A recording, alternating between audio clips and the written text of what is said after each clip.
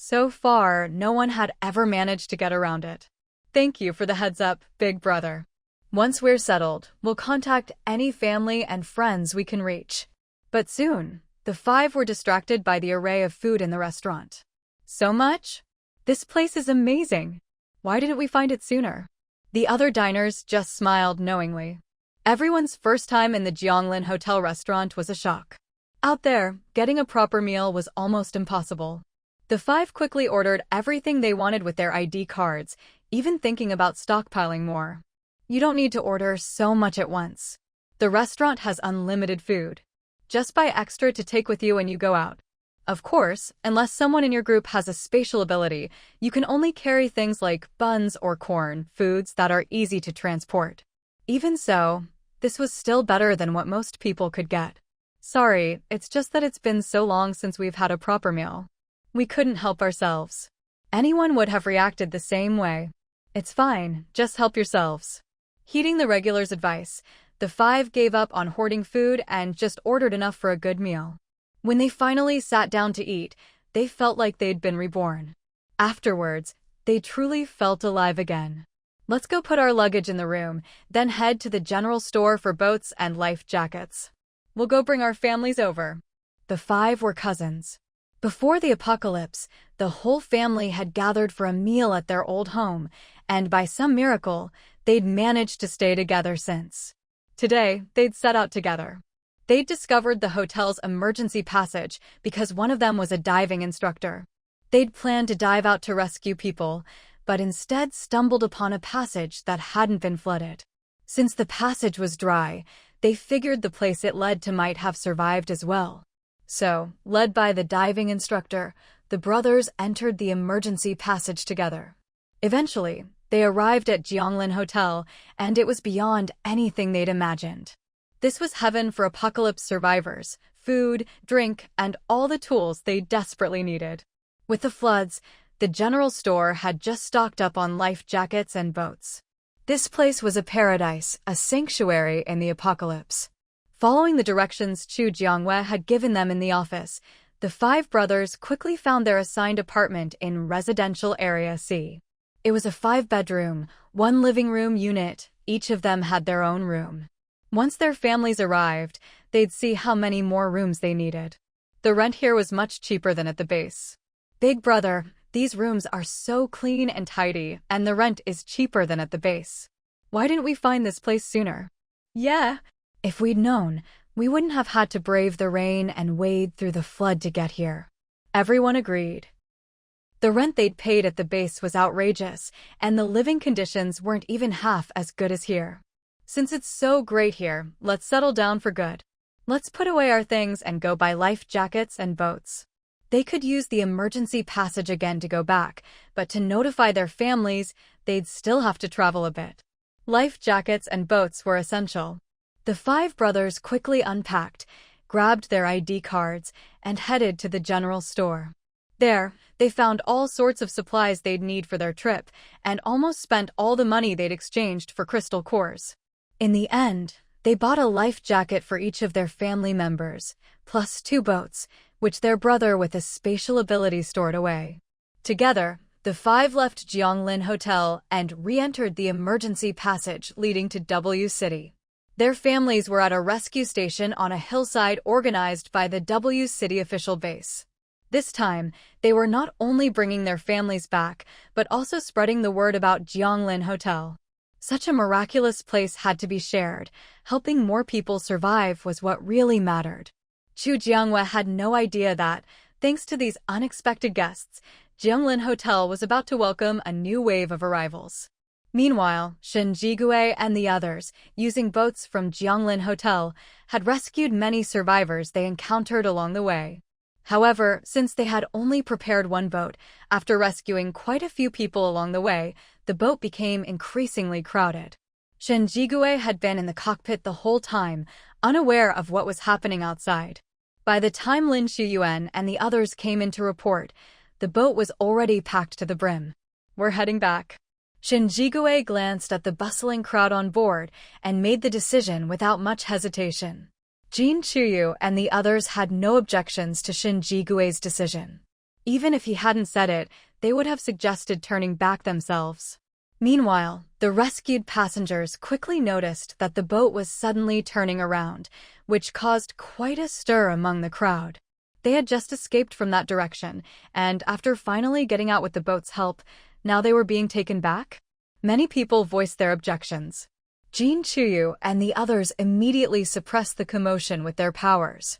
We told you from the start, if you want to get on the boat, you go where we go. If you're not willing, you can get off now. Their original intention for this trip was just to check out the situation after the flood, not to save people. Letting these people on board was already a favor, mainly because Boss Chu's hotel needed new customers.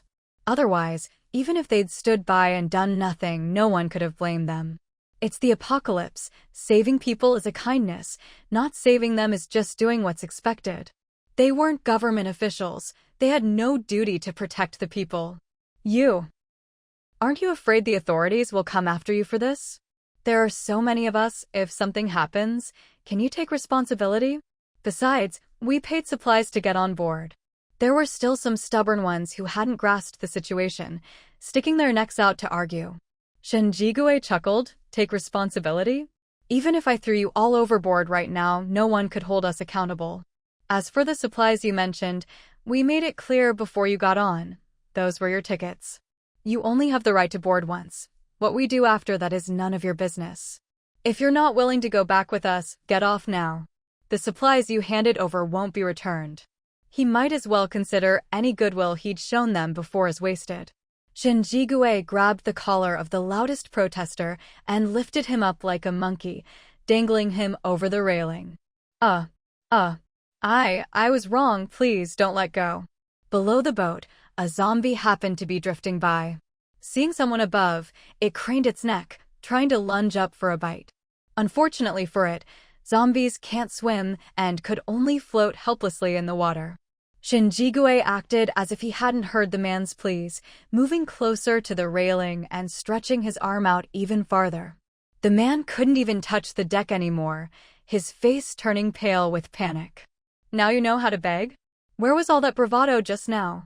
I was out of line, Mr. Shin, can you please? Shen Jigui let go. Just as the man was about to fall into the zombie's mouth, a green vine whipped out and looped around his waist, hauling him back up. That was a lesson. Next time, there won't be anyone to save you. Xia Silin stood behind Shen Jigui, the vine in his hand disappearing as quickly as it appeared.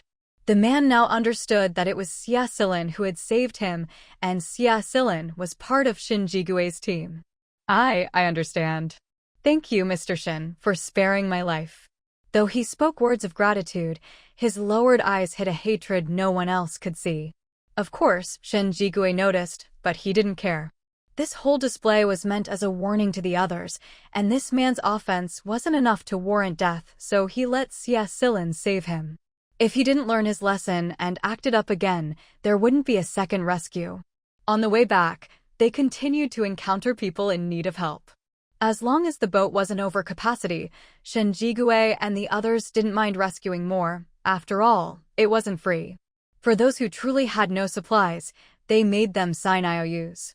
Jianglin Hotel acted as a third-party witness, drawing up contracts for both parties to sign. Those rescued would have to repay the rescue fees to Shen Jigui and the others within a set time. One person's supplies weren't much, but together, it added up.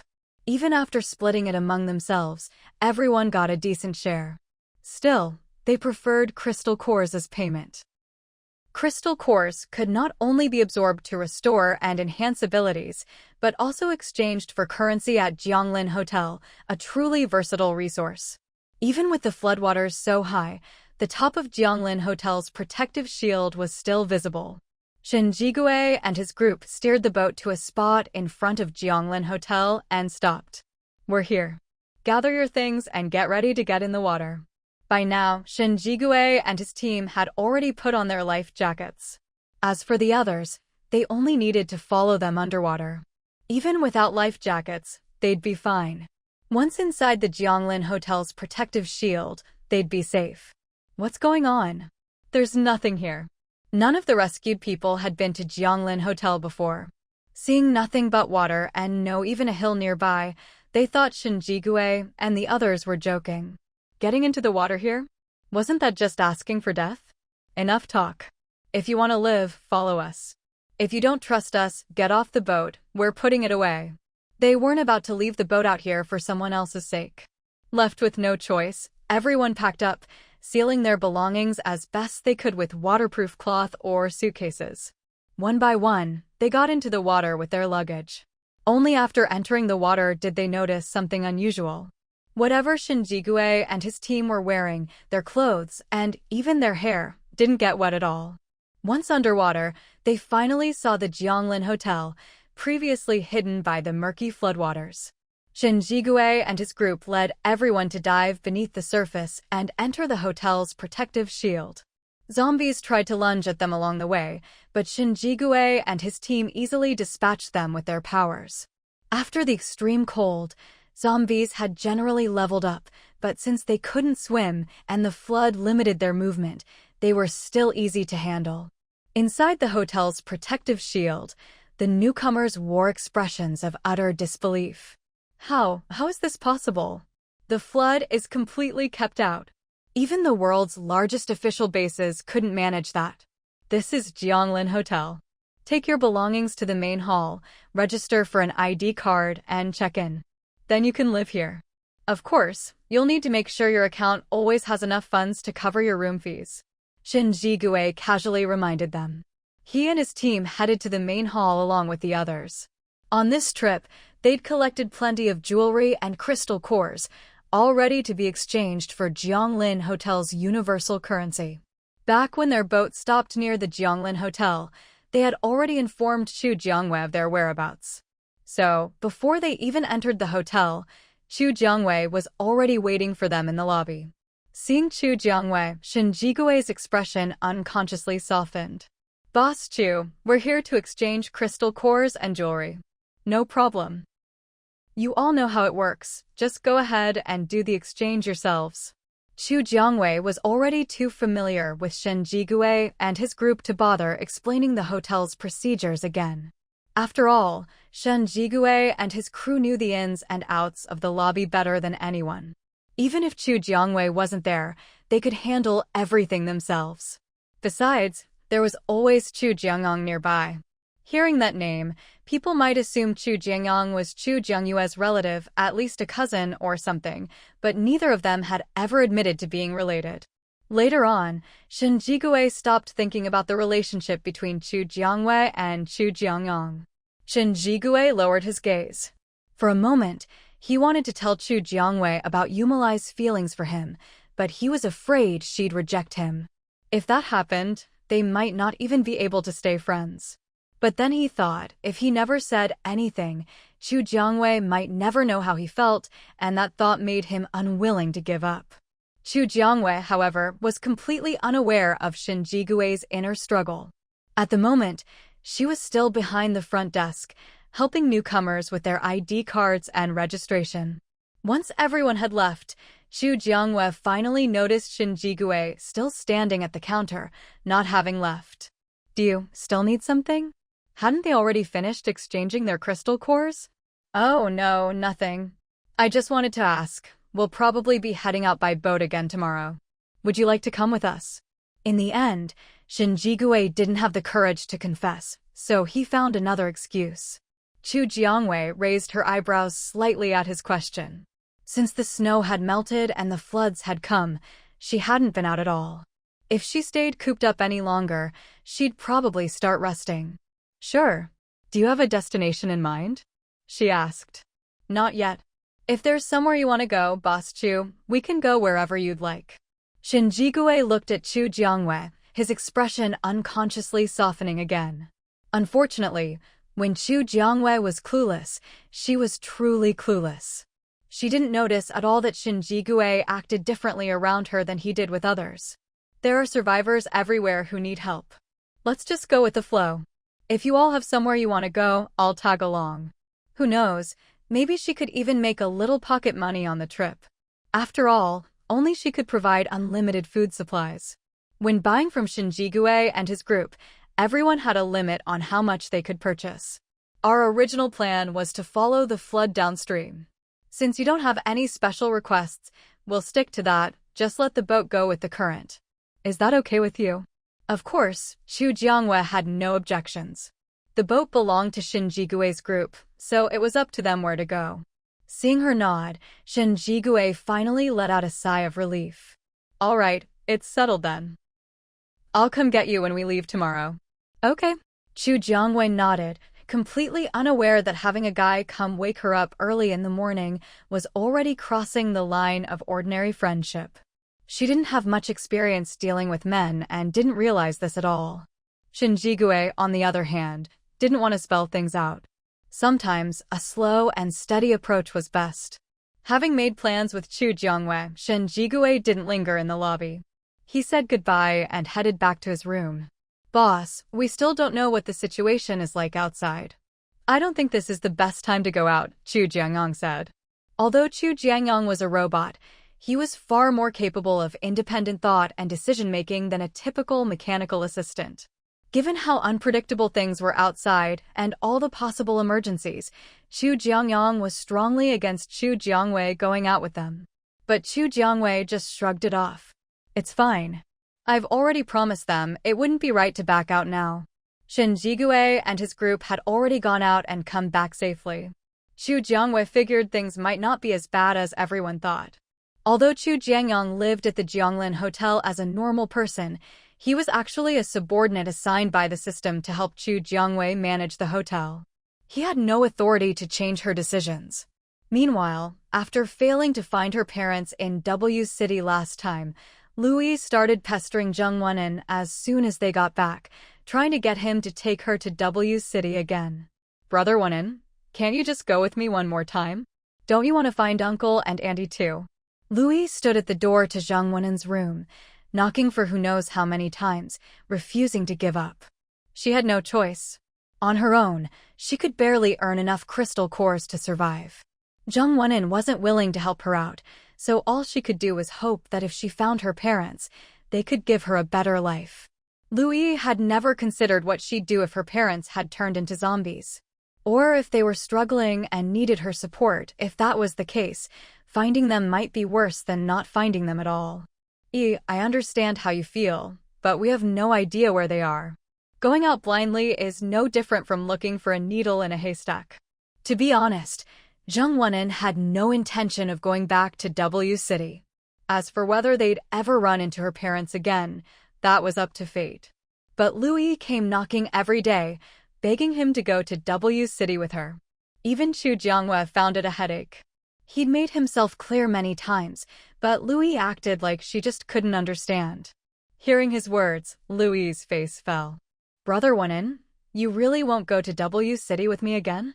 She was making one last attempt, but the answer was the same. No.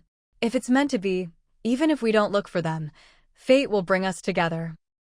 Zheng Wenin stuck to his decision. Louis didn't say anything more, just stood there, her face dark. When Zheng Wenin turned around, he saw Louis's gloomy expression and frowned. What's wrong now? He still hadn't realized how serious things were. He even waved his hand in front of her face. It's nothing. If you don't want to go, then I won't go either. I'll head back now. Louise smiled, as if she really didn't mind, and left the doorway. Zheng Wenin watched her walk away. Although he felt something was off, since she wasn't making a fuss anymore, he breathed a sigh of relief and didn't think much of it. When Louis returned to the place she shared with Jiang Jinjin, she saw Jiang Jinjin sprawled comfortably on the living room sofa, fast asleep. Instantly, she felt a surge of resentment. Some people just spend all day trying to seduce men. Maybe they should take a good look in the mirror and see what kind of goods they really are. With that thinly veiled jab, Louise stormed off to her own room and slammed the door shut with a loud bang. Jiang Jinjin was jolted awake by the noise and sat up abruptly. Louis, can you stop going crazy for no reason? Jiang Jinjin was starting to regret ever agreeing to live with Louis. She was all princess syndrome and no real skills. How on earth had Zheng Wenin put up with her for so many years? Louis didn't respond from inside her room, and Jiang Jinjin couldn't exactly put on a one-woman show, so she flopped back onto the sofa, fuming. Knock, knock, knock. Just then, someone knocked on their door. At the same time, Jiang Jinjin's virtual screen started flashing. Someone in her friends list was messaging her. Her eyes lit up, and she quickly got up to open the door. If Chu Jiangwei were here, she'd recognize the visitor as Zhu Lanlan, the student they'd rescued at school not long ago. You're here. If you've got something to say, just say it. Jiang Jinjin had found in Zhu Lanlan one of the few people who also harbored hostility toward Chu Jiangwei. Plus, since they were both girls around the same age, it was easy for them to communicate. I just overheard that Chu Jiangwei is going out on a boat with Mr. Shin's team tomorrow. Zhu Lanlan had happened to be eating in the restaurant and overheard Chu Jiangwei talking with Shin Jigui as she passed by. Back when they were rescuing people, Zhu Lanlan had noticed Shin Jigui, but unfortunately, he'd shown no interest in her whatsoever. Later, at Jianglin Hotel, every time she saw Shin Jigui with Chu Jiangwei, his expression would soften, which made Zhu Lanlan resent Chu Jiangwei even more. They were both 18, so why did Chu Jiangwei get Shin Jigui's attention while she had to hide in the shadows? Eventually, Jiang Jinjin approached her, and once they confirmed they both disliked Chu Jiangwei, they immediately hit it off. However, as ordinary people without any special abilities, they had little influence at Jianglin Hotel and couldn't confront Chu Jiangwei openly. All they could do was gossip behind her back. But when someone's been holding back for too long, they'll eventually look for a chance to let it out. That's why Zhu Lanlan took the initiative to find Jiang Jinjin. She wanted to team up and teach Chu Jiangwei a lesson. I got it. Let's meet at the hotel entrance 10 minutes early tomorrow, Jiang Jinjin said, without revealing her actual plan, just telling Zhu Lanlan when and where to wait. Zhu Lanlan, not the suspicious type, nodded in agreement. Okay, I'll be there on time. She had no idea Jiang Jinjin was planning to use her as a pawn. After Zhu Lanlan left, Jiang Jinjin watched her go, a sly smile appearing on her face. Chu Jiangwei, are you ready for my little gift? What kind of scheme are you up to this time? Lu Yi's voice came from behind. Though Lu Yi had her fair share of princess syndrome, she wasn't as cunning as Jiang Jinjin. If Jiang Jinjin hadn't found Zhu Lanlan to work with, she might have tried to rope Lu Yi in instead, so she wasn't about to offend Lu Yi too much just yet. Nothing. That was just a friend dropping by for a chat. Do I need your permission to talk to my friends now? With no one else around, Jiang Jinjin dropped the act completely. This Lu Yi, she was no better than Jiang Jinjin herself. Always acting high and mighty, as if everyone owed her something. Even if she's your friend, she can't just come in without my permission. We're sharing this place. If you want to bring someone over, you need my okay first. Lu Yi hadn't realized Zhu Lanlan never actually entered the apartment. But Jiang Jinjin wasn't about to back down. I pay rent here too. My friends can come and go as they please. If you've got friends, bring them over, I won't say a word. And for the record, my friend didn't even come in. She just spoke to me quietly at the door. Don't go biting people's heads off for no reason. If she could afford to live alone, she would have moved out ages ago. The rooms at Jianglin Hotel were getting more expensive by the day, with no regard for whether ordinary people could even survive. The two of them kept bickering, and soon things escalated to hair-pulling and a physical scuffle. But whether by accident or design, they were both careful not to damage any of the shared facilities in the apartment. If Chu Jiangwei were here, she'd know exactly why. Because this wasn't the first time they'd fought. The first time, they hadn't known their own strength and ended up trashing the place. Any damage to public property had to be paid for. The system quickly generated a bill, listed the prices, and deducted the amount from their accounts. But neither of them had enough money to cover the costs. Would the system take a loss? Of course not. It posted the bill in the group chat, and the last two people to arrive had to pay up. Even after draining their accounts, they still owed money, so, following Chu Jiangyue's suggestion, the two of them were assigned to the cafeteria. They were given cleaning jobs, meaning they had to report to designated areas at set times every day to complete their cleaning duties. With them working as cleaners, the little fox, the system, even disabled some of the automatic cleaning functions in those areas. During work hours, if any spot they were responsible for got dirty, they'd find themselves compelled to pick up cleaning tools and get to work. Whether they liked it or not, they had to finish their tasks every day, or else the debt they owed Jianglin Hotel would start accruing interest. The hotel charged 10% daily interest. 1 gold coin a day meant 10 silver coins in interest. That was equivalent to killing more than 10 level 1 zombie crystal cores a day. Even beginner ability users couldn't guarantee they'd manage that, let alone ordinary people. Still, the little fox wanted to recover its money as quickly as possible, so it gave them as much work as possible.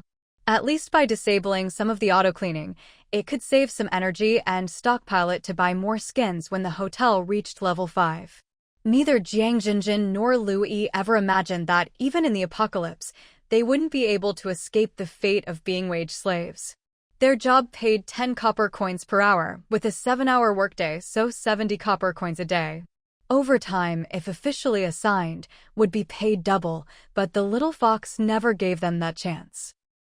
At this point, Jiang Jinjin and Lu Yi were forcibly marched out of their room and toward their assigned cleaning area. This is all your fault. You dare blame me?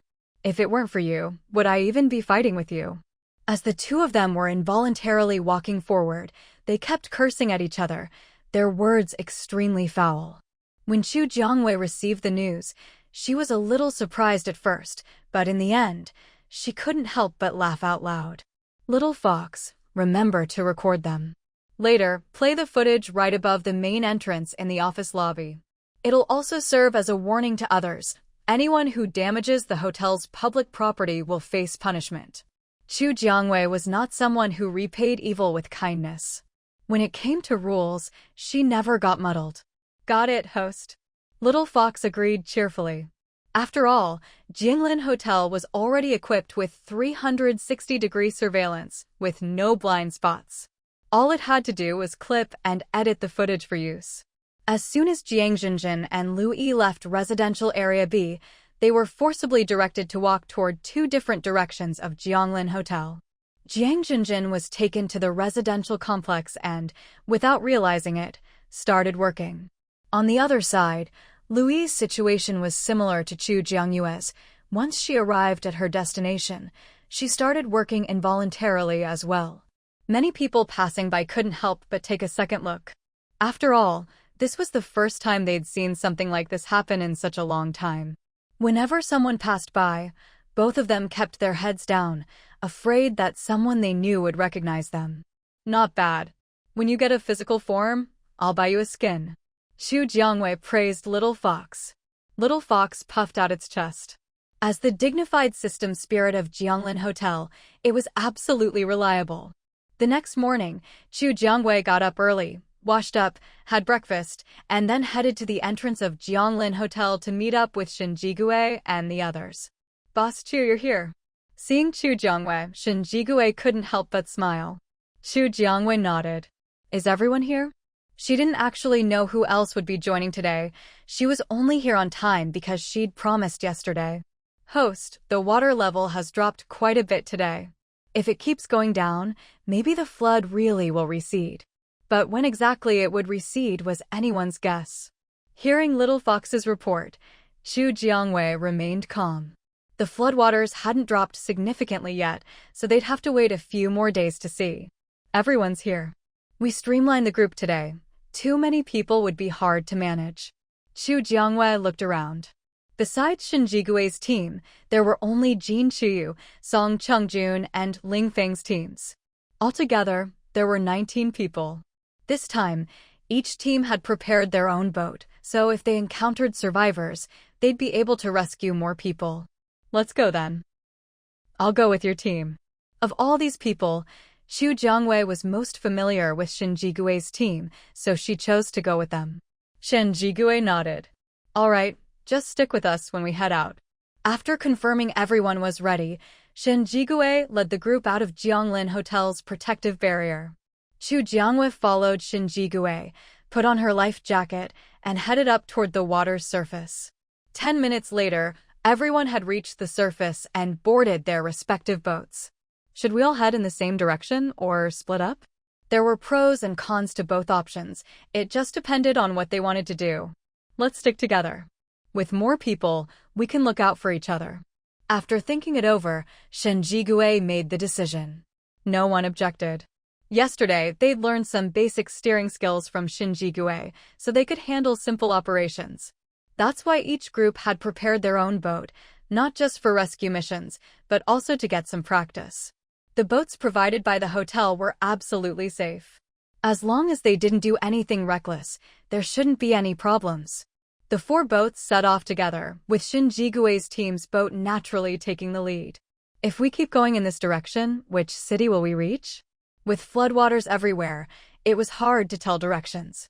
Based on our observations yesterday, this way leads to L City. L City was the city where Feng Qingwu had been the base leader. But now, Feng Qingwu had become a long-term resident of Jianglin Hotel, and the position of L City base leader was basically just an empty title. Chu Jiangwei nodded to show she understood. L City was also included in her safety corridor plans.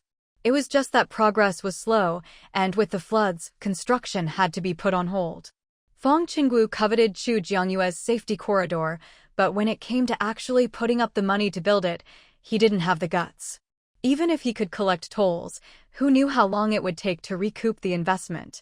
A business that was clearly going to lose money, someone as profit-driven as Feng Qingwu wasn't about to invest in it. Because of the floods, the situation in L City was actually pretty grim. Thinking of L City's predicament, Xu Jiangwei didn't feel like chatting with Shen Jigui and the others anymore. The 4 boats moved forward slowly, and after a few hours, they finally reached the outskirts of L City. Who are you? Where did you come from? As soon as Chu Jiangwei and the others entered L City's territory, they were stopped. Shen Jigui stepped forward. We're from Jianglin Hotel. Do you know Jianglin Hotel? Last time, Chu Jiangwei and the others had come to L City and introduced Jianglin Hotel to the residents. Some believed them, some didn't. Now that they were back, it was like old friends meeting again. Jianglin Hotel. Hearing where they were from, the person blocking them brightened up. You're from Jianglin Hotel? Have you seen our base leader? God knows, the base leader had left months ago with no intention of coming back. The only thing they knew was that the base leader had left with a team claiming to be from Jianglin Hotel. But they didn't know where Jianglin Hotel was, so all they could do was wait in the base. You mean Feng Qingwu, base leader Feng? L City didn't just have Feng Qingwu's base, there were other smaller ones too. But after the extreme cold, who knew how many bases had survived? Yes! Do you know where he is? The base is leaderless now, and the remaining higher-ups are all doing their own thing. It's us regular folks who are suffering. Hearing this, Shen Jigui and Chu Jiangwei exchanged a glance, but didn't say whether they believed him or not. Your base leader is still at the hotel. He hasn't left. But you can tell us what's going on here. Maybe we can help. Chu Jiangwei was already thinking about how to lure people back to the hotel. If things were really as bad as he said, it was like someone handing her a pillow when she was just about to fall asleep. Shen Jigui saw what Chu Jiangwei was thinking, so he was happy to play along. Right. If you don't mind, you can leave with us on our boats when we go. Ling Feng also stepped forward and chimed in. The man glanced at the boats Chu Jiangwei and the others were using, and his mind was instantly made up. The fact that the base leaders chose to stay long-term at the Jianglin Hotel proved that this place must have something special. Rather than just waiting around here to die, it was better to leave with them. Maybe there was still a sliver of hope. If the floodwaters never receded, they'd all end up trapped here sooner or later. You really can take us with you? At this point, whoever could help them survive, no matter where they were going, he was willing to follow. Of course! We even brought boats with us. We made it safely all the way from B City to here, so taking you out won't be a problem. But each boat has a limited capacity. If you want to leave, you'd better make up your mind quickly. They'd only brought 4 boats, each with a maximum capacity of 50 people. That was 200 people in total, but after subtracting their own group of 19, only 181 spots were left for others. I'll go inform the others right now. I have parents, a wife, and kids. Could you save 5 spots for us? The man glanced at the boat that Chu Jiangwei and the others had arrived in, feeling a surge of security.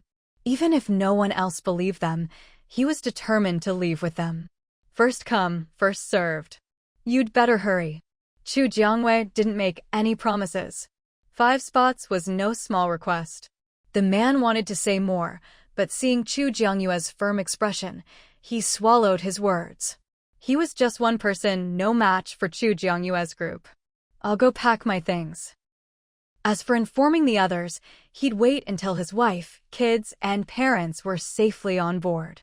After all, everyone looks out for themselves first. Chu Jiangwei didn't care what he did. As long as someone left with them in the end, that was enough.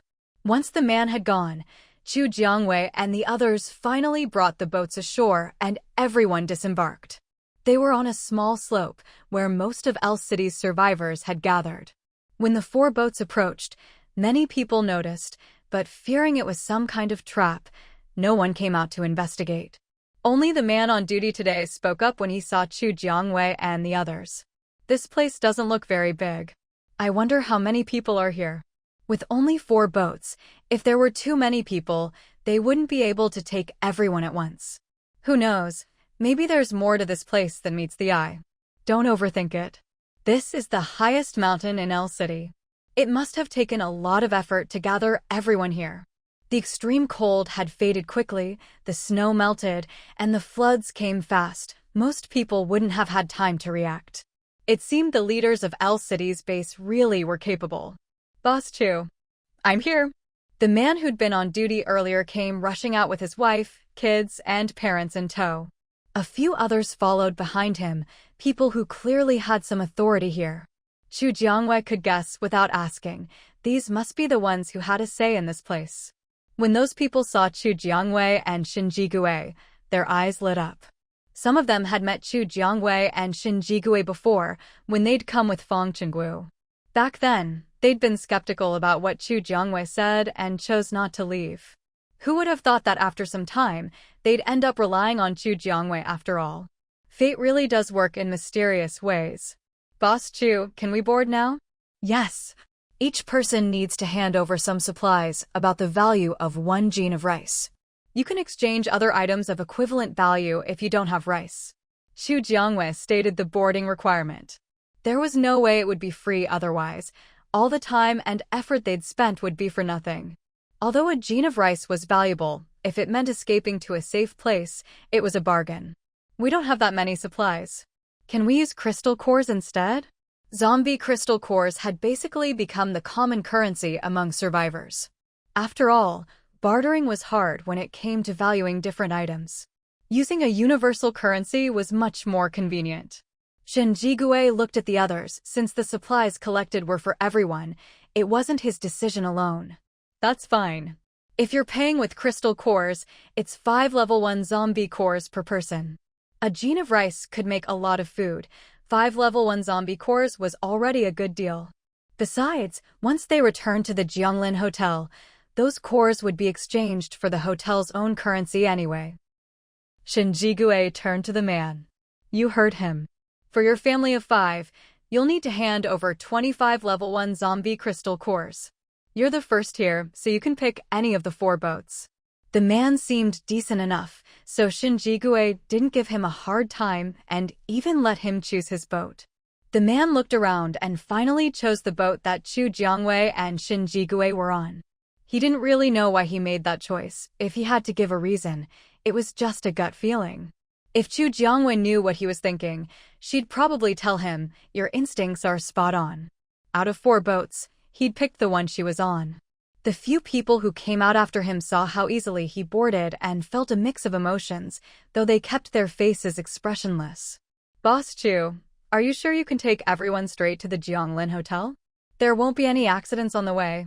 After the extreme cold, zombies had started to reawaken.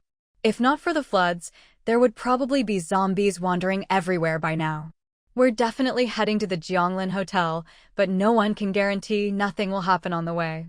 If you're worried about accidents, you don't have to board. We're not forcing anyone. Chu Jiangwei wanted more new guests, but no one could promise a completely safe journey. Deputy Base Leader, I think Boss Chu is right. If they chose to board, it meant they were willing to accept any risks on the way to the Jianglin Hotel. The Deputy Base Leader blushed at the words. but he didn't think he was wrong. Who wouldn't want to reach the Jianglin Hotel safely? He just wanted to fight for the best interests of the survivors. I understand. I'll go inform the others now. We only have 176 spots left. We'd rather take fewer people than overload the boats. I hope you'll keep that in mind. Of course, if there are people left after the boats are full, we can always come back for another trip. Chu Jiangwei wasn't going to make things hard for herself for the sake of others. There were only so many spots, and it wasn't up to them who got to board. But the real solution was to build a safe passage between the Jianglin Hotel and L City. That way, even if someone missed the boat, they could still reach the hotel safely. Once someone made it to the Jianglin Hotel, survival was basically guaranteed. I understand. The deputy base leader left with his people. Chu Jiangwei withdrew her gaze and looked at the family of 5 who had just boarded. There's limited space on the boat. Don't just leave your luggage lying around. Make sure it's neatly arranged. Okay, Boss Chu, don't worry. We'll put our luggage away properly and won't pile anything outside. Not long after the deputy base leader left with his people, he returned with a large group in tow. Chu Jiangwei was the first to notice. She stood up from the boulder where she'd been sitting. She glanced at the people behind the deputy base leader, quickly estimating their numbers. It was clear these were the ones he'd carefully selected. Chu Jiangwei didn't care whether these people were his relatives or had gotten their spots through fair competition. As long as the headcount wasn't exceeded, it was fine. Once you've handed over enough supplies or crystal cores, you can board the boat. Each boat has a maximum capacity of 50 people. You can choose which one you want to board. Before coming, the deputy base leader had already explained the boarding rules. Some chose to hand over supplies, but most preferred to pay with crystal cores. Chu Jiangwei and her group weren't short on supplies, so they actually preferred people to pay with crystal cores for their tickets. Including the deputy base leader and his people, there were exactly 176 people. Their headcount calculation was impressively precise. Once everyone had boarded, Chu Jiangwei and her group got on as well. However, she didn't have them set sail immediately. Instead, she tossed a stack of upgraded Jianglin Hotel flyers onto the shore. With these flyers, at least the people left behind would have 7 days during which they could breathe underwater. Now that the land routes were completely flooded, water was the only way out. With the hotel flyers, as long as they paid attention to directions, it was possible to reach Jianglin Hotel from L City within 7 days. Of course, luck was still a factor, but Chu Jiangwei could only wish them good fortune. What's that? The deputy base leader asked, his mind already spinning with possibilities at Chu Jiangwei's actions. It's just giving the people left behind a chance at survival. You wouldn't want to cut off their last hope, would you? Chu Jiangwei's words were pointed. She suspected the deputy base leader had probably considered it, even if he hadn't acted on it yet. After all, his actions today were little different from betrayal. Of course not. I'm just curious, that's all. Chu Jiangwei didn't bother to say whether she believed him or not. Since the deputy base leader knew her, he definitely knew about the Jianglin Hotel flyers. If he knew and still wanted to stop her, that was truly malicious. Fortunately, Chu Jiangwei didn't let him succeed. She simply tossed out the stack of flyers. No matter what ultimately happened to those flyers, she just wanted to give herself some peace of mind. After all, once they left this time, who knew when they'd be back? If someone could change their fate because of a flyer, then her good deed wouldn't have been in vain. Chu Jiangwei shot the deputy base leader a glance, said nothing more, and walked off the deck to join Shen Jigui and the others. After confirming everyone was on board, Shen Jigui went to the cockpit to start the boat. Chu Jiangwei didn't want to see the deputy base leader and his group anymore, so she followed Shen Jigui into the cockpit. Can you estimate how much we've collected this time? Will what we got cover the manpower and resources we spent? The boats they'd bought were different from the vehicles provided by the Jianglin Hotel's navigation system. These boats were their own purchases, and every trip consumed energy. Each time they used the boat, it used up some of its energy reserves. Once the original energy was depleted, they'd have to find someone to recharge it or replace it with a new energy source. And new energy could only be bought at the Jianglin Hotel's general store. It cost 1 gold coin to refuel a boat. With 4 boats, that was 4 gold coins, a significant expense. No matter what, if the stuff they collected couldn't be exchanged for at least 4 gold coins, this trip would have been for nothing. We didn't get much in the way of daily necessities, mostly crystal cores and some gold and jewelry. Judging by the quality, plus the crystal cores, we should be able to get about 10 gold coins. Hearing that everything together would only fetch about 10 gold coins, Xu Jiangwei nodded. That was about what she'd expected.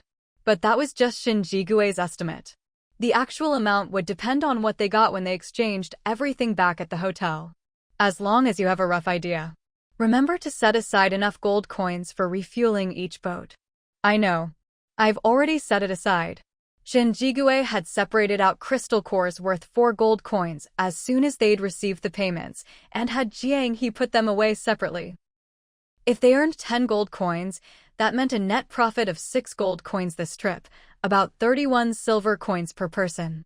Honestly, that wasn't as much as what Xin Jigui and the others used to earn by going out and killing zombies. But given the current situation, they couldn't go zombie hunting, so they'd have to make do. Xu Jiangwei didn't really care about the money. The only reason she'd come along was to personally see the new guests return to Jianglin Hotel, so she'd have peace of mind. The 4 boats moved slowly across the endless floodwaters. To avoid getting lost, Xu Jiangwei turned on the navigation system. A big arrow pointed straight ahead from the bow. Unless Xin Jigui was blind, there was no way he'd get lost. Plus, the Jianglin Hotel navigation system would automatically avoid dangerous routes when planning the journey.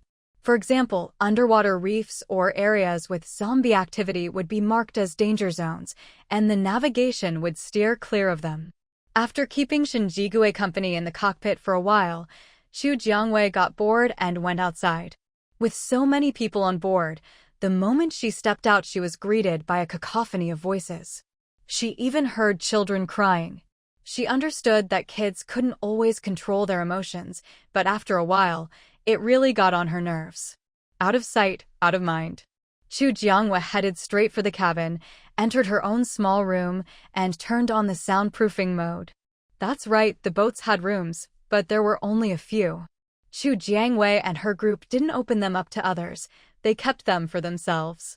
Even if others realized they had private rooms and complained, as long as they ignored them, there was nothing anyone could do. As soon as Xu Jiangwei entered her room, her little fox companion, who'd been quiet for a while, popped out. "Host, the floodwaters are receding. We need to hurry back to the hotel.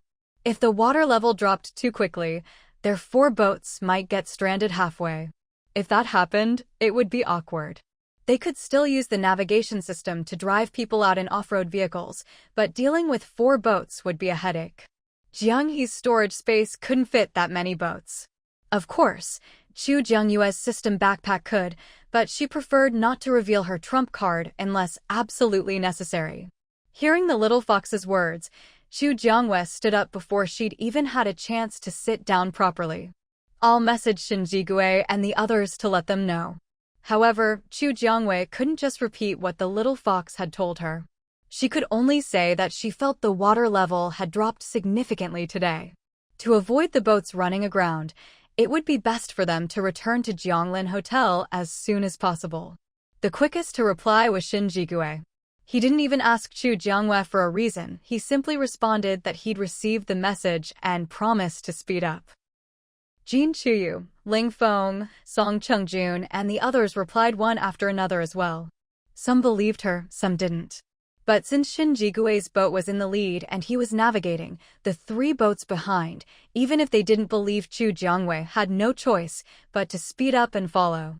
Inside the cabin, Xu Jiangwei stared at the little fox. Can you detect what other disasters or dangers might happen after the floodwaters recede? Host, I can only scan within a 1-kilometer radius. I can't predict things that haven't happened yet. Or, you could spend some money to buy a weather forecast system. The little fox opened Xu Jiangyue's virtual screen and immediately searched for a weather forecast system, limited time price, 88 gold coins. Xu Jiangwei, do I look like the kind of person who'd spend 88 gold coins on a weather forecast system? As it turned out, Xu Jiangwei was exactly that kind of person. With a pained expression, she placed the order for the weather forecast system. Soon, a notification appeared. The weather forecast system was being installed. Detected that the host has purchased the weather forecast system. Adapting and installing. Installation complete. Weather forecast system 001 at your service. Now broadcasting the apocalypse weather forecast. August 25th, 2506, rain all day. Chu Jiangwei. Didn't she already know it would rain all day? What she wanted to know was what disasters were coming next. She felt completely ripped off, and she had proof. Little Fox. 88 gold coins, that was several days' worth of earnings. And all she got was this useless weather report. Host, please calm down. Look at the forecast date. Today is the 24th, tomorrow is the 25th. The weather forecast system's report is guaranteed to be 100% accurate. So, it really will rain all day tomorrow. The system didn't make a mistake. The little fox tried to defend the weather forecast system's reputation. But Chu Jiangwei wasn't so quick to trust the little fox again. She'd just been scammed out of 88 gold coins. It would take her a few days to recover from the blow. Just then, the boat suddenly rocked violently, spilling much of the water from the glass Chu Jiangwei had left on the table. What happened? Since the little fox could scan everything within a kilometer, Chu Jiangwei immediately asked it. Host, it's a group of zombie dolphins rushing toward us. They probably sensed the presence of living people and charged over. Although the navigation arrow could help avoid danger, some threats were mobile and couldn't be avoided. Hearing that it was zombie dolphins, Chu Jiangwei fell silent for a moment. Dolphins were always known for being friendly to humans, but now she was being told that dolphins had been infected with the zombie virus and were attacking them. Just thinking about it made her feel heavy-hearted. I understand. It was a pity that so many dolphins had been infected, but in the end, reason triumphed over emotion. Chu Jiangwei left her room and quickly headed to the deck. Boss Chu, you're here. Our boat is being attacked by zombie dolphins. The boat might shake a bit, but we're already dealing with it. You don't need to worry. When Lin Shuyuan and the others saw Chu Jiangwei come out, it was as if they'd found their backbone. Their powers seemed to work more smoothly as they fought the zombies. Chu Jiangwei didn't immediately step in, but she didn't leave either. If Lin Shuyuan and the others couldn't hold them off, she was there to lend a hand. However, there were so many zombie dolphins that Lin Shuyuan and the others soon ran out of energy. Chu Jiangwei raised her hand, and a vine shot out from her palm, quickly growing and lashing toward the attacking zombie dolphins. SSS Chach. Her vine targeted a zombie dolphin, striking it directly on the head and quickly extracting a zombie crystal core. It looks like all these dolphins have been infected with the zombie virus. The floodwaters nearby aren't safe anymore. Unless absolutely necessary, no one is to touch the water. Chu Jiangwei raised her voice, warning everyone on board. If she'd already warned them and someone still insisted on doing something reckless, it wouldn't be their responsibility anymore. Jin Chuyu and the others heard Chu Jiangyue's words, their expressions turning grim. If what Chu Jiangwei said was true, then the waters elsewhere might be just as dangerous. But when they returned to Jianglin Hotel, they'd have to dive underwater to get inside because of the flooding. Wouldn't that be extremely dangerous? Of course, anything Jin Chuyu and the others could think of, Chu Jiangwei had already considered. However, according to the little fox, as long as they wore the Jianglin Hotel's life jackets while diving, they wouldn't have to worry about the zombie virus. With Chu Jiangyue's help, the number of zombie dolphins gradually decreased. In the end, thanks to everyone's efforts, they managed to deal with all the zombie dolphins. The boat hadn't suffered much damage. The ones most affected were the ability users who'd just fought the zombie dolphins. In the cockpit, Shen Jigue had been keeping an eye on the deck through the monitors. When he saw that they'd successfully dealt with the zombie dolphins, he finally breathed a sigh of relief. After studying for a while, Shen Jigue finally figured out how to set the autopilot and freed up his hands. The first thing he did was go find Chu Jiangwei. After dealing with the zombie dolphins, Chu Jiangwei returned to her room to rest. She didn't expect Shen Jigue to come knocking. When she opened the door, She was greeted by Shen Jigui's impossibly handsome face. She had to admit, she was stunned for a moment. Although Chu Jiangwei was a sucker for good looks, she was still very rational. Handsome guys were for admiring, nothing more. She'd never thought about anything else. Did you need something? I saw the message you sent earlier. Are you sure the water level is dropping? There's no mistake? It had been raining nonstop, yet the water level was receding.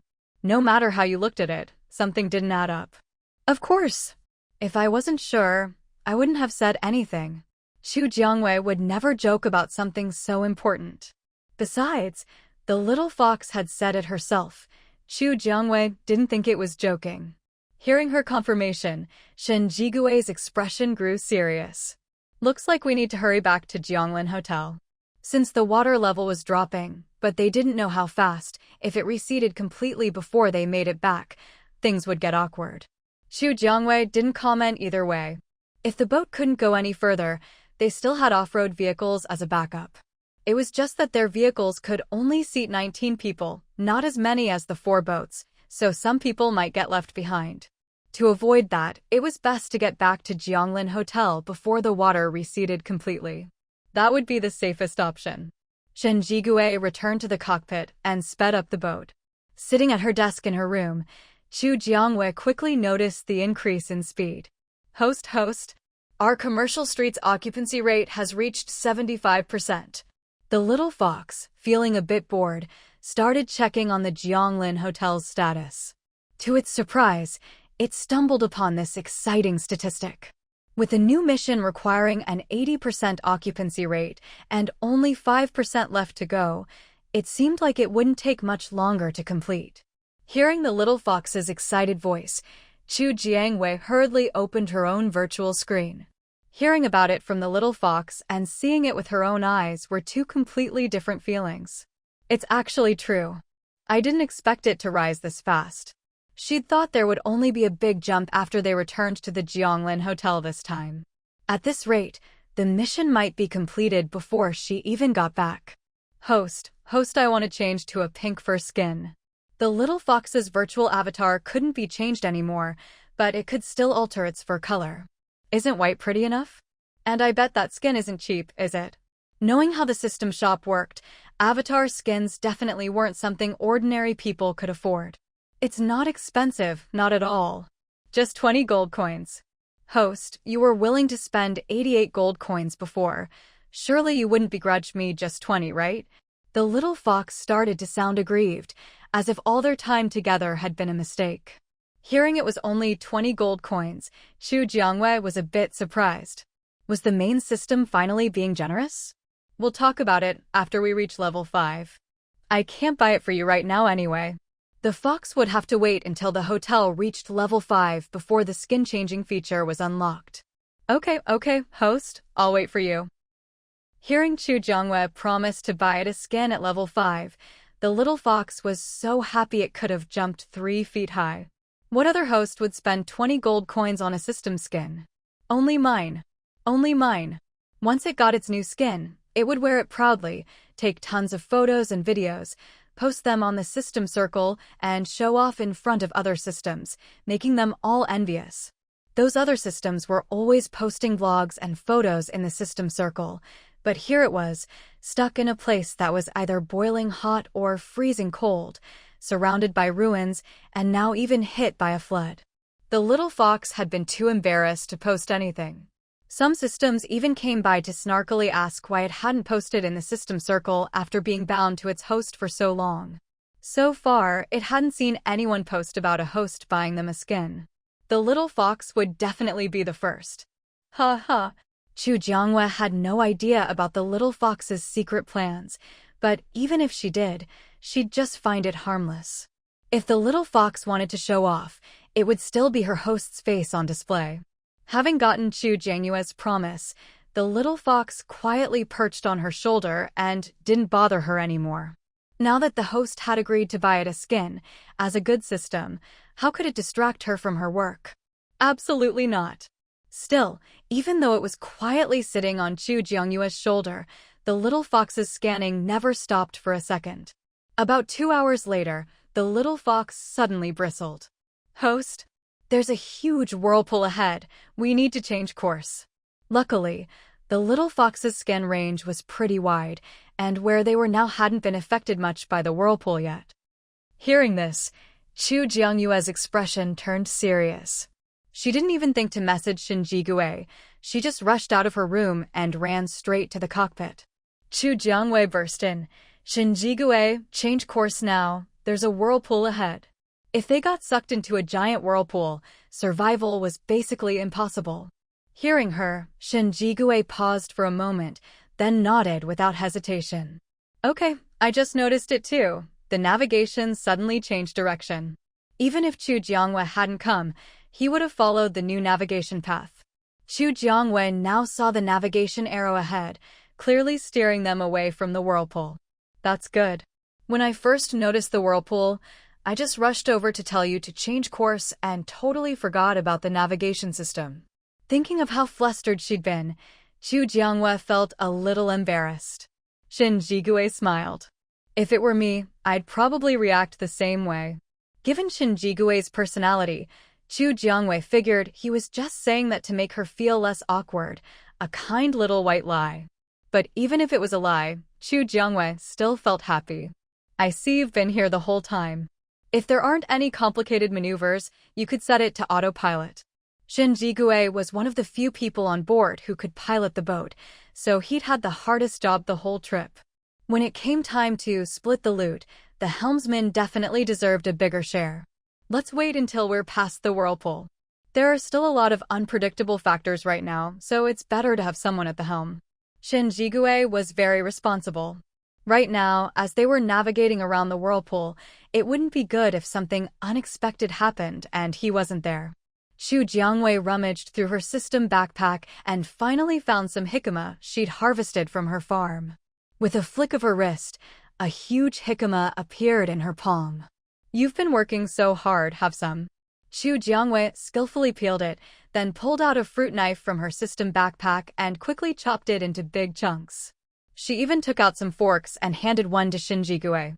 When her hand got tired, she brought out a set of tables and chairs and invited Shinjigue to sit down with her. Bro. Xia Silin had just walked in and, seeing Chu Jiangyue there too, swallowed the words he'd been about to say. Oh, Boss Chu, you're here too. What are you eating? Xia Silin was only awkward for a second before his eyes were drawn to the neatly cut jicama on the table. Jicama. It's a vegetable you can eat as fruit. Want some? Raw jicama is crisp, sweet, and juicy, perfectly fine to eat as fruit. Boss Chu, you're treating? The Jianglin Hotel restaurant hadn't unlocked any related dishes, and there weren't any fresh vegetables left. Other than Chu Jiangyue, Xia Silin couldn't think of anyone else who'd have some. Yep, my treat. Want some? Chu Jiangyue hadn't put most of her farm's harvest into the restaurant, keeping it in the farm's warehouse or her own system backpack. Yun Zijin's first time inviting him to eat something alone had just been ruined by Xia Silin. Shinjigue, calling the police won't help. Sometimes you really just want to punch someone. Fortunately, although Xia Silin was a foodie, he had some sense. He somehow produced a plate, took a few pieces, and left, though he quickly turned back. Boss Chu, are you selling this? I can pay you right now. Xia Silin still had some savings. With fresh vegetables available, he wanted to treat himself to something different. Sure, 5 silver coins each. How many do you want? Chu Jiangyue still had quite a bit of stock left in her system backpack. Even if what she had in her backpack wasn't enough, she still had a farm warehouse back at Jianglin Hotel. Give me 2 for now. I want to show off to the others. Only he could be this lucky coming to talk to Brother Shin and just happening to run into Boss Chu giving Brother Shin some special treatment. Chu Jiangyue took 2 jikamas out of her system backpack and placed them on the table. A fair price, 10 silver coins. Pay up and you get your goods. Xia Silin quickly opened his virtual screen, transferred the money to Chu Jiangyue, then hurried off with the 2 jikamas. On his way back to the room where his group was resting, he drew a lot of attention from people he passed by. No wonder people hadn't eaten fresh vegetables in ages, so they were especially sensitive to the smell of veggies. But Xia Silin was an ability user, and a strong one at that. Even if someone caught a whiff of the hikama, no one dared try to snatch it from him. Once he got back to their room, Silin took the 2 hikamas out from under his clothes and showed them off like treasures. Hikama. I knew it. As soon as you walked in, I smelled something fresh. No way that scent was coming from you. Now the truth comes out. Lin Shuyuan was always blunt, and his comment immediately rubbed Silin the wrong way. Hey, what do you mean? Why can't I smell nice? Sure, the scent wasn't coming from him, but saying it so directly was just rude. You want to smell nice. So girly. Is this guy for real? Lin Shuyuan quickly took a step back, giving Silin a weird look. Is that what I meant? Do you want this hikama or not? If not, get out of here. Silin shoved Lin Shuyuan aside and pointed at the 2 hikamas he'd just put on the table. I just bought these from Boss Chu, absolutely fresh and uncontaminated. Jiang, he sat up straight. Boss Chu? Why'd she sell them to you alone and not come to us? Jiang, he didn't think Chu Jiangwei had any special feelings for Silin. I just happened to be looking for Brother Shin and saw Boss Chu giving him some special treatment. This is what they were eating. I managed to snag a few pieces and, luckily, I was smart enough to ask Boss Chu if I could buy some. That's how I got them. Silin felt like a genius, having steered his ship clear of the whirlpool and into safe waters. Shin Jigui immediately messaged Chu Jiangwei, then notified Jin Chuyu and the others. Surviving a disaster means good fortune is ahead. The rest of the journey back to Jianglin Hotel was uneventful. No more danger appeared. You're now under the hotel's protective shield. Figure out your own way down.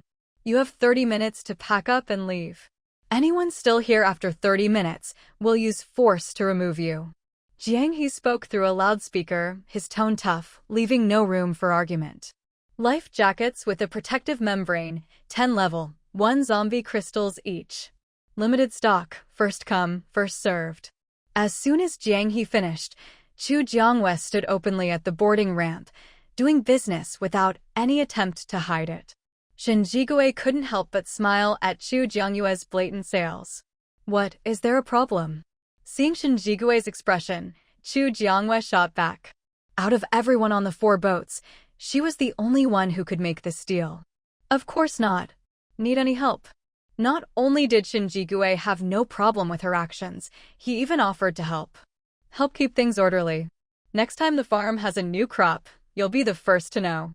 Chu Jiangyue's crops matured quickly, and she decided what to plant. Getting on good terms with Chu Jiangwei promised plenty of future benefits. Deal. Shin Jigui's strength was well known. With him around, no one would dare give Chu Jiangwei any trouble. Chu Jiangwei was actually just as strong as Shin Jigui, but people always assumed young women were easier to bully. Chu Jiangwei didn't want any trouble while selling the life jackets, so she had Shin Jigui stand by as backup. If someone else could do the job, why not let them? Jiang He and the others didn't bother with Shin Jigui and Chu Jiangwei. They kept checking the cabins to make sure no one was hiding and refusing to leave. After all the recent upgrades, Jiang He's storage space was huge. He could easily store an entire boat if needed. Most people preparing to disembark bought life jackets from Chu Jiangwei. Once they hit the water, they immediately noticed how amazing the jackets were. Seeing how well the jackets worked, even more people lined up to buy from Chu Jiangwei. No one knew where the floodwaters had picked up the zombie virus, and no one wanted to risk it. With the life jackets, that worry was gone. Once everyone was off the boats, Chu Jiangwei and Shin Jigui put on their own life jackets and jumped into the water. Shin Jigui stayed close to Chu Jiangwei, and as they got nearer to each other, they realized their protective membranes had merged into one.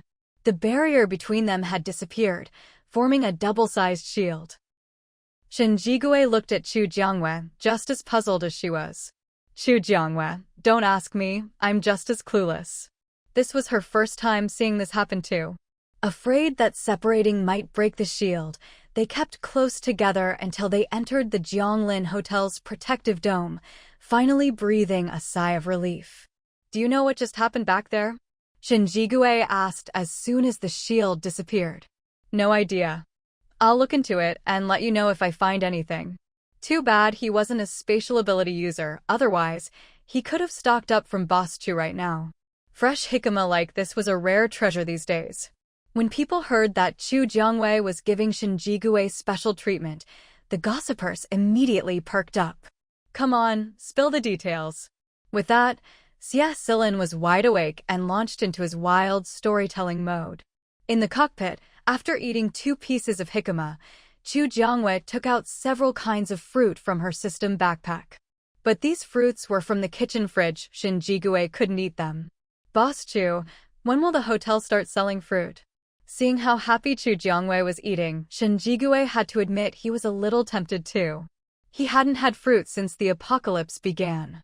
If you want some, I'll plant a few next time and sell them in the Jianglin Hotel General Store. It was a general store, after all, anything could be sold there. Thanks, I'll definitely be a loyal customer. Chu Jiangwei smiled. All she had to do was plant with 1 click and harvest with another, no trouble at all. The 4 boats successfully avoided the whirlpool and entered a safe passage. Shinjigue immediately sent a message to Chu Jiangwei, and only then did he notify Jin Chuyu and the others behind them. Surviving a great disaster always brings good fortune. The rest of the journey was uneventful, and they returned safely to Jianglin Hotel. You lot, Jianglin Hotel is right below the protective shield. Figure out your own way down. Now, you have 30 minutes to pack up and leave. Anyone who's still here after 30 minutes will take forceful measures. Jiang He spoke sternly into a loudspeaker, leaving no room for argument. Life jackets that can generate a protective membrane around you. 10 level 1 zombie crystal cores each. Limited supply, first come, first served. As soon as Jiang He finished, Chu Jiangwei stood openly at the boarding ramp, blatantly doing business. Shinjigue couldn't help but chuckle at Chu Jiangyue's unabashed approach. What, is there a problem? Seeing Shinjigue's expression, Chu Jiangwei shot back. Out of everyone on the 4 boats, she was the only one who could pull off this kind of deal. Of course not. Need any help? Not only did Shinjigue not mind her actions, he even offered to help. Help me keep order. Next time something new ripens on the farm, you'll be the first to know. Crops matured quickly on Chu Jiangyue's farm, and she alone decided what to plant. Getting on her good side promised plenty of future benefits. Deal. Shinjigue's strength was well known. With him around, no one dared give Chu Jiangwei any trouble. Although Chu Jiangwei was just as strong as Shinjigue, people always assumed young women were easier to bully. Chu Jiangwei didn't want any trouble while selling life jackets, so she had Shinjigue stand by as backup. If someone else could handle things, why not? Jiang He and the others ignored Shinjigue and Chu Jiangwei, busy inspecting the cabins to make sure no one was hiding and refusing to leave. After recent upgrades, Jiang He's storage space was huge. He could easily store an entire boat if needed. Most people preparing to disembark bought life jackets from Chu Jiangwei. Once in the water, they immediately noticed how amazing the jackets were. Seeing the effect, even more people lined up to buy from her. No one dared risk the floodwaters, which might be contaminated with the zombie virus. But with the life jackets, that worry was gone. Once everyone had left the boats, Chu Jiangwei and Shinjigue put on their own life jackets and jumped into the water together. Shinjigue stayed close to Chu Jiangwei.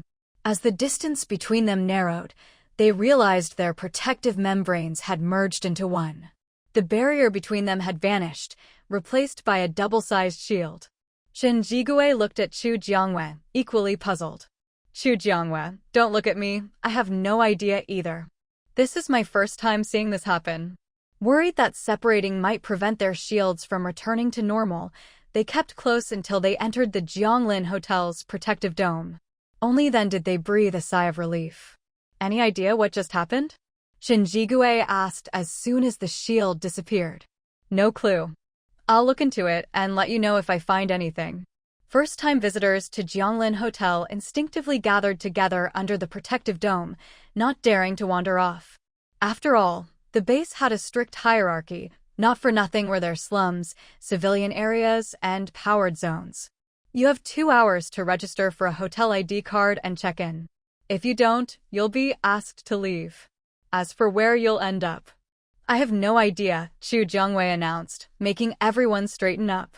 Where do we get the ID card? The apparent leader of the group asked. See that building? Someone's already waiting for you. Chu Jiangwei pointed toward the office hall. Some people glanced at the boat leaders who'd brought them here.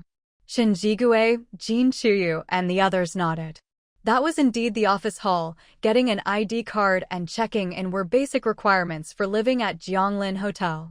Get your crystal cores or other valuables ready. Without money in your ID card, you can't stay here. Hotel fees must be paid in advance, no credit allowed. With Shen Jigue and the others vouching for the process, people felt reassured and soon began heading toward the office hall. Inside, Jianglin Hotel was like spring all year round. Almost everyone who entered wanted to stay for good. Soon, a large group was marching toward the office hall, with Chu Jiangwei among them. They'd collected plenty of valuables from this trip, and now it was time to exchange them and split the money. Some people noticed what Chu Jiangwei and her group were doing, quietly observing so they could copy the process later. Chu Jiangwei didn't notice this. She called Shen Jigue and the others over to exchange and divide the money.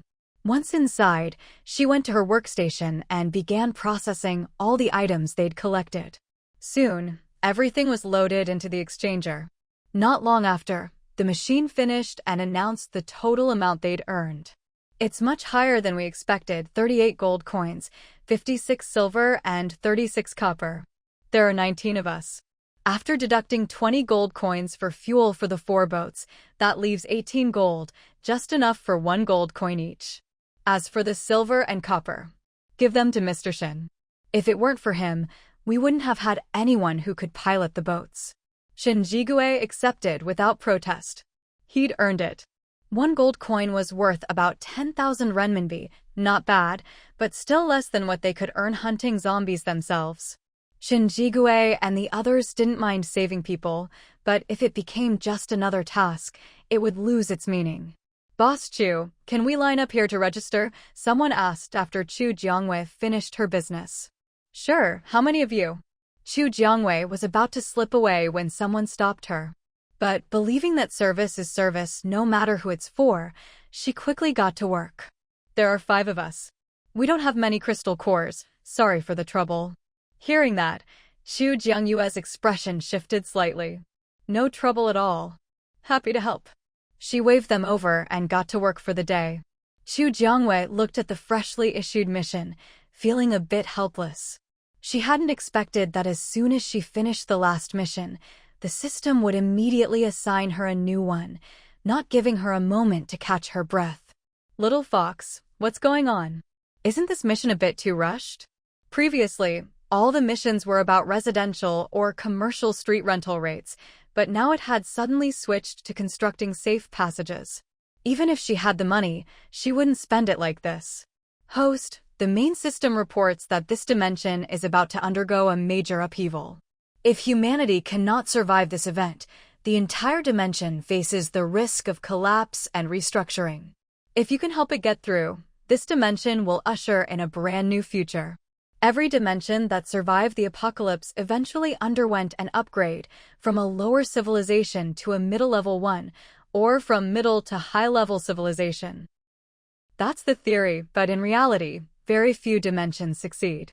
The existence of Jianglin Hotel could be said to be this dimension's last hope. As soon as Little Fox finished speaking, Chu Jiangwei understood why the system had suddenly issued such a mission. I get it. First, plan out all the routes for me. I'll see where to start construction. The cost of materials for the safe passages was not low. Although Chu Jiangwei had a lot of money in her account, it might not be enough to cover such a huge expense. She still needed to find ways to attract more new guests to Jianglin Hotel and boost her daily revenue. Little Fox, do you have any cool special effects, something that people from far away can see at a glance? Human nature is curious. If people see something intriguing, they'll want to check it out. As long as people come, Chu Jiangwei was confident Jianglin Hotel could make them stay. With new guests and increased revenue, the construction of the safe passages would go even faster. Host, I have several packages, but they cost money. Little Fox opened a virtual screen, showing Chu Jiangwei its attention-grabbing packages. From 888 copper coins to 888 gold coins, there were all kinds of packages. If you could imagine it, Little Fox could provide it. Chu Jiangwei scrolled for a while before finally settling on the light show and drone performance packages. All right. Light show, 8 gold coins, 88 silver coins. Drone performance, 88 gold coins, 88 silver coins. Confirm purchase? Yes/no. Having made up her mind, Chu Jiangwei clicked yes without hesitation. Payment complete. Please confirm the time for the light show and drone performance. Every day, rain or shine, absolutely worth the price. After spending so much time with Chu Jiangwei, even Little Fox had learned how to advertise. After dark, start the light show. The drone performance can follow. As for how long each should last, I'll leave that to you. Understood, host. While chatting with Little Fox, Chu Jiangwei was also registering ID cards and checking in new guests. Meanwhile, outside Jianglin Hotel, the floodwaters that had nearly submerged the entire building were receding rapidly, something no one seemed to notice. Little Fox, having detected the anomaly, immediately reported it to Chu Jiangwei. But since there were still guests waiting to register, Chu Jiangwei couldn't leave the front desk to check. However, even if she couldn't go, some hotel guests had already gone outside. About an hour later, Chu Jiangwei was finally free from the front desk. The first thing she did was head to the hotel entrance to look at the rapidly receding floodwaters. Or rather, it could hardly be called a flood anymore. The water level was now below an adult's knees and still dropping. Boss Chu. The hotel guests greeted Chu Jiangwei as soon as they saw her. Chu Jiangwei nodded slightly in response. When did the water level start dropping? Does anyone know? This situation was clearly abnormal. Chu Jiangwei was sure someone or something had interfered. Everyone shook their heads. By the time they noticed, the water had already dropped significantly. Host, don't worry about the water level. With the flood receding, zombies are regaining their mobility. After an extreme cold snap and a flood, no one knows how much the zombies have evolved. If a zombie king emerges, that would be the worst-case scenario. Little Fox quickly highlighted the key point. The flood was secondary. The real issue was dealing with the zombies. According to Little Fox's data, the main reason this dimension was on the verge of collapse was the zombies. Hearing this, Chu Jiangwei's expression grew serious. Little Fox's concern was not unfounded. The flood isn't the main problem. If you go out, try not to go alone. After the extreme cold, we had a period of flooding. Now that the zombies are waking up again, no one knows if they've evolved. For everyone's safety, it's best to travel in groups. However, in Chu Jiangwei's opinion, unless the zombie situation was clarified, staying quietly inside Jianglin Hotel was the wisest choice. But some people had no savings. Even if they didn't want to go out, to keep staying at the hotel, they had to venture out to kill zombies or look for valuables. Thank you for the reminder, Boss Chu. We'll be careful when we go out. The hotel guests all knew that if Chu Jiangwei gave a warning, it meant she had sensed something. As long as they listened to her and followed instructions, there usually wouldn't be any major problems. Chu Jiangwei glanced at the receding flood outside the hotel entrance, but had no intention of going out. After a short look, she turned to go back, only to see Shin Jigui and his group heading toward the hotel entrance. Mr. Shin, are you heading out? The flood hasn't completely receded yet. If it's not urgent, I suggest you wait a bit longer. There was a high chance the floodwater was contaminated with the zombie virus. One careless mistake could lead to infection. This was no joke. At present, there was no way to turn a zombie back into a human. Shin Jigui and his group were already considered familiar friends of Chu Jiangwei. Since they were friends, she naturally didn't want anything to happen to them. No, we just wanted to check on the flood situation. Jang He thought for a moment and finally settled on pumpkin. Strawberries. I haven't had them in ages, Shin Jigui said, looking into Chu Jiangwei's eyes, surprising everyone with his choice. They'd known him for so long and never heard that he liked strawberries. But then they remembered how, whenever Chu Jiangwei went out with them, she was always snacking on strawberries. The four of them immediately exchanged knowing looks. Chu Jiangwei glanced at Jiang He and the others, a bit puzzled. What was so strange about strawberries? Sure, it was usually girls who liked strawberries, but there was no rule saying guys couldn't like them too. Anyway, Chu Jiangwei didn't think there was anything funny about Shen Jigui wanting to plant strawberries. Shen Jigui shot a look at Jiang He and the others, and they quickly fell silent. Alright, I'll divide the farm into 5 plots as you requested and plant what you want. I'll let you know before the crops are ready. If you want to buy them, make sure you've got enough gold coins. Aside from Chu Jiangwei, probably no one else in the apocalypse could be so generous, planting whatever they wanted, even fruit. No worries, Boss Chu. You decide. We'll just wait for the harvest and buy whatever you grow. With everything settled, Chu Jiangwei parted ways with Shen Jigui and the others and returned to her place. First, she used all the upgrades and unlocks she'd earned from completing today's tasks to start construction. Then she checked her balance to see how many more safety corridors she could build. Meanwhile, inside Jianglin Hotel, many buildings were suddenly shrouded in thick fog, tools flying everywhere, and the clanging of construction echoed nonstop.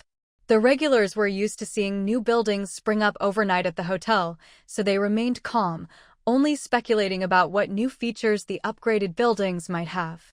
After about 2 hours, the commotion from the building upgrades finally died down.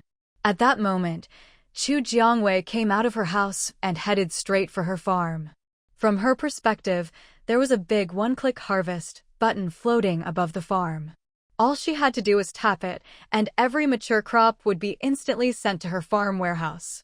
As Chu Jiangwei harvested her crops, Shen Jigui and the others were just returning to the hotel after checking out the receding floodwaters. They saw Chu Jiangwei tap in midair, and all the crops in the farm instantly withered into dead stalks. Wow! Boss Chu, this is just like those old farm games we played as kids. Unfortunately, those farm games had become a thing of the past with the advance of technology. This time, Chu Jiangwei had harvested tomatoes, each one perfectly red, every single one looking like it had been copy-pasted, all uniformly shaped. We just saw you harvest tomatoes. Any chance you could sell us some? Money's not an issue. In the entire Jianglin Hotel, aside from Chu Jiangwei, the wealthiest people were probably Shen Jigui's ability user team. So when Shen Jigui said money wasn't a problem, Chu Jiangwei believed him.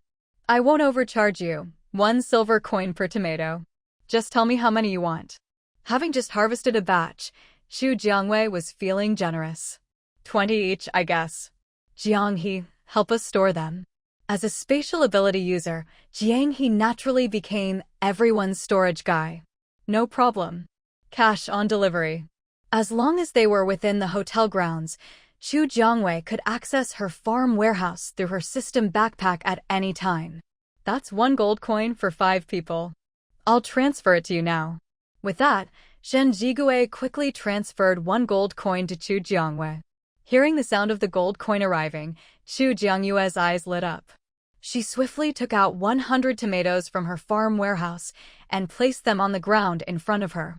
Jiang He quickly stored all 100 tomatoes in his face.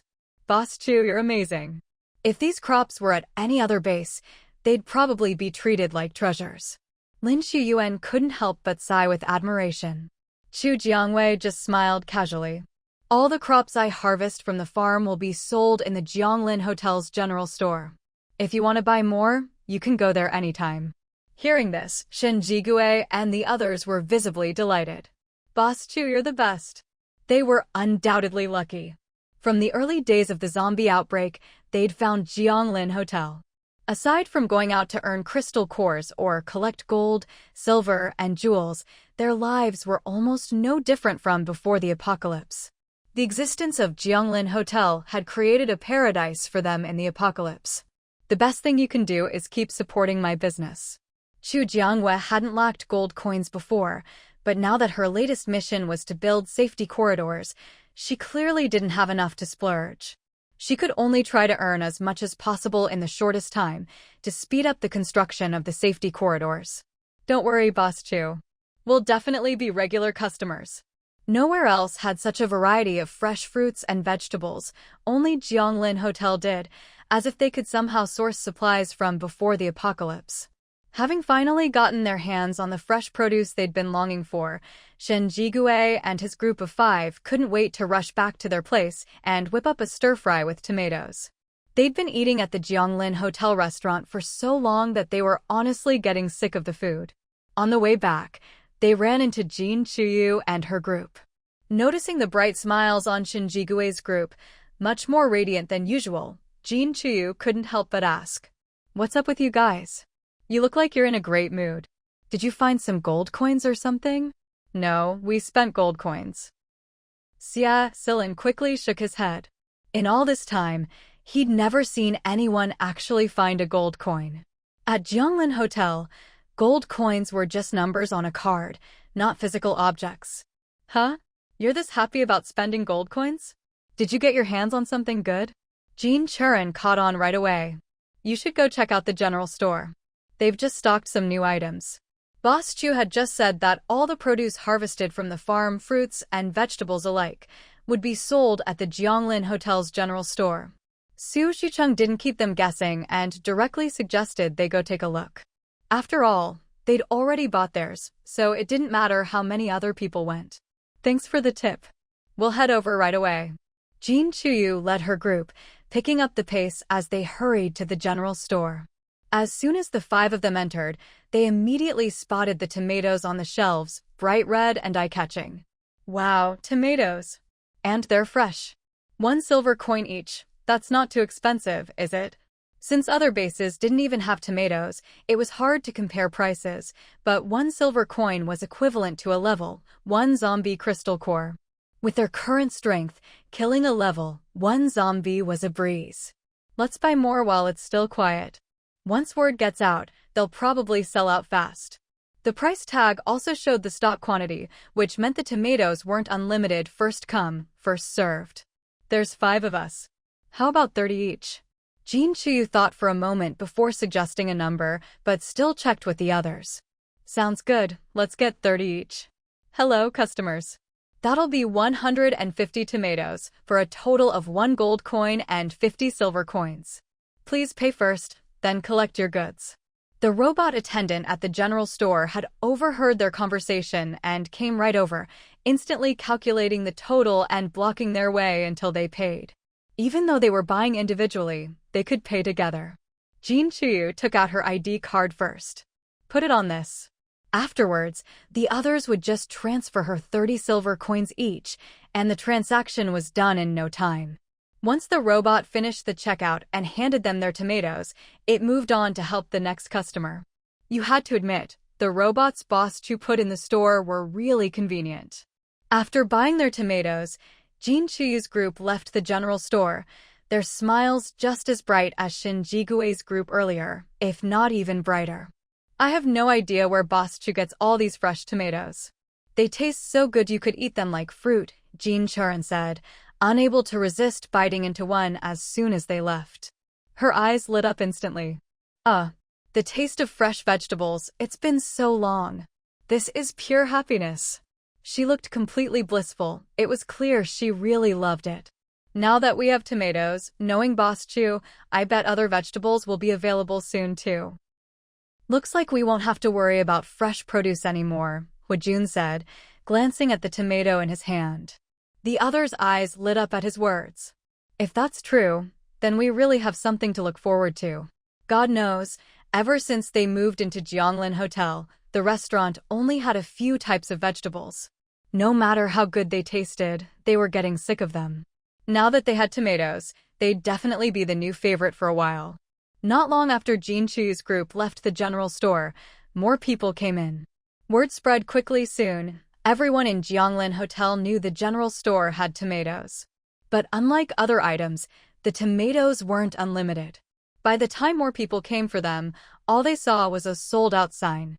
As a result, every time Chu Jiangwei left her place, people would ask when tomatoes would be restocked, or if there could be more next time.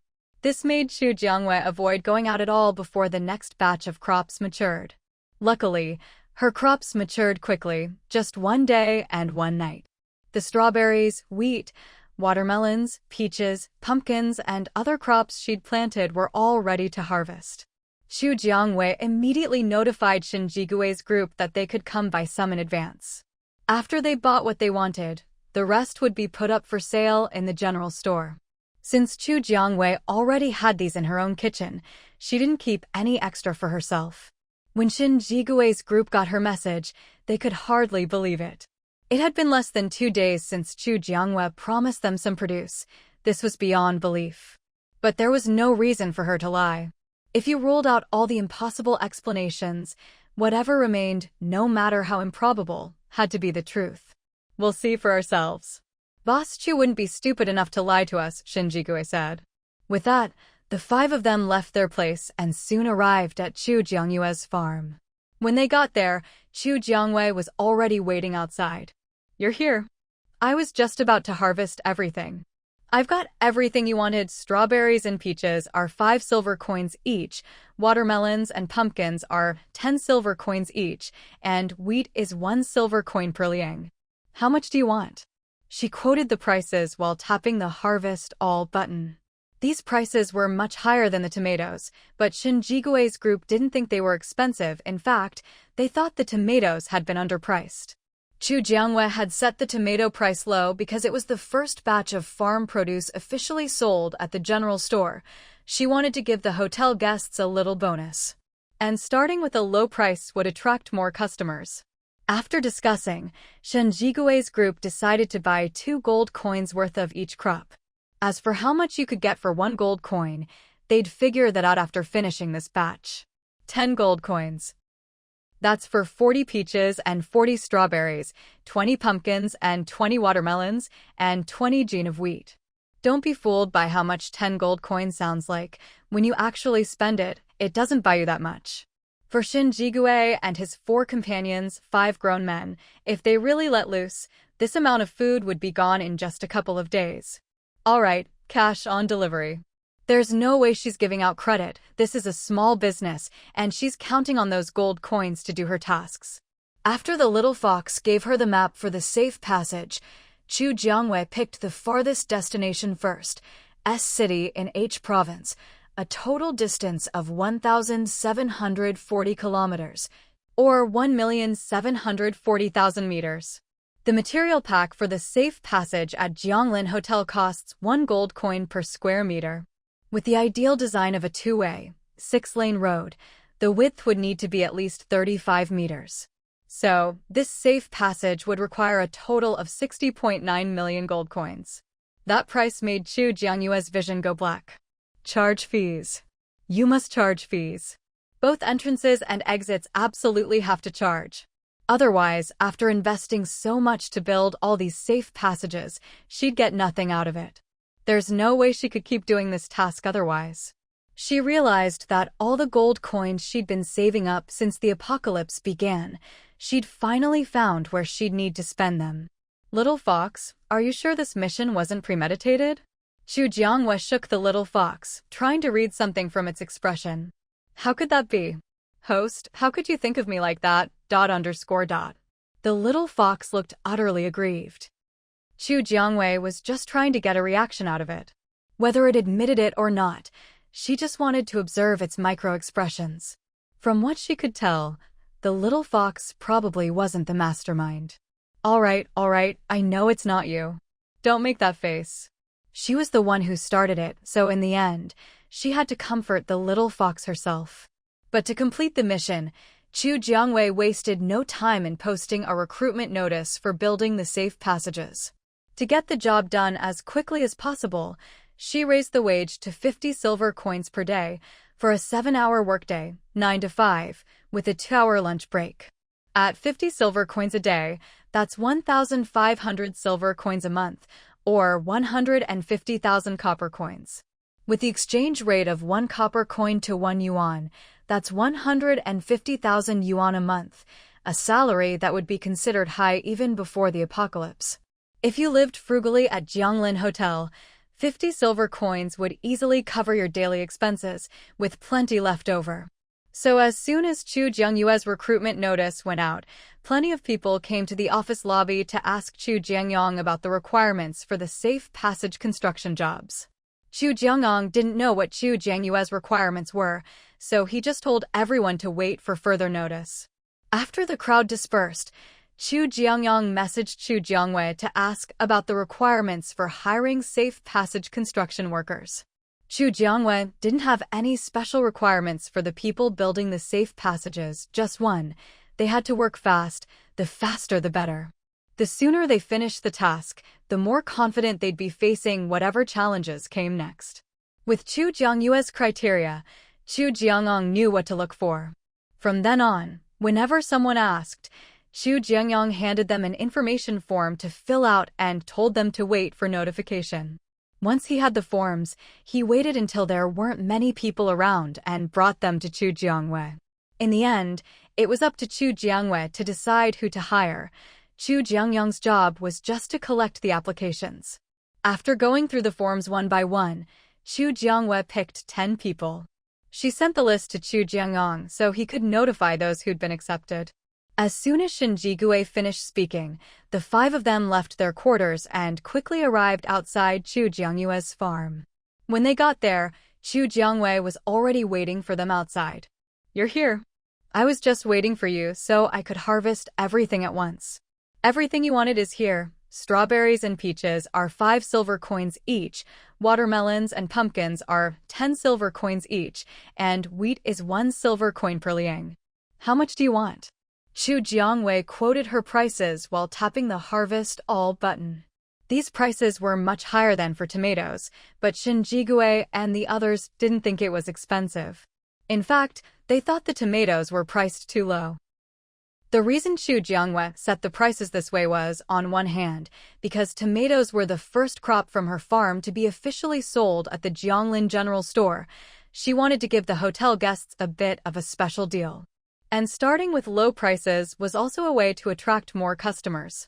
After some discussion, Shen Jigui and his group decided to buy 2 gold coins worth of each crop.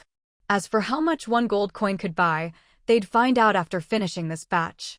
10 gold coins, that's for 40 peaches and 40 strawberries, 20 pumpkins and 20 watermelons, and 20 jin of wheat.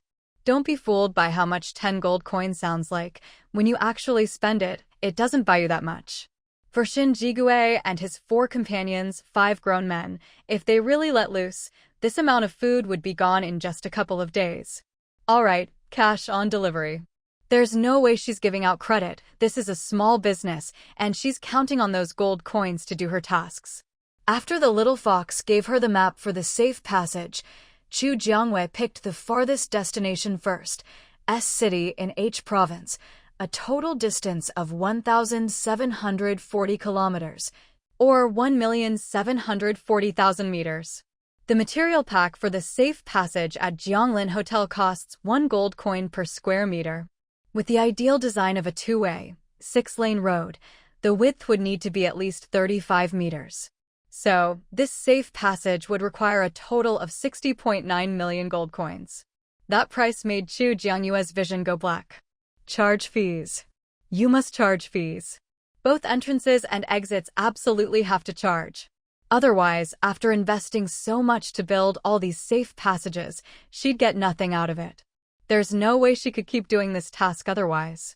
She realized that all the gold coins she'd been saving up since the apocalypse began, she'd finally found where she'd need to spend them. Little fox, are you sure this mission wasn't premeditated? Chu Jiangyue shook the little fox, trying to read something from its expression. But with this kind of calculation, the construction period wouldn't be short, so Chu Jiangyue started planning for closer cities. Using Jianglin Hotel as the center, she'd open safe passage entrances and then expand outwards in a network. Each entrance would have 10 people working on it, expanding bit by bit. This was a massive project, and it would require a lot of gold coins, all coming out of Chu Jiangyue's own pocket.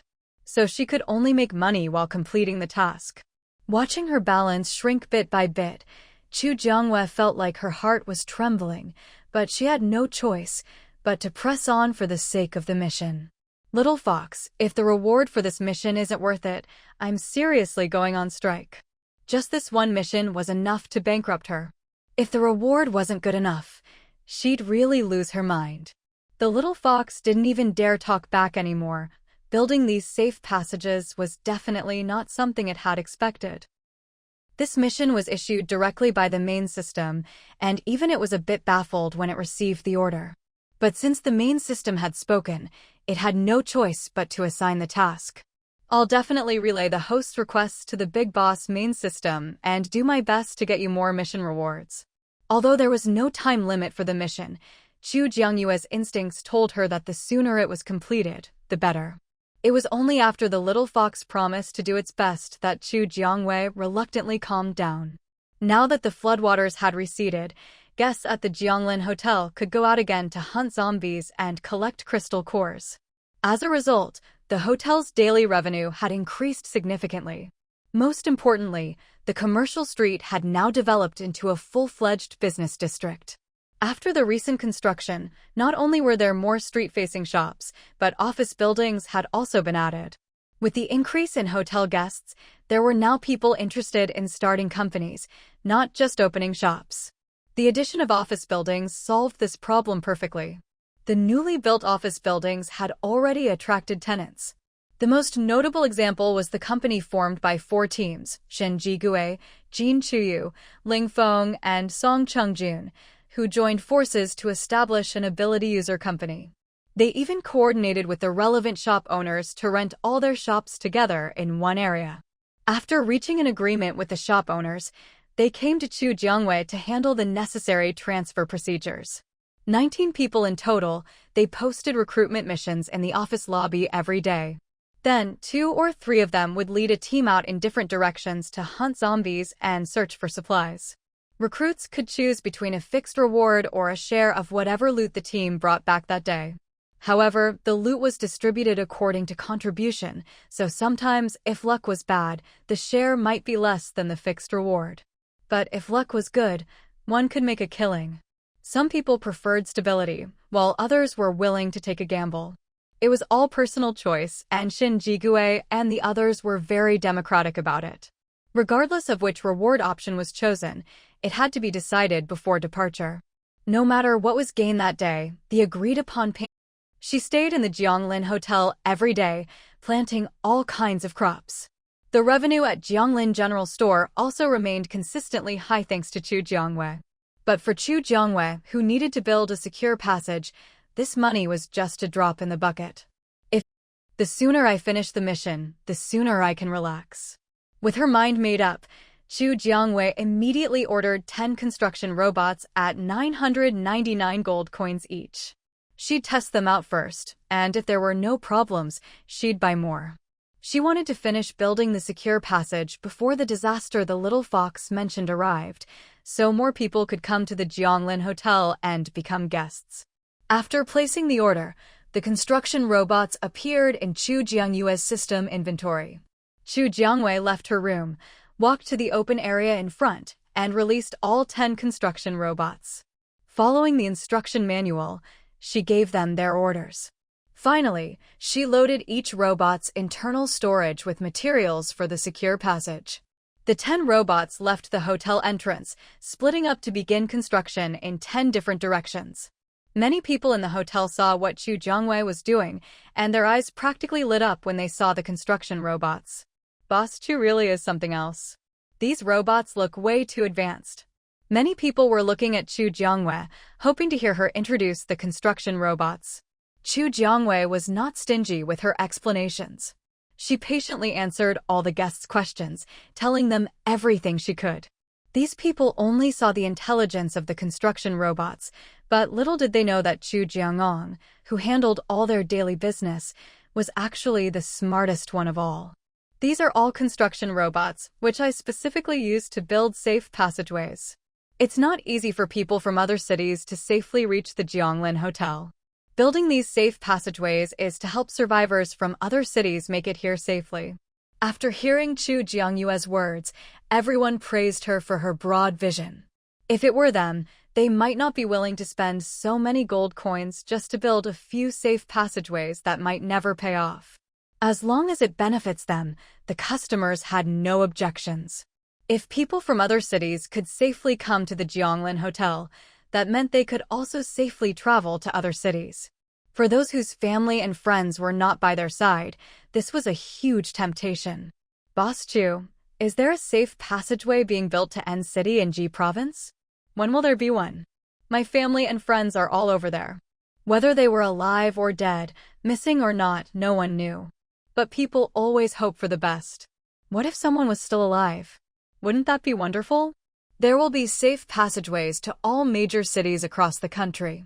But at first, we're focusing on building the longest ones, which will serve as the main hubs connecting all the other passageways. With these longest passageways in place, it would be much easier to build the others. However, this was a massive project, and even Chu Jiangwei herself couldn't estimate how long it would take. Standing on the edge of the crowd, Shen Jigui listened to Chu Jiangyue's conversation with the other guests, but what he was really thinking about was how expensive the material packs for the passageways were. She was building so many at once. Would the gold coins she'd saved up recently be enough? Brother Shen, what are you doing standing here, lost in thought? Jiang He walked up to Shen Jigui and put a hand on his shoulder. Nothing much. I was just thinking, if we gave her some money to help build the safe passageways, do you think we could get a share of the tolls in the future? Although he said that, Jiang He felt that Shen Jigui definitely wasn't interested in just a share of the tolls. The investment needed to build the safe passageways was huge, and who knew how long it would take for the tolls to pay off. Giving her that money was basically like throwing it into the water. Only Chu Jiangwei, who had a steady stream of income every day, would dare to spend so freely. You want to give your own money to Boss Chu to invest in the safe passageways? Jiang He had never realized that Shen Jigui was such a lovesick fool.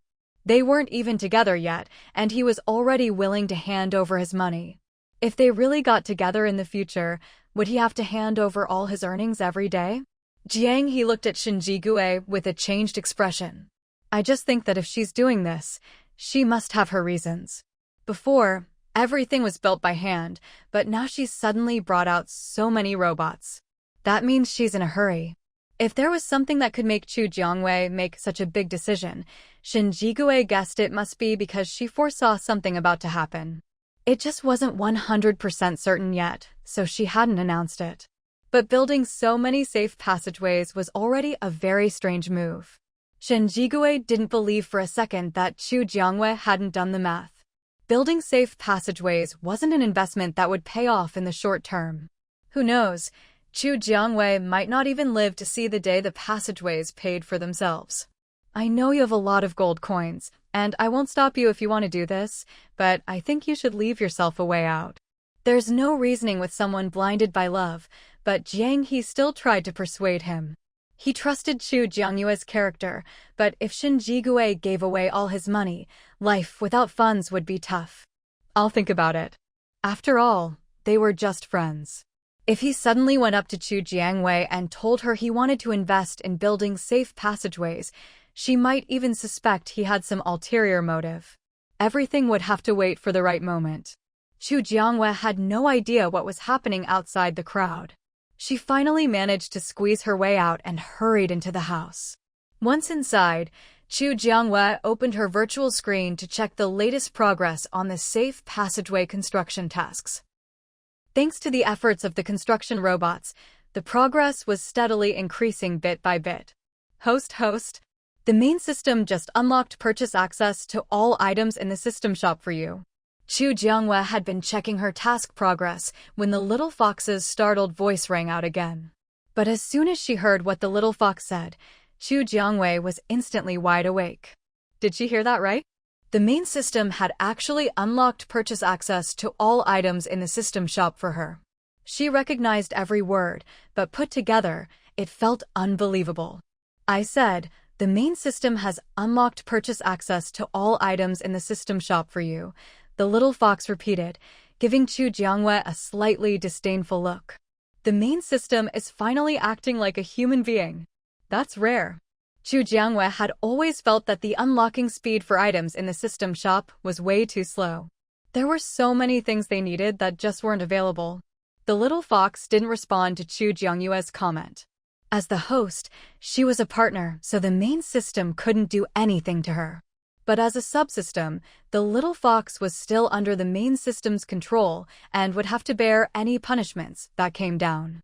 Now that she could buy anything, Chu Jiangwei immediately started browsing the system shop. Whenever she saw something useful, she bought it and added it to the general store's inventory. After buying the safe passageway material packs, she was left with only a tiny bit of her balance, which was quickly spent down to almost nothing. Host, shouldn't you save a little for emergencies? If something urgent comes up and you don't have enough funds, it'll be a problem. Before, there was nowhere to spend gold coins. Now, there wasn't enough to spend. Chu Jiangyue's days as a rich lady hadn't lasted long before she was back to square one overnight. It's already spent. If you can refund it, I wouldn't mind at all. The little fox instantly fell silent.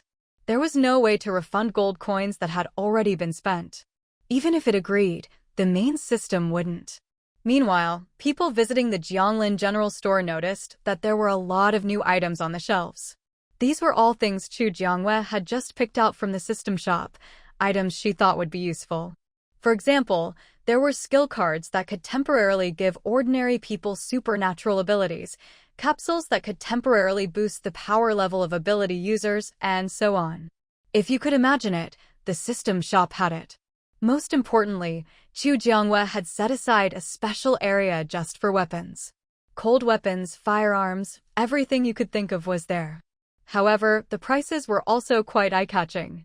As soon as many people entered the shop, they spotted the weapons in Jianglin General Store. Their eyes lit up as if they'd discovered treasure, practically glowing green with envy as they gazed at the various weapons, their expressions full of longing. Boss Chu is getting more and more impressive. She actually managed to get so many weapons. They're sure a lot, but have you looked at the prices? Someone reminded the others, and many people shifted their gaze to the price tags below. The cheapest dagger was going for 50 silver coins. The most expensive rocket launcher was a whopping 50 gold coins. Some people didn't even have 50 gold coins in savings. These prices immediately discouraged 99% of the crowd. Damn. I wouldn't have noticed if you hadn't pointed it out. Even if I sold myself, I couldn't afford that rocket launcher. It's not exactly convenient to carry a rocket launcher when we go out hunting zombies for gems. A handgun would be much more practical. Some people complained about the high prices, while others, quick on the draw, had already placed their orders. In the lounge, Chu Jiangwei watched her account balance soar and couldn't help but smile, her eyes narrowing with delight. As expected, weapons were the most valuable items. In such a short time, her balance had increased by over 100 gold coins. News that Jianglin General Store had restocked with weapons spread like wildfire. Before long, guests from Jianglin Hotel had packed the shop to the brim. It wasn't until someone finally emerged with their newly purchased weapon that the crowd thinned out a bit, though the store was still somewhat crowded. Shinjigue, Jin Chuyu, and the others also got word, but by the time they arrived, the store was already packed. We're late. I wonder what new weapons they've got in there. Watching the constant flow of people inside, Xia Silin worried that the weapon she wanted would be sold out before she got a chance. Those who managed to get their hands on new weapons immediately started forming teams, preparing to head out and hunt zombies for gems. Given the current situation, it seemed unlikely they'd be able to get in anytime soon. Let's wait a bit longer. It's just a crush in there right now. Let's plan out who's using what weapon first. That way, when we team up later, we might be able to coordinate better. The four teams started discussing their preferences. The most important thing was to figure out who was best with which weapon, and then pair up the weapons that worked well together. I like using daggers. Spears for me. All 19 people reported the weapons they were best at and mentioned who or what weapon they wanted to team up with. They then paired off, with the last group forming a team of 3. Shen Jigue and the others waited outside Jianglin General Store for a long time, finally managing to get in after the crowd dispersed. They rushed straight to the weapons section. Shin Jigue quickly locked onto the weapons he wanted, a dagger that could be easily concealed, and a compact handgun that was easy to carry. The others also quickly picked out their preferred weapons. In the end, the 19 of them pooled their resources to buy a rocket launcher, which they stored in Jiang He's spatial storage. That day, not a single person left Jianglin General Store empty-handed. Xu Jiangwei also managed to recoup some of her losses and continued buying material packs for the safe passage. However, this time, after purchasing, she only stored the material packs in her system backpack, planning to hand them out to the others when they returned in the evening. Host, there's a zombie horde 1,000 meters from Jianglin Hotel. Hurry and notify everyone outside to come back. The little fox, who had been happily watching Chu Jiangyue's balance rise, suddenly detected traces of a massive zombie horde and quickly alerted her. Hearing this, Chu Jiangwei jolted to attention and immediately sent out a public announcement, warning all guests that a zombie horde was approaching Jianglin Hotel. Everyone outside the hotel saw the announcement and immediately changed their plans, rushing back to Jianglin Hotel as fast as possible. Shin Jigue's group of 19 had just bought their weapons and were planning to go out and test them on zombies, but the news of the zombie horde forced them to put their plans on hold. After sending the announcement, Xu Jiangwei went up to the rooftop of her residence, bought a pair of binoculars from the hotel mall, and scanned the area. She quickly pinpointed the direction of the zombie horde. That's coming from L City. I wonder what the situation is like there now. If the zombies had swept all the way from L City, there was a good chance there were no survivors left there. The little fox perched on Chu Jiangyue's shoulder, not knowing what to say. It was just a system sprite, only able to scan within a 1,000-meter radius. There wasn't much else it could do. Chu Jiangwei continued to send announcements to the hotel guests, updating them on the direction of the zombie horde. But hiding forever wasn't an option. Chu Jiangwei wanted to take advantage of the zombies passing by Jianglin Hotel to organize the guests and kill as many as possible. Not only could this reduce the size of the horde, but they could also earn crystal cores, a win-win situation. Once she had the idea, Chu Jiangwei contacted the leaders of the various ability user teams at the hotel and shared her plan with them. Shin Jigue was the first to respond and agree. Jin Chuyu replied in agreement shortly after. The others replied one after another. Most agreed, though a few were vague and didn't make their stance clear. Xu Jiangwei didn't have time to worry about them. As long as some people were willing, she could move forward with her plan. She came down from the rooftop and notified everyone to gather in the main hall. At this moment, Chu Jiangong also came out from behind the counter and stood beside Chu Jiangwei. When Shin Jigue and Jiang He arrived and saw Chu Jiangwei and Chu Jiangyong standing together, Shin Jigue felt a pang of discomfort. But now wasn't the time for that. Shin Jigue greeted Chu Jiangwei and led his group to stand aside. One after another, people arrived with their ability user teams. Chu Jiangwei even spotted Zheng Wenin in the crowd. He looked even more refined than before, but Chu Jiangwei couldn't shake the feeling that he wasn't as easygoing as he appeared. Jiang Jinjin and Lui didn't come, since neither had abilities. Even if they did, Xu Jiangwei wouldn't feel comfortable putting them on a team. Otherwise, the people around them might end up in trouble. Both were selfish by nature. If they got scared by zombies, they might pull someone else in front of them as a shield. Xu Jiangwei would never allow such a hidden danger in her teams. Everyone, form your teams and confirm your members and headcount. When the zombies arrive, you can attack them from within the hotel's protective barrier. Whoever kills a zombie gets the crystal core. After this period of observation, Xu Jiangwei, Shin Jigue, and the others had realized that after the extreme cold, there were no more low-level zombies without crystal cores. The lowest level now was level 1 zombies.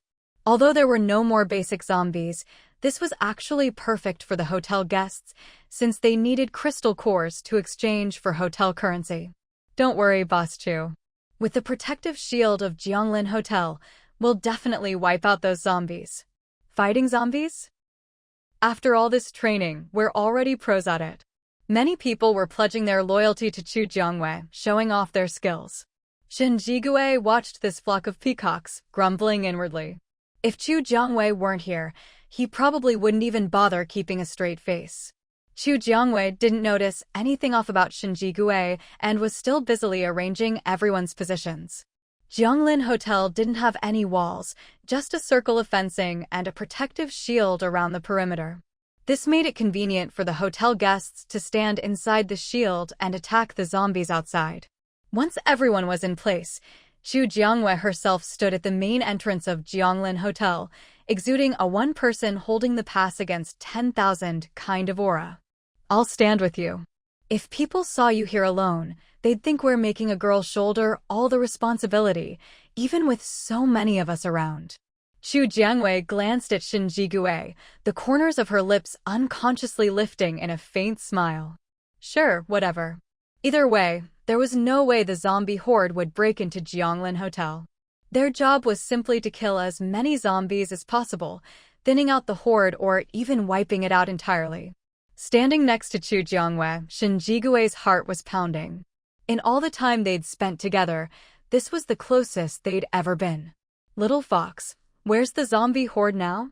Chu Jiangyue's binoculars worked best from a high vantage point, but if she wanted real-time updates on the zombie army, it was much faster to just ask Little Fox directly. They're currently 500 meters from Jianglin Hotel, but something's blocking the view, so you can't see them yet, Little Fox replied. Hearing this, Chu Jiangwei felt more at ease. 500 meters wasn't that far. The zombie horde would reach Jianglin Hotel soon. As she spotted the zombies, Chu Jiangyue's powers activated instinctively. At the same time, two vines, one thick, one thin, shot out from her wrists, flying swiftly toward the zombie horde. The hotel guests all knew Chu Jiangwei had two vines following her, but few had actually seen them in action. Now, finally witnessing them up close, many people felt a surge of envy.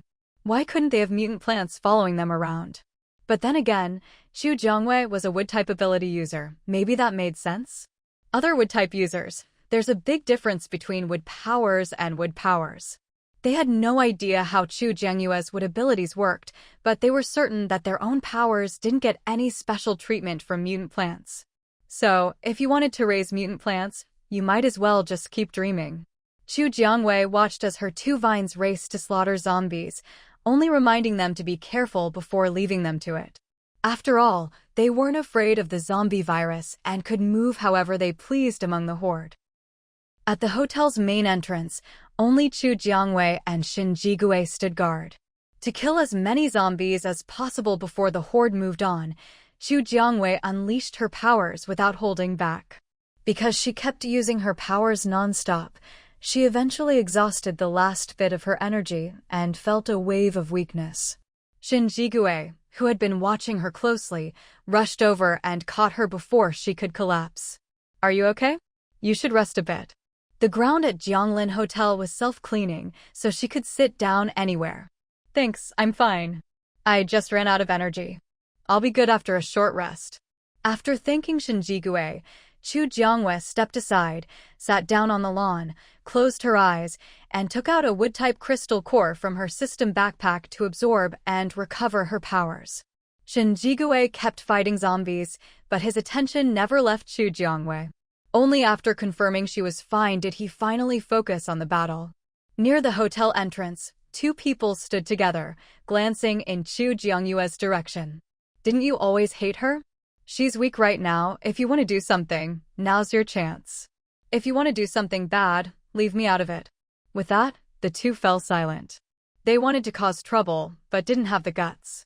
Besides, if anything happened to Chu Jiangwei, the hotel would be finished too. That would be the end for everyone. So, even if they wanted to deal with her, they had to think twice. Coward. The two figures quickly left, ultimately not daring to do anything against Chu Jiangwei. Chu Jiangwei spent about half an hour absorbing the crystal core before she felt fully recovered. She was about to jump back into the fight when she noticed Shin Jigue looked pale. Mr. Shin, you must be at your limit too. I can handle things here, go rest and recover. Chu Jiangwei didn't even need to guess. She knew Shin Jigue's powers must be depleted. They were both level 5 ability users. She'd already rested once, but Shinji-gue hadn't stopped at all. All right, I'll be right here. Just call me if you need anything. Shinji-gue sat cross-legged near where Chu Jiangwei had just recovered, took a lightning-type crystal core from his pocket, and began absorbing it. Chu Jiangwei glanced at him, but her attention quickly shifted to the zombies outside the shield. She summoned her vines again and continued killing zombies through the hotel's protective barrier. Host, I just scanned a group of survivors following behind the zombie horde. Little Fox suddenly appeared, bringing Chu Jiangwei a new problem. If the survivors were inside the hotel's shield, no matter how many zombies there were, they could handle it. But outside the shield, they couldn't guarantee their own safety. Rescuing people wouldn't be easy. Chu Jiangwei frowned slightly. How many of them are there? How many ability users? What's their strength? If they could hold off the zombies for a bit, she might be able to drive out and guide them in.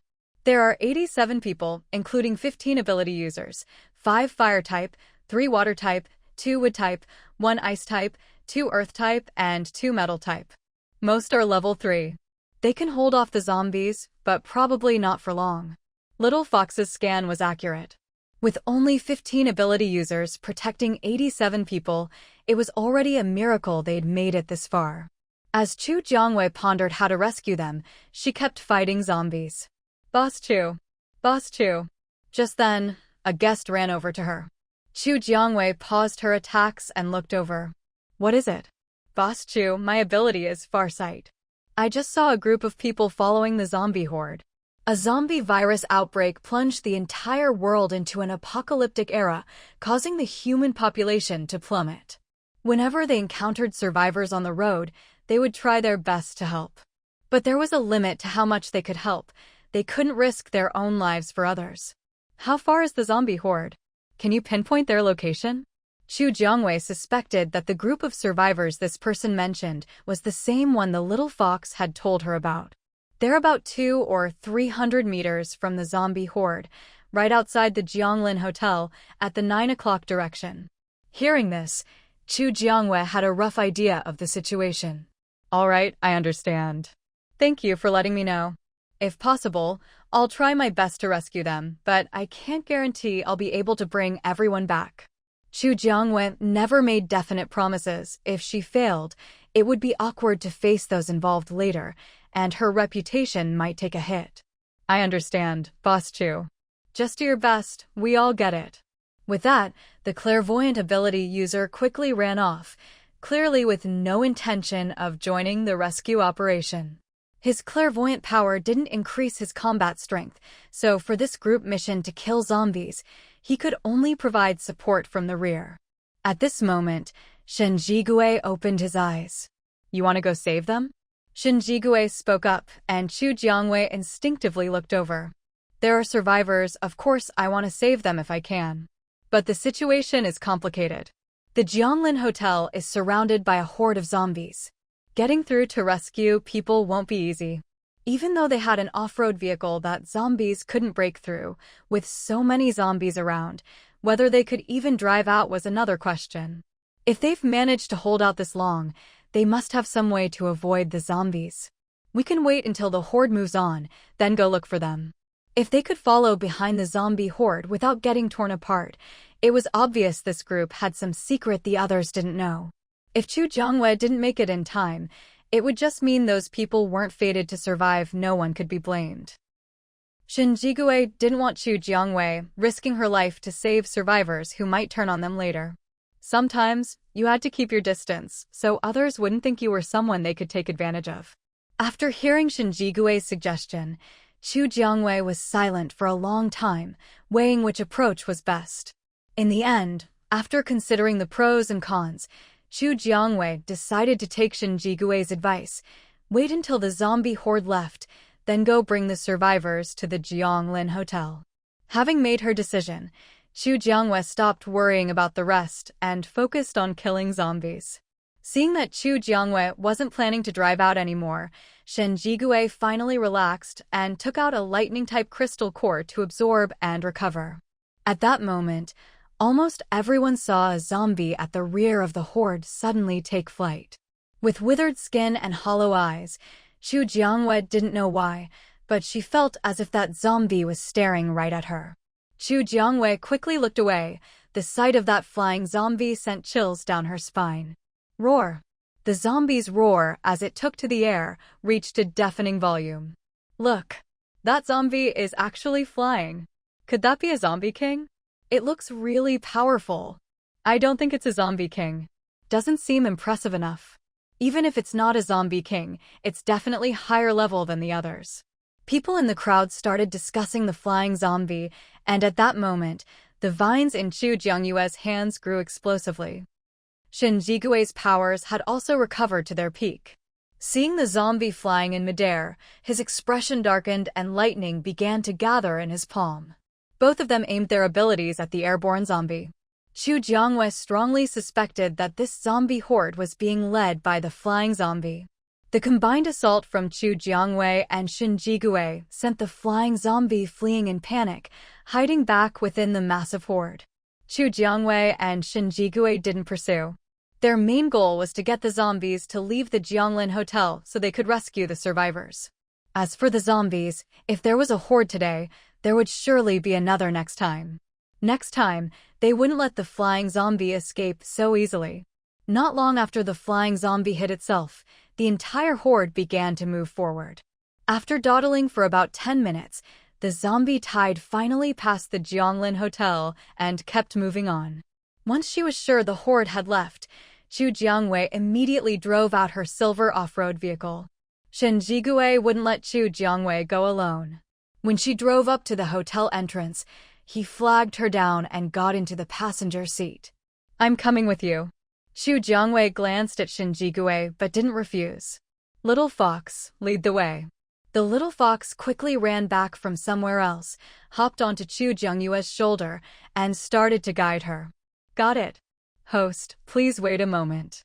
The little fox stood on Xu Jiangyue's shoulder, dutifully pointing the way.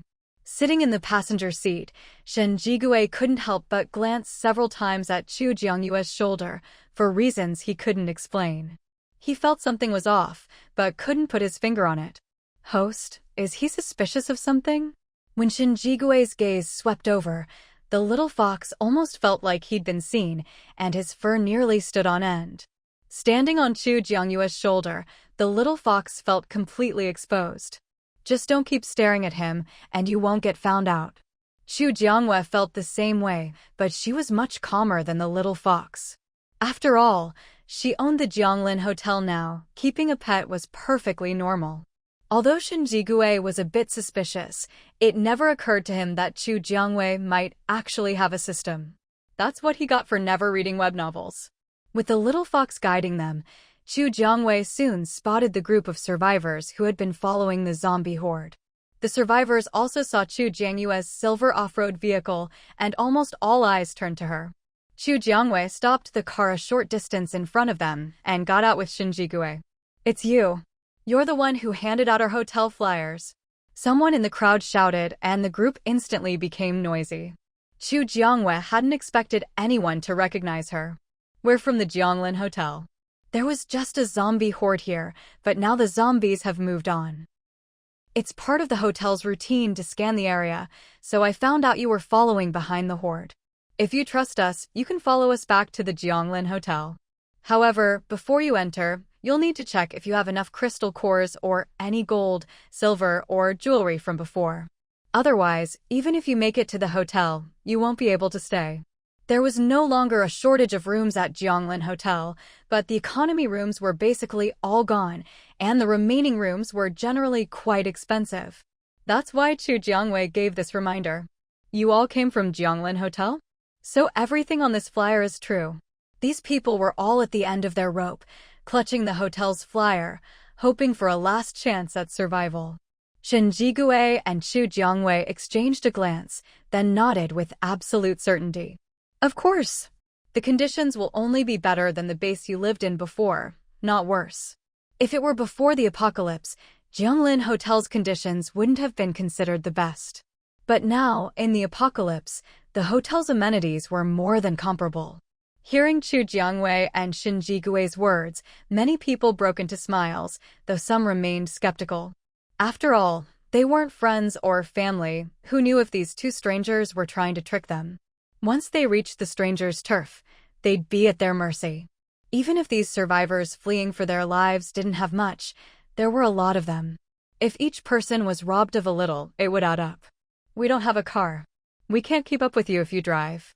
The leader looked at the silver SUV Chu Jiangwei and Shin Jigui had arrived in, his desire for it practically written on his face. Once you become a guest at Jianglin Hotel, you can drive a car like this too, as long as you have enough money. As long as you start the navigation and have enough balance to pay the rental, you can drive as long and as far as you want. No one will stop you. Hearing Shin Jigui's words, the man's eyes lit up. In the base, only the higher-ups or powerful ability user teams had cars. For mid-level ability users like them, owning a car was a dream, but they just didn't have the means. Now, someone was telling him that as long as he became a guest at Jianglin Hotel, he could have an SUV. Wasn't that way more exciting than being treated like a beast of burden at the base? Thinking about soon becoming a car owner in the apocalypse, the man eagerly gathered his group and urged them to pack up and get moving. The boss herself had come to lead them. How could they keep her waiting? Chu Jiangwei and Shin Jigui didn't care how he explained things to the others. As long as they could set off for Jianglin Hotel as soon as possible, that was for the best. Chu Jiangwei and Shin Jigui got back in the car, with Shin Jigui driving this time and Chu Jiangwei in the passenger seat. To wait for the survivors, Shin Jigui deliberately drove very slowly, making sure they wouldn't fall behind. Luckily, the hotel wasn't far from here. Otherwise, driving at a snail's pace would have driven Shin Jigui crazy, even if it made things easier for those following on foot. A trip that should have taken less than an hour ended up taking 2 or 3 hours because they had to wait for the survivors. By the time they finally returned to Jianglin Hotel, it was already dark. After getting out of the car, Shin Jigui followed Chu Jiangwei, leading the new survivors to the main office to register for ID cards and check in. It was only during registration that these people realized Chu Jiangwei was the owner of Jianglin Hotel. Many looked at her with newfound respect and admiration. Boss Chu, I'm so sorry I didn't recognize you earlier. I had no idea you were the famous owner of Jianglin Hotel. The man hadn't expected that the person they'd randomly met was the very owner of the hotel they'd heard so much about. Before knowing Chu Jiangwei's identity, he had always assumed the owner of Jianglin Hotel would be a male and a high-level ability user at that. But he didn't say this out loud. He didn't want Chu Jiangwei to think he was biased about gender. Of course, Chu Jiangwei knew that before people learned her identity, most would instinctively assume the owner was a man. That's just the inertia of thinking among Chinese people. But the fact remains, she is the owner of Jianglin Hotel, and no one can change that. Settle in first. If you have any questions, you can ask Butler Chu here. If you can't find me or the butler, you can ask any other guest at Jianglin Hotel. Chu Jiangwei wanted as many people as possible to survive, but she didn't know when she'd have to leave again, so she couldn't guarantee she'd always be at the hotel. Once everyone was settled in, Chu Jiangwei left them to their own devices. As long as they didn't cause trouble, they could live however they wanted at Jianglin Hotel. Roar! Just as Chu Jiangwei and Shin Jigui left the office building, the mutant tiger family ran over, blocking Chu Jiangwei's path. HM? What brings you here? Is something wrong? The mutant tigers hadn't come looking for Chu Jiangwei in a long time. Most days, aside from hunting, they just lounged under the trees at Jianglin Hotel, sunbathing and sleeping. Since they had money in their accounts and didn't hurt anyone, Chu Jiangwei mostly left them alone. She hadn't expected them to come find her today. Roar! Roar, roar. Host, they say they've sensed a call from their kind and want you to help rescue a tiger. The little fox stood on Chu Jiangwei's shoulder, acting as a translator. Hearing this, Chu Jiangwei raised an eyebrow. Do you know where your companion is? Or how many there are? If the mutant tiger's companion could also live peacefully with humans at Jianglin Hotel, Chu Jiangwei wouldn't mind helping. Roar. Roar, roar, roar.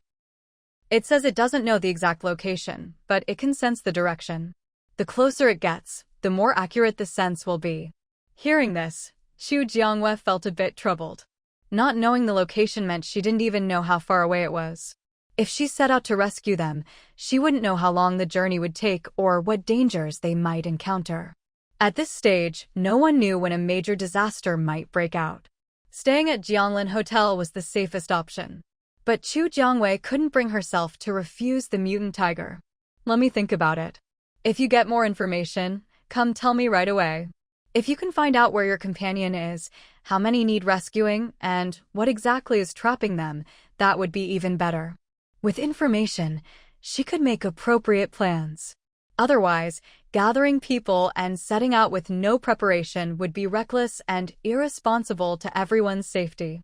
Hearing that Chu Jiangwen needed to think it over, the mutant tiger looked disappointed for a moment. But since she hadn't refused outright, there was still hope. Roar! Roar, roar. It says it will try its best to communicate with its kind and get more information.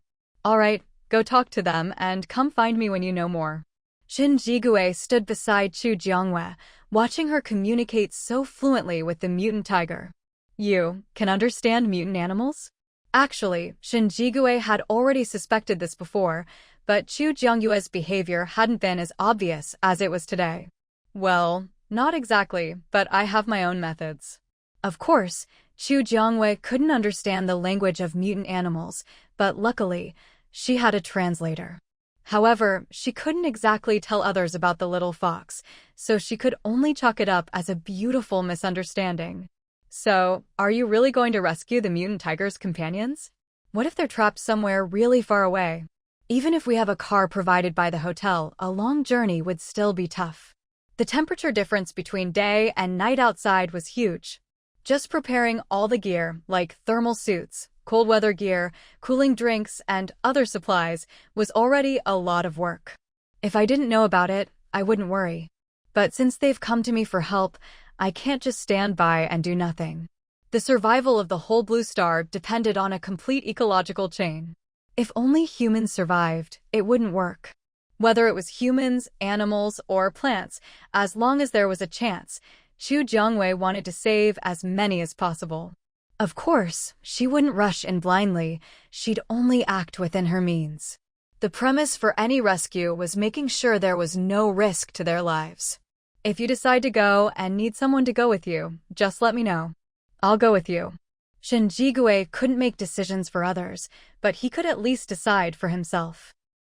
Chu Jiangwei glanced at Shin Jigue, clearly surprised that he'd made such a decision without any hesitation. You.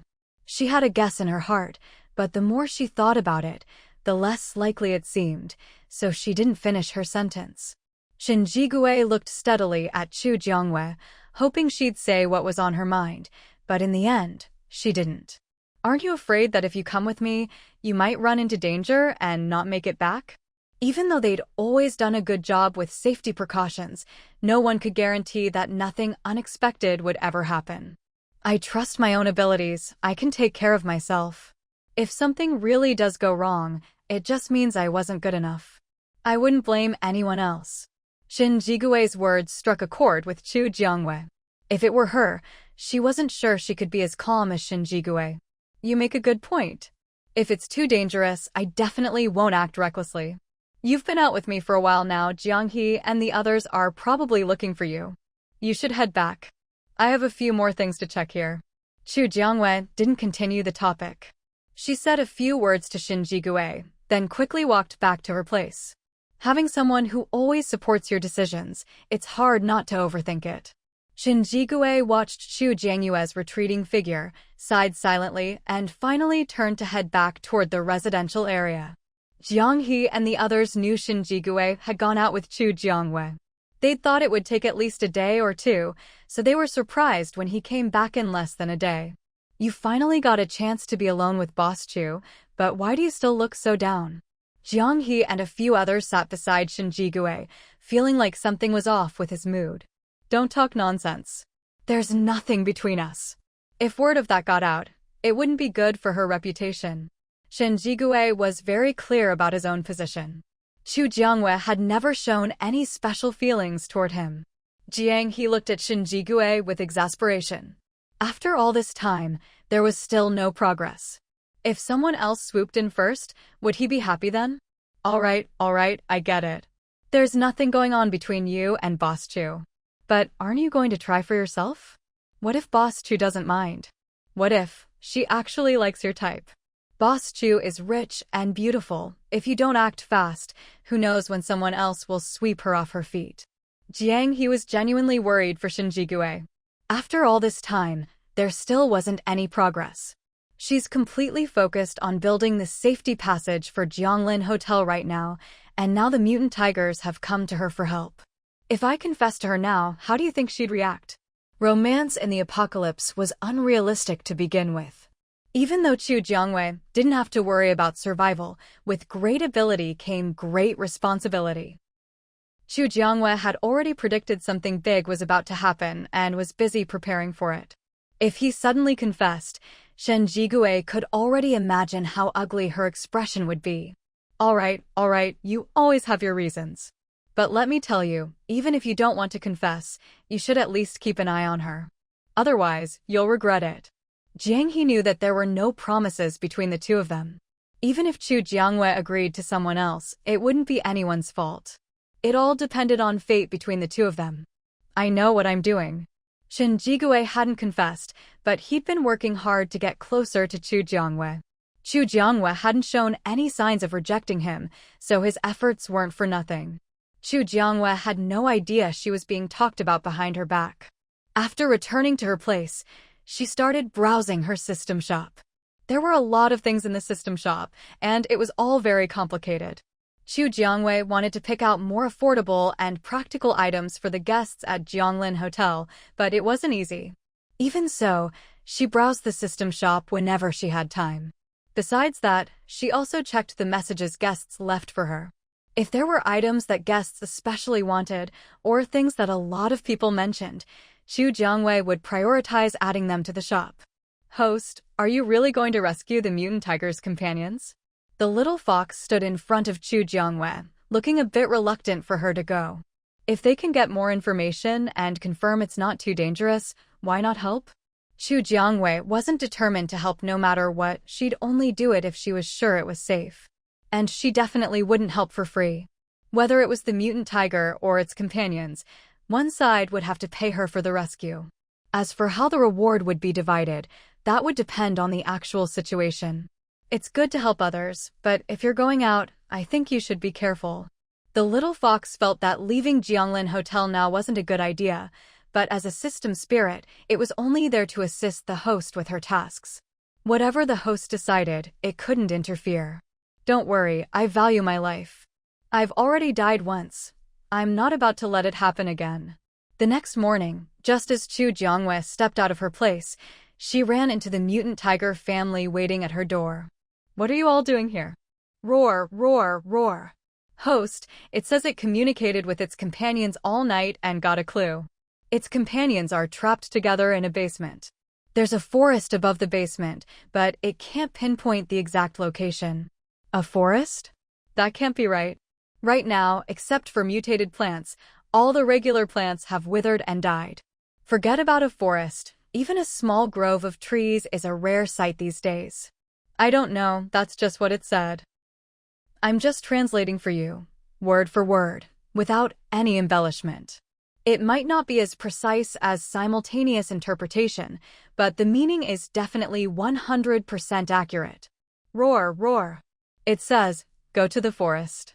Its companions can smell the scent of a forest.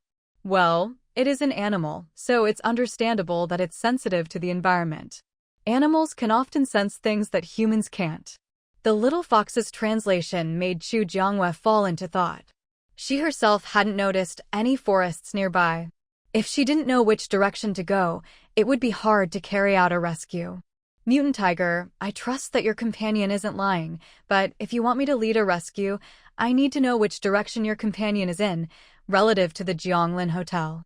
Can you tell your companion where you are, figure it out together, and then let me know the answer?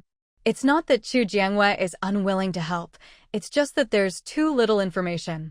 She can't risk herself for a few mutant tigers. Roar. It says it understands. The little fox translated for Chu Jiangwei, sounding a bit bored. The mutant tiger family turned and walked away.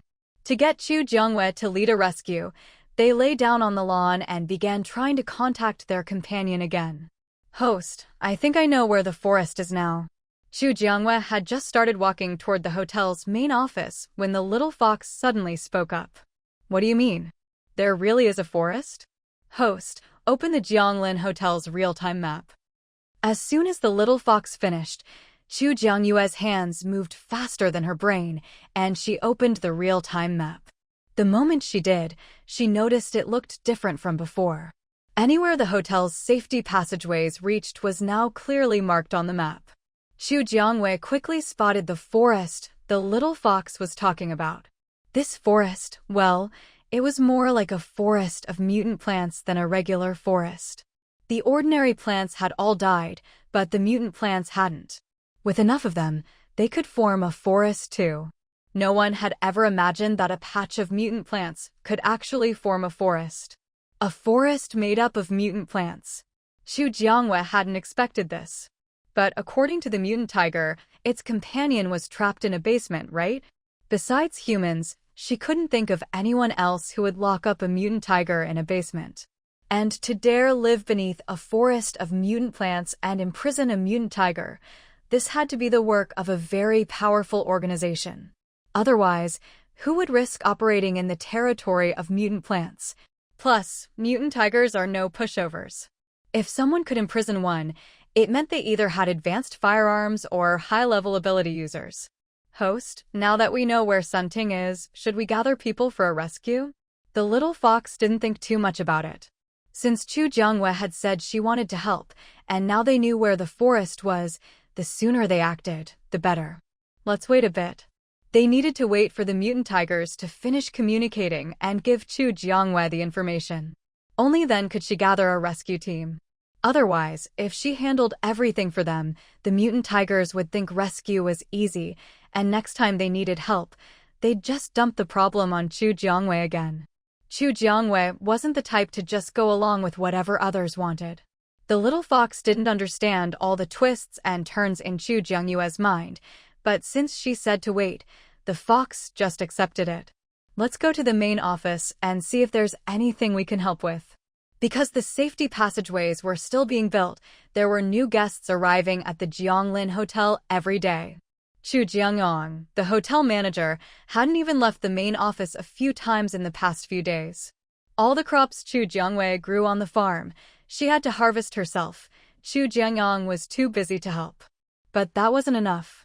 The hotel's safety passageways needed to spread across the globe, forming a networked transportation hub, connecting the world and helping it get back on its feet through the Jianglin Hotel. Only then would they be halfway to success. The other half would be wiping out the zombies and developing a vaccine to cure the zombie virus, so the world would never again become a living hell. Of course, that was easier said than done, but Chu Jiangwei was still working hard toward those goals. From the moment Chu Jiangwei began expanding the safety passageways, Xin Jigui and the others knew she must have foreseen something, but it wasn't convenient for her to tell them, so she kept quiet. When Chu Jiangwei entered the main office, many people looked over at her. Boss Chu. Chu Jiangwei nodded slightly in response to those who greeted her. Boss, we need to expand our housing. As soon as Chu Jiangwei sat down, Chu Jiangyong made a suggestion.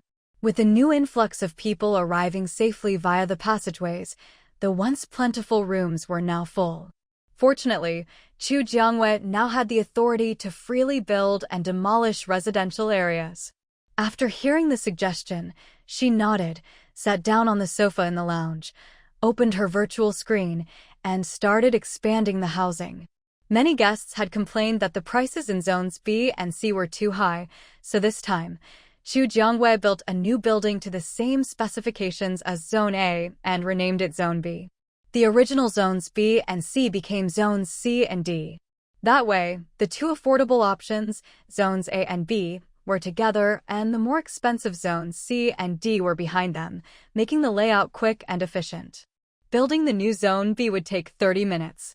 When people heard it would be as affordable as Zone A, many started thinking about moving.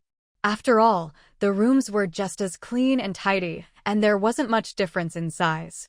Most people were out during the day and only came back to the hotel at night, so affordable housing was much more cost-effective for them. Of course, for people like Shinji who had crystal cores, it didn't matter where they lived, they'd choose the best. Still, as soon as the new Zone B was finished, a swarm of people rushed into the main office, eager to move. Boss Chu, can we move from Zone C to the new Zone B? There shouldn't be a problem, right? The cost of one night in Zone C could pay for 2 or 3 nights in Zone B. Chu Jiangwei looked at them. Are you sure? Housing is tight right now.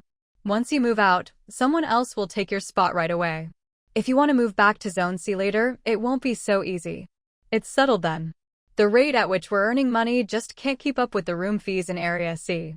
In just this short period, our savings have plummeted.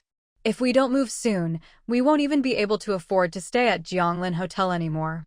Hearing this, Xu Jiangwei didn't try to talk them out of it. Area C, now called Area D, was indeed expensive. But there was a reason for the higher price. If they'd paid close enough attention, they'd have noticed that whenever they stayed in a D area apartment, they always woke up the next day feeling completely refreshed and energized. This effect, while present in areas A and B as well, was almost negligible. So yes, the higher price was justified. Alright then. The room you're currently in is a 3-bedroom apartment in Area D, which costs 32 silver coins per day. With 3 of you, each person pays 10 silver coins, and the remaining 2 coins are rotated daily among you. In Area B, a standard single room is 2 silver coins per day, a double room is 4 coins, and a triple room is 6 coins per day. We'll take the triple room. Xu Jiangwei didn't bother introducing the rest. Alright, the room fee is calculated daily. Just swipe your ID card here. The 3 of them each swiped their own ID cards at the sensor.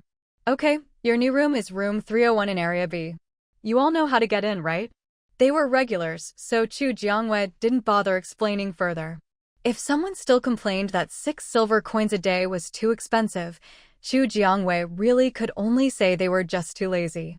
If you can't even kill 10 zombies a day. Actually, Xu Jiangwei was pretty surprised. From the look of that family of 3, the older man was probably an ability user. For an ability user, dealing with level 1 zombies should be a piece of cake. Besides, during the last zombie wave, you could kill zombies and collect crystal cores right inside the hotel's protective shield. With such a good opportunity to make money, their savings barely increased at all. Xu Jiangwei wondered if she'd spoiled this group too much. They were getting downright lazy. Still, the difference between 32 silver coins a day and 6 silver coins a day was pretty significant. Boss Chu, can we move into the 3-bedroom apartment that just got vacated? Sure enough, as soon as someone moved out of Area D, someone else wanted to move in. See? 32 silver coins a day really wasn't too expensive. Of course. Once you swipe your ID card and pay, you can move in immediately. The moment the previous guests moved out, Xu Jiangwei hit the one-click cleaning function, making sure the new guests wouldn't find a trace of the previous occupants. However, the rest of the people in line all wanted to move into Area B. Xu Jiangwei kept a smile on her face, but inside she was cursing them out. Did these people even realize what they were giving up? Well, after just one night in Area B, they'd know exactly what they'd lost. Now, both Areas C and D were fully booked. If anyone who moved out wanted to move back in, there'd be no rooms left for them. But that wasn't Xu Jiangyue's problem. Whatever decision the guests made, she'd support them 100%. It's not like she could tie the guests up and force them to stay. She'd already given them all the warnings. If they insisted on going through with it, how is that her fault? If they really dared to make trouble, she'd just throw them out and put them on the blacklist, no questions asked. After all, inside the hotel, they couldn't hurt the host anyway, so it didn't care. And the little fox agreed with Xu Jiangwei. She'd already warned them. If they insisted on moving, there was no way to blame her. Just then, Xu Jiangwei heard the sound of the mutant tiger outside the office lobby. The other mutant tigers were, after all, imprisoned. The fact that they could even communicate and figure out a rough direction was already impressive. Chu Jiangwei raised an eyebrow, then stepped out from behind the counter and walked outside. As soon as the mutant tiger saw her, it bounded over excitedly. Roar. Roar, roar, roar. South was indeed the right direction. As for the distance, Chu Jiangwei didn't press further. I see. But finding people to rescue the mutant tiger won't be easy. What kind of reward can you offer? Or rather, what reward can your kind offer? Since the one being rescued was the mutant tiger's kin, Chu Jiangwei felt it was only fair for them to pay the reward. She couldn't have the mutant tiger both calling for help and footing the bill, only to end up with nothing in return. The mutant tiger might look silly, but it wasn't stupid.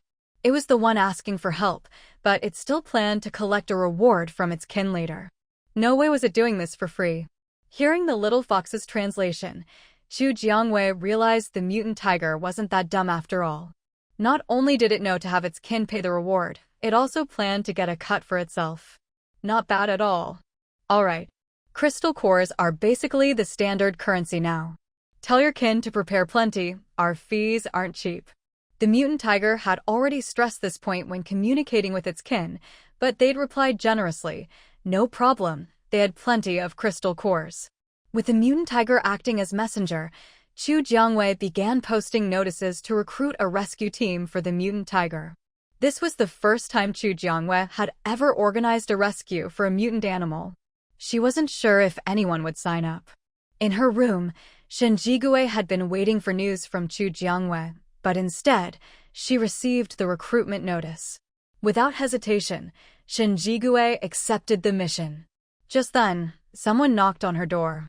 She didn't even have to think, she knew it was Jiang He. As soon as Jiang He entered, he saw the virtual screen open in front of Shen Jigui. You accepted Boss Chu's mission? Jiang He didn't even need to ask, he already knew what Shen Jigui had done. Yeah, but this was my own decision. It has nothing to do with you guys. You're free to make your own choices. Shen Jigui had only accepted the mission because she wanted to spend more time with Chu Jiangwei. As for the others, she wouldn't force them. What are you talking about? We're a team, we do things together. Hearing this, Shen Jigui smiled. Thanks. She knew she'd acted too rashly in accepting the mission without discussing it with Jiang He and the others. It wasn't fair to them. She made a silent decision. When it came time to split the reward for this rescue, she'd only take a portion and give the rest to her teammates as thanks. What are you thanking me for? We're all brothers here. If it were any of us in your place, I'm sure you'd make the same decision. All right, go pack up. I need to go tell the others the news. Since they'd answered the call, they were bound to take it seriously. Even if the one needing rescue was a mutant animal, they would still give it their all to help. After Chu Jiangwei sent out the call for volunteers, only Shen Jigui responded at first, followed by his teammates. Seeing this, Chu Jiangwei didn't quite know how to describe her feelings. A strange tightness lingered in her chest. Host, hardly anyone has answered. Can we really find enough people to go out and rescue a mutant tiger? It was hard enough to get people to help save a human, let alone a mutant tiger. Chu Jiangwei sat in the lounge area of the office hall, looking at the list of people who had responded to the call. She closed her virtual screen. Host, aren't you going to try something else? The little fox looked at Chu Jiangwei, who had closed her eyes in frustration, and felt a little sorry for her. But as a spiritual companion, it could only communicate with Chu Jiangwei. No one else could even see it. Those who want to come will sign up on their own. If someone doesn't want to come, even if I force them to, they won't give it their all during the mission. So, Chu Jiangwei wouldn't interfere with anyone's decision. If, in the end, only Shen Jigui's team signed up, then so be it, they'd go with 6 people. It wasn't like they hadn't gone out as a group of 6 before. The little fox had nothing to say. After all, Chu Jiangwei had a point. When Chu Jiangwei sent out the call, she'd already considered the problems she might face. After the call had been out all night, Chu Jiangwei checked the sign-ups again the next morning. In addition to Shen Jigui's team, Jin Chu's team had also joined. Song Chungjun and Ling Feng both messaged Chu Jiangwei to explain that they were already out on missions when the call went out and wouldn't be back for at least a week. That's why their teams hadn't signed up. As for the others, They probably thought saving a mutant tiger wasn't worth their time, so they ignored Chu Jiangyue's call. Still, with Shin Jigue and Jin Chu's teams, it was enough. It's not about numbers, but about quality. These people were all strong, no freeloaders who do nothing and still expect a share of the reward. With that thought, Chu Jiangwei withdrew the call and messaged Shin Jigue and Jin Chuyu, asking them to meet in the office hall. The replies came quickly. Chu Jiangwei packed up and headed to the office hall. By the time Chu Jiangwei arrived, both Shin Jigue and Jin Chuyu's teams were already there. When he saw Chu Jiangwei, Shin Jigue's eyes lit up. He waved eagerly to catch her attention. Of course, Chu Jiangwei saw them right away and quickened her pace to join them. Have you been waiting long? Chu Jiangwei sat down in an empty seat. No, we just got here too, Jin Chuyu replied, shifting over to make more space for Chu Jiangwei. All right, let me explain who we're rescuing this time. The route we'll take heading south, and our final destination.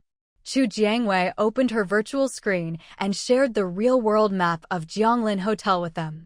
Take a look at this first.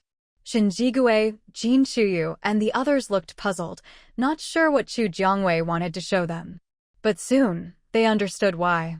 Wow, this is so detailed. It even shows real-time traces of people moving around. Not just people inside, but anyone walking outside was reflected on the map in real time. That's not the main point, look here. Chu Jiangwei pointed out a section of forest. Only then did Shin Jigue and the others remember that, according to the information the mutant tiger had given Chu Jiangwei, its kin was trapped in a basement beneath a forest. You suspect the mutant tiger's kin is in this forest? Shin Jigue immediately caught on to what Chu Jiangwei was getting at. Pretty much. I've checked, this is the only forest in the area. And it's likely that the entire forest is made up of mutant plants. Normal plants would have withered in the extreme heat. Only mutant plants could survive. If this huge forest were made of ordinary plants, there's no way they'd have survived the extreme cold and heat. Chu Jiangyue's words served as a warning to Shin Jigue and the others. If it's really as you say, rescuing the mutant tiger won't be easy. Mutant plants and animals are extremely territorial. If they barged in, they'd almost certainly be attacked. If that happened, whoever was holding the mutant tiger captive would definitely notice. Alerting the enemy is the last thing you want in a standoff. Before we enter the forest, I'll send in 2 vines to try to communicate. But I won't know if it'll work until we get there. None of them had ever been to that forest, so they had no idea what the temperament of the mutant plants was like. If they were extremely hostile to outsiders, things could get tricky. It's a good plan. We'll count on you, Boss Chu, Jin Chuyu said, thinking through the scenario and finding Chu Jiangyue's approach reasonable. The 3 teams quickly worked out a plan, then went off to pack and get ready to depart. Chu Jiangwei didn't have much to prepare. Her system shop was her greatest asset. Still, she loaded up her system backpack with all sorts of delicious food made by Granny Hua. 2 hours later, 11 people and the mutant tiger family of 3 gathered at the entrance of Jianglin Hotel. Chu Jiangwei brought out her silver SUV, but it could only seat 7, so they'd have to split into 2 cars. The mutant tiger cub rode with Chu Jiangwei, while the 2 adult mutant tigers lay on the roofs of the 2 vehicles. We'll ride with you. You don't like driving anyway. Like before, we'll take turns driving your car, Shin Jigue said, speaking up before Jin Chuyu could. Chu Jiangwei didn't mind. Sure, it's nice to have someone else drive. With that, she got out from the driver's seat and moved to the seat behind it. That spot was convenient for getting in and out, and was also the safest in the car. Perfect. I'll drive the first leg, Lin Shuyuan volunteered, quickly climbing into the driver's seat. The others got in and chose their seats, until only the spot next to Chu Jiangwei was left, and Shin Jigue was the only one not yet in the car. He glanced at Chu Jiangwei, then got in and sat beside her. Jin Chuyu's team set up the navigation and chose a silver SUV as their vehicle, following behind Chu Jiangyue's car. Boss Chu, can we see the map now, or should we just use the GPS? Although the forest was to the south, they couldn't just blindly drive in that direction. Let me handle the navigation. I'll message everyone, just follow us. As Chu Jiangwei spoke, she pulled up her real-time map and started the navigation. Boss Chu's navigation is always the easiest to follow.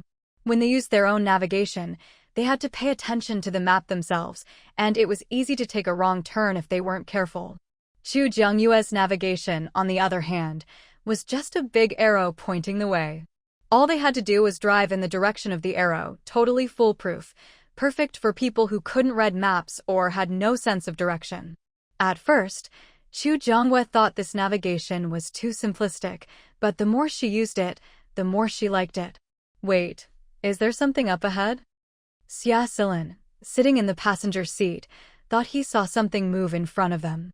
Host, it's a group of mutant chickens. There's probably a farm nearby, and they escaped after mutating. Before Xia Silin finished speaking, the little fox gave an answer, but only Chu Jiangwei could hear it. They're a bit far away, hard to see clearly. We'll know once we get closer. The others looked ahead as well. Just as Xia Silin said, something was moving up ahead. But it was too far, and the midday sun was blazing, making it hard to see anything outside the SUV. As they drew closer, Shen Jigue and the others finally got a good look at the mutant chickens. Those are mutant chickens. I wonder if we can use them to make soup. Su Zhuqing's focus was always different from everyone else's, so much so that it left people speechless. All you ever think about is eating. Why hasn't it killed you yet? Get ready for battle. There are a lot of mutant chickens here. Jin Chuyu and the others in the back also saw the chickens and quickly switched to combat mode. Roar! Roar! The two mutant tigers stood majestically on the roof of the car and roared at the flock of chickens. The sound waves instantly killed several of the mutant chickens. Vines shot out from Chu Jiangyue's hand, piercing through the chickens' heads and extracting a crystal core from each one. But since the chickens were killed by the tigers' roars, Chu Jiangyue handed the crystal cores to the two tigers with her vines. Roar! Host, it says it wants to trade the cores for food. Hearing the little fox's translation, Chu Jiangyue raised an eyebrow. Fine, why not? Only she could handle these mutant tigers. If anyone else had to feed such big eaters, they'd probably be pulling their hair out. Chu Jiangyue put the crystal cores into her system backpack, then got out of the car with Shen Jigue and the others. At the same time, Jin Chuyu and her group got out of their vehicle. All 11 of them radiated colorful energy as they activated their abilities. The mutant chickens, sensing danger, clucked in panic and scattered in all directions. Let's finish this quickly, we can't waste too much time on them. The mutant tiger's kin were still waiting to be rescued. Hearing Chu Jiangyue's words, everyone attacked with extra force. The mutant chickens weren't strong, just numerous, and they blocked the road. To avoid wasting time, Chu Jiangyue and the others agreed to wipe them out. Seriously, are we not even going to try making soup? Su Zhuqing was still unwilling to give up. These mutant chickens hadn't zombified. Like the mutant tigers, they'd undergone positive mutations. But the chickens' intelligence hadn't improved, they attacked humans on sight. Forget it. We don't have time for your experiments. Next time, if there's a chance, you can try all you want. The 11 people and 2 tigers quickly finished off the chickens, then got back in their vehicles and continued on. But before leaving, they didn't forget to dig out the chickens' crystal cores. These cores were similar to zombie cores and could be exchanged at the Jianglin Hotel at the same rate. Aside from the 2 mutant tigers who gave their cores to Chu Jiangyue in exchange for food, everyone else kept theirs for now. Their accounts had plenty of credit, so they weren't in a rush to trade with Chu Jiangyue. They could also use the cores to cultivate and level up their abilities. Back in the car, Xia Silin took over as driver. Just then, a few zombies appeared out of nowhere and lunged at the mutant chicken corpses. That's right, these weren't zombie chickens, so their fresh corpses still reeked of blood. Zombies were sensitive to that smell and came running as soon as they caught a whiff. Su Zhuqing finally gave up on making soup. Once zombies had eaten the mutant chickens, there was no way they could be used as food. The silver SUV sped forward, ramming aside any zombies in the way. At the same time, Chu Jiangyue's vine shot out the window, quickly extracting crystal cores from the zombies before snapping back inside. Boss Chu's vines are so handy, she can grab crystal cores from so far away. These are just first-level zombies. It's easy to get their cores. If they'd been higher level, it wouldn't have been so simple. The silver SUV rolled on, leaving behind a mess of zombie and mutant chicken corpses.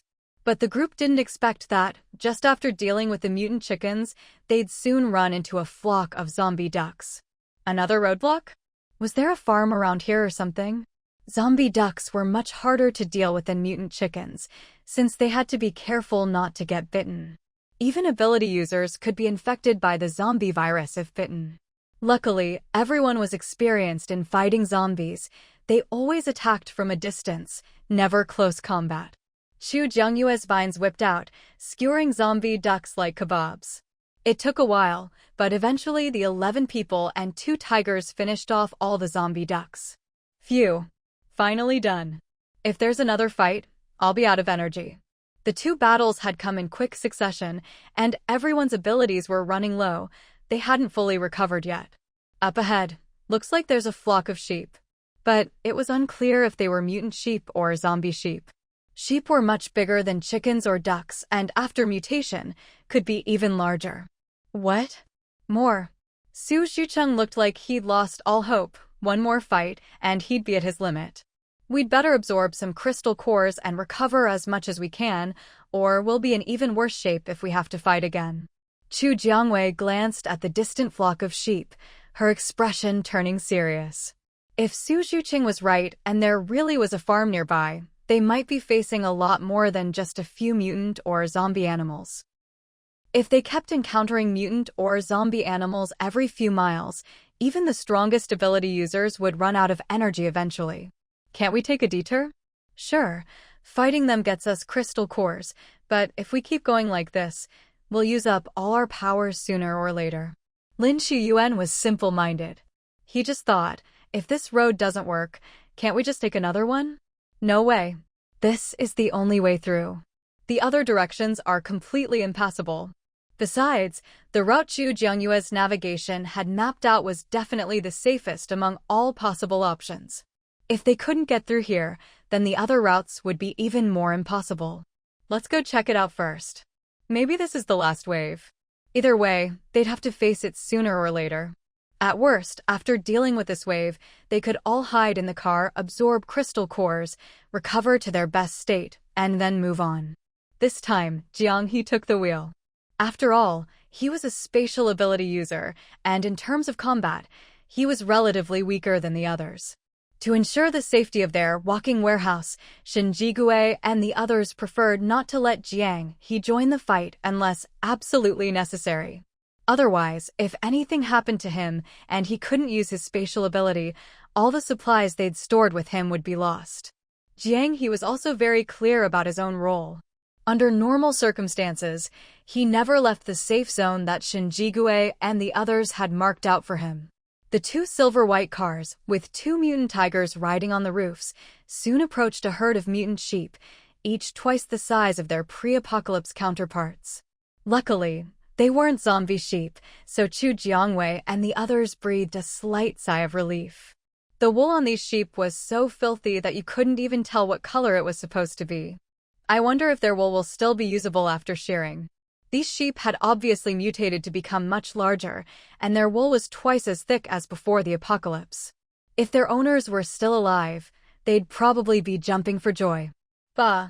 As Chu Jiangwei and the others got out of the car, the giant sheep started bleeding and scattered in all directions, running away in a panic. Chu Jiangwei and the others, are we really that scary? There, not quite what I expected. The mutant chickens and zombie ducks they'd encountered earlier had attacked them on sight, not even giving them a chance to speak. But this flock of sheep, despite being much bigger than before, seemed even more timid. They had barely gotten out of the car before the sheep were already fleeing in terror. Well, that saves us the trouble. Let's get back in the car. No matter what was up with these giant sheep, as long as they didn't attack, Chu Jiangwei had no intention of wiping them out. The 11 people and 2 tigers quickly got back in the cars. Only after confirming everyone was inside did Jiang He step on the gas, not wanting to attract the attention of any more mutant or zombie animals. Still, with a group like theirs, it was almost impossible not to draw attention. For the next stretch of road, they didn't encounter any more mutant or zombie animal hordes. But the environment around them was eerily quiet. It's almost too clean here. Zhonglin Hotel's cleanliness came from its interstellar black-tech automatic cleaning system. But here, there were no cleaning tools, not even a single person around. It didn't look like anyone had ever cleaned up. Yet the ground looked no different from before the apocalypse. In fact, back then, you'd at least see a few bits of white trash on the street. But here, there wasn't even a puddle left from melted snow after a warm night. It was just unnatural. Shen Jigui instinctively moved in front of Chu Jiangwei, lightning flickering in his palm, clearly ready for battle at any moment. Have you guys ever read novels? Chu Jiangwei suddenly asked. Everyone turned to look at her. Of the other 10, some shook their heads, some nodded. Those who had read novels immediately looked over, clearly guessing what Chu Jiangwei was getting at. The ones who hadn't just looked confused. Shen Jigui happened to be one of those who hadn't read any, and he looked at Chu Jiangwei, full of doubt.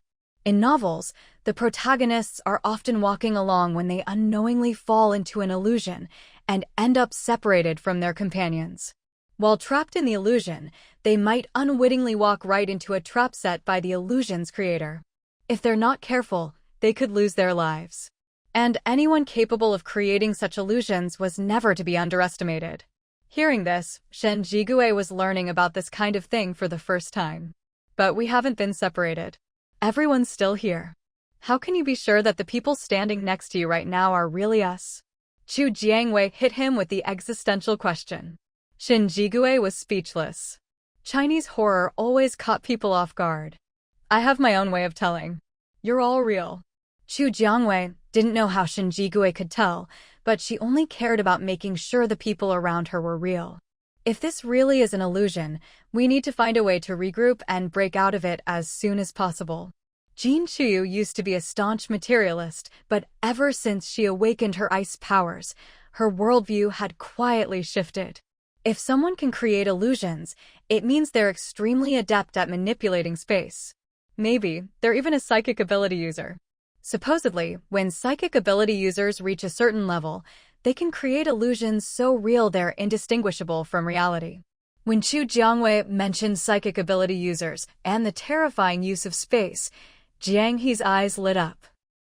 He might not be good at other things, but when it came to space manipulation, Jiang He really wanted to meet the person who created this illusion and learn from them. Unfortunately, given the current situation, they were clearly enemies, so that idea was out of the question. Everyone, hold hands and make sure not to get separated. Chu Jiangwei raised her voice, making sure everyone could hear her. If you ask me, this illusion is actually a bit too fake, Jean Churan said after looking around. What do you mean by that? Chu Jiangwei asked, sensing that Jean Churan might have noticed something. Don't you think the scenery here is beautiful, but the ground is just unnaturally clean? And the trees planted along the roadside don't even have a single fallen leaf. Wait, that's not right. Other than mutant plants, there aren't any green plants left anywhere. Where did these trees come from? Su Zhucheng suddenly realized what had been bothering him. Everyone else turned to look at Su Zhucheng. You're right. These trees don't make any sense. If they were mutant plants, there were way too many of them. According to the real-world map Chu Jiangwei had shown them, there shouldn't be any green plants in this area at all. Crack. The whole environment shattered like a giant mirror, breaking into countless pieces. The illusion collapsed, and as reality returned, Chu Jiangwei and the others realized they had already gotten out of the car and were unconsciously walking in a certain direction. Not far from them was a group of zombies trapped in iron cages. If they took just a few more steps forward and got scratched or bitten by a zombie, it would be hopeless for them. Even Chu Jiangwei didn't have a vaccine to cure the zombie virus at this point. She had already searched for such a thing back when the main system granted her access to all items in the system shop. Unfortunately, according to Little Fox, the zombie virus was a result of Blue Star Humans' own scientific research. To resolve it, only their own scientists could develop a vaccine specifically targeting the zombie virus. As for when they might succeed, that would depend entirely on the progress of their researchers. So, this time, aside from rescuing the mutated tiger's kin, Chu Jiangwei also wanted to find some professional scientists. However, she didn't mention this to Shinjigue and the others. After all, the greater the hope, the greater the disappointment. The zombie virus vaccine was still nowhere in sight. Developing a vaccine required countless rounds of trial and error by teams of researchers. Success was definitely not something that could be achieved overnight. Chu Jiangwei, Shinjigue, and Jin Chuyu instantly locked onto the source of the illusion. Or rather, the zombie responsible. This zombie, aside from its corpse-spotted skin, didn't have any visible wounds or rotting flesh. If it put on clothes and wore a hat to cover its face, it would look almost indistinguishable from a human. But if you got close, you could still smell the stench of decay. Although it looked normal on the outside, inside it was completely different. Ice blue, purple, and green abilities erupted at once, mercilessly attacking the psychic zombie. Since it had the nerve to lure them in for its own amusement, now that its plot had been exposed, it had to be ready to face their wrath. Although the zombie's psychic powers were strong enough to create illusions, its combat abilities were weak. Just from the attacks by Chu Jiangwei and the others, the psychic zombie howled in pain. Despite its best efforts to dodge, it was still injured. The previously intact zombie now had half its face blown off. Roar! The psychic zombie roared at Chu Jiangwei and charged toward her. Careful! Shinjigue quickly shielded Chu Jiangwei behind him and hurled a ball of condensed lightning at the psychic zombie. Roar! For some reason, Chu Jiangwei could hear a note of panic in the psychic zombie's voice. Shinjigue's lightning ball struck the zombie, and when the light faded, the psychic zombie had vanished. It's very skilled at using spatial abilities. Who knows where it's hiding now? Don't let your guard down, Jin Chuyu warned. Everyone kept their powers at the ready, fully alert for any movement around them. Roar! Suddenly, the mutant tiger dad let out a roar in a certain direction. The two vine whips wrapped around Chu Jiangyue's wrist shot out at lightning speed toward where the tiger had roared. The two vines, one large and one small, seemed to be competing for credit in front of Chu Jiangwei. Shinjigue and the others were momentarily distracted by the vines, but still kept an eye on their surroundings. At that moment, the mutant tiger mom leaped off the vehicle. Chu Jiangwei thought she saw flames flickering around the tiger mom, but it was gone in a flash. After landing, the tiger mom roared in a certain direction, and the psychic zombie's figure was revealed. So that's where you were hiding. Not bad, Chu Jiangwei remarked. Without wasting words, the group launched their abilities at the exposed zombie. Even with spatial manipulation, the psychic zombie couldn't dodge attacks from so many high-level ability users at once. Just then, Jiang He got out of the vehicle. Old Jiang, why are you getting out? Get back in, quick. This zombie was no joke. Even with so many of them attacking, it had lasted this long. Among zombies, its strength was top tier. I think I just awakened a spatial ability, something more than just being a mobile warehouse, Jiang He said, raising his hand slightly. Condense. No one else knew what Jiang He had done, but the psychic zombie suddenly lost control and let out a piercing scream. Chu Jiangwei couldn't stand the sound. Her vine whip instantly grew dense barbs and lashed out at the psychic zombie. A second later, a new streak of rotting flesh appeared on the zombie's body. The psychic zombie glared at Chu Jiangwei and roared. She felt a sudden stab of pain in her head. Host, be careful. It just tried to use psychic power to destroy your mental sea. But with the system's protection, the zombie's psychic attack was instantly bounced back.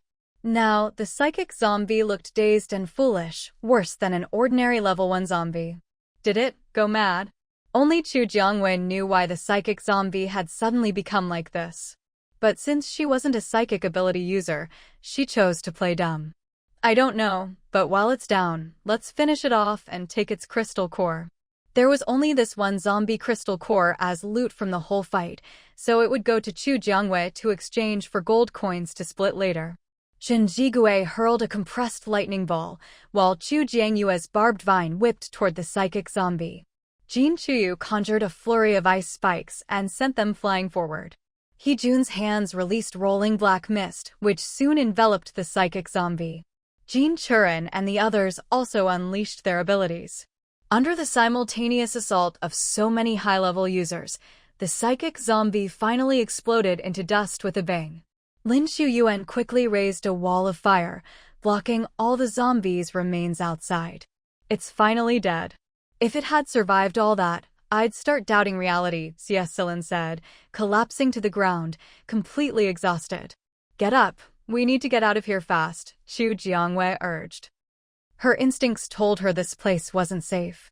Without giving anyone time to rest, she headed straight for the SUV and quickly got in. Since everyone else's abilities were nearly depleted, Jiang He volunteered to drive. Shen Jigui was still sitting in his usual spot next to Chu Jiangwei. Chu Jiangyue's navigation device was still working, and Jiang He continued to drive in the direction it indicated. Fortunately, this psychic-type zombie seemed to have a certain territorial awareness, so after they drove out for quite a while, they didn't encounter any zombies or mutated plants or animals. They had, more or less, made it through this crisis unscathed. For the next few hours, nothing dangerous happened. It wasn't until they spotted a residential complex that things changed. It's getting late. Why don't we spend the night here? Although they could set up tents outside, no matter how good a tent is, it can't compare to the sense of security you get from sleeping inside a building. Even pitching a tent inside a house is much more comfortable than doing so outside. Silin looked longingly at the rare sight of the residential buildings. It was clear she really wanted to spend the night there. Having a roof over your head just feels so much safer than not. Let's check it out first. After all, for this place to remain so clean and tidy after enduring extreme cold, extreme heat, and flooding was truly rare. Still, just in case it was another illusion like the forest before, it was better to check thoroughly before making a decision. In the end, the 11 people and 3 mutant tigers split into 2 groups to investigate from different directions. Chu Jiangwei, holding the little mutant tiger, went with Shen Jigui and 4 others, while Jin Chuyu led her team along another route. The 2 adult mutant tigers each followed a different group. With that, the teams were set. Chu Jiangwei, carrying the little mutant tiger, followed behind Shen Jigui, moving forward bit by bit. The residential complex was extremely quiet, with no signs of human life at all. There were, however, quite a few severed limbs and broken bones scattered around. Some were nothing but bare bones. Besides that, there were also zombie corpses with their crystal cores already dug out. Judging by the traces, all of this must have happened a long time ago. After making a circuit of the area, the 5 people and 2 tigers didn't find any signs of current habitation. No one's living here. At least, not on the first floor. Of course, it wasn't realistic for Chu Jiangwei and the others to check every floor of every building in the complex. That would be a waste of time. After a quick check of the first floor to confirm it was empty, they returned to the entrance. Jin Chuyu's group soon came back as well, shaking their heads at Chu Jiangwei and the others. No one. In that case, let's pick a building, each choose a room, and spend the night here. The temperature would drop sharply at night. While their temperature-regulating suits would keep the humans fine, the 3 mutant tigers could easily get sick if they experience frequent, drastic temperature changes. No one objected. It wasn't safe to travel at night anyway, so for their own safety, it was best to stay put. When traveling, Chu Jiangwei and the others weren't picky about accommodations. They quickly chose a building and went inside. Most of the doors to these apartments were broken, probably due to large-scale looting at the start of the apocalypse. After all, when people realize that the law might no longer apply, the dark side of human nature can be magnified. Home invasions, murder, and looting for supplies wouldn't be surprising. But that was just Chu Jiangyue's speculation. The important thing was, it made it easier for them to pick rooms now. With no electricity, the elevators were out of service, so they chose 2 apartments facing each other on the 2nd floor. Chu Jiangwei stayed with Shen Jigui's group in one apartment, while Jin Chuyu's team took the other. The little mutant tiger stayed with Chu Jiangwei, while the 2 big ones followed her group and settled in the living room. The 2 adult mutant tigers were huge, but luckily the doors here were larger than average, so with a bit of wriggling, they managed to squeeze inside. Still, the place hadn't been lived in or cleaned for ages, so the floors were filthy. Su Zhuqing used his powers to produce a lot of water, and everyone did a quick cleanup so the place was at least somewhat presentable. Chu Jiangwei set up 2 travel tents in the living room for the big tigers. It was a bit cramped, but still much better than sleeping directly on the floor. With the sleeping arrangements for the big tiger sorted, Chu Jiangwei picked a room for herself, carried the little mutant tiger inside, and set up another tent. Shen Jigui took the room next to Chu Jiangyue's. Once everyone had chosen rooms, Jin Chuyu brought her team over. "It's rare for all of us to be together. Let's have dinner as a group tonight." As she spoke, the spatial ability user in her team waved a hand and produced tables and chairs, then set out a variety of dishes. Finally, everyone got a glass of iced summer drink. Although the temperature had already started to drop, it wasn't full-on freezing yet, so a cold drink was still enjoyable. "We can't just let you provide everything. Let me contribute too," Chu Jiangwei said, rummaging through her system backpack before pulling out a basket of fruit. The basket held a variety of fruits and everyone's eyes lit up. They knew Boss Chu always had good stuff. Sure enough, she produced something fresh and juicy. Shen Jigui's group had about the same supplies as Jin Chuyu's, but only a little fruit. Jiang He took out a few peaches and strawberries from his storage. "We're not as rich as Boss Chu, so we just brought a little for everyone to taste. That's all we have." Jin Chuyu's group had already provided the main dishes and drinks, so they could only contribute a bit of fruit. That's more than enough. Lots of people can't even dream of having this. At this point, fresh fruit was already a luxury. Other than the guests at Jianglin Hotel, who could buy a little fruit at the Jianglin General Store, people at other bases probably hadn't seen any greenery at all, except for mutated plants or those conjured by wood-type ability users. And not every wood-type ability user was like Chu Jiangwei, capable of both fighting zombies and growing plants. Roar! At that moment, the 2 big mutant tigers let out a sound to remind everyone of their presence. Chu Jiangwei took out a pile of food from her system backpack and placed it in front of them. "The chairs are too small for you, so just eat here. This is all yours." As for the little mutant tiger, Chu Jiangwei kept it in her arms and fed it with her. Everyone enjoyed a harmonious dinner together before heading back to their rooms to rest. Zzz. At the first light of dawn, Chu Jiangwei woke up. The first thing she saw was the little mutant tiger lying beside her. Unable to resist, Chu Jiangwei scooped it up and gave it a good cuddle. The little tiger was successfully woken up by her. At that moment, Chu Jiangwei heard movement outside. She got out of her tent and opened the door. She immediately saw Shen Jigui and the others preparing breakfast in the living room. Su Shucheng was in charge of providing water, Jiang He was responsible for bringing supplies, Lin Shiyuan handled the heating, and Shen Jigui and Xia Silin took care of cooking. "You guys, your team is pretty well-rounded, huh?" Chu Jiangwei hadn't expected that getting up early would let her witness such a scene. "You're awake? Breakfast will be ready soon, just wait a bit," Chu Jiangwei said. "Doesn't the hotel restaurant offer takeout? You could have just bought something on your way out." Thanks to Chu Jiangyue's system shop being free for her, the menu at Jianglin Hotel's restaurant had expanded a lot. Anyway, she wouldn't get tired of the food anytime soon. Jiang He was silent for a moment. "We left in a hurry this time and didn't prepare enough, so if you're short on anything, you could just ask me. I can buy it for you, just pay me and it's done." Chu Jiangwei could open her system shop anytime, anywhere. Whatever was available at the Jianglin Hotel restaurant could also be found in the system shop. Jiang He and the others all looked at Shen Jigui. It wasn't their first time going out, they all knew exactly what to prepare. There was no way they'd be underprepared. The real reason was that someone thought a homemade breakfast was more sincere than something store-bought. If they weren't real friends, they wouldn't go along with this nonsense.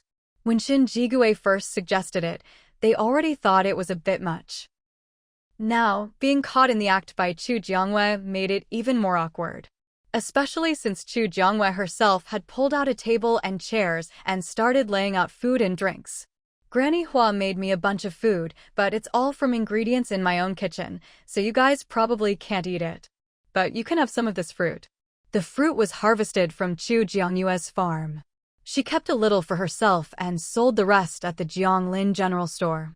Her most important task right now was to earn enough money as soon as possible to build safe passages, connecting all of Blue Star and making Jianglin Hotel the central hub of the entire planet. With Jianglin Hotel as the anchor, she could revitalize this battered, broken world. So, anything that could be sold, Xu Jiangwei would never leave it sitting in her system backpack or farm warehouse. Shen Jigui pressed his lips together, hurriedly wrapped up making breakfast, and glanced at Jiang He. Since Xu Jiangwei wasn't eating, Shen Jigui lost interest in cooking too. Jiang He simply took out a few ready-made meals from his own storage space and sat down at the same table as Xu Jiangwei for breakfast. After eating, the group went out to meet up with Jin Chuyu and the other 5. This time in the morning, when the extreme cold and extreme heat were shifting, was actually the most comfortable part of the day. However, after a safe and uneventful night, as they were preparing to leave in the morning, they ran into trouble. A group of people across from them looked hostile, and their gazes toward Xu Jiangwei and Jin Chuyu were especially lewd. "Hey, pretty ladies, what future do you have hanging around with a bunch of weaklings? Come with us, and we'll make sure you live the good life, plenty to eat and drink." Xu Jiangwei and Jin Chuyu both looked at them like they were idiots. The men in their group were furious. The women in their team were treasures. How could they let these people insult them with such filthy words? "No need for talk, let's just fight." Hu Jun raised his hand, dark energy swirling in his palm, his eyes burning with anger as he glared at the other group. Xu Jiangwei noticed the red light in those people's eyes and immediately knew they were even crazier than she'd thought.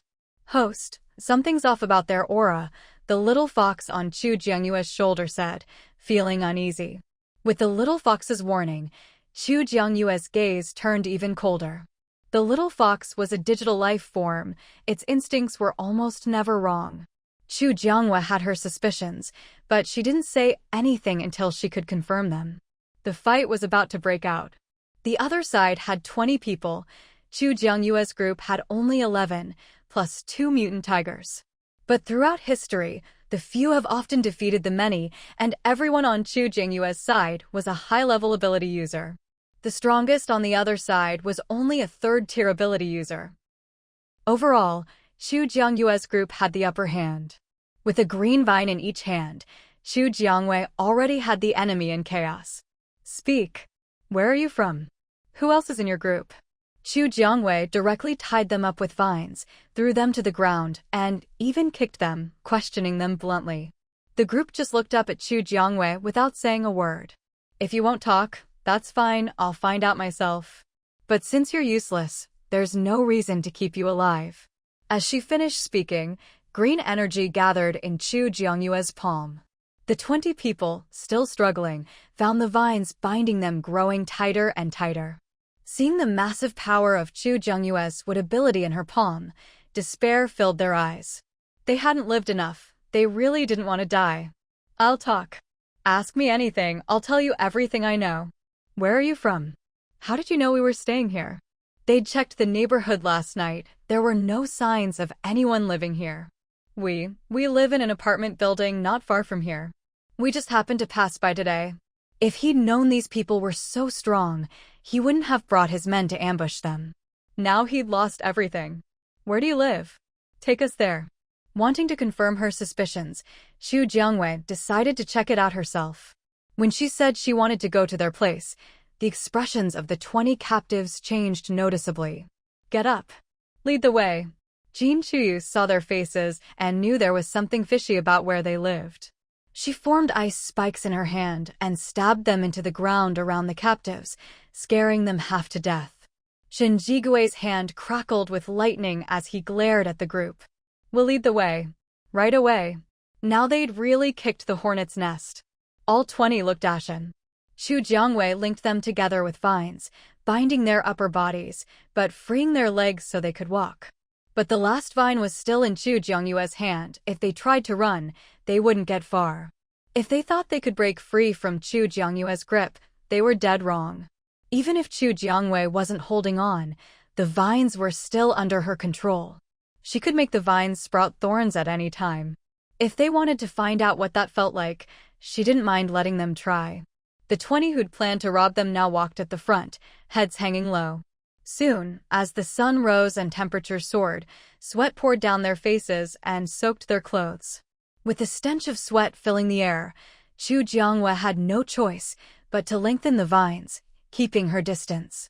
Seeing Chu Jiangwei covering her nose, Shen Jigui walked over and said, "Let me hold this. You go to the back and stay farther away from them." Although they could have given these people some iced drinks to cool off, these people had just tried to rob them.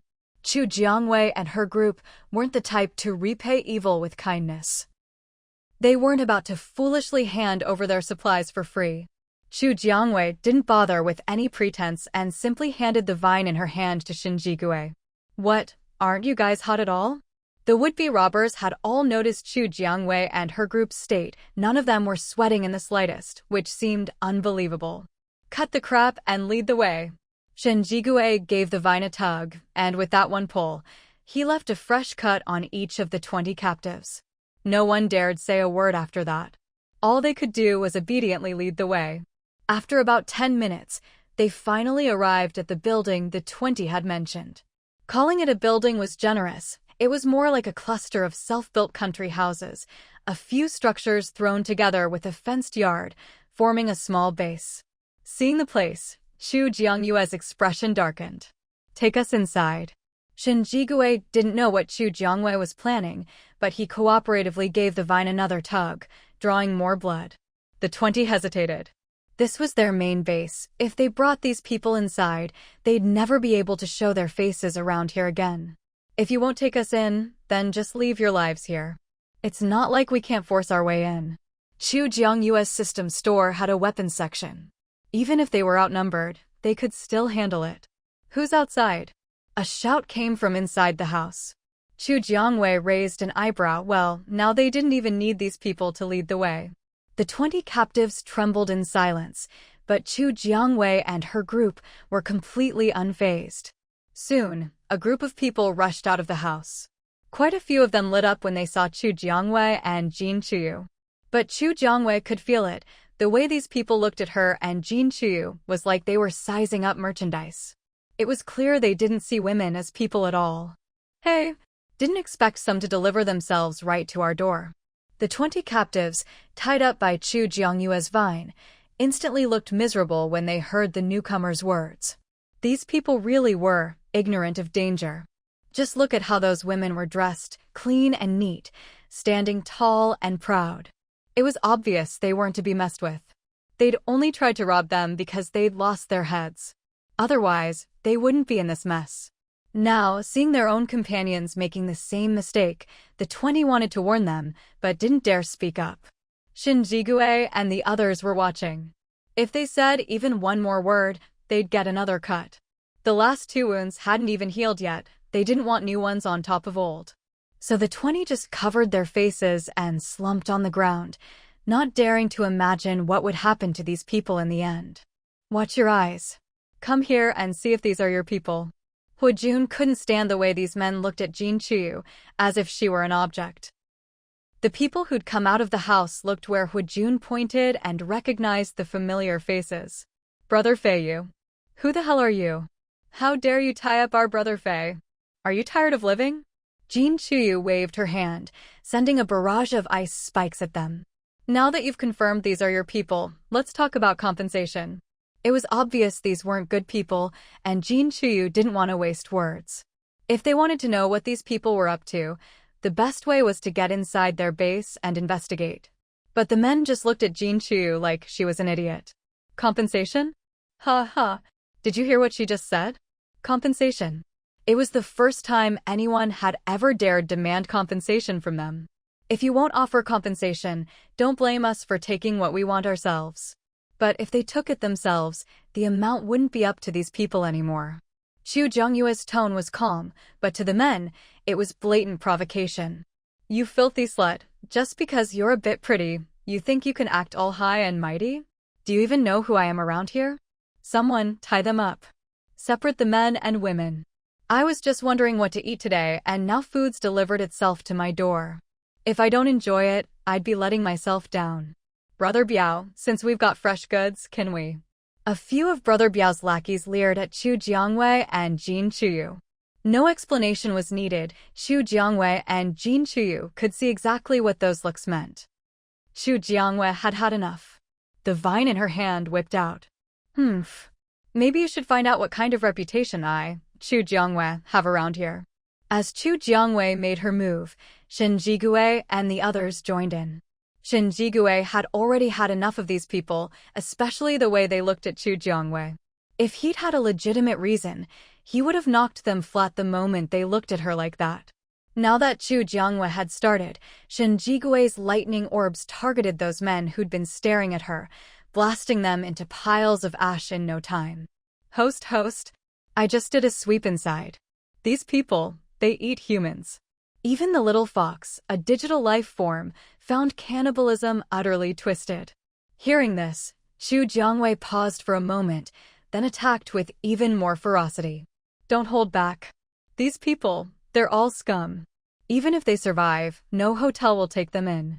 Without the Jianglin Hotel as a backup, these people were doomed anyway. As soon as Chu Jiangwei finished speaking, Shen Jigui and the others' attacks became even more ruthless. The 20 captives, seeing Brother Biao's group wiped out by Chu Jiangwei and her companions, were so terrified they wet themselves. Chu Jiangwei wrinkled her nose in disgust and quickly backed away several steps. Her vine might as well be scrapped now. You guys stay here and watch them.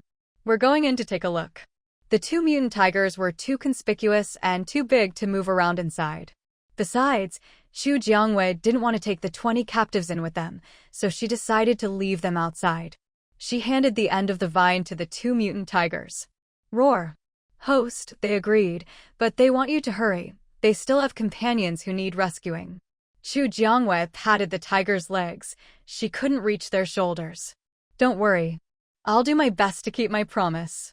She couldn't guarantee she'd be able to rescue the other mutant tigers, only that she'd try her best. But right now, the most important thing was to deal with these cannibalistic scum. The people inside had been monitoring what was happening outside. As Chu Jiangwei and her group broke in, someone opened the door from inside.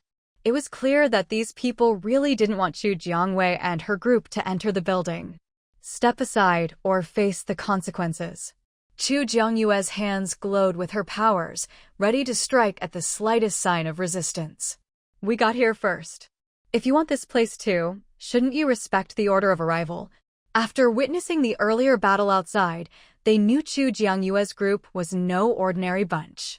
Unable to stop them by force, they tried to guilt-trip them into giving up. You know why we want to go in, don't you? Or do you want me to spell it out? Chu Jiangwei had never seen people who could be so brazen about cannibalism.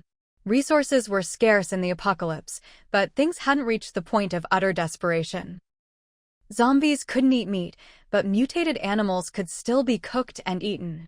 As long as it wasn't poisonous, anything could be food. In the end, these people just didn't want to put in the effort. They only wanted to reap where they hadn't sown. You. The leader eyed Chu Jiangwei suspiciously, unsure what exactly she was getting at. The zombie virus has been around for a while now, but you guys, grown men, still look so well-fed and shiny. Seems like you're not short on food. Chu Jiangwei smiled as she spoke, but the people opposite her felt a chill run down their spines. She knows. Our boss Biao's family owns a grain store. We have plenty of food. What's so strange about that? Oh? Then where's your granary? I don't see any sign of one around here. If there really was a granary, Chu Jiangwei didn't believe Boss Biao would be generous enough to feed this whole group. Shen Jigui and the others listened to the back and forth, at first not understanding why Chu Jiangwei insisted on going inside. But as the conversation unfolded, realization dawned, and their gazes toward the other group grew angrier. You actually. Lin Shuyuan couldn't even finish his sentence. This was just too insane. If not for Chu Jiangwei, he'd never have imagined people could be so depraved. It's not our fault. The apocalypse is so hard. We work ourselves to the bone every day and still can't find any food. We're starving. If you don't look out for yourself, heaven and earth will destroy you. That's no excuse for doing something so utterly inhuman. No wonder Boss Chu said you all deserve to die. She was right. Boss Chu, I don't think we need to waste any more words on them. Let's just take care of them and save ourselves the trouble. Chu Jiangwei didn't want to waste time either. Since someone in the group had suggested it, she went with the flow. Kill anyone capable of such monstrous acts as cannibalism was beyond redemption. Rather than let these scum waste air, it was better to finish them off. Who knows, maybe after their bodies decomposed, some miracle plant would grow from the spot.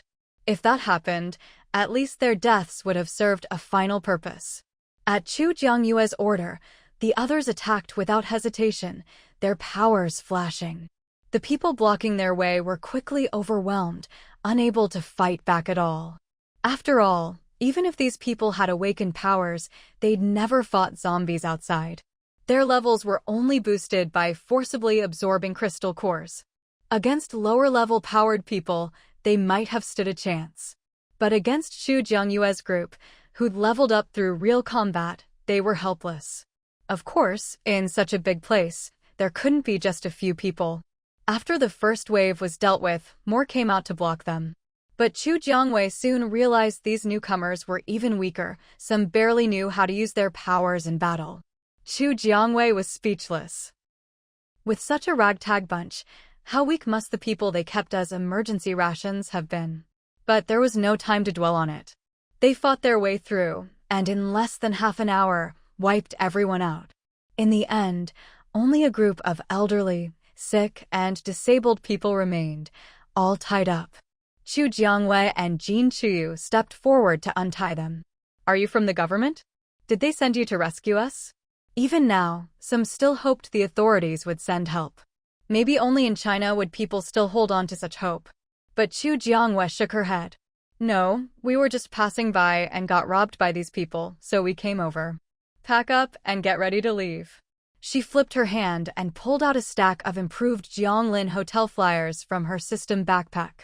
If you don't know where to go, you can head to this place. If you want to go home or somewhere else, just tear off the upper left corner. This will keep you hidden from zombies for 7 days. With that, Chu Jiangwei prepared to leave. They still had to rescue the mutant tiger's kin.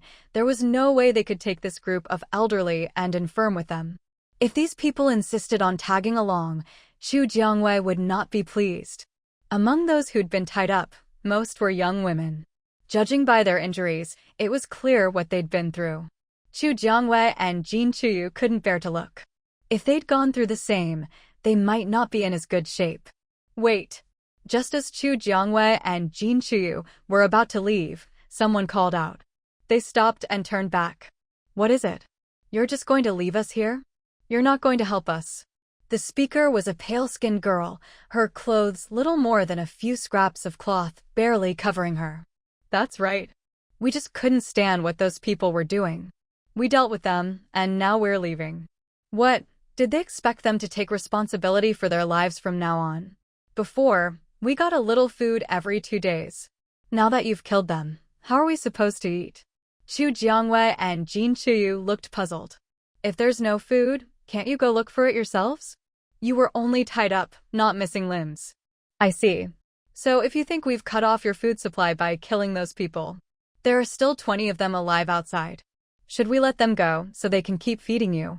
Of course, that would just mean they'd continue being kept as emergency rations. Chu Jiangwei even smiled at them as she said this. The girl immediately fell silent. Sure, Boss Biao's group had given them food, but only enough to keep them alive. And at any moment, they could be caught and become the next meal. We're just ordinary people, powerless to defend ourselves. If we go out, we'll be torn apart by zombies sooner or later. Since you're so strong, can't you take us with you? I can do anything as long as you take me with you. In the crowd, a girl sobbed pitifully, crawling on her knees toward Chu Jiangwei and the others, tears streaming down her face at just the right moment. If it were someone else, they might have softened, but after everything Chu Jiangwei had seen in her past and present life, she could tell at a glance what this girl was really after. Everyone, step back. If they grab onto you, you won't be able to shake them off. Chu Jiangwei tugged Shin Jigui, who was standing in front of her, back a little, then said something that made Shin Jigui and the others find it absurd, and left the girl feeling embarrassed. Sis, did you misunderstand something? I didn't mean it like that. Sis? What sis? You look at least 30, while I'm still a fresh 18. You've got some nerve. Whatever you're plotting, there's no way we're taking you with us, so give up on that idea. I'll leave the hotel flyer here. I've already explained how to use it. Believe it or not, it's up to you. Chu Jiangwei placed the Jianglin hotel flyer on the nearest table, grabbed Shinjigue, and headed out. These people had been trapped here as backup food for so long, who knew how twisted their minds had become. If not for the fact that they were victims, Chu Jiangwei would have preferred to just deal with them all at once. But she couldn't blame the victims. Leaving them the hotel flyer was the last bit of hope she could give them. Whether they could make it safely to Jianglin Hotel would depend on their luck. Shinjigue looked at Chu Jiangyue's hand gripping his wrist, and his ears turned red despite himself. When Chu Jiangwei turned around, she saw the corners of Shinjigue's mouth lifted in a smile, and looked at him suspiciously. What's with that expression? Chu Jiangwei hadn't even noticed that she was still holding onto Shinjigue's arm. And nothing. Since we've dealt with those people, let's hurry up and get in the car. That mutant tiger is still waiting for us to save it. Shinjigue didn't mention Chu Jiangyue's hand at all, and the two of them, hand in hand, walked over to the SUV. It wasn't until now that Chu Jiangwei realized she'd been holding onto Shinjigue's hand the whole time. Her face flushed red in an instant, and she quickly let go. Sorry, I wasn't paying attention just now. It's fine, let's get in the car. With that, he naturally reached out to help Chu Jiangwei into the car. At this moment, Chu Jiangwei didn't know whether to take his hand or not. Just then, a few women suddenly rushed out of the house where they'd just dealt with those scumbags. Some ran toward Jin Chuyu and the others, some toward Chu Jiangyue's car. Chu Jiangwei and Shinjigue both noticed the commotion and quickly turned around. At that moment, one woman rushed straight toward Shinjigue, about to throw herself into his arms. Chu Jiangwei pursed her lips and kicked out with her foot. Shinjigue also quickly dodged to Chu Jiangyue's other side, completely avoiding the possibility of the girl throwing herself at him.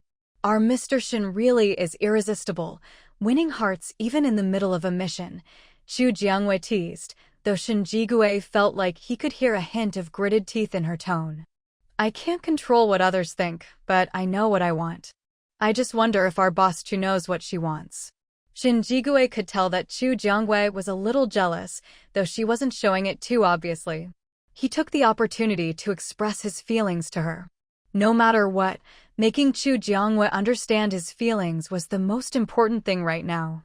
Seeing this new side of Shinjigue, Chu Jiangwei didn't dare meet his eyes. Of course I know what I want. Now hurry up and get in the car unless you want someone to throw themselves at you again. Although Chu Jiangwei didn't say it outright, Shinjigue could see hope. Ladies first. After you, Boss Chu. Shinjigue extended his hand to help Chu Jiangwei into the car. Lin Shuyuan and the others were already in the car. When Chu Jiangwei and Shinjigue got in, they all gave Shinjigue teasing looks. Those women might have been a pain, but at least they'd helped warm things up between Shinjigue and Boss Chu. Since those women had done them a favor, Lin Shuyuan kindly reminded the two women blocking their car, move aside. Otherwise, if the car starts and hits you, that won't end well. In this weather, even a small injury could mean not surviving the night. You'd freeze to death. Even if you didn't freeze, an injury could lead to a fever, and without medicine, that was basically a death sentence. We're not moving. You saved us from those people, so why can't you save us all the way? Why not see it through to the end? We're just two women, we won't eat much, and we can help with chores. You're all men, you probably can't cook, but we can. To survive, they were willing to risk everything. Besides, except for the two women in the group, the rest were all young, handsome guys. Tagging along didn't seem like a bad deal. If they won't move, just drive forward. They're betting you won't dare hit them. Once the car starts, you'll see if they move or not. Chu Jiangwei was sick of this kind of moral blackmail. People who really wanted to die would jump out when the car was moving, not block the car before it even started. Shinjigue sat beside Chu Jiangwei, saying nothing, but his expression made it clear he was annoyed. Lin Shuyuan nodded. All right. With that, Lin Shuyuan stepped on the gas. Even as they got close to the two women, he didn't slow down at all. Seeing the car wasn't stopping, the two women's faces filled with fear and they quickly scrambled out of the way. See? They moved aside after all. Chu Jiangwei rolled down the window and glanced at the women. Keep going, don't stop. Jin Qi's group ran into the same situation and handled it the same way. These people thought being weak meant they were entitled, never considering that this was the apocalypse. People might pity the weak, but they wouldn't sacrifice their own interests for them. For Chu Jiangwei and the others, bringing these people along meant sharing their hard-earned supplies. Even beggars don't have it as good as these people imagine. Once they'd driven a good distance, Lin Shuyuan finally let out a sigh of relief. Phew. Finally, we can relax. Good thing they didn't chase after us. Otherwise, Lin Shuyuan thought he might have been too nervous to even drive. Even though Chu Jiangwei had coldly said, just run them over, Lin Shuyuan and the others knew she never intended to hurt anyone. She just knew those two would dodge out of fear at the last moment. If those two hadn't dodged in time, Lin Shuyuan would have hit the brakes at the last moment anyway. Fortunately, their gamble paid off. Keep driving. We're still quite a distance from where the mutant tigers are trapped, Chu Jiangwei said, pulling up her live map to check their current position relative to the mutant plant forest. From the time they left the Jianglin Hotel, they'd only covered about half the journey. Boss Chu, aside from the mutant plants, do you know anything else about that area? Lin Shuyuan asked, curiosity piqued at the mention of where the mutant tigers were trapped. No idea, Chu Jiangwei replied. She'd never been there herself, so she had no clue what else might be waiting for them. Still, when they got closer, she could have Little Fox scan the area for them and get some advance intel. Not knowing anything puts us at a disadvantage, Lin Shuyuan frowned. With so little information, there were just too many unknowns that could crop up during the mission. Don't worry. When we get close, I'll find a way to scout things out again, Chu Jiangwei reassured him. She knew too little information wasn't good for their mission to rescue the mutant tigers. But Little Fox's scanning range was limited. She could only scan once they were within a kilometer of the destination. Since the mutant tigers came to us for help, all we can do is give it our best shot. Whether we succeed or not, at least we'll have tried for them. As for the rest, we'll just have to see how things go, Shen Jigui said, not wanting Chu Jiangwei to feel guilty about the lack of information. After all, the intel came from the mutant tigers themselves. There was nothing more Chu Jiangwei could do, even if she wanted to. It's fine. Even if you didn't mention it, I'd still want to scout the area before we go in, Chu Jiangwei said, understanding that Shen Jigui was trying to look out for her, but not wanting to cause any rift between him and Lin Shuyuan. It's all good. I was just asking. The mutant tigers are trapped after all. It's already helpful that they could provide this much info, Lin Shuyuan said. Just focus on driving and get us there as soon as possible. If we're late and the rescue fails, how will we answer to the mutant tiger family? Shen Jigui chided Lin Shuyuan. I'm driving, aren't I? Lin Shuyuan shot back, unafraid of Shen Jigui. With Chu Jiangwei here, Shen Jigui wouldn't dare go too far. Chu Jiangwei didn't know the ins and outs of their relationship, so she didn't realize Lin Shuyuan only dared joke around with Shen Jigui like this because she was present. After dealing with the scum and shaking off a bunch of clingy troublemakers, their journey finally went smoothly. From morning until night, they didn't run into any more obstacles. Chu Jiangwei checked her live map and confirmed their location. They had finally reached the forest of mutant plants. Host, there's an underground laboratory inside the forest. The mutant tigers are being held there. Little Fox reported as soon as the lab entered its scanning range. Chu Jiangwei frowned slightly at the news. Could it be that some mad scientists are using the mutant tigers for live experiments? I understand. We'll definitely get them out, she replied. Even though it was mutant tigers who'd been captured, if these lunatics were willing to experiment on them, who's to say they wouldn't start experimenting on humans next? For everyone's safety, this lab had to go. The forest ahead is where the mutant tigers are being held. According to their description, they're underground. We'll have to enter the forest to find the entrance to the underground lab, Chu Jiangwei explained. To rescue the mutant tigers, they'd have to go inside. The only problem was, they had no idea what kind of defenses the lab might have. Let's head into the forest first and figure it out as we go. Wait, Lin Shuyuan interjected. Boss Chu, you said the plants in this forest are all mutants. If we just barge in, we might get attacked. Mutant plants could be just as territorial as mutant animals. I'll send 2 vines in to scout ahead. They should be back soon, Chu Jiangwei said. She rarely asked them for help, so the 2 vines were eager to prove themselves. They rushed off, each trying to outdo the other and complete the task as quickly as possible. Watching the vines disappear into the mutant plant forest, Chu Jiangwei signaled for the others to wait. Let's hold off until they get back and report what they find. So they parked the car a short distance from the forest and waited for the vines' feedback. They'll be okay, right? Lin Shuyuan finally asked after a while. Don't worry, they're doing great, Chu Jiangwei reassured him. After all, they were mutant plants too. The forest's other mutant plants might be surprised to see them, but wouldn't attack. Plants tended to trust other plants more than humans anyway. Still, Chu Jiangwei couldn't help glancing frequently toward the forest. I thought you said you weren't worried. Shen Jigui teased, noticing her behavior. I'm not worried about their safety, just that they might mess things up, Chu Jiangwei admitted.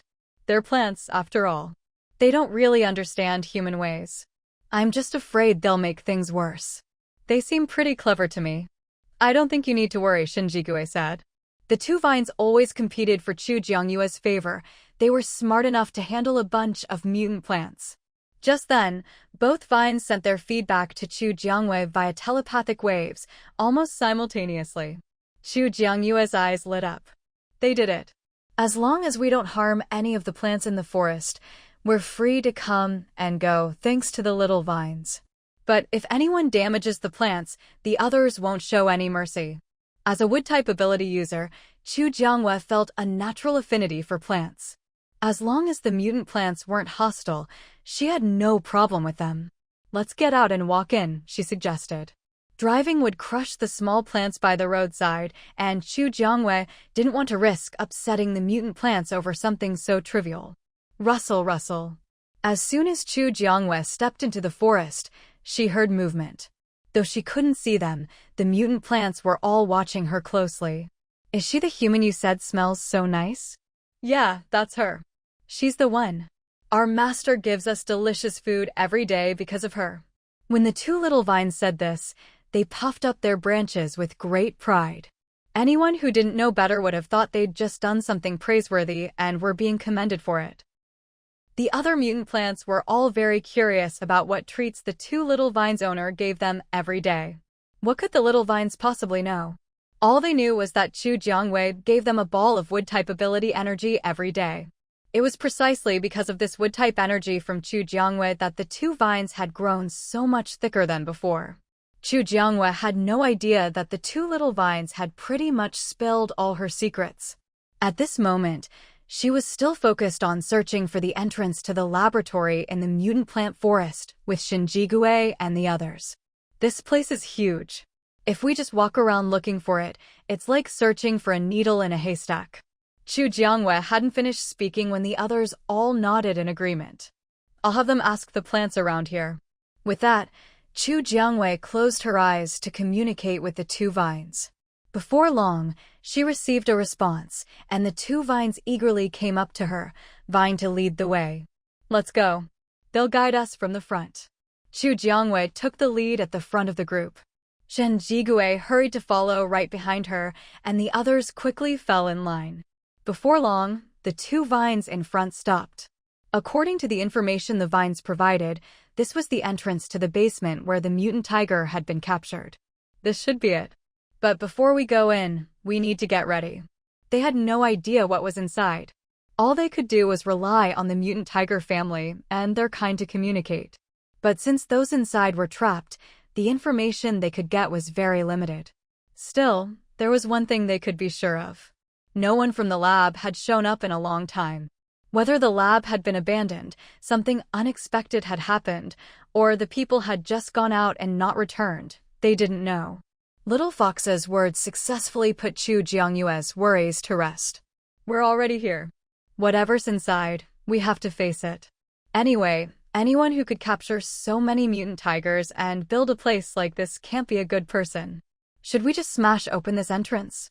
As she spoke, Chu Jiangyue began to gather her powers, ready to blast open the entrance. I'll do it.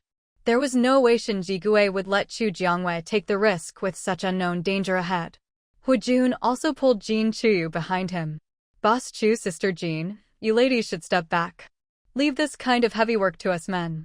Chu Jiangyue and Jin Chuyu didn't argue and obediently took a few steps back. At this moment, the two vines wrapped themselves around Chu Jiangyue's wrist again. With no one guarding the entrance, Shen Jigui and the others quickly broke it open, revealing an opening just big enough for one person to enter. We'll go in front, the two ladies and the mutant tiger in the middle, and you guys cover the rear. How does that sound? Hu Jun looked at Shen Jigui. It wouldn't do to have the two women lead the way when exploring unknown territory. Hu Jun and Shen Jigui were the strongest in the group, aside from Chu Jiangyue and Jin Chuyu. Having one at the front and one at the back was clearly the most reasonable arrangement. No objections. Let's do it. Shen Jigui agreed, and Hu Jun took the lead, stepping into the entrance. Jin Churin led the others in after him. The two mutant tigers had also heard what Hu Jun and Shen Jigui said, and one of them followed right behind Jin Churin and the others. Next came Jin Chuyu and Chu Jiangyue, with another mutant tiger behind Chu Jiangyue, and then Shen Jigui's group of 5. Clearly, whoever built this underground lab had spared no expense. The narrow, single-person entrance led them about 50 meters in before the space suddenly opened up. At this point, they encountered their first fork in the path. Can you communicate with your kind and ask which way we should go at this fork? They were here to rescue the mutant tigers. There was no need to investigate anything else for now. Roar, roar, roar. Everyone stopped and looked to Chu Jiangyue and the two mutant tigers for guidance. You two go ahead and lead the way. Stay in touch with your companions and let me know if anything comes up. Chu Jiangyue was the only one who could understand what the mutant tigers were saying, thanks to Little Fox. With the two mutant tigers leading, Chu Jiangyue naturally followed. Shen Jigui, worried about Chu Jiangyue being at the front, quickly caught up. I'll go with you. Left behind at the rear, Su Zhuqing and the others looked at Shen Jigui's back with a hint of resentment. Brother Shen really has forgotten his friends now that he's got a girlfriend. She's not his girlfriend yet. If Boss Chu hears you, watch out or you'll be in trouble back at the hotel. Jiang He shot Su Zhuqing a look, reminding him to watch his words. Jin Chuyu wasn't the type to need protection, and seeing Chu Jiangyue move up to the front, she quickened her pace to join them. Hu Jun felt a bit helpless seeing Jin Chuyu come to the front as well. He'd arranged things so Jin Chuyu could relax a bit and not worry about the team. He'd take care of everything. Who would have thought she'd get restless so quickly? It was understandable for Chu Jiangyue to go up, but Jin Chuyu just couldn't sit still. Little Fox, perched on Chu Jiangyue's shoulder, gave a timely warning. As soon as Little Fox finished speaking, Chu Jiangyue had already summoned a vine to her hand. Everyone, be careful. Stay alert. The zombies hadn't come over yet, but Chu Jiangyue could already faintly hear their growls. Listen. Do you hear something? Jin Churin suddenly stopped, feeling like she'd heard something, but the sound was too faint to make out clearly. It's the sound of zombies growling. There aren't any footsteps, so these zombies are probably locked up. Otherwise, with so many of them here and such strong sense of living people, there's no way the zombies wouldn't have noticed. And if they had, but hadn't come over, the only explanation was that the zombies couldn't move freely. Hearing Chu Jiangyue's words, the others exchanged glances. If there are zombies, we need to deal with them. Otherwise, if the zombies suddenly get out of the lab, the ones who'll suffer will be the little animals and their dens. Let's go. They can lead the way. Chu Jiangyue pointed to the two mutant plants on her wrist.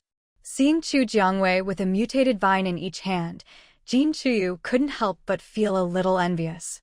It's a pity she didn't have wood-type powers, otherwise, she'd definitely have a whole balcony full of plants for herself.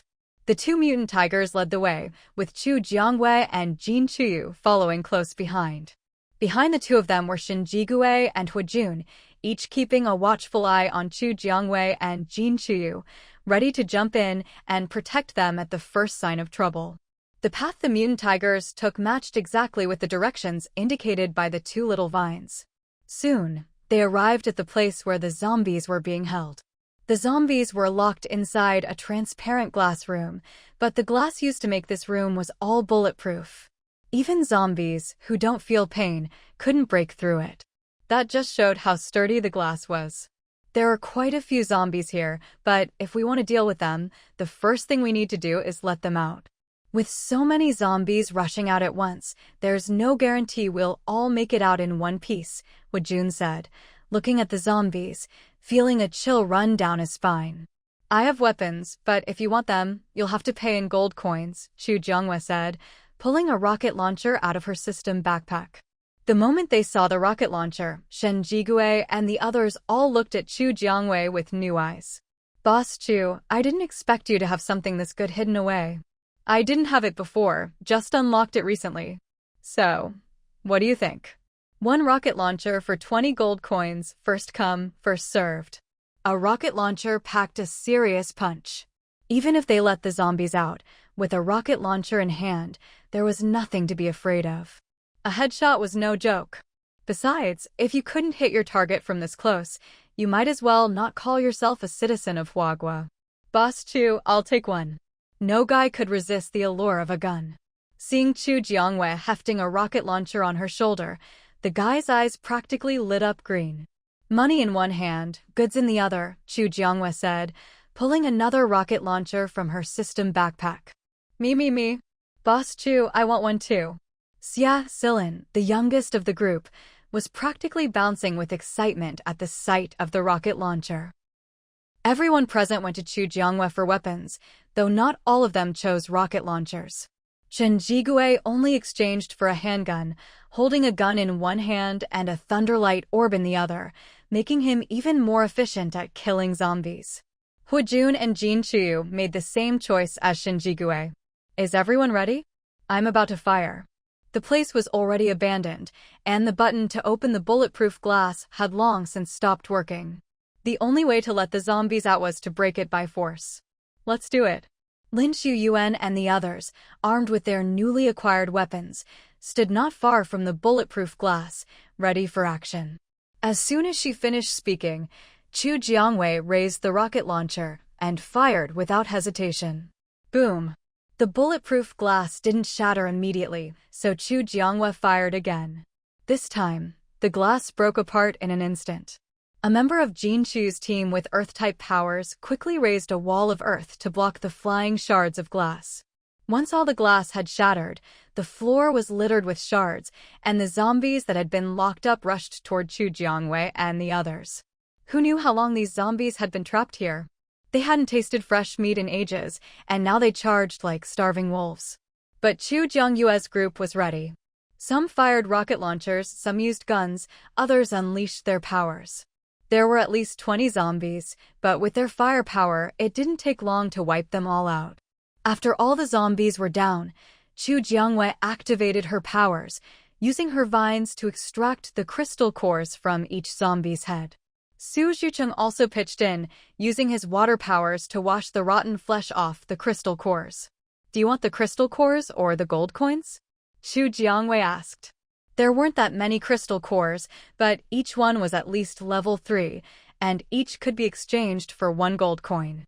But Shin Jigue and the others still had plenty of gold coins left, so Chu Jiangwei figured they'd prefer the crystal cores. I'll take the crystal cores. I feel like I'm close to leveling up, Lin Shiyuan said. He was a fire-type ability user, and out of the 26 crystal cores, 4 were fire-type. But if the 26 crystal cores were split evenly, Lin Shiyuan would only get 2. I'll take crystal cores too. Jin Churen quickly chimed in. He and Lin Shiyuan were both fire-type users, and every time they fought together, Jin Churan would secretly compare himself to Lin Shuyuan. Everyone else chose crystal cores as well, but for those with rare powers not represented among the cores, they had to make up the difference with gold coins. Those who ended up with more cores than their share also paid the difference in gold coins. Soon, the crystal core distribution was settled. The cores allotted to the 2 mutant tigers were temporarily kept by Chu Jiangwei, ready to be exchanged for food for them at any time. Let's keep moving. We promised to rescue the mutant tiger's companion, and we've already wasted a lot of time, Chu Jiangwei said, seeing the 2 mutant tigers getting anxious. The group continued to follow the tigers deeper inside.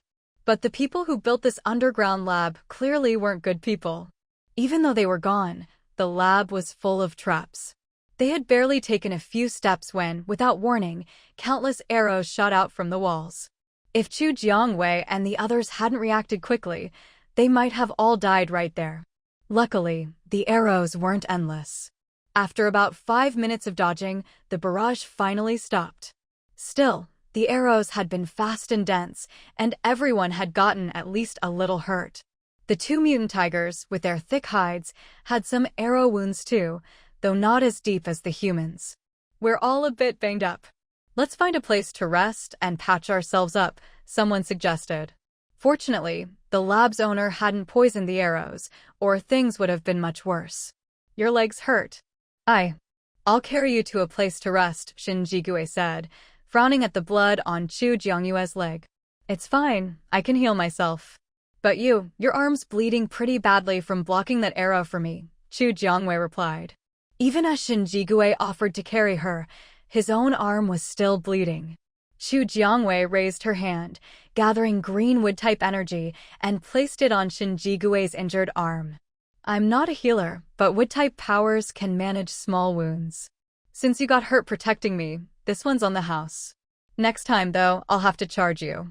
As Chu Jiangyue's power worked, Shin Jigui could clearly feel his wound healing at a speed visible to the naked eye. All right. Hey, hurry up. The people ahead are almost out of sight. Jiang He teased the 2 of them, then quickly ran ahead. Chu Jiangwei and Shin Jigui both blushed at Jiang He's words. When they looked up, their eyes met, and the air between them seemed to heat up. But Chu Jiangwei quickly regained her composure and took a step back. They've gone far ahead. We should catch up. With that, she turned and hurried forward, and Shin Jigui quickly took a big stride to follow her. When they caught up with the main group, Jin Chuyu and the others were all sitting on the sofas in a large hall, helping each other treat their wounds.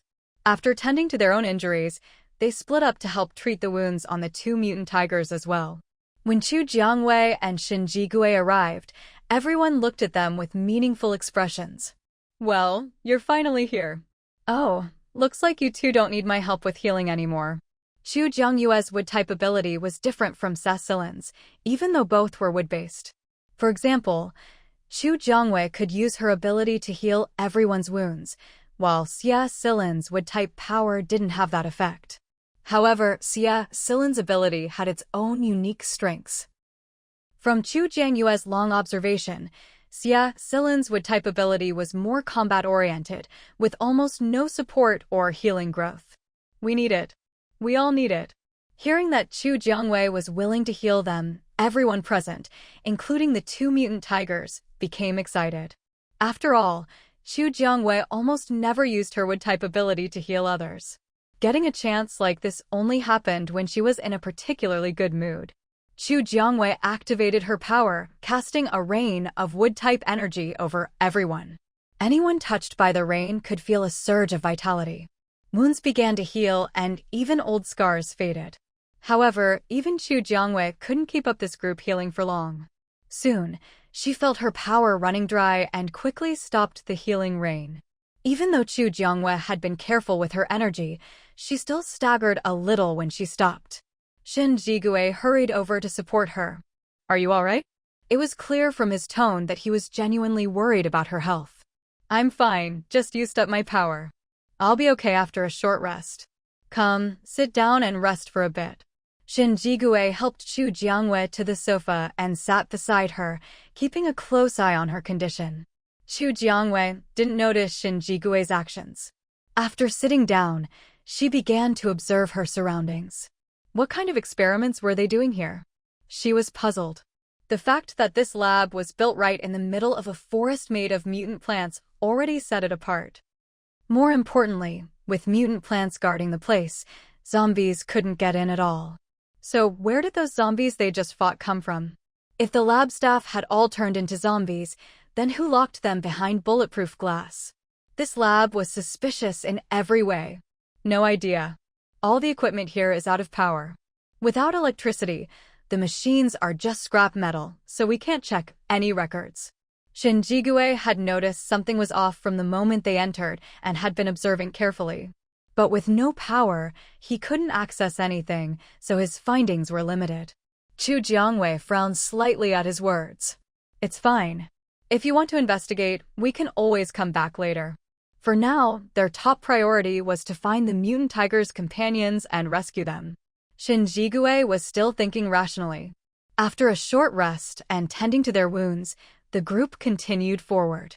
The two mutant tigers still led the way, their massive bodies almost filling the entire corridor. Roar! Roar! Suddenly, the two tigers let out a roar, and the next second, they heard a response from somewhere ahead. Chu Jiangwei immediately stopped in her tracks. Did you hear that? She patted Shin Jigui's arm beside her. Yeah, another beast just answered the tiger's roar. Then what are we waiting for? Let's hurry and see where they are. They'd risked their lives several times for these mutant tigers. If the tigers couldn't offer a satisfactory reward, Chu Jiangwei was seriously considering making them work off their debt at the Jianglin Hotel. No one could make her do a losing deal, not even mutant tigers. Just then, the two tigers suddenly sped up, and the group quickly followed suit. Sure enough, after running for a bit, they saw several more mutant tigers locked in cages ahead. Roar! Roar! Roar! Roar! Roar! The two sides finally reunited, roaring excitedly at each other. Chu Jiangwei and the others couldn't help but smile in relief. All right, now the question is, how do we open these cages? They examined the cages for a while. These are all fingerprint locks. The prints must belong to the former lab staff. If we force them open, there might be a self-destruct protocol. Jiang He frowned as he spoke. Everyone's expression darkened at his words. There's no other way? A self-destruct could be minor or catastrophic. What if it's connected to the whole lab? We could all die here. Chu Jiangwei herself was protected by her system, so she'd be fine, but the others' fate would be uncertain. There's one more way, but it's hard to pull off. Jiang He pushed up his glasses, looking serious. Let's hear it. We could use hacking to break the fingerprint locks program, reset it, and then register our own fingerprints to open it. Chu Jiangwei kept her expression neutral at the fox's words. So as long as we destroy the fingerprint locks program and re-register the fingerprints, it'll work? She turned to Jiang He for confirmation. Jiang He nodded. In theory, yes. But we don't have any computers or tools right now, and there's no network. Hacking the fingerprint system isn't easy. He wanted to help, but there was only so much he could do without the right equipment or internet access. I'll handle destroying the fingerprint program. Can you take care of the rest? Chu Jiangwei still trusted the little fox. For a simple fingerprint lock program, if it wanted to sabotage it, it could do so in a matter of minutes. All done. Jiang He adjusted his gold-rimmed glasses and gave Chu Jiangwei a confident nod. Great. Wait a moment. I'll take care of it right away. With that, Chu Jiangwei shot the little fox a subtle look. Roger that. Host, just wait for me. I'll be back in no time. As soon as it finished speaking, the little fox transformed into a stream of data and dove straight into the fingerprint lock. Not long after, the data fox zipped back out, then darted off to tackle another fingerprint lock. Back and forth it went, until finally, the little fox had disabled every fingerprint lock program in the area. All done. Host, aren't I amazing? The little fox perched on Chu Jiangwei's shoulder, looking extremely proud of itself. Amazing, amazing, you're the best. A couple of compliments were enough to make the little fox dizzy with delight. Chu Jiangwei didn't mind saying a few more words.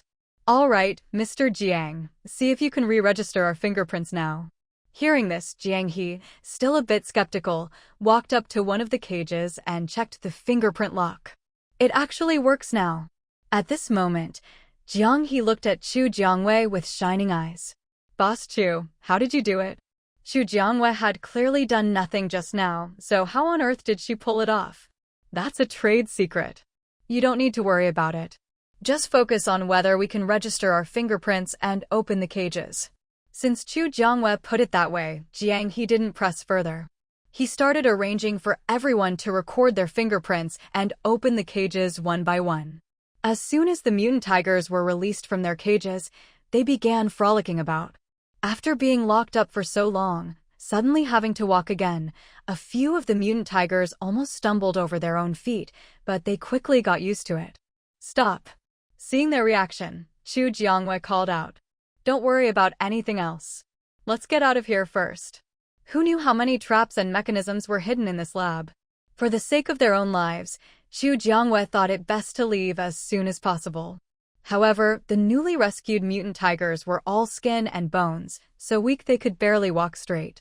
But since they were mutants, they were about the same size as the two adult mutant tigers from the same family, so carrying them out wasn't really an option. Let's give them something to eat first, help them regain some strength. With that, Chu Jiangwei took out a few plates of braised pork and other dishes from her system backpack and set them in front of the mutant tigers. Besides the mutant tigers, there were a few other mutant animals here, though far fewer in number. It was clear that whoever built this lab had focused their experiments mainly on mutant tigers. As for the rest, it was probably all about the zombie virus. Otherwise, they wouldn't have encountered so many zombies trapped behind bulletproof glass earlier. The mutant tigers and other animals stared at the clean, tempting food, their eyes practically glowing green. But remembering that it was their trust in humans and the food given by humans that had led to them being drugged and captured, all the mutant animals hesitated. Roar, roar, roar. Sensing their hesitation, the two mutant tigers who had brought Chu Jiangwei and the others here let out a few roars at them. Only then did the mutant animals finally relax and start eating the food provided by Chu Jiangwei and Shin Jigui. Once they'd had their fill, Chu Jiangwei spoke up. All right, now that everyone's eaten, it's time to hit the road. She paused, then coughed awkwardly. Hit the road. That doesn't sound quite right. Lin Shuyuan coughed twice, embarrassed, and quietly corrected her. Chu Jiangwei kept a straight face and followed closely behind the two mutant tigers as they headed out. The other mutant animals hurried after her, following her lead toward the exit. Shin Jigui stuck close to Chu Jiangyue's side. Even though they were the ones who had released the mutant animals, he still remained vigilant. After all, no one knew what these animals had been through, and there was no guarantee they wouldn't suddenly attack. If they were unlucky enough to be attacked, this vigilance might just save their lives. Host, the lab's self-destruct sequence has been activated. In 2 minutes, the entire place will collapse. I can extend the time to 10 minutes for you, host, but you need to get everyone out quickly. The little fox suddenly spoke up, and what it said made Chu Jiangyue's face change instantly. This place is about to collapse. We only have 10 minutes. Let's get out of here now. Hearing Chu Jiangyue's words, everyone else and the mutant animals all turned pale. Move. At that moment, the mutant plants covering the outside of the lab seemed to sense something too. Some shook their leaves more vigorously, while others waved their branches. Inside the lab, as they ran, Shin Jigui had somehow taken Chu Jiangyue's hand, leading her forward, right behind the two mutant tigers. Chu Jiangwei had started to slow down, but she hadn't expected Shin Jigui to just grab her and pull her along. During the collapse, whenever steel beams, concrete, or light fixtures fell from the ceiling, Shin Jigui's first instinct was always to shield Chu Jiangwei from danger. Watching his subconscious actions, Chu Jiangwei didn't know how to describe her feelings. She just felt her heart swelling, with nowhere to express her emotions. There's light ahead. That must be the exit. Shin Jigui's eyes lit up as he spotted the light. Everyone behind them breathed a huge sigh of relief at his words. The lab was actually quite large. It had taken them a long time to get in and find the mutant animals. Over 2 or 3 hours had passed. But on the way out, since all the traps had already been triggered, they could retrace their steps much faster. The 2 adult mutant tigers were the first to rush out. The little mutant tiger, which Chu Jiangwei had placed on its father's back earlier, was now out with them as well. You go first. Shen Jigui pushed Chu Jiangwei ahead of him. The last stretch was so narrow they could only go one at a time. Stay right behind me, don't fall behind. There were still Shen Jigui's teammates behind them. Chu Jiangwei was worried she'd turn back to look for them. In Chu Jiangyue's mind, saving her own life was the top priority right now. But Shen Jigui and Lin Shuyuan had been through life and death together. They were brothers in arms. Even if Shen Jigui went back to look for them, Chu Jiangwei couldn't say anything. All she could say was that Shen Jigui was a man who valued his friends deeply. We have 10 minutes. There are still 3 minutes left. They'll make it out. Chu Jiangwei could tell from Shen Jigui's expression what he was planning. You know I could never abandon any of them. Just as Chu Jiangwei guessed, after sending her out of the lab, Shen Jigui turned back to find the others. Because they had to dodge falling debris as they ran out, the group got stretched out, with more distance between each person. Chu Jiangwei and Shen Jigui had managed to escape so quickly only because they'd been holding off 2 mutant tigers the whole way. The people behind them still had quite a ways to go before reaching the exit. This is too dangerous, you can't go back. Chu Jiangwei grabbed Shen Jigui's arm. Trust me, they'll make it out. After all, Jin Chuyu is the protagonist of this world. She's still inside, so there's no way the laboratory will collapse that quickly. Otherwise, her protagonist's halo would be way too weak. At that moment, a whole herd of mutant animals came stampeding out behind Chu Jiangwei and Shen Jigui. Chu Jiangwei pulled Shen Jigui and pushed him further away. Mutant animals are still coming out. You can't get back in anyway. Just wait a little longer. The little fox's support time wasn't up yet. Anything was still possible. It was then that Chu Jiangwei noticed something strange. The mutant plants that had been covering the lab's exit had all withdrawn. Within a 2-meter radius around the lab, not a single mutant plant remained. Perhaps sensing Chu Jiangyue's confusion, a bright green vine cautiously crept over and gently tapped her with its tip. The 2 vines wrapped around Chu Jiangyue's wrist immediately grew restless. They slipped off her wrist, grew longer, and went over to reason with the new vine. Chu Jiangwei didn't have time to worry about her 2 vines getting jealous. What she really wanted to know was why all these mutant plants were avoiding the lab's entrance and exit. What's going on? The vine's tips started wiggling and twisting, trying to explain what it knew to Chu Jiangwei. Chu Jiangwei could barely sense the emotions of these mutant plants, but she couldn't understand what they were actually saying. The little fox was busy at the moment and couldn't come over to translate for her. Boss Chu. Brother Shen.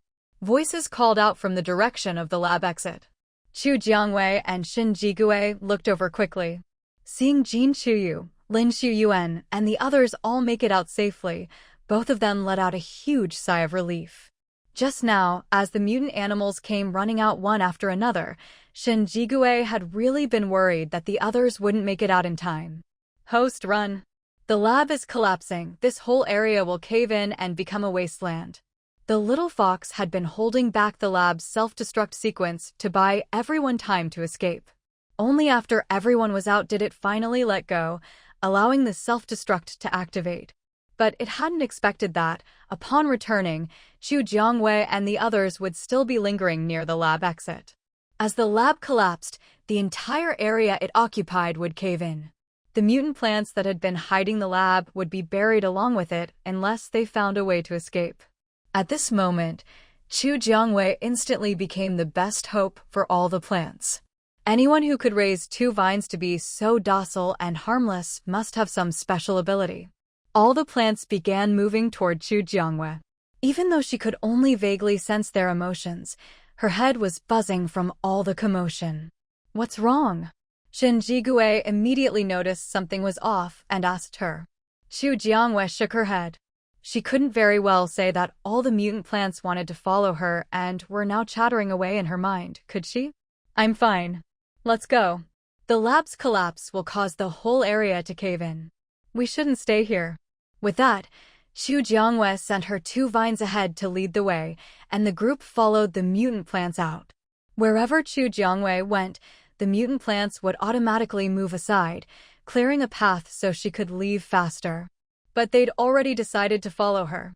Besides making way, all the mutant plants quietly crowded closer to Xu Jiangwei. Some even uprooted themselves and hurried after her. Shen Jigui noticed this, but since the plants didn't seem hostile, he didn't say anything. Xu Jiangyue's only thought was to get out of here as quickly as possible. She didn't want to lose her life in this place. She didn't pay much attention to the changes happening around her.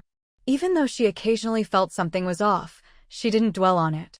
Xie Silin, who also had a wood-type ability, was completely stunned to see enough mutant plants to form a whole forest running alongside them. But there was no time to think about it. He just had to run for his life. Otherwise, if the ground caved in from the lab's collapse, he'd be lucky to survive it all. Host, keep going. Only 200 meters left. The little fox perched on Xu Jiangyue's shoulder, constantly updating her on the distance. With 2 vines leading the way and the mutant plants clearing a path, Xu Jiangwei was easily the fastest runner in the group. Hearing the little fox say there were only 200 meters left, Xu Jiangwei pushed herself to run even faster. Finally, in the very last second before the lab completely collapsed, everyone, humans, mutant plants, and mutant animals, made it out of the danger zone. Phew. We finally made it out. I think I just did a year's worth of exercise in one day, Su Zhucheng panted, feeling like he'd gone way over his exercise quota for the year. Wait, these mutant plants. It was only now that Xu Jiangwei realized something was off. Why had all these mutant plants followed them out? Host, they've been following you the whole time. Didn't you notice? The little fox's words made Xu Jiangwei question her own sanity. What did it mean? The mutant plants had been following her the whole time. Xu Jiangwei turned to Shen Jigui. Just now, were these mutant plants really following us? To be precise, they were following you, Shen Jigui nodded, but his words made Xu Jiangwei find it hard to believe. Sure, her wood-type ability was a bit special, and she'd raised her 2 vines pretty well, but was it really enough to make so many mutant plants follow her? He's also a wood-type ability user. How do you know the plants weren't following him? Xu Jiangwei tried to drag Xie Silin into it. Boss Xu, you flatter me. I know exactly how strong my wood-type ability is, Xie Silin replied. As a wood-type ability user, he did have an easier time getting mutant plants to like him compared to others, but that was only relative. Compared to Xu Jiangyue's ability, there was no contest. For example, he couldn't make plants grow at will. His wood-type power was like a watered-down version of Xu Jiangyue's. There were many things Xu Jiangwei could do that he simply couldn't. Maybe if he leveled up a few more times, he could make plants grow, but he'd never be able to do it as effortlessly as Xu Jiangwei. You all, want to come with me? Xu Jiangwei looked around at the mutant plants that had followed her. Rustle, rustle. The mutant plants all nodded in unison, moving their leaves, branches, or blossoms in perfect sync. The scene was both bizarre and harmonious, and Xu Jiangwei had no idea how to describe her feelings at that moment. First things first, if you're going to follow me, you have to listen to what I say. My wood-type powers are limited. I can't use them every day. Also, when we arrive, you'll have to wait for me to assign you a place to take root. If you can accept these conditions, nod again. Rustle, rustle. All the mutant plants eagerly nodded their branches, leaves, or flowers. Xu Jiangwei. All right, but it's not really appropriate for you all to parade down the road like this. Hold on a second. Little fox, hurry and see if there's anything that can temporarily store these plants without harming them. Xu Jiangwei quickly asked Little Fox in her mind. Little Fox immediately searched for her. Host, this plant nutrient dish can let the mutant plants temporarily take root inside. But the soil nutrients are limited. Within a week, you have to take them all out, or they might die inside. Little Fox reported this to Xu Jiangwei with a serious expression. Each nutrient dish cost 5 gold coins, and with so many mutant plants, Xu Jiangwei needed to buy 20 in total. Just like that, 100 gold coins were gone. And after one use, she'd have to pay for more nutrient soil herself, otherwise the dishes would be disposable. Honestly, the price was a total ripoff. But for the sake of convenience, Xu Jiangwei still bought them and took them out from her system backpack. These are plant nutrient dishes. You can stay inside for 7 days. During those 7 days, behave and wait here. As soon as I get back, I'll let you out right away. The mutant plants all raised their branches, leaves, or flowers in excitement. I'm opening the dishes now. Go in one by one. When one is full, move on to the next. With a wave of her hand, 20 plant nutrient dishes appeared in front of Xu Jiangwei. As soon as she opened them, a fresh, unpolluted, earthy smell wafted out, instantly refreshing Shinjigue and the others. God knows how long it had been since they'd seen uncontaminated soil. The dirt in these dishes was like a beacon of hope for their planting efforts. Everyone looked at Xu Jiangwei differently now. They'd known she could produce all sorts of supplies, but they hadn't expected even this. Judging by her intentions, she was clearly planning to let the mutant plants take root inside. The mutant plants trusted Xu Jiangwei. After the first one entered and reported back that it was fine, the rest eagerly filed into the nutrient dishes. Once all the plants were inside and the 20 dishes were closed, Xu Jiangwei waved her hand and stored them back in her system backpack. Let's go, we need to hurry back to the hotel. With that, Xu Jiangwei took out her silver off-road vehicle from her backpack. Shen Jigue and the other 5 got in, automatically divvying up driving shifts. The little mutant tiger followed Xu Jiangwei into the car and curled up on her lap. Meanwhile, Jin Chuyu and her group also set up navigation and chose off-road vehicles as their transport. The 2 mutant tigers roared at the one they'd rescued and the other mutant animals, communicating back and forth for a while. Finally, the 2 tigers leaped onto the roofs of Xu Jiangyue's and Jin Chuyu's vehicles. The other mutant animals ran at full speed, keeping pace with the 2 off-road vehicles. With such a formidable convoy, unless they ran into zombies or zombie animals, most things gave way. The return journey was much smoother than the trip out. Aside from the occasional zombie or zombie animal, there was little danger, and Xu Jiangyue's group could easily handle those threats. By the time they finally returned to Jianglin Hotel, Xu Jiangwei felt like a lifetime had passed. We're finally back. After days outside, with temperature swings that feel like all 4 seasons in one day, I was about to go crazy if I stayed out any longer, Lin Chuyuan said as he got out of the car, relishing the feel of solid ground beneath his feet. Because Xu Jiangwei wanted to get back as soon as possible, they'd only stopped for meals or when they were utterly exhausted. The rest of the time was spent on the road. This kind of long, grueling journey was not something any of them wanted to repeat anytime soon. The others were free to rest once they got back, but Xu Jiangwei still had a mountain of things to do. As soon as Xu Jiangyang learned that Xu Jiangwei had returned, he left the office hall and came to her residence to report on the progress of the safety corridors.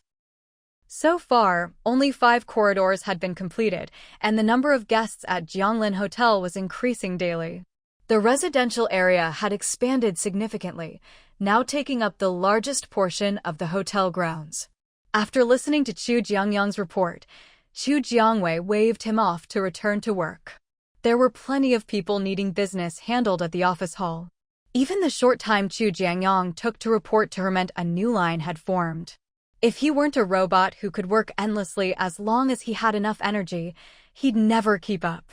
Once Xu Jiangyang left, Xu Jiangwei walked out of her residence to a large open lawn at Jianglin Hotel and took all the plant nutrient dishes out of her system backpack. She opened them up.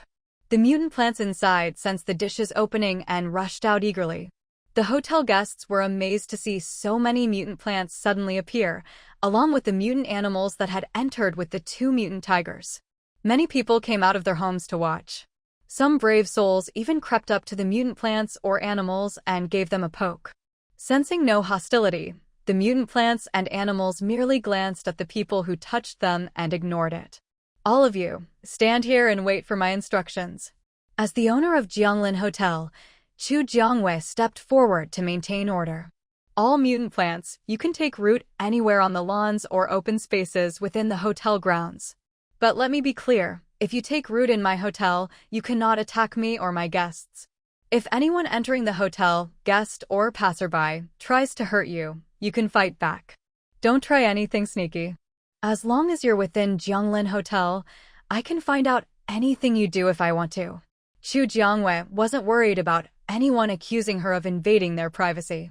Laws didn't matter anymore. Jianglin Hotel was hers, and here, her word was law. Rustle, rustle. The mutant plants couldn't speak, so they could only use their branches, leaves, and flowers to express what they wanted to say. Although Chu Jiangwei couldn't really understand them, she could vaguely sense the intentions they were trying to convey. So, she knew that they were agreeing. All right, since that's settled, go ahead and pick a spot to put down roots. Other than the 2 trees Chu Jiangwei had planted, the Jianglin Hotel only had a lawn and the newly opened farm. There were no other plants around. Now, with the arrival of these mutant plants, the hotel was finally getting a touch more greenery. With Chu Jiangyue's permission, the mutant plants all rushed off to settle in their chosen spots. Now, only a group of mutant animals remained, most of them so skinny they were practically skin and bones. You're mutant animals, which is quite different from the mutant plants. Do you want to live outside on your own, or do you want to stay here like the mutant tigers, exchanging crystal cores for food? Chu Jiangwei actually preferred for them all to stay, but these mutant animals had been kept in cages for so long that they barely had any crystal cores left to exchange for coins and pay for long-term lodging at the hotel. Roar, roar, roar. They say they don't care about anything else, they just want a cheap place to stay. As for food, they'll pay with crystal cores or whatever else you require. The little fox, perched on Chu Jiangyue's shoulder, translated the animal's requests for her. All right, I'll build a separate apartment building for you. The price will be about the same as residential area A. Hearing this, the mutant animals excitedly surrounded Chu Jiangwei, roaring and howling for quite a while. With that, Chu Jiangwei began constructing the new building. In about 10 minutes, the latest apartment building was finished. The mutant animals who had followed Chu Jiangwei and the others back to the hotel all happily filed into the office lobby to register for personal ID cards, top up their accounts, pay rent, and move into their new home. However, there were more mutant animals than expected, and the new building wasn't enough.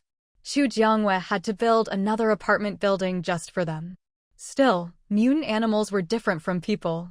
After waiting so long without getting into their own rooms, some of them started to get anxious. Their orderly line quickly fell into chaos. Chu Jiangwei and Chu Jiangong hurried to calm them down, but it didn't help much.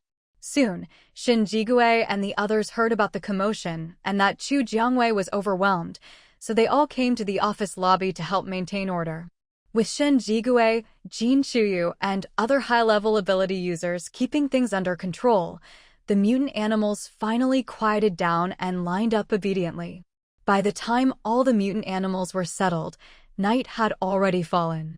To thank Shen Jigui and the others for coming to help, Chu Jiangwei waved her hand and gave everyone a refreshing iced drink. It wasn't anything expensive, but in this extreme heat, it was incredibly useful. And giving one to everyone wasn't cheap either. Thanks, Boss Chu. If you ever need help like this again, be sure to call us. With their iced drinks in hand, Lin Shuyuan and the others all broke into smiles. Jin Chuyu and the others also said their goodbyes to Chu Jiangwei with a smile. In the end, only Shen Jigui remained. You're still here, Chu Jiangwei started. I have something I want to talk to you about. Before she could finish, Shen Jigui interrupted her. What is it you want to say? Shen Jigui glanced at Chu Jiangong, who was still behind the counter. This isn't the right place to talk. Let's go somewhere else. Chu Jiangwei realized Shen Jigui must have something important to say. After mentally preparing herself, she nodded. Where do you want to go? Let's go behind your house. Behind Chu Jiangyue's house was the hotel's farm, a place rarely visited by others. All right, let's go. Chu Jiangwei even took the lead, walking ahead of Shen Jigui.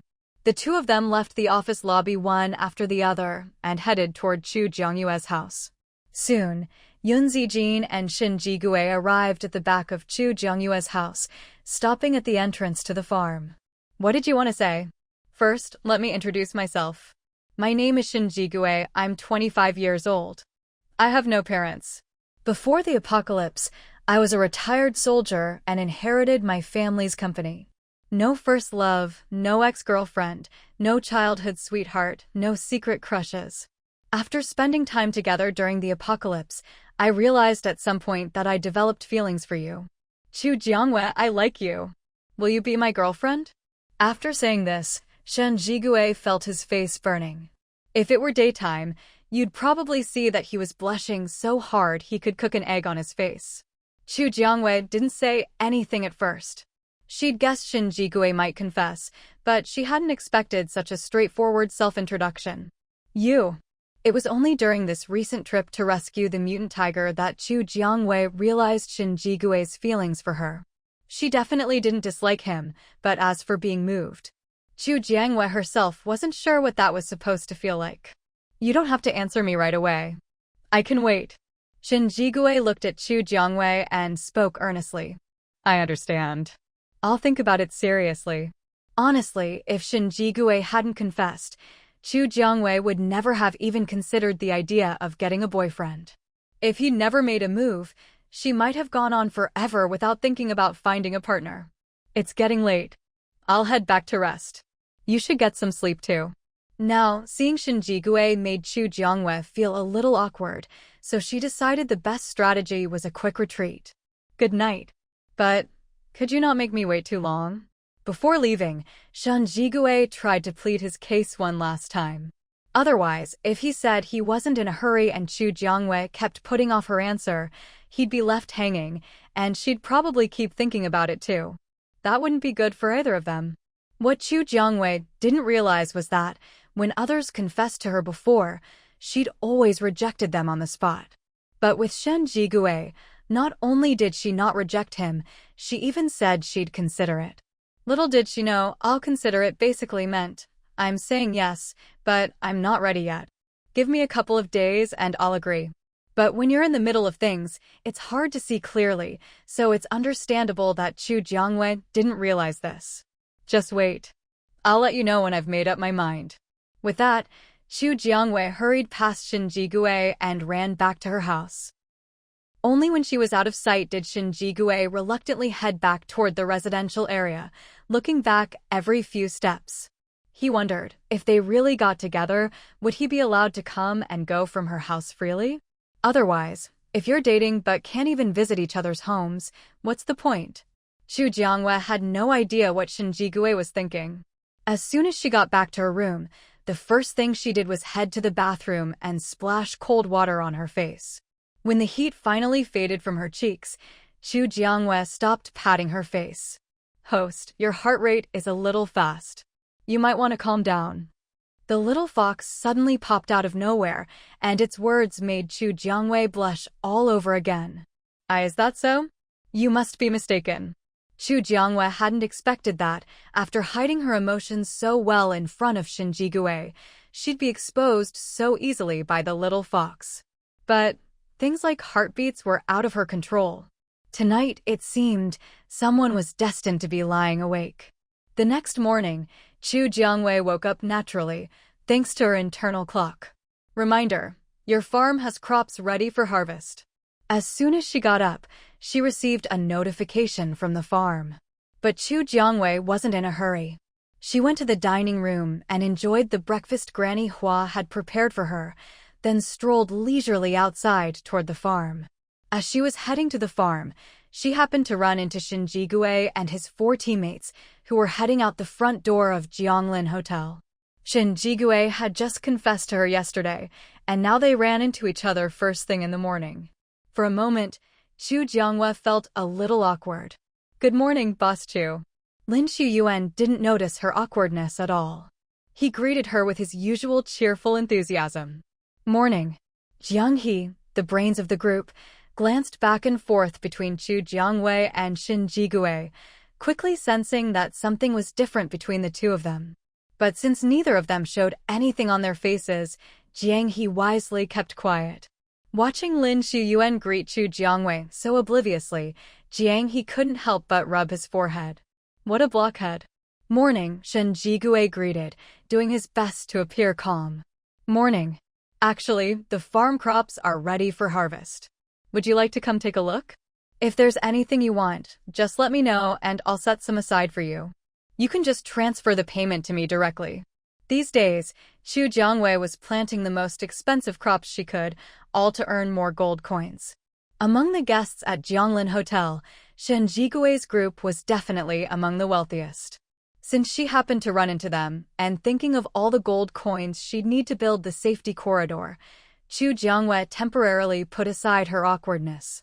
At her words, the eyes of Shen Jigui's group lit up. Even though Chu Jiangwei occasionally stocked her farm produce at the Jianglin General Store, the quantities were always limited. Even with gold coins, they couldn't always get what they wanted. With so many guests at the hotel, it was never guaranteed they'd be able to buy anything. Being able to get first pick today was pure luck. What do you have? Lin Shuyuan responded immediately, eager to check it out. Considering that a lot of guests go out every day to hunt zombies for gold coins, I planted crops that are easy to cook and filling: potatoes, sweet potatoes, taro, that kind of thing. Take a look. They're all 5 silver coins each. How many do you want? With that, Chu Jiangwei led the 5 of them into the farm, letting them see the mature crops for themselves, guaranteed all natural and pollution-free. But these crops are all underground. We can't really see the quality, can we? Boss Chu, can we pull some up to check? Su Zhucheng looked over the lush green field, but couldn't see what the actual produce looked like. Of course. Chu Jiangwei stepped forward and pulled up one of each of the 3 crops. I can guarantee all the produce is this size. After all, she'd bought the seeds from the system store. The quality was leagues above anything they could find outside. We'll take 1 gold coin's worth of each.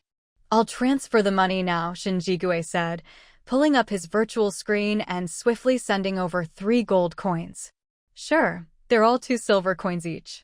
I'll set aside 500 of each for you, Chu Jiangwei replied, then tapped Harvest All and took out 500 each of sweet potatoes, and taro from the farm warehouse, placing them in front of Jiang He. Seeing the 3 piles stacked like little mountains, Jiang He's smile grew even brighter. Thanks, Boss Chu. He waved his hand and stored everything in his personal space. No need to thank me. It's a win-win for both of us. 3 gold coins, enough for her to buy 3 more square meters of safety corridor materials. It's getting late. We should get going, Shen Jigui said, glancing at Chu Jiangwei. Chu Jiangwei nodded. Go on, be careful out there. I hope you have a fruitful trip. She smiled. Neither of them mentioned yesterday's confession. After saying goodbye, Shen Jigui led his team toward the hotel entrance, quickly disappearing from view. Host, we're running out of time. Shouldn't we speed up the construction of the safety corridor? The little fox suddenly appeared again, urging Chu Jiangwei to hurry up. All my gold coins are going into the safety corridor. I'm already going as fast as I can, Chu Jiangwei replied. She wanted to go faster, but she could only earn so much each day, and the system store didn't allow her to buy on credit. The little fox perched on her shoulder, as if wanting to say more, but in the end kept quiet. Chu Jiangwei ignored the fox and put all the freshly harvested crops up for sale in the Jianglin General Store, same price as before, 2 silver coins each. Then she bought more seeds from the system store and replanted the entire farm. This time, she planted a batch of fruit. Compared to grains and staples, fruits fetched a higher price in the system store. Flowers were even more expensive, but Chu Jiangwei figured no one would spend money on something pretty but inedible at a time like this. Still, remembering the osmanthus cakes Granny Hua had made with fresh flowers, she realized flowers might have their own market. But for now, the farm was full of fruit. Flowers would have to wait. As Chu Jiangwei left the farm, she heard a commotion at the entrance of Jianglin Hotel. Little fox, what's going on over there? She asked, glancing at the fox on her shoulder. As the system spirit of the hotel management system, the little fox had almost the same authority as Chu Jiangwei, except that, as the host, Chu Jiangwei could restrict the fox's permissions if she wanted. But since the fox had never done anything unreliable, she'd never bothered. Reporting, host. Someone has arrived at Jianglin Hotel through the safety corridor.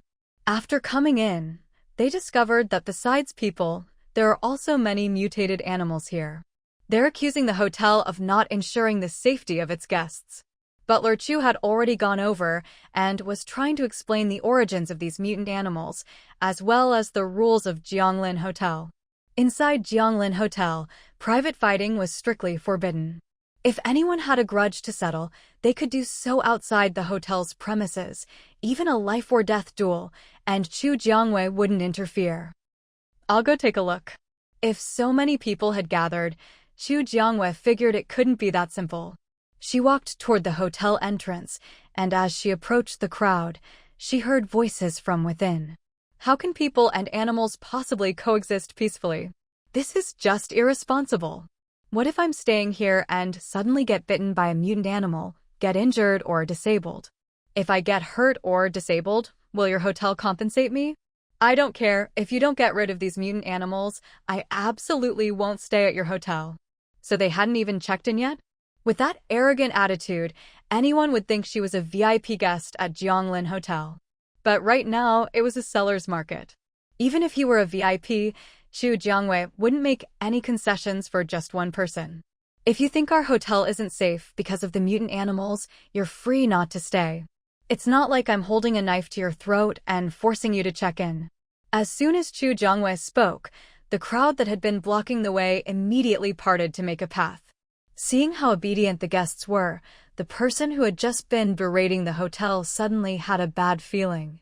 Sure enough, after Chu Jiangwei spoke, his fears came true. But after hearing Chu Jiangyue's words, the person who had been so aggressive suddenly lost his temper. You are.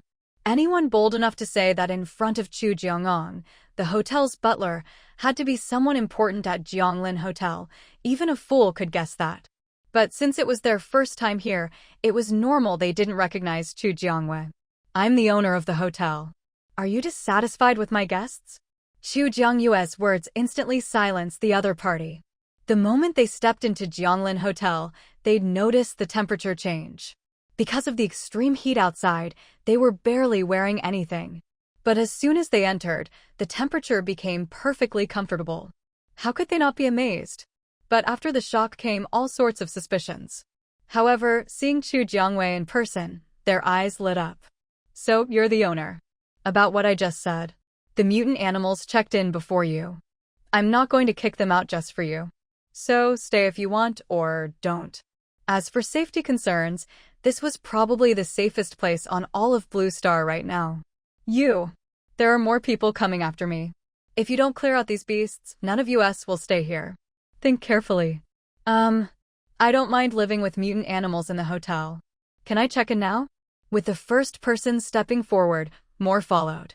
The ones who just complained about the mutant animals were instantly left speechless. I was fighting for your rights. Ungrateful bunch. Chu Jiangwei shot Chu Jiangong a look, and he nodded back at her. Then Chu Jiangwei turned to the people who'd just volunteered to check in. Come with me, I'll get you checked in. Chu Jiangwei had no patience for troublesome guests. She left them to Chu Jiangyong and led the others to the main hall. Not long after she left, more people squeezed in and hurried after her. Soon, a growing line formed behind Chu Jiangwei. Seeing the commotion, the regulars at Jianglin Hotel knew right away that new guests had arrived. Chu Jiangwei led the group to the main hall and walked behind the front desk. The others stood at the counter, eyes bright as they watched her. Let me explain a few things about the hotel first. 1. Private fighting is forbidden anywhere in the hotel. Anyone who breaks this rule will be kicked out. 2. Within the hotel, no one but me can use supernatural abilities. If you're an ability user and find you can't use your powers here, don't panic, you'll be able to use them again once you leave the hotel. 3. The hotel uses its own currency, copper, silver, and gold coins, with an exchange rate of 10,000:100:1. 4. There are 2 ways to exchange for hotel currency: gold, silver, and jewelry. How much you get depends on the exchange machine's assessment. Crystal cores, zombie, mutant animal, or mutant plant cores are all accepted. A level 1 core is worth 1 silver coin, a level 2 core is worth 10 silver coins, and so on. Finally, to exchange crystal cores, you'll need to register for an ID card. The ID card works as both your bank card and ID for Jianglin Hotel, so keep it safe. Thank you, Boss Chu, for explaining. I have a silver bracelet and a few crystal cores here. Can you see how much they're worth? The first person in line was the one who just said he didn't mind the mutant animals and insisted on checking in. Put your items here. The exchange machine will automatically assess and tell you the total. Hearing there was an automatic counter, the young man breathed a sigh of relief. No need to do the math himself. He opened his backpack and placed everything he could exchange onto the machine. Detected: silver necklace X1, gold bracelet X1, jade pendant X1, zombie crystal core X5. Total: 45 silver coins. Exchange? Yes/no. If you want to exchange, press yes. If not, press no. After your first exchange, the hotel will give you an ID card. The young man didn't hesitate and pressed yes. You've come at just the right time. The hotel has just built new, affordable apartment buildings. What kind of room do you want? Chu Jiangwei pulled up a virtual screen showing all available rooms and their daily rates. I'm alone, so a standard single room is fine. A standard single room was only 2 silver coins a day. He could earn that just by killing 2 zombies a day. Compared to the rent he'd paid at the base, this was a steal.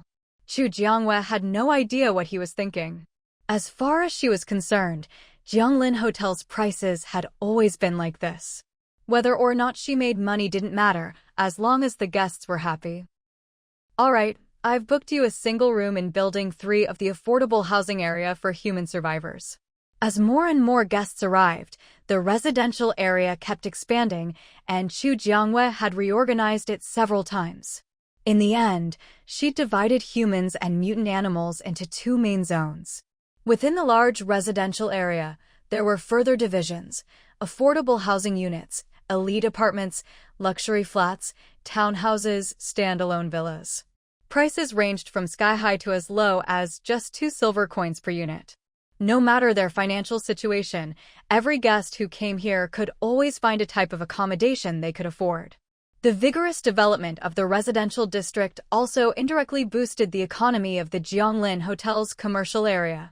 Originally, the commercial area only had a single shopping street, but after upgrades, it became a full-fledged business district. Now, in addition to the shopping street, there was also a financial district and more. The financial district was mostly made up of office buildings, and quite a few people had already rented offices here to run various businesses. Among them, the most popular was the Ability Squad Company, co-founded by Shinji Gue, Jin Chuyu, and others. After all, their main job these days was to go out every day searching for gold, silver, and jewels, and hunting zombies. Zombie crystal cores had already become the universal currency of this post-apocalyptic era. No matter what you wanted, if bartering wasn't convenient, crystal cores were the easiest way to pay. And as more and more guests came to Jianglin Hotel, more people left from here as well, spreading the hotel's reputation farther and farther. Many people had also learned that Jianglin Hotel was building safe passages worldwide. So long as you entered a safe passage, you could reach Jianglin Hotel unharmed. However, due to limited funds, the construction of these safe passages was slow, and so far, they only existed within Huaguo, China.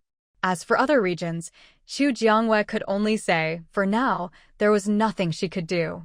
With someone setting an example, the people who came after didn't even need Chu Jiangwei to say anything. They all started looking for things on them that could be exchanged. Crystal cores were easy enough. If you didn't have any, you could always go out and hunt zombies to earn some. But gold, silver, and jewels weren't something everyone had. After helping these people process their ID cards and check-in, 2 more groups arrived to register, keeping Chu Jiangwei busy at the front desk all morning. However, the group who had previously complained about the mutant animals never showed up again. After Chu Jiangwei left with her group, Xu Jiangong kicked all the troublemakers out of Jianglin Hotel. By this time, the temperature outside the hotel had already soared past 80 degrees Celsius, 176 degrees Fahrenheit. If you weren't careful, you could get sunburned and develop all sorts of skin conditions. These people had only managed to reach Jianglin Hotel safely thanks to the safe passage. Now that Xu Jiangong had kicked them out, they couldn't use the passage anymore either. When Xu Jiangong returned to the main office, Xu Jiangwei didn't hesitate to hand over all her work to him and quickly slipped out.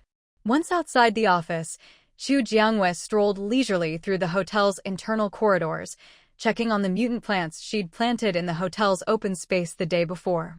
Sensing Xu Jiangyue's approach, the mutant plants began to sway their branches, leaves, or flowers in greeting. Suddenly, Xu Jiangwei felt a flash of inspiration. She unconsciously spread her hands, closed her eyes, and quietly absorbed the energy the mutant plants were sending her. Her wood-type ability began to circulate on its own, forming a loop of energy between herself and the plants. When Xu Jiangyue's consciousness returned and she opened her eyes, she realized she was floating in midair without knowing when she'd risen. Once she fully opened her eyes, she found herself surrounded by a field of energy, slowly descending to the ground. It was only then that Xu Jiangwei noticed that, at some point, the hotel guests had gathered around her in several thick layers, all staring at her in astonishment. Clearly, although many of them had awakened abilities, none of them could float in the air for long periods. No one had ever seen someone like Xu Jiangwei, hovering motionless in midair. Everyone knew that Xu Jiangyue's ability was wood-type, which definitely shouldn't allow her to fly. Yet here she was, floating in the air for quite some time, and more importantly, forming an energy cycle with the mutant plants. This made all the other wood-type ability users green with envy. But when they approached Xu Jiangyue's spot, they felt nothing at all. In the end, they could only chalk it up to the fact that these mutant plants had all been rescued by Xu Jiangwei and were especially fond of her. Because of this, a trend of rescuing mutant plants began to catch on among the hotel guests, though that's a story for another time. After Xu Jiangwei snapped back to reality, she immediately noticed that her ability level had shot up from level 5 to level 8. Now, there was no one in the entire Jianglin Hotel who could match her. Not even Shinjigue, Jin Chuyu, and the other well-known top ability users. Host, your ability level just jumped so much. Looks like those plants aren't so useless after all. The little fox had originally thought it was a waste for Xu Jiangwei to spend so much money on plant nutrient pods to bring back these mutant plants. But now, it seemed these mutant plants did have their uses. It's just a case of one good turn deserving another. When Xu Jiangwei brought these mutant plants back, she hadn't expected any reward. She just couldn't bear to leave so many mutant plants to fend for themselves. She hadn't considered that with so many mutant plants gathered together, no ordinary person would dare provoke them. After all, a full-force attack from a single mutant plant was no less dangerous than a pack of mutant animals. The reason these mutant plants clung to Xu Jiangwei was because of the mysterious energy she occasionally gave off, which made plants instinctively want to get close to her.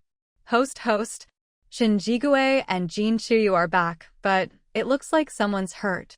The little fox's scanning range picked up Shinjigue and the others, and it instinctively checked their status.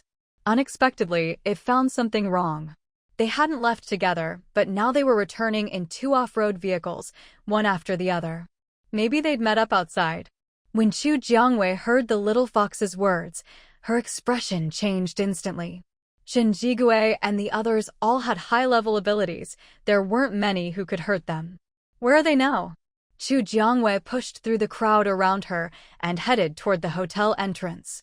They're about 800 meters from the entrance, but they're coming back through the safe passage, so they're not in any immediate danger. Hearing they were using the safe passage, Xu Jiangwei felt a bit more at ease. Boss Xu, is something wrong? Seeing Xu Jiangyue's sudden change in expression, many guests asked with concern. It's nothing, everyone. Please disperse. Since she didn't know what had happened to Shinjigue and the others, Xu Jiangwei couldn't explain, so she just brushed it off. The guests saw that Xu Jiangwei didn't want to say more, and since her word carried a lot of weight at Jianglin Hotel, they quickly and obediently dispersed. Chu Jiangwei headed to the Jianglin Hotel and then to the hospital. The former clinic, after a period of development and upgrades, had now become a small hospital. The hospital didn't just have Yi Jinglin, a professional doctor and healing-type ability user, and Jiang Meng, who had been promoted to head nurse. In total, including Yi Jinglin, there were 2 healing-type ability users in the hospital, 3 professional doctors, head nurse Jiang Meng, and 10 nurses under her supervision. Among the 3 doctors and 10 nurses, there were ability users of 4 elements: water, fire, ice, and wood. The doctors and nurses greeted Chu Jiangwei warmly as soon as they saw her. No wonder, they had great working conditions here. They didn't need to go out and fight zombies, and they received a stable salary every month. Although the pay wasn't exactly high, in these apocalyptic times, their lives were much better than most people's. Countless newcomers had asked them about job openings at the hospital. But when they heard that the hospital only hired people whose specialties matched their pre-apocalypse professions, many regretted not choosing to study medicine or nursing back then. Who would have thought? Back then, people used to joke that anyone who encouraged others to study medicine would be struck by lightning. These fields weren't for just anyone. So, how's the hospital doing? Do we still have enough beds? Chu Jiangwei asked. To earn gold coins, the guests at Jianglin Hotel mainly went out every day to hunt zombies, and every day, some of them came back covered in injuries. However, if someone was scratched or bitten by a zombie, the system would automatically block them at the hotel entrance. Those who tried to sneak in with a companion or relative who hadn't yet turned into a zombie always wore pained expressions when they saw their loved ones stopped at the door. Chu Jiangwei saw all of this, but rules were rules. She couldn't risk the safety of all the hotel guests just because she felt sorry for a few people. We have enough beds, but we're running short on doctors and nurses. Recently, there's been a sudden increase in injuries, and our workload has shot up. We're often short-handed, Jiang Meng, as head nurse, reported. Yi Jinglin nodded in agreement. Xiao Jiang is right. We really are a bit understaffed lately. Hearing this, Chu Jiangwei nodded. Then let's try to hire 2 more people.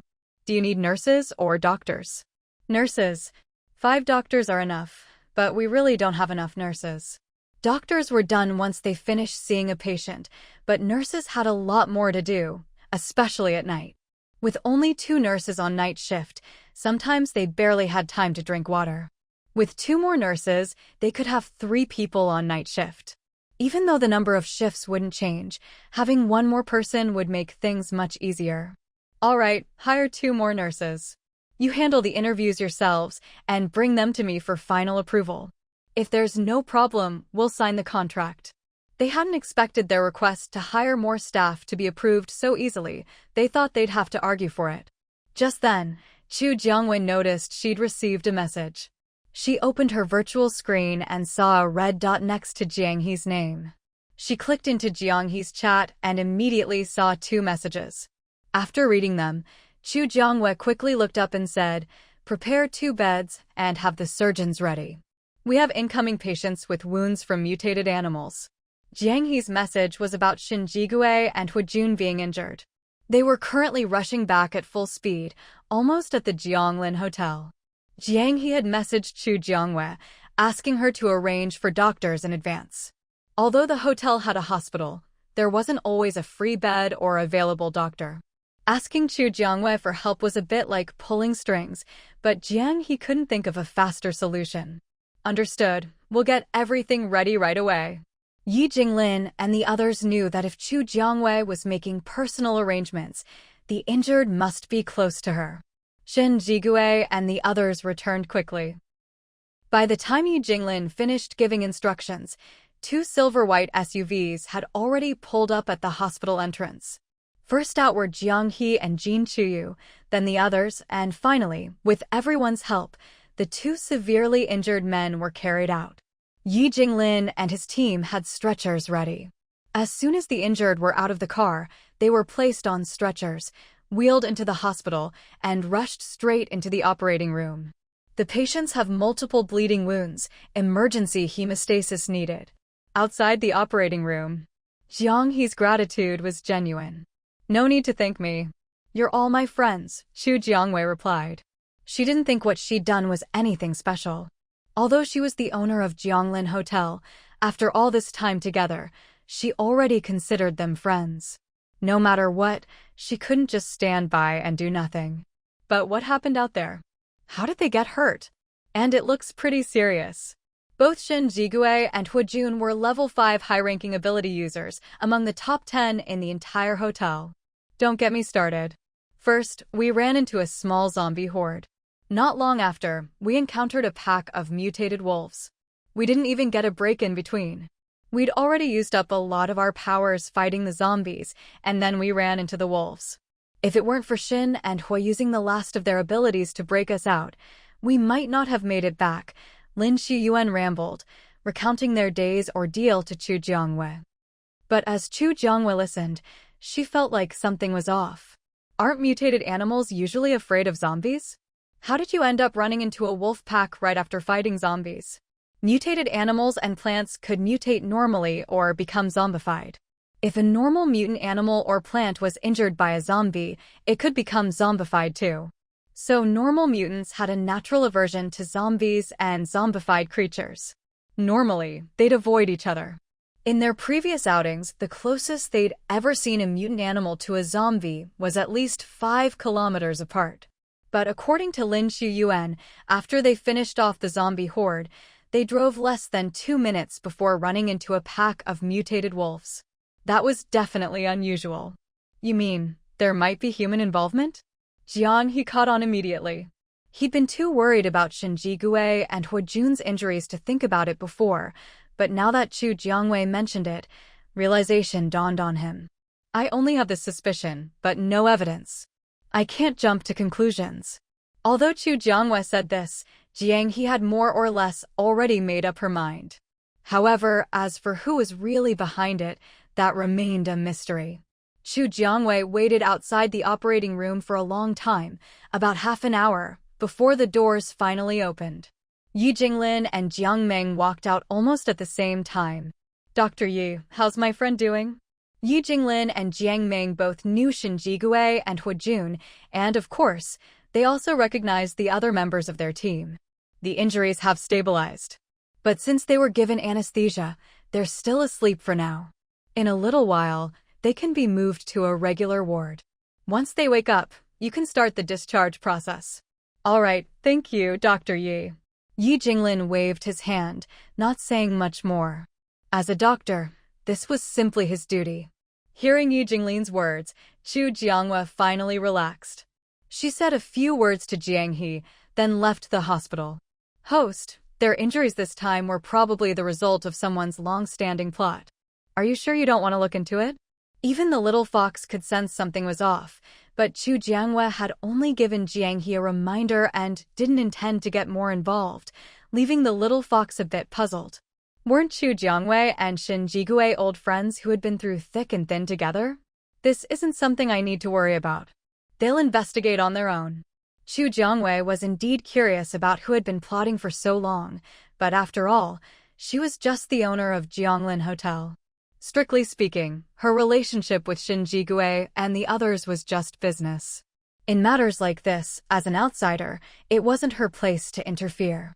Although the little fox didn't quite understand Chu Jiangyue's reasoning, it didn't press the issue. However, Chu Jiangwei soon noticed that the number of injured people returning from today's outing was much higher than before.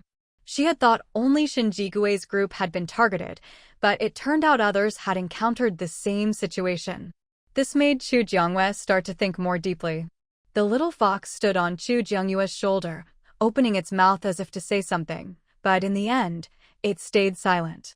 In the hospital ward, Shinji Gue and Hu Jun woke up almost at the same time. Jiang He and Jin Chuyu quickly moved to sit by their bedsides. You're awake. Are you feeling any discomfort? Jiang He sat on a chair next to Shinji Gue's bed, looking at him with concern. On the other side, the atmosphere between Jin Chuyu and Hu Jun was completely different, full of pink bubbles. I'm fine. Are you two all right? Of course we're fine. You and Huijun were the most seriously injured. Luckily, there was a safe passage nearby. Otherwise, who knows if we'd have made it back safely. Strictly speaking, Chu Jiangwei, who had paid to build the safe passage, was also their savior this time. After all, without Chu Jiangwei, who knew if they'd even be standing here now? Hearing that Jiang He and the others were safe, Shin Jigui finally relaxed completely. He glanced around at his surroundings. Where are we? In a ward at Jianglin Hotel's hospital. Dr. Yi said once you're awake and everything checks out, you can be discharged. Wait here, I'll go handle the paperwork and we'll head back together. Jiang He and Jin Chuyu had the lightest injuries among everyone. The others had already gone back to their rooms to rest and tend to their wounds, so the two of them volunteered to stay and keep watch. Hearing they were in a hospital, Shen Jigui finally let go of his worries and nodded. All right, go ahead. I'll pack up my things. Though, since he'd only just been admitted, there wasn't much to pack. Jiang He and Jin Chuyu went to handle the discharge procedures for Shin Jigui and Huijun, leaving the two men staring at each other from their respective beds. I think there's something really fishy about how we got hurt this time, Huijun said bluntly, partly to break the tension. Shin Jigui's expression paused slightly at his words. It is suspicious, but we don't have any proof. Without evidence, there was no way to find the culprit. All these injuries would have been for nothing. Jiang He and Jin Chuyu soon returned, and the two men quickly fell silent, dropping the subject. All done with the paperwork. Let's go. Huijun and Shin Jigui gathered their few belongings and followed the others out. Back in their luxurious 5-person suite, Shin Jigui immediately felt out of step with the younger crowd. There's no place like home, he thought. As the saying goes, a golden nest or a silver nest is still not as good as your own doghouse. At that moment, Chu Jiangwei was sitting on her living room sofa, virtual screen open, checking where Shin Jigui's team had gone today, using the Jianglin Hotel's navigation system to hunt for crystal cores. Soon, a route map appeared on the screen, clearly showing everywhere Shin Jigui's car had been that day. After checking Shin Jigui's route, Chu Jiangwei looked at Jin Chuyu's group's path as well. At first, Jin Chuyu and Shin Jigui's teams had headed in different directions, but later, by chance, they met up. Not long after joining forces, they encountered a zombie horde. After barely dealing with that, they ran into a pack of mutant wolves. Honestly, if Shin Jigui and Jin Chuyu's teams hadn't met up, things might have gone even worse for them today. See anything suspicious? Chu Jiangwei asked the little fox in her mind, since she couldn't spot anything with her own eyes. The little fox looked like a fox, but was actually a string of data. When it looked at the route map, it was analyzing the data. If you can't see anything, host, then I definitely can't either. If there was video footage, the little fox could help Chu Jiangwei spot details she might miss, but with just a route map, even as an AI, it couldn't see anything unusual. Since the little fox was no help, Chu Jiangwei didn't dwell on it and closed the virtual screen. If nothing stood out visually, she'd just have to wait until their next outing and check things out in person. Host, something seems to be flying this way. There's a huge black mass.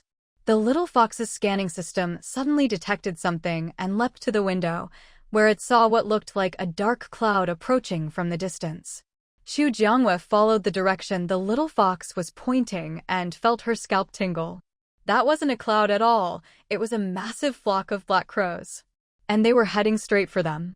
Chu Jiangwei was sure the flock would pass right over Jianglin Hotel.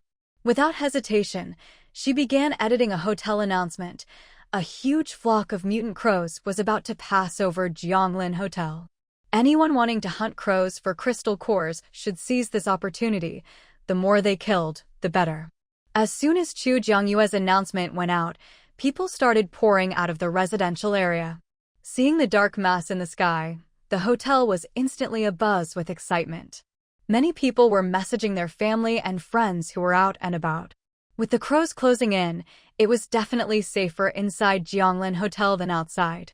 Plus, the hotel had a protective barrier. They could use this shield to quickly kill the crows. Not only was their safety guaranteed, but they could also earn crystal cores, a win-win situation. After Chu Jiangwei posted the announcement, she stepped out of her room, head held high, ready at any moment to strike down the crows. Shen Jigui and the others had just left the hotel's infirmary when they received Chu Jiangyue's freshly published announcement. Seeing the mention of black crows in the notice, Shen Jigui pressed his lips together. Why is there always something passing by the hotel? The recent zombies and mutant animals all feel off. Shen Jigui's intuition was always spot on. He looked at the flock of black crows with a probing gaze. The pitch-black crows drew closer, their cries growing louder. Soon, some crows crashed right into the hotel's protective barrier. Chu Jiangwei reacted instantly, dispatching the crow that hit the shield with a single vine.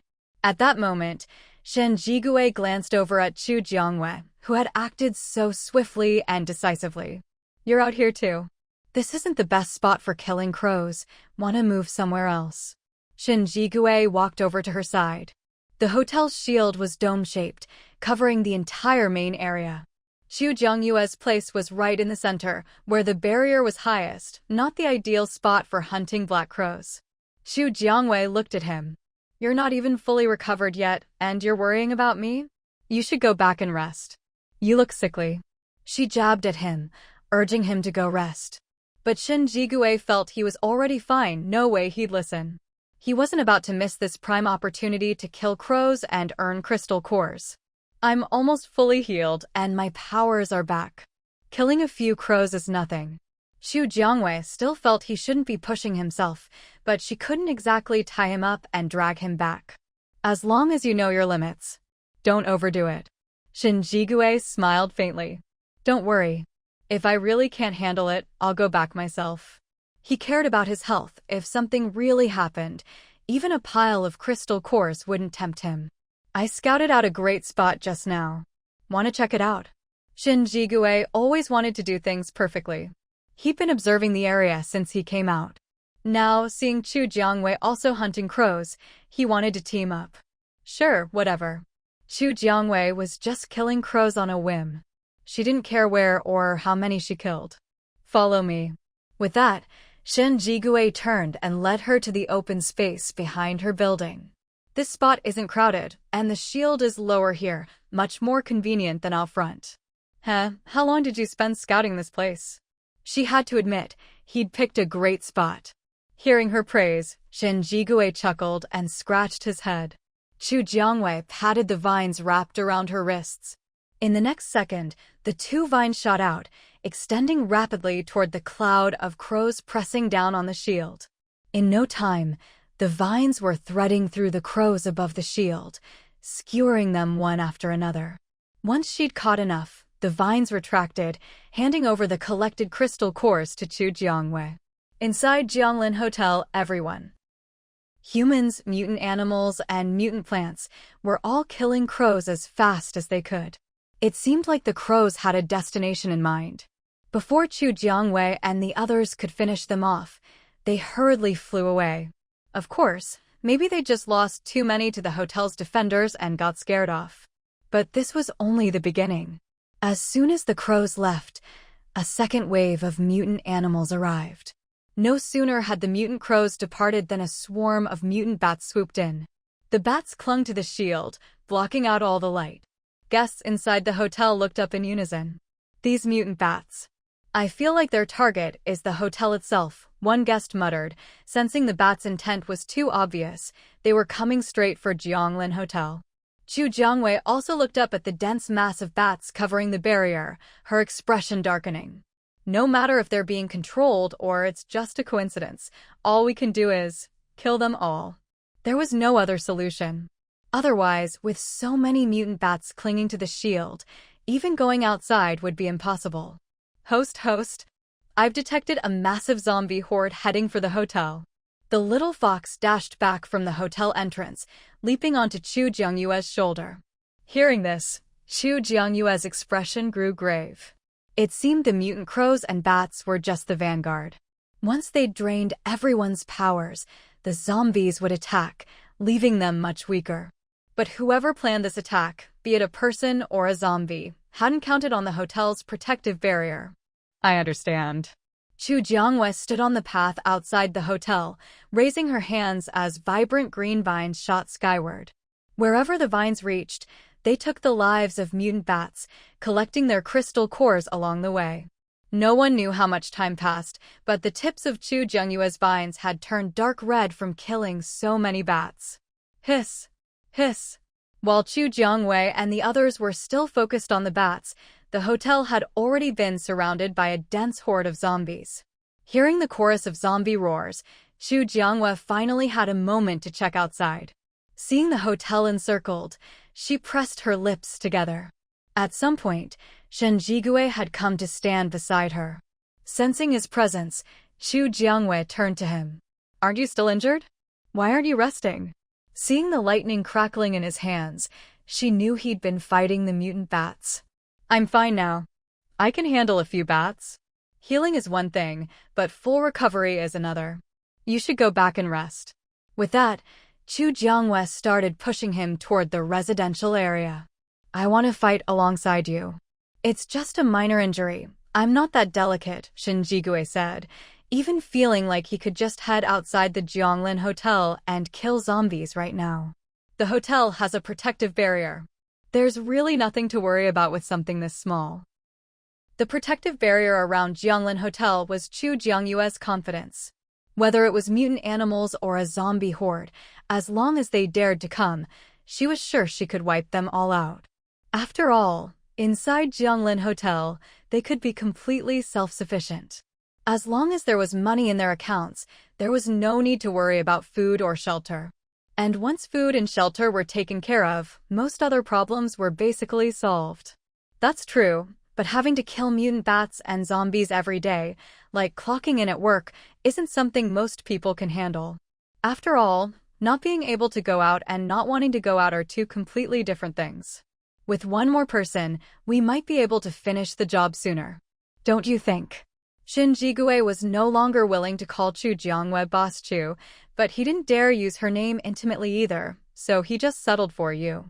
If you don't care about your own body, then I certainly have no objections. Shen Jigui was being stubborn, and there was nothing Chu Jiangwei could do about it. What's your plan for those zombies outside? The mutant bats clinging to the hotel's barrier were actually a secondary problem. The real issue was the horde of zombies surrounding Jianglin Hotel. The entire perimeter of the hotel's protective barrier was packed tight with zombies. Anyone wanting to leave Jianglin Hotel had to consider whether they could break through the zombie wall. "We can't clear them out in a short time, but I've just stocked new weapons in the Jianglin General Store. Instead of slowly picking them off with abilities, we might as well use heavy firepower." Hearing this, Shen Jigui's eyes lit up. That's actually a pretty good solution. When weapons were first unlocked, Shen Jiguin had bought a couple of handguns, which could also be used to kill zombies. But with so many zombies packed together, Shen Jigui felt that something with more firepower, like a rocket launcher, would be more effective. With that thought, he told Chu Jiangwei and headed toward the general store. Since Chu Jiangwei had a solution, Shen Jigui was more than happy to cooperate. It was just a rocket launcher, he'd buy one. But Shen Jigui had barely taken a few steps when, suddenly, a few zombies in the horde outside the hotel began to fly. The sudden commotion startled the guests inside Jianglin Hotel. Those are advanced zombies. Just like the one they'd encountered on their last outing, the one that could use psychic abilities. Advanced zombies could not only command lower-level zombies, but might also awaken abilities similar to humans. Or rather, if a survivor with abilities was bitten and turned into a zombie, there was a high chance that zombie would retain the same power. A few advanced zombies suddenly took flight, heading straight for Jianglin Hotel. They slammed hard into the hotel's barrier, only to be bounced back a good distance. After being thrown back, the advanced zombies let out sharp screeches. Hearing the sound, Chu Jiangwei frowned and covered her ears. "You okay?" Shen Jigui also frowned at the piercing shrieks. Seeing Chu Jiangyue's reaction, he quickly checked on her. "I'm fine. It's just a sudden, grating noise. I'm not used to it." Chu Jiangwei had a physiological aversion to such sharp sounds. "If anything's wrong, you have to tell me." Shen Jigui looked at her seriously. "Those are all high-level mutant zombies. I suspect this zombie horde and the targeted attack by mutant bats on Jianglin Hotel are being orchestrated by these advanced zombies. Chu Jiangwei shared her suspicions. In fact, there might even be a zombie king among them by now. Shen Jigui's expression grew grim at her words. You're not wrong, but so far, no zombie king has ever appeared. It's just a theory for now, we can't confirm it. Still, whether or not a zombie king had emerged, their top priority was to deal with the zombies surrounding Jianglin Hotel. Not long after, the advanced zombies that had been bounced away by the barrier flew back from a distance. But this time, having learned their lesson, they stopped about 3 meters from the hotel entrance, not daring to get any closer. The mutant zombies hovered above, looking down at Chu Jiangwei and the others inside the hotel. Their ashen-gray skin looked particularly terrifying. Chu Jiangwei quickly noticed that within a meter of where those mutant zombies hovered, there were no other zombies at all. This indirectly proved that there was a strict hierarchy among the zombies. I'm going to the general store to buy a rocket launcher. Even though Shen Jigui was a level 5 ability user, his powers would eventually run out. What made humans advanced creatures was their ability to use tools to overcome difficulties. Chu Jiangwei didn't stop him. Any problem that could be solved with a rocket launcher wasn't really a problem. While Shen Jigui was off buying the launcher, Chu Jiangyue's vines continued to harvest mutant bats without pause. Shen Jigui moved quickly. Before long, he returned with a rocket launcher in hand. I'll go test it out. With that, Shen Jigui hefted the launcher and headed to the hotel entrance. With practiced aim, he blew the heads off several zombies crowding the door. The advanced mutant zombies quietly retreated when they saw Shen Jigui come out with the rocket launcher. Sure enough, with a loud boom, the area in front of the hotel entrance was instantly cleared of zombies. Not bad, not like a rookie at all. Chu Jiangwei had been watching Shen Jigui the whole time. Seeing how skilled he was with the rocket launcher, she was a bit surprised. I'm not a rookie. I've had the chance to use one before. Shen Jigui briefly explained his experience with rocket launchers. No wonder you look so professional, Chu Jiangwei said, a hint of admiration in her voice. Hearing her praise, Shen Jigui's lips curled into a slight smile. Although Chu Jiangwei hadn't given him a clear answer yet, from the way they were getting along now, Shen Jigui felt there was progress. And as long as there was progress, there was hope. But now wasn't the time to think about that. Shen Jigui continued to sweep through the zombies outside the hotel with his rocket launcher. Meanwhile, those flying advanced zombies would attack the hotel's barrier again after a while. The protective shield of the Jianglin Hotel isn't something a few high-level zombies can break through with brute force. However, with these zombies constantly surrounding the hotel, no one inside can go out to earn crystal cores. All they can do is stay within the shield, killing any zombies that get close and collecting their crystal cores. Admittedly, this method of earning crystal cores is convenient and effortless. But being trapped in one place for a long time, unable to go outside at all, no matter who you are, it's bound to make you feel stifled. Chu Jiangwei looked up, glancing at the few high-level zombies still relentlessly attacking the hotel's shield. She activated her wood-type ability, and several thick vines danced around her. When one of the high-level zombies let its guard down, she controlled a vine to lash straight at its head. Shen Jigui noticed Chu Jiangyue's move and guessed she wanted to take them down one by one. So, hoisting his rocket launcher, he fired at the same zombie Chu Jiangwei was targeting. The high-level zombie, forced to dodge Shen Jigui's attack, had no time to defend against Chu Jiangwei. She seized the opportunity, binding its arms and legs tightly with her vine. Under her control, the vine wrapped around the zombie grew barbs and began to constrict, little by little. High-level zombies are much stronger than ordinary ones. To prevent it from breaking her vine, Chu Jiangwei withdrew her other vines and focused all her power on the one restraining the zombie. Roar! The high-level zombie let out a furious howl. Chu Jiangwei could almost hear the frustration in its voice. But no matter how angry it got, nothing would change her determination to kill them all today. Steeling herself, Chu Jiangwei tightened the vine around the zombie and silently moved the tip toward its head. With a sharp thrust, She drove the vine's tip into the zombie's forehead, extracting a crystal core that was noticeably larger and darker than the others. There were 5 high-level zombies outside the Jianglin Hotel. With 1 down, 4 remained.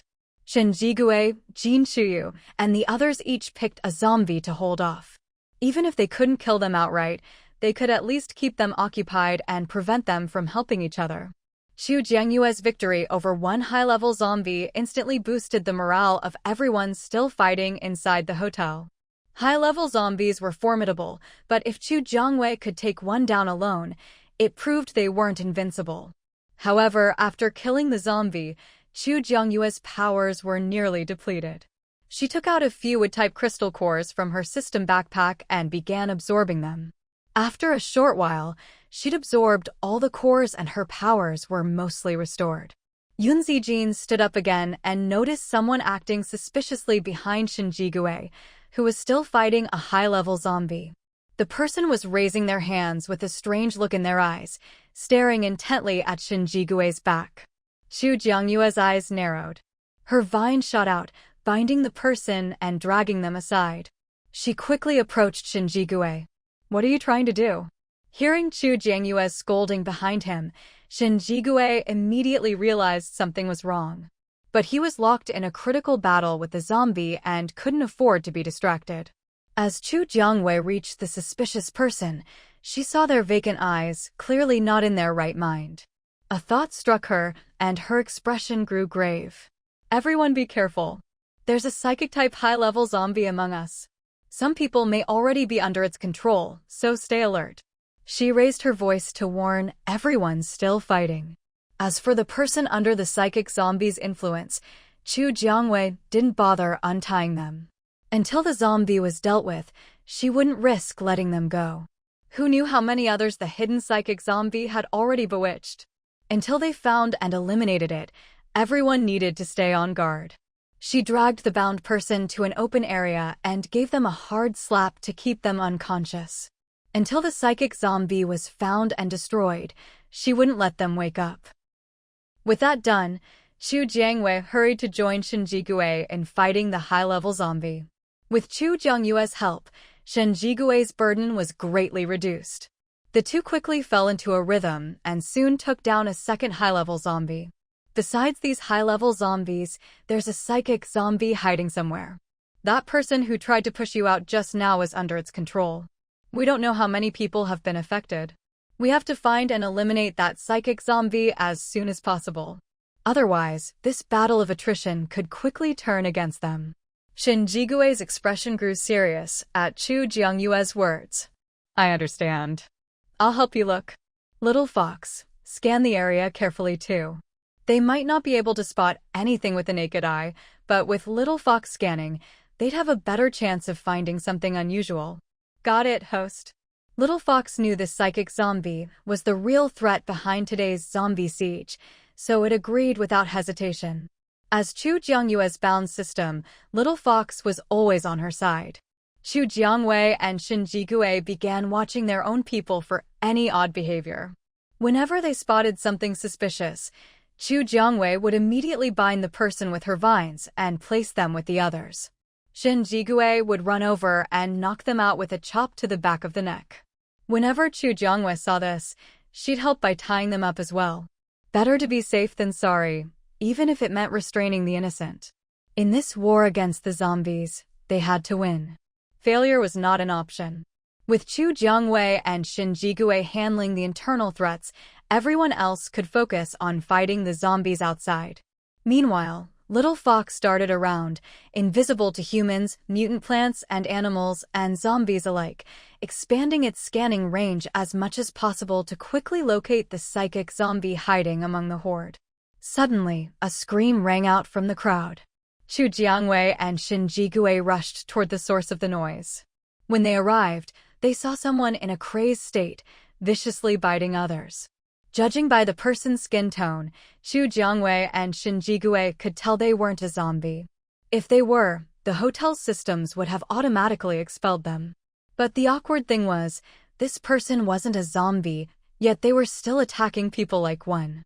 "Same as before, knock them out and tie them up," Xu Jiangyue said. No one else had any objections. This was already the best plan they could come up with. Otherwise, their only option would be to do what Shinjigue did, knock everyone out with a karate chop and let them pass out directly. Everyone who could spare a hand helped separate the two people, while Chu Jiangwei quickly conjured vines to tie them up. Boss Chu, is that psychic really that hard to find? If we can't locate it soon, we're going to have a tough time fighting. If, while they were dealing with the zombies, someone came up from behind and pushed them out of Jianglin Hotel, it would be no different from sending sheep into a tiger's mouth. We're already searching, but it's been hiding from the start. Finding it quickly is basically impossible. This was going to be a war of attrition. As long as that psychic zombie wasn't eliminated, they'd be stuck in an endless cycle of fighting. Even if their abilities could recover, fighting for such a long time would eventually wear their bodies down. If any of you still have energy, help us look for it. The more people, the better our chances. I believe we'll find it eventually. Of course, Xu Jiangwei wanted to find the psychic zombie as soon as possible, but nothing in this world is ever that easy. Don't worry, Boss Chu. We'll be extra vigilant. This was a matter of life and death for everyone, so they all responded to Chu Jiangwei with utmost seriousness. As for those who weren't participating in fighting the zombies, Chu Jiangwei had long since gotten used to ignoring them. Those who just waited around to reap the benefits, Chu Jiangwei had already made up her mind. Once this zombie wave was over, she'd make sure those freeloaders regretted it deeply. But now wasn't the time to worry about that. They still had to deal with the zombie horde.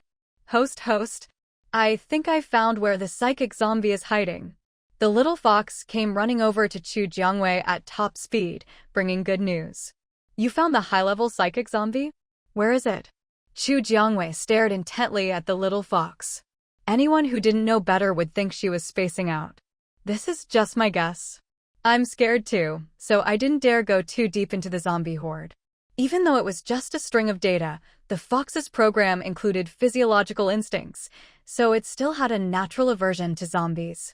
Chu Jiangwei didn't blame the little fox. The fact that it found anything at all was already better than the rest of them. Tell me where it is, and I'll figure out what to do next. Chu Jiangwei suspected that the psychic zombie was definitely hiding in the deepest part of the horde. Otherwise, with so many people searching, they would have found some clue by now. The little fox opened Chu Jiangyue's real-time map, where a bright red dot stood out. This red dot is where I marked the spot where the psychic zombie is most likely hiding. With the map, everything else would be much easier to handle. Good. Keep scanning, and if you notice anything off, let me know and mark it on the map.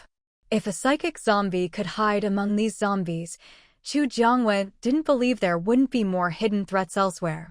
As the saying goes, if you see one cockroach, there's probably a whole nest hiding somewhere. Okay, host.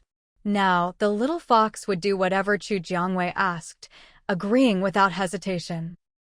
After the little fox ran off, Chu Jiangwei took the map and gathered all the available ability users. Once everyone arrived, Chu Jiangwei projected her real-time map, enlarging it so everyone could see. The red dot here is where the hotel's defense system detected the psychic zombie. But as you can all see, this is the very deepest part of the zombie horde. With our abilities, there's no way we can get in there unscathed. However, to prevent anyone from being manipulated by the psychic zombie and betrayed by teammates during the fight, I suggest that only those with the strongest willpower participate in this mission to take down the psychic zombie. Also, this zombie wave is an external defense mission for Jianglin Hotel. Once it's over, the hotel will distribute rewards based on everyone's contributions. The greater your contribution, the greater your reward. Of course, if anyone unfortunately dies during the defense, the system will automatically assign their credit to the person they trust most. Don't try to cheat or frame your friends for credit. The hotel's surveillance is always watching. Don't even think about getting away with it. If anyone is caught fraudulently claiming credit for a dead person, the hotel will immediately blacklist and expel them. Once blacklisted, you won't even be allowed within a meter of Jianglin Hotel's property. Not just the doors, you won't even be able to touch the walls. As for any belongings left behind by those expelled, they'll go to the rightful person who inherited the credit. Free supplies, why not take them? Of course, Xu Jiangwei didn't say this last part out loud, or it might encourage more fraudulent claims. With the zombie virus outbreak and the collapse of world order, Xu Jiangwei didn't dare gamble on people's remaining conscience. After Xu Jiangwei finished speaking, many of the hotel guests lowered their heads. They were fine with killing zombies inside the hotel, since the protective barrier kept them safe from harm. But going outside to kill a high-level psychic zombie? Very few had the guts for that. Xu Jiangwei had expected this outcome. She was determined to go out herself anyway. Before heading out, she would fully arm herself from head to toe. She'd also provide free equipment to anyone who went with her. Xu Jiangwei had deliberately not mentioned this beforehand. She wanted to see who truly had the courage. This way, she wouldn't have to waste equipment on cowards who would only drag her down if they came along. I'll go with you. In the end, Shen Jigui was the first to respond. Yun Zijin and Jin Chuyu were still busy elsewhere and hadn't noticed what was happening. Hearing Shen Jigui's words, Xu Jiangwei was genuinely touched. All right, 2 people make a smaller target. We'll move quickly and get back fast. Psychic zombies have weak defenses and almost no combat ability, which is why they hide in the center of the horde. As long as they could pinpoint its exact location, killing it would be easy once they cleared the surrounding zombies. Nothing else would be a problem. As for its psychic attacks, they were useless against Xu Jiangwei, and Shen Jigui's willpower was strong enough to resist manipulation. Bringing Shen Jigui along was definitely the best choice. Shen Jigui didn't hesitate at all. He immediately got ready to head outside, but Xu Jiangwei stopped him right away. There's no way I'm just letting you walk out there like that. What kind of person would that make me? If Shen Jigui really went out like he just tried to, with no preparation at all, he'd barely make it a few steps before a swarm of zombies would rush over and tear the 2 of them to pieces. So, how are we supposed to get out there? Shen Jigui looked at Xu Jiangwei, waiting for her to come up with a solution. This is a breath-changing pill. For a certain period of time, it can change a person's aura. Take one and imagine yourself as a zombie. It'll let us temporarily have the scent of a zombie. That way, even if we come face to face with zombies, they won't attack or try to bite us. Just in case, I've also prepared a set of very lightweight protective suits for both of us. You can wear them underneath your clothes and no one will notice. But even with the protective suits, there was no guarantee they wouldn't get bitten, so Xu Jiangwei had the little fox put a protective shield around the 2 of them. At a critical moment, the shield could completely protect them, so they wouldn't have to worry about zombies suddenly going berserk and attacking. However, Shen Jigui didn't know anything about the shield. Xu Jiangwei also decided that if they didn't run into a situation where the shield was needed, she wouldn't tell Shen Jigui about it at all. Once we've taken the breath-changing pills and put on the protective suits, we can head out, Xu Jiangwei said as she finished getting ready herself. The protective suits could be worn underneath or on top of their clothes, since they were extremely flexible and could shrink or expand as needed. The moment Xu Jiangwei took out the breath-changing pills and the protective suits, everyone around them changed their expressions. Before, they'd been afraid that going out to deal with the psychic zombie would mean dying in the zombie horde. But after they refused, they were told that anyone who went out would get a free breath-changing pill and a protective suit that could prevent zombie bites. Boss Chu, I think for the sake of humanity's survival, a little sacrifice is necessary. I'm willing to be that sacrifice. The breath-changing pills would be gone after 1 use, but the protective suit was the real deal. Just thinking about wearing it out in the future made him feel giddy with happiness. Oh? Didn't you all just refuse? I only prepared 2 sets. If you want to come along now, you'll only get a breath-changing pill, no protective suit. As soon as Xu Jiangwei said that, the person who just volunteered for the sake of humanity immediately went silent. Xu Jiangwei thought, I've got you all figured out. With no protective suit, only the breath-changing pill, none of the other guests at Jianglin Hotel volunteered again. Xu Jiangwei looked down on them a bit in her heart. But now wasn't the time to lecture them. She turned to the ready Shen Jigui. Let's go. Time to find that psychic zombie. Shin Jigue nodded and walked side by side with Chu Jiangwei. It was the first time Shin Jigue had ever walked so openly shoulder to shoulder with Chu Jiangwei, and he felt oddly nervous. Even though they'd both taken the breath-changing pills, it was Chu Jiangwei's first time using one too, so she wasn't sure how well it would work. The moment they stepped out of Jianglin Hotel, both Chu Jiangwei and Shin Jigue felt their hearts pounding out of their chests. Very quickly, they realized that the zombies didn't react at all, as if they really saw Chu Jiangwei and Shin Jigue as their own kind. They're really not attacking. Many people inside Jianglin Hotel were watching. When they saw Chu Jiangwei and Shin Jigue walk out and the zombies didn't attack, the guests all started messaging Chu Jiangwei, asking if Jianglin General Store would be restocking soon. After all, they didn't just need these during zombie waves. When they went out to hunt zombies for crystal cores, they needed them too. With the breath-changing pills, they were sure they could cut down on casualties. But right now, Chu Jiangwei was focused on the map, making sure they were heading in the right direction. Thanks to the breath-changing pills, as they walked forward, the zombies just moved aside to make a path for them. For the first time, Chu Jiangwei and Shin Jigue thought these zombies were kind of cute. To avoid causing a commotion, they resisted the urge to blow the zombies' heads off as they carefully followed the map toward the psychic zombie. As they got closer and the red dot on the map in the small house drew nearer, both Chu Jiangwei and Shin Jigue unconsciously held their breath. Be careful. Psychic zombies aren't that easy to deal with. Last time, when they went to rescue the mutant tiger and other mutant animals, the psychic zombie they encountered nearly wiped them all out. This psychic zombie seemed even stronger than the last one, so they had to be extra cautious. The closer they got, the lighter their breathing became. When they finally saw the psychic zombie, Chu Jiangwei almost couldn't resist using her powers, but Shin Jigue quickly stopped her. Don't be impulsive.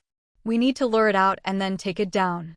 Otherwise, even with the breath-changing pills, if we kill a psychic zombie in the middle of a horde, the others, even if they see us as their own kind, will probably go berserk and fight us. Not all zombies were led by the same high-level leader. There was competition even among zombies. So how do we lure it out? Chu Jiangwei looked at Shin Jigue, communicating with her eyes. Somehow, Shin Jigue understood. He gave Chu Jiangwei a look. Leave it to me. He opened the backpack he'd been carrying, and Chu Jiangwei immediately caught a whiff of blood. At that moment, she realized how Shin Jigue planned to lure the psychic zombie out. There hadn't been any living humans near Jianglin Hotel for a while, and since the zombies started besieging the hotel, they hadn't eaten any fresh meat. They might not feel hunger, but after so long without fresh meat, they'd definitely be craving it. Quick as lightning, Shin Jigue tossed out a piece of raw meat, then zipped up his backpack to block the smell. At the same time, he grabbed Chu Jiangwei's hand and ran toward the edge of the zombie horde. Chu Jiangwei opened her real-time map and saw that the psychic zombie was indeed slowly following them. She gave Shin Jigue a look, and he immediately understood, grabbing her hand and speeding up. Besides the psychic zombie, several other zombies followed as well. Chu Jiangwei and Shin Jigue knew these were the psychic zombies' guards, there to protect it.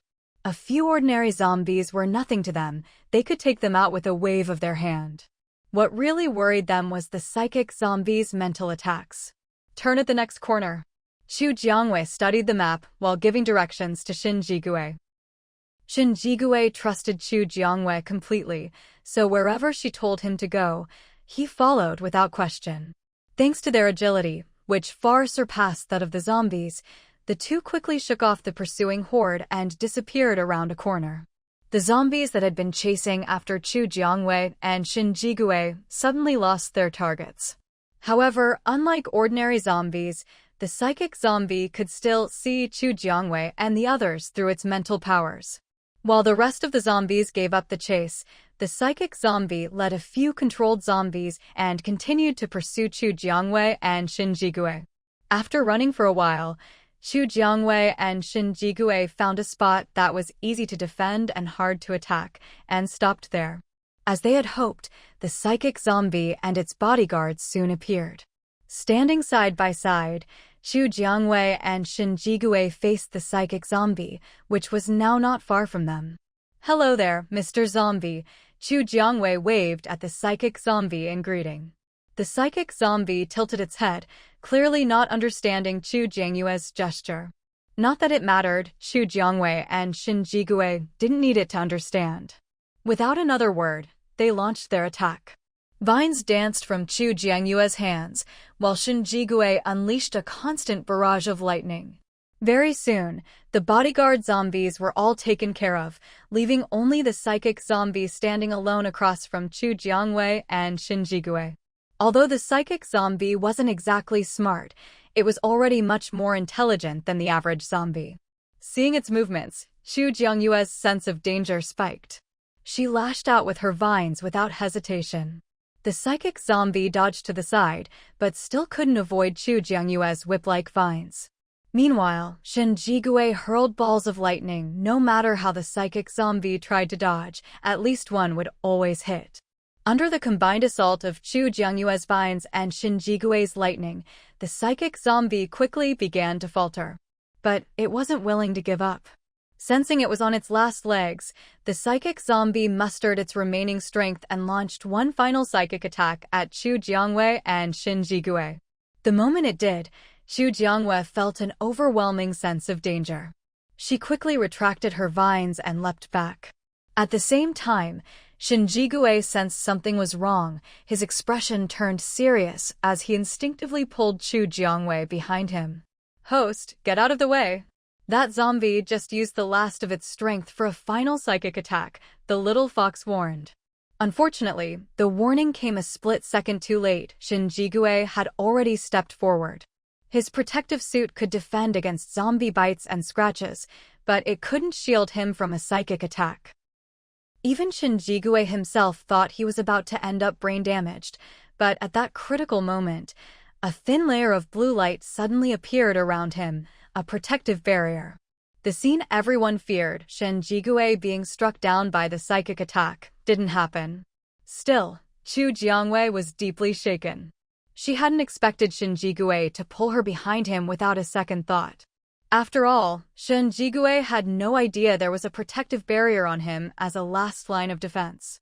Even under those circumstances, he was willing to risk his life to shield her. Xu Jiangwei didn't even know how to describe her feelings. Without hesitation, Xu Jiangwei lashed her vine at the psychic zombie one last time, finishing it off for good. After dealing with the psychic zombie, Xu Jiangwei used her vines to extract its crystal core. "Here, this is for you," Xu Jiangwei said, handing the core to Shen Jigui. "No need. We earned this together. We'll split all the spoils," Shen Jigui replied. Feeling the lingering blue glow around him, Shen Jigui realized it must have been Xu Jiangyue's protective barrier. He couldn't help but feel a surge of joy. Just now, Xu Jiangwei started to say something. She wanted to tell him that since he'd protected her without hesitation, he deserved a bigger share. Even though it was ultimately her barrier that saved him, she couldn't deny that Shen Jigui's willingness to step up in such a dangerous moment was deeply moving. Xu Jiangwei felt she was starting to lose control of her feelings. "You don't need to change your mind because of this. Just follow your heart and make your own choices," Shen Jigui said. What he'd done was instinctive, but he didn't want to use it as leverage to force Xu Jiangwei into anything. Besides, it was the barrier that had saved him in the end. He didn't think this was a reason for Xu Jiangwei to change her mind. "I understand," Xu Jiangwei replied, not dwelling on it any further. After all, whatever decision she made would be her own. "Let's collect all these crystal cores and head back. The effect of the breath exchange pill is about to wear off. We have to get back to the Jianglin Hotel before that happens. Otherwise, they'd be trapped in the zombie horde, forced to squeeze into a barrier that could only fit one person, waiting for the zombies to disperse." Shen Jigui understood the seriousness of the situation. He grabbed Xu Jiangyue's hand, and they ran quickly toward the Jianglin Hotel. As they passed through the zombie horde, the zombies no longer recognized Shen Jigui as the one who had just thrown them a piece of raw meat. Sensing the familiar aura from Xu Jiangwei and Shen Jigui, the zombies not only didn't block their way, they even made room for them, just as they had when the two first left the hotel. With the zombies clearing a path, Chu Jiangwei and Shin Jigui made it back even faster. They arrived at the Jianglin Hotel just before the effect of the breath exchange pill wore off. By then, a crowd had gathered around them. How did it go? Did you take care of that psychic zombie? Yeah, you two went straight into the zombie horde. We thought you wouldn't make it back. Some people had already been calculating how much they could get if Chu Jiangwei didn't return. Just the endless supplies alone would be enough for them to survive in this apocalypse. But against all odds, the two of them had returned and looked completely unscathed. Of course we came back. If I'm going out on a mission, do you really think I wouldn't be fully prepared? Chu Jiangwei said, guessing what was on their minds. But their hopes were dashed. Not only had she and Shin Jigui completed the mission, they'd also collected a good number of zombie crystal cores. Boss Chu is right.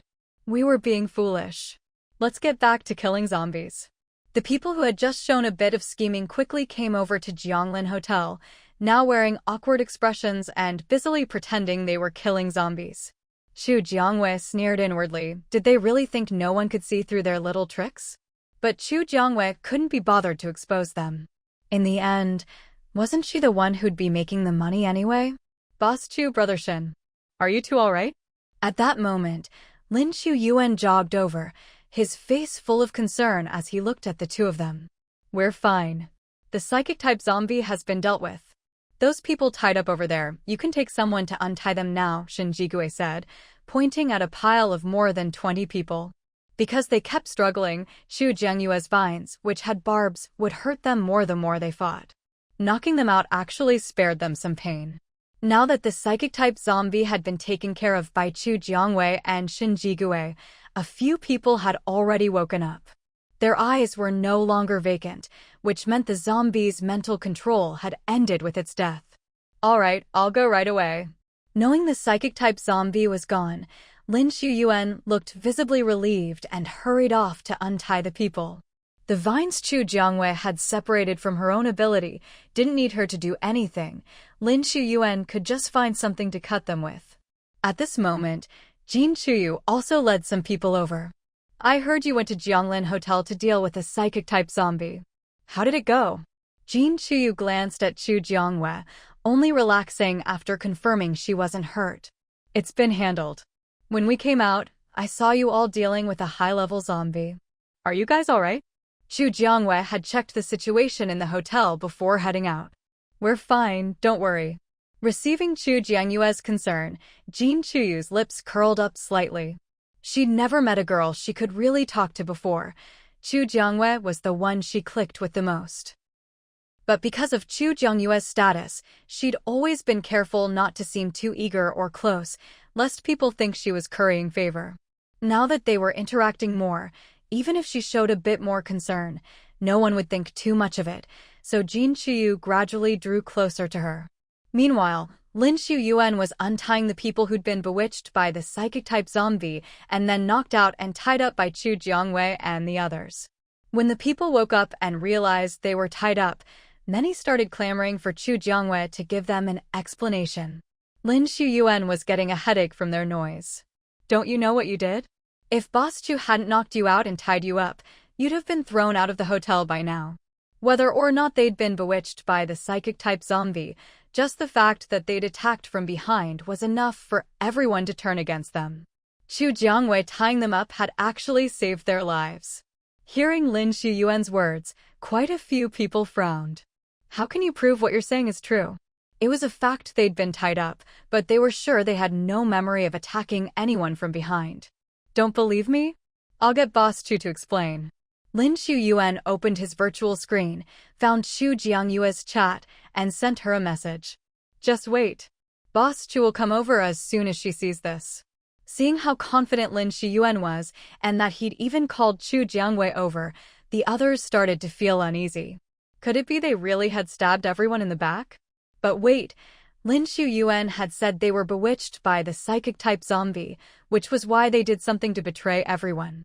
So, it was understandable and Boss Chu hadn't thrown them out of Jianglin Hotel? Thinking it through, the logic seemed to check out. On the other side, Chu Jiangwei saw Lin Qian's message and raised an eyebrow. Looks like something's up with Lin Xiuyuan. I'll go check it out. I'll go with you, Shen Jigui said, following Chu Jiangwei to where the tied-up people were. Boss Chu, they say they want an explanation from you, Lin Xiuyuan immediately reported before anyone else could speak. Chu Jiangwei looked at the now untied group. All of you want an explanation from me? The group hung their heads, neither admitting nor denying it.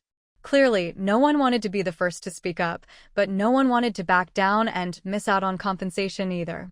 Since no one wants to talk, let's check the surveillance footage.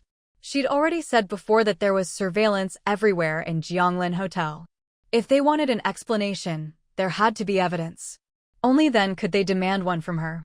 Hearing Chu Jiangyue's words, everyone dropped their heads even lower. If she dared to show the surveillance, she must be sure they were the ones at fault. Boss Chu, of course I believe you. There's no need to check the footage, right? They'd thought someone had tied them up on purpose, but now it was clear Chu Jiangwei and Lin Xiuyuan were on the same side, and Chu Jiangwei had the evidence. Weighing the pros and cons, they decided to accept the blame Lin Xiuyuan had laid out. Sai, I always handle things fairly and justly. Since you don't believe me, let's let the facts speak for themselves. We have to check the surveillance. Otherwise, if you all go out and start slandering Jianglin Hotel, rumors will spread, and how am I supposed to do business? With that, Chu Jiangwei projected her virtual screen and played the full surveillance footage of them attacking others. One by one, everyone's actions were shown, no one was left out. She even enlarged the virtual screen so that all the guests in Jianglin Hotel could see the footage. After watching, everyone's faces were burning with shame. So, do you still insist on demanding an explanation from me? Chu Jiangwei closed the projection and looked at them. No. We were wrong to accuse you without knowing the facts. Thank you, Boss Chu, for your leniency. If something like this happens again, we'll make sure to get the facts before jumping to conclusions. Admitting fault now was the best thing they could do. Since they were victims this time too, Chu Jiangwei decided not to hold it against them. But if it happened again, she'd definitely punish them. All right, if there's nothing else, you can go. There were still zombies outside the hotel that hadn't been dealt with, and Chu Jiangwei didn't want to waste more time on them. Thank you, Boss Chu. We'll go kill zombies right away. Right now, what Jianglin Hotel needed most was people to kill zombies. Everything else could wait. What's that over there? Suddenly, someone in the crowd shouted, and everyone saw that on the other side of the zombie horde, another group of zombie animals was approaching Jianglin Hotel. It's zombie animals. And they're coming in packs. Inside the Jianglin Hotel, many people felt their scalps tingle with fear. They hadn't even finished dealing with the regular zombies, and now a new wave of zombie animals had arrived. When would this ever end? There were only so many people in the hotel. Killing zombies and zombie animals day in and day out without a break, anyone would go crazy eventually. Host, if these zombies and zombie animals aren't dealt with, no one in the hotel will be in the mood to spend money. Our funds won't be enough to support the construction of the safe passage. The hotel was surrounded so tightly that just looking at those disgusting things outside was enough to ruin anyone's appetite, let alone make them want to spend money. If the safe passage project couldn't move forward, Chu Jiangyue's mission would be impossible to complete. If the mission failed, all the facilities in the Jianglin Hotel would come to a standstill, and the hotel wouldn't be able to develop further. It was basically a dead end. After listening to the little fox, Chu Jiangyue's expression grew serious. What's wrong? Shen Jigui was the first to notice something was off with Chu Jiangwei. It's nothing. But we really need to find a way to deal with these zombies and zombie animals as soon as possible otherwise. If the safe passage couldn't be built, then maybe only the people currently living in the Jianglin Hotel would survive this apocalypse on Blue Star. There were fewer than 100,000 people staying at the hotel. Trying to rebuild Blue Star's civilization with just that many people would be incredibly difficult. Hearing Chu Jiangyue's otherwise, Shen Jigui knew things weren't that simple, but it wasn't something she could explain to them. It's okay. If you're short on gold coins, just let me know. I don't have as many as you, but I still have some. Chu Jiangwei glanced at Shen Jigui in surprise. Was this guy's love-struck brain a little too much? No need. For now, I have enough. But if we don't deal with these zombies and zombie animals soon, we might run out of funds. With that, Chu Jiangwei opened her system shop and navigated to the weapons section. Previously, the most powerful weapon she'd stocked at Xiangling's general store was the rocket launcher. But now, to clear out the zombies and zombie animals outside as quickly as possible, Chu Jiangwei decided to go big. Since she wasn't broadcasting her actions, Shen Jigui could only see her swiping through her virtual screen, but had no idea what she was actually doing. Very soon, Chu Jiangwei settled on her weapon of choice, a laser cannon. The laser cannon was similar to a sentry tower. It would be installed directly in the tower, with one person assigned to operate it in each tower. As for the energy required to power the laser cannon, Chu Jiangwei could buy all of it from the system shop.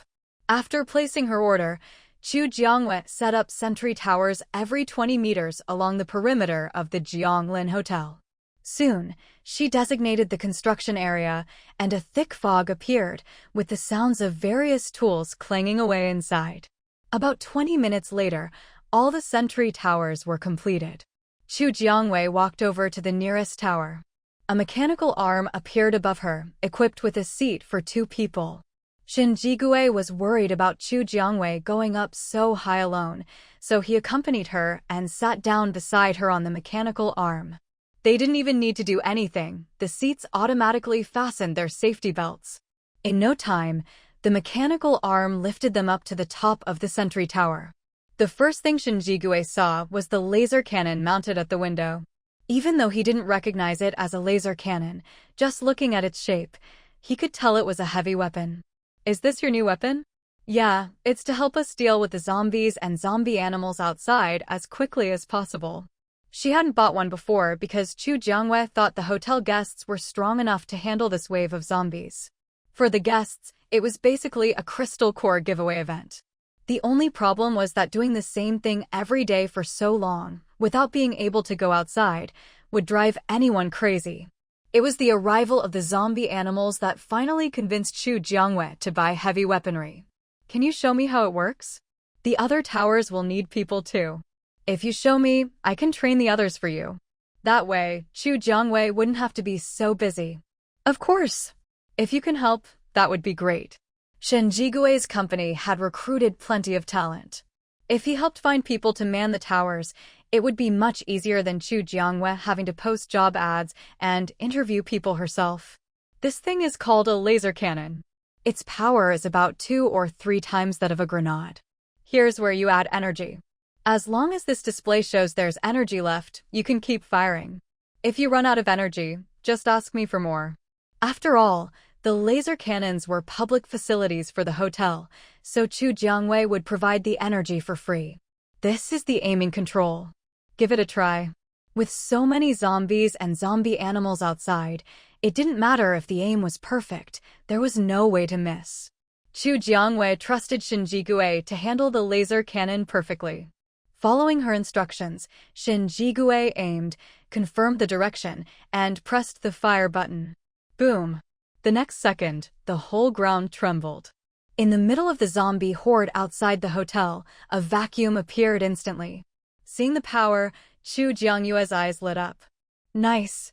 That was a perfect shot. She had just noticed that Shen Jigui had targeted a spot where a high-level zombie was hiding. With one blast from the laser cannon, even the high-level zombie was obliterated. Try another direction. Just hitting one spot wasn't enough. They needed to spread the firepower around. Of course, Shen Jigui followed her instructions and fired in another direction. Another boom and another vacuum appeared in the zombie horde. That's good. I've set up about 25 sentry towers around the hotel. We need to find people to man them as soon as possible. Tell me the requirements and I'll help you find people. After seeing the power of the laser cannon, Shen Jigui wanted to do his part to help Chu Jiangwei.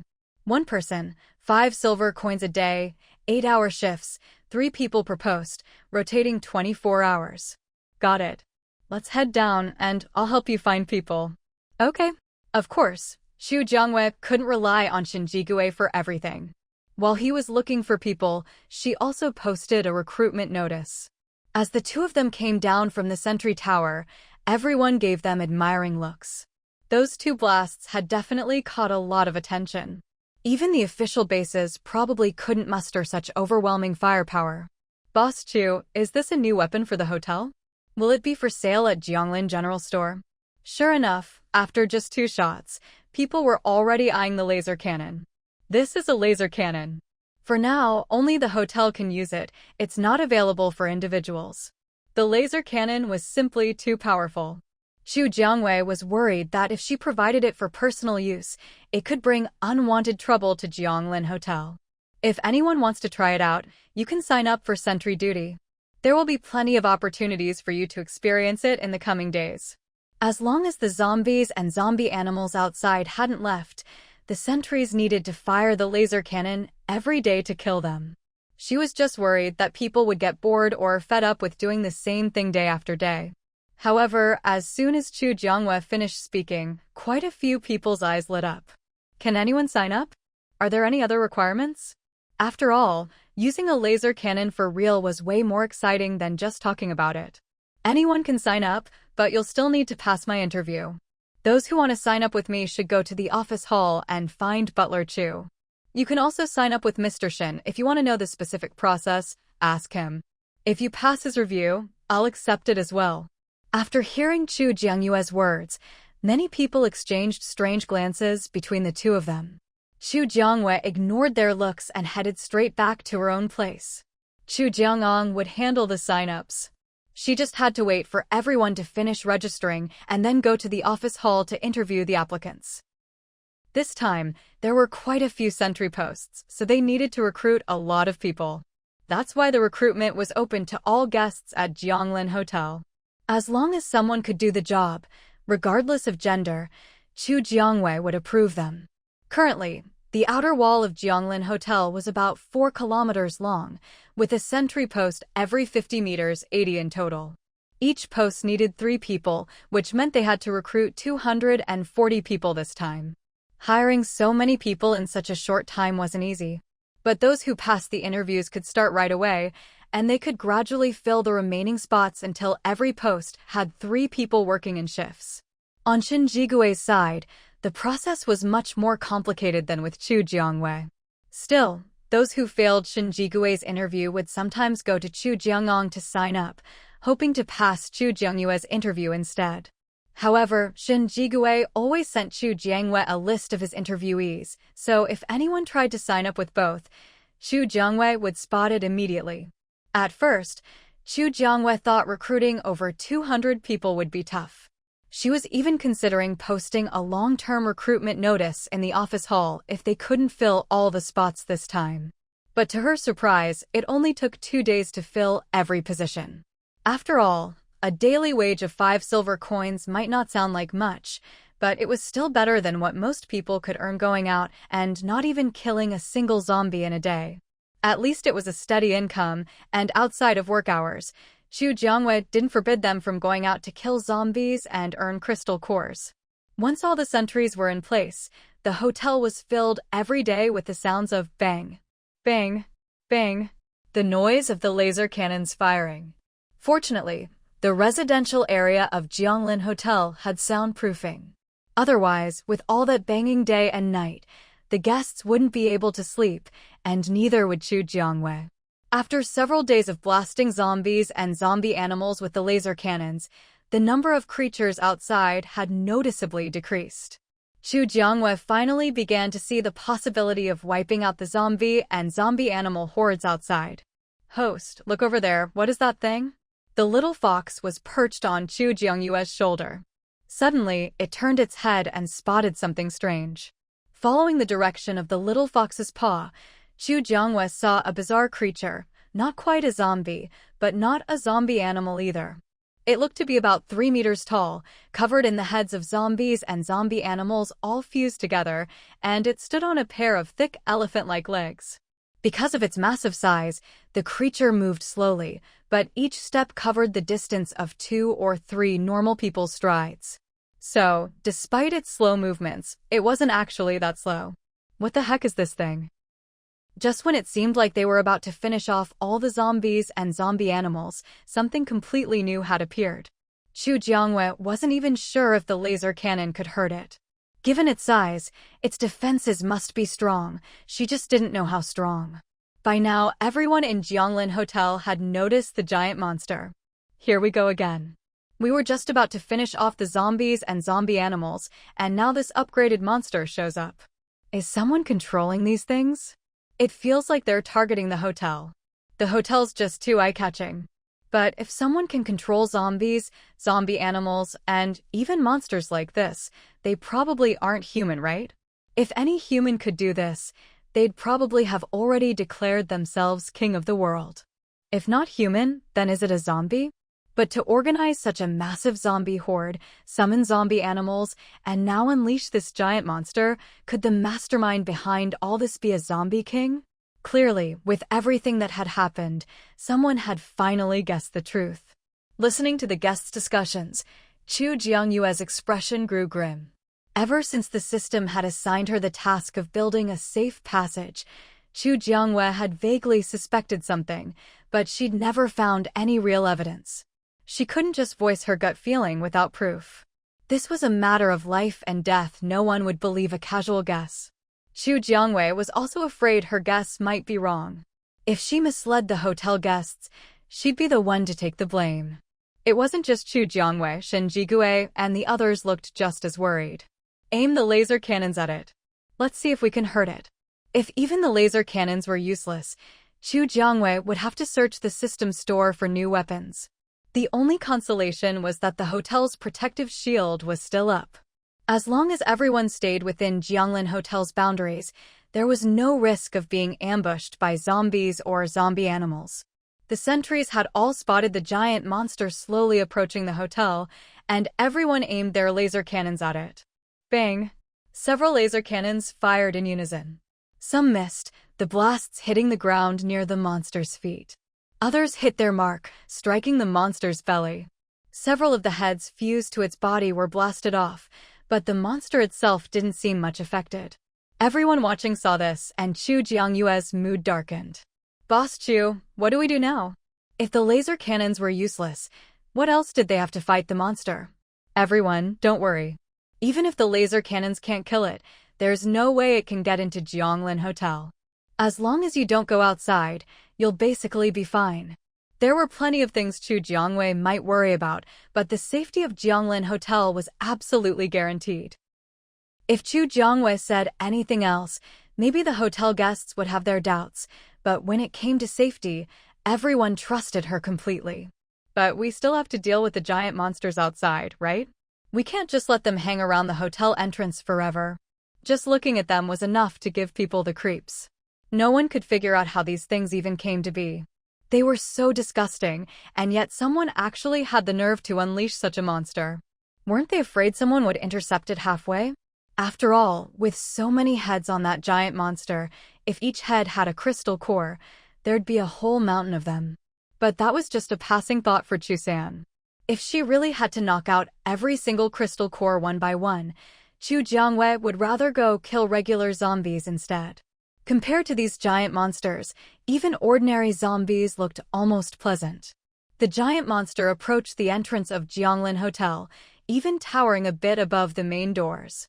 Chu Jiangyue sent a message to all the sentry groups, telling them to focus their fire on the giant monster. Even if the laser cannons could only blast off a few heads at a time, if they kept at it, eventually they'd take them all down. The sentries quickly replied to confirm, and soon the sound of laser fire filled the air. The giant monster was hit again and again, its heads dropping off one after another. Maybe it lost too many heads, but the monster finally realized something was wrong and started ramming the hotel's protective barrier with all its might. Chu Jiangyue and Shen Jigue stood at the closest spot to the monster, but they didn't step outside the hotel's shield. Shen Jigue activated his lightning powers, compressing his energy. The compressed lightning orb was 4 or 5 times more powerful than before. Chu Jiangyue, meanwhile, used her advantage with vines. Each time, she silently and swiftly snaked a vine tip into one of the monster's heads and pulled out the crystal core. Without the core, the head would naturally fall off.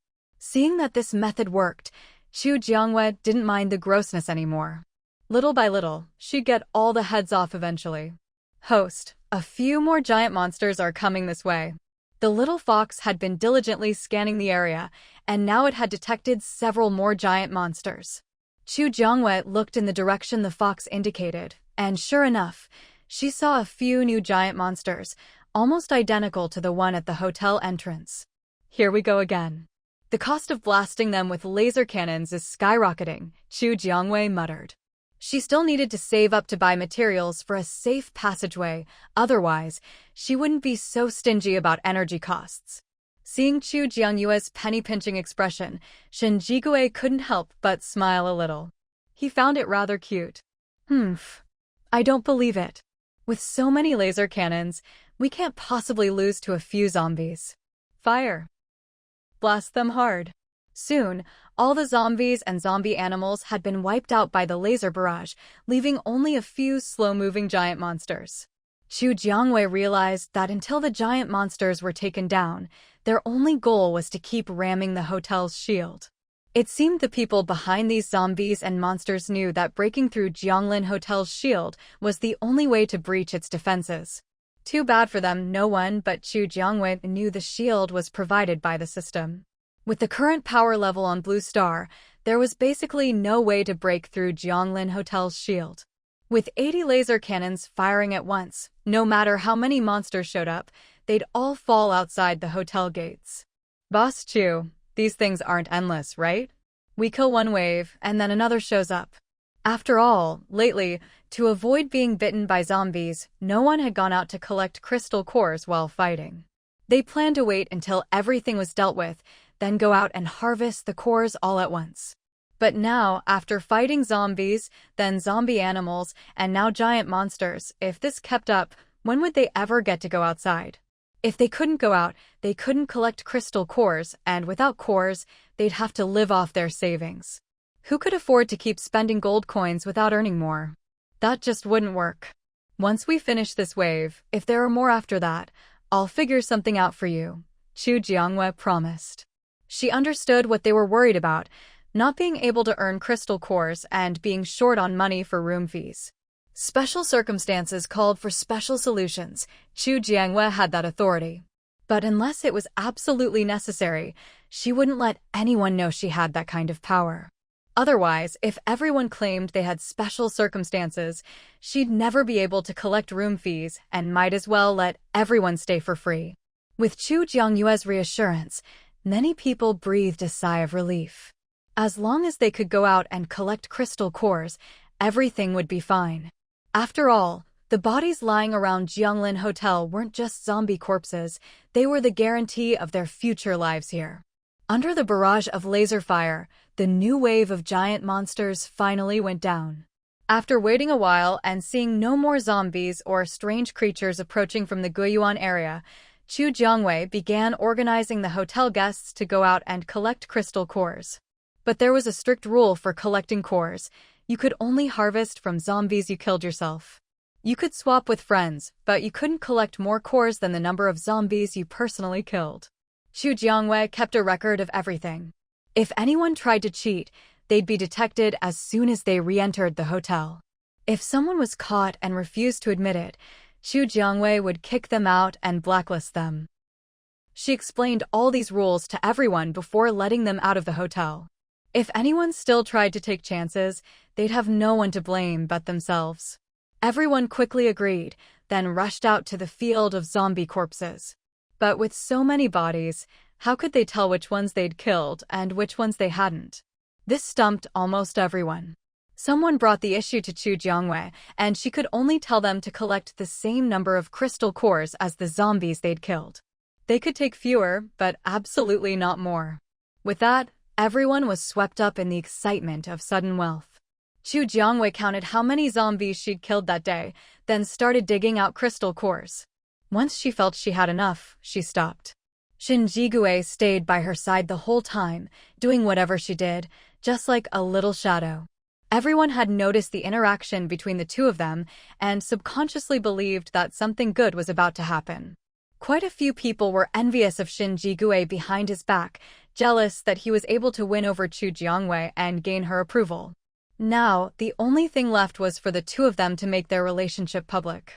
Before this, many people had tried to pursue Chu Jiangwei, but every time, they either gave up halfway or, after witnessing Chu Jiangwei go all out against zombies, realized they couldn't handle her. For various reasons, no one had managed to stick it out until the end. Shin Jigui's success was truly inimitable. After all, unlike Shin Jigui, none of them had strength on par with Chu Jiangwei. He was also able to stay calm and composed, spending so much time with Chu Jiangwei, waiting until the boiling frog moment was just right before confessing his feelings. Even after confessing, he gave Chu Jiangwei plenty of time to consider. With a man this close to flawless, if Chu Jiangwei hadn't been reborn and lived through the apocalypse once already, she might have impulsively agreed to his confession on the spot. Unfortunately, Chu Jiangwei had been reborn into the apocalypse, and when it came to choosing a partner, she was extremely cautious. After all, husband and wife are like birds in the same forest. When disaster strikes, they fly their separate ways. The closer the relationship, the more careful you had to be in times like these. Of course, for now, Shin Jigui fit every aspect of Chu Jiangwei's ideal partner. Host, there are people coming through the emergency exit again. The little fox was now keeping an eye on everything, alert to any unusual movement within its scanning range. It had been a while since any newcomers had arrived through the emergency exit of Jianglin Hotel. Who would have thought that just as they were digging for crystal cores, someone would show up? You had to admit, this group's timing was perfect. Chu Jiangwei walked toward the emergency exit. Shin Jigui noticed her movement and, following her gaze, also saw a few people just emerging from the emergency stairwell. Since she was going to greet the newcomers, Shin Jigui had nothing to worry about and continued digging for his own crystal cores. Hello, welcome to Jianglin Hotel. I'm the owner, Chu Jiangwei. You can just call me Boss Chu. The newcomers had barely stepped out of the emergency exit when they saw a group of people digging for zombie crystal cores in front of the hotel and instinctively took a step back. Mu Ran heard someone speaking and, after confirming it was Chu Jiangwei, the group finally relaxed a little. Hello, we're from Province D. We didn't expect. Digging for crystal cores could be so harmonious? This place was nothing like anywhere they'd been before. Where they came from, if you didn't dig out the crystal core from a zombie you killed right away, someone else would snatch it as soon as you turned your back. Don't mind them. Once they've dug enough, they'll get up. The reason they were digging for so long was simply because everyone wanted to find a crystal core that matched their own ability. But where in the world was it so easy to get exactly what you wanted? In the end, you had to compromise and trade what you'd found with others. Since you're here, are you looking for a place to stay?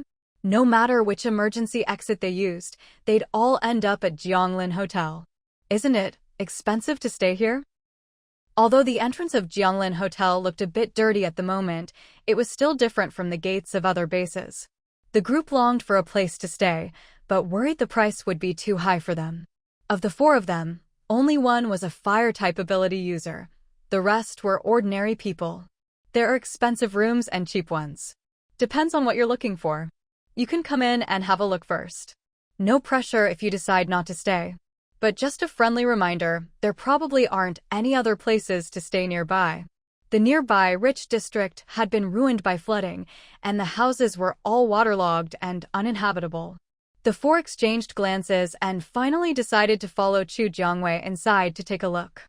Besides, they didn't really have any other options. Chu Jiangwei led them into the hotel. As soon as the four entered, they felt a gentle, spring-like warmth, so comfortable their eyes nearly closed in relief. Seeing their reaction, Chu Jiangwei couldn't help but smile. In such extreme weather, the comfortable temperature inside Jianglin Hotel was already a luxury few could enjoy. Whatever the reason, it really did feel like a breath of spring. Chu Jiangwei led them straight to the main lobby. Chu Jiangyang had been sent to work on the farm, so the lobby was empty at the moment. Do you want the expensive rooms or the cheap ones?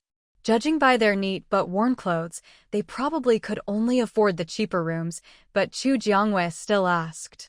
Could you tell us the prices first? We'll discuss and decide. For expensive rooms, you can go as high as you want. The cheapest is 2 silver coins a day, which is 2 level, 1 zombie crystal cores. Here's a list of all the available rooms. Take a look. Chu Jiangwei pulled up a virtual screen at the front desk, displaying all the vacant rooms. The four carefully checked the information and finally chose a standard 4-person room, which cost 8 silver coins per day, so only 2 silver coins per person per day.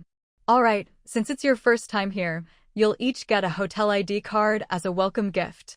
All your future expenses in the hotel will be charged to this card.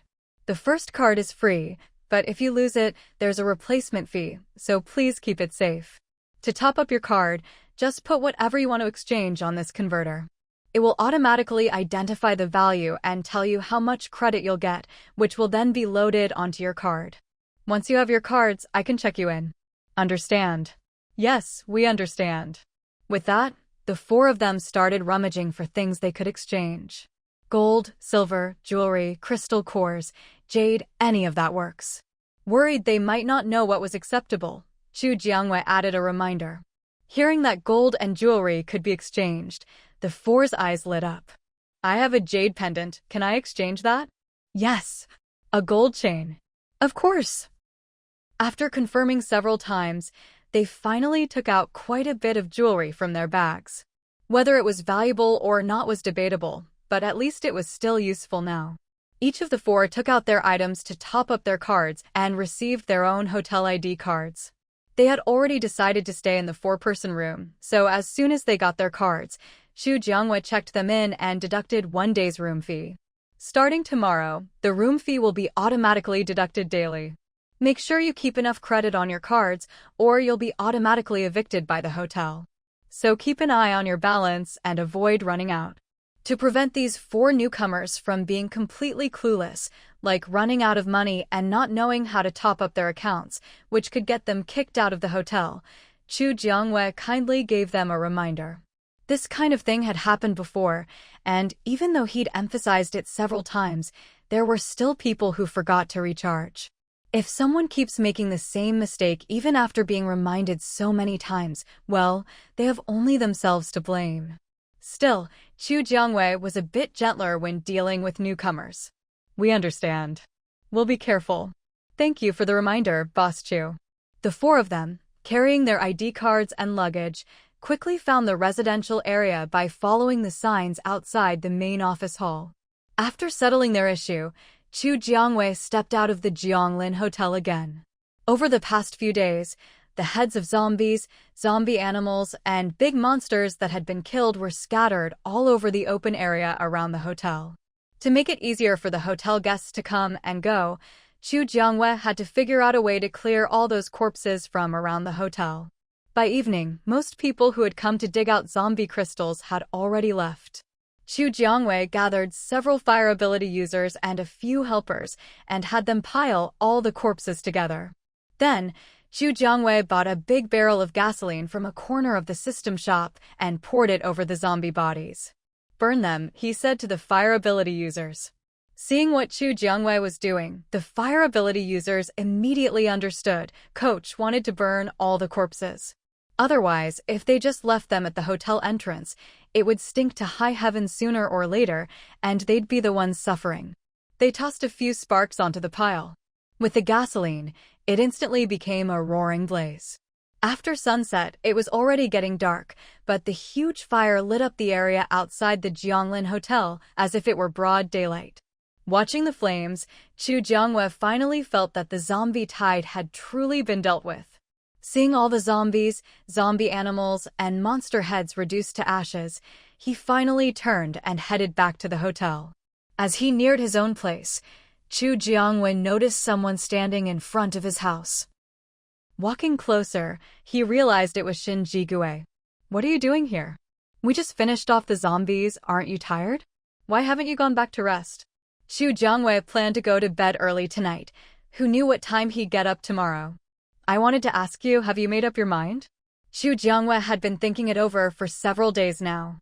During this time, Shen Jigue had come looking for him more than once, but always left disappointed.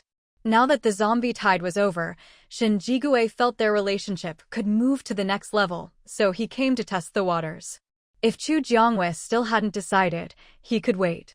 Chu Jiangwei hadn't expected Shen Jigui to bring this up at this moment, but since it had been a few days since his confession, she knew she owed him an answer.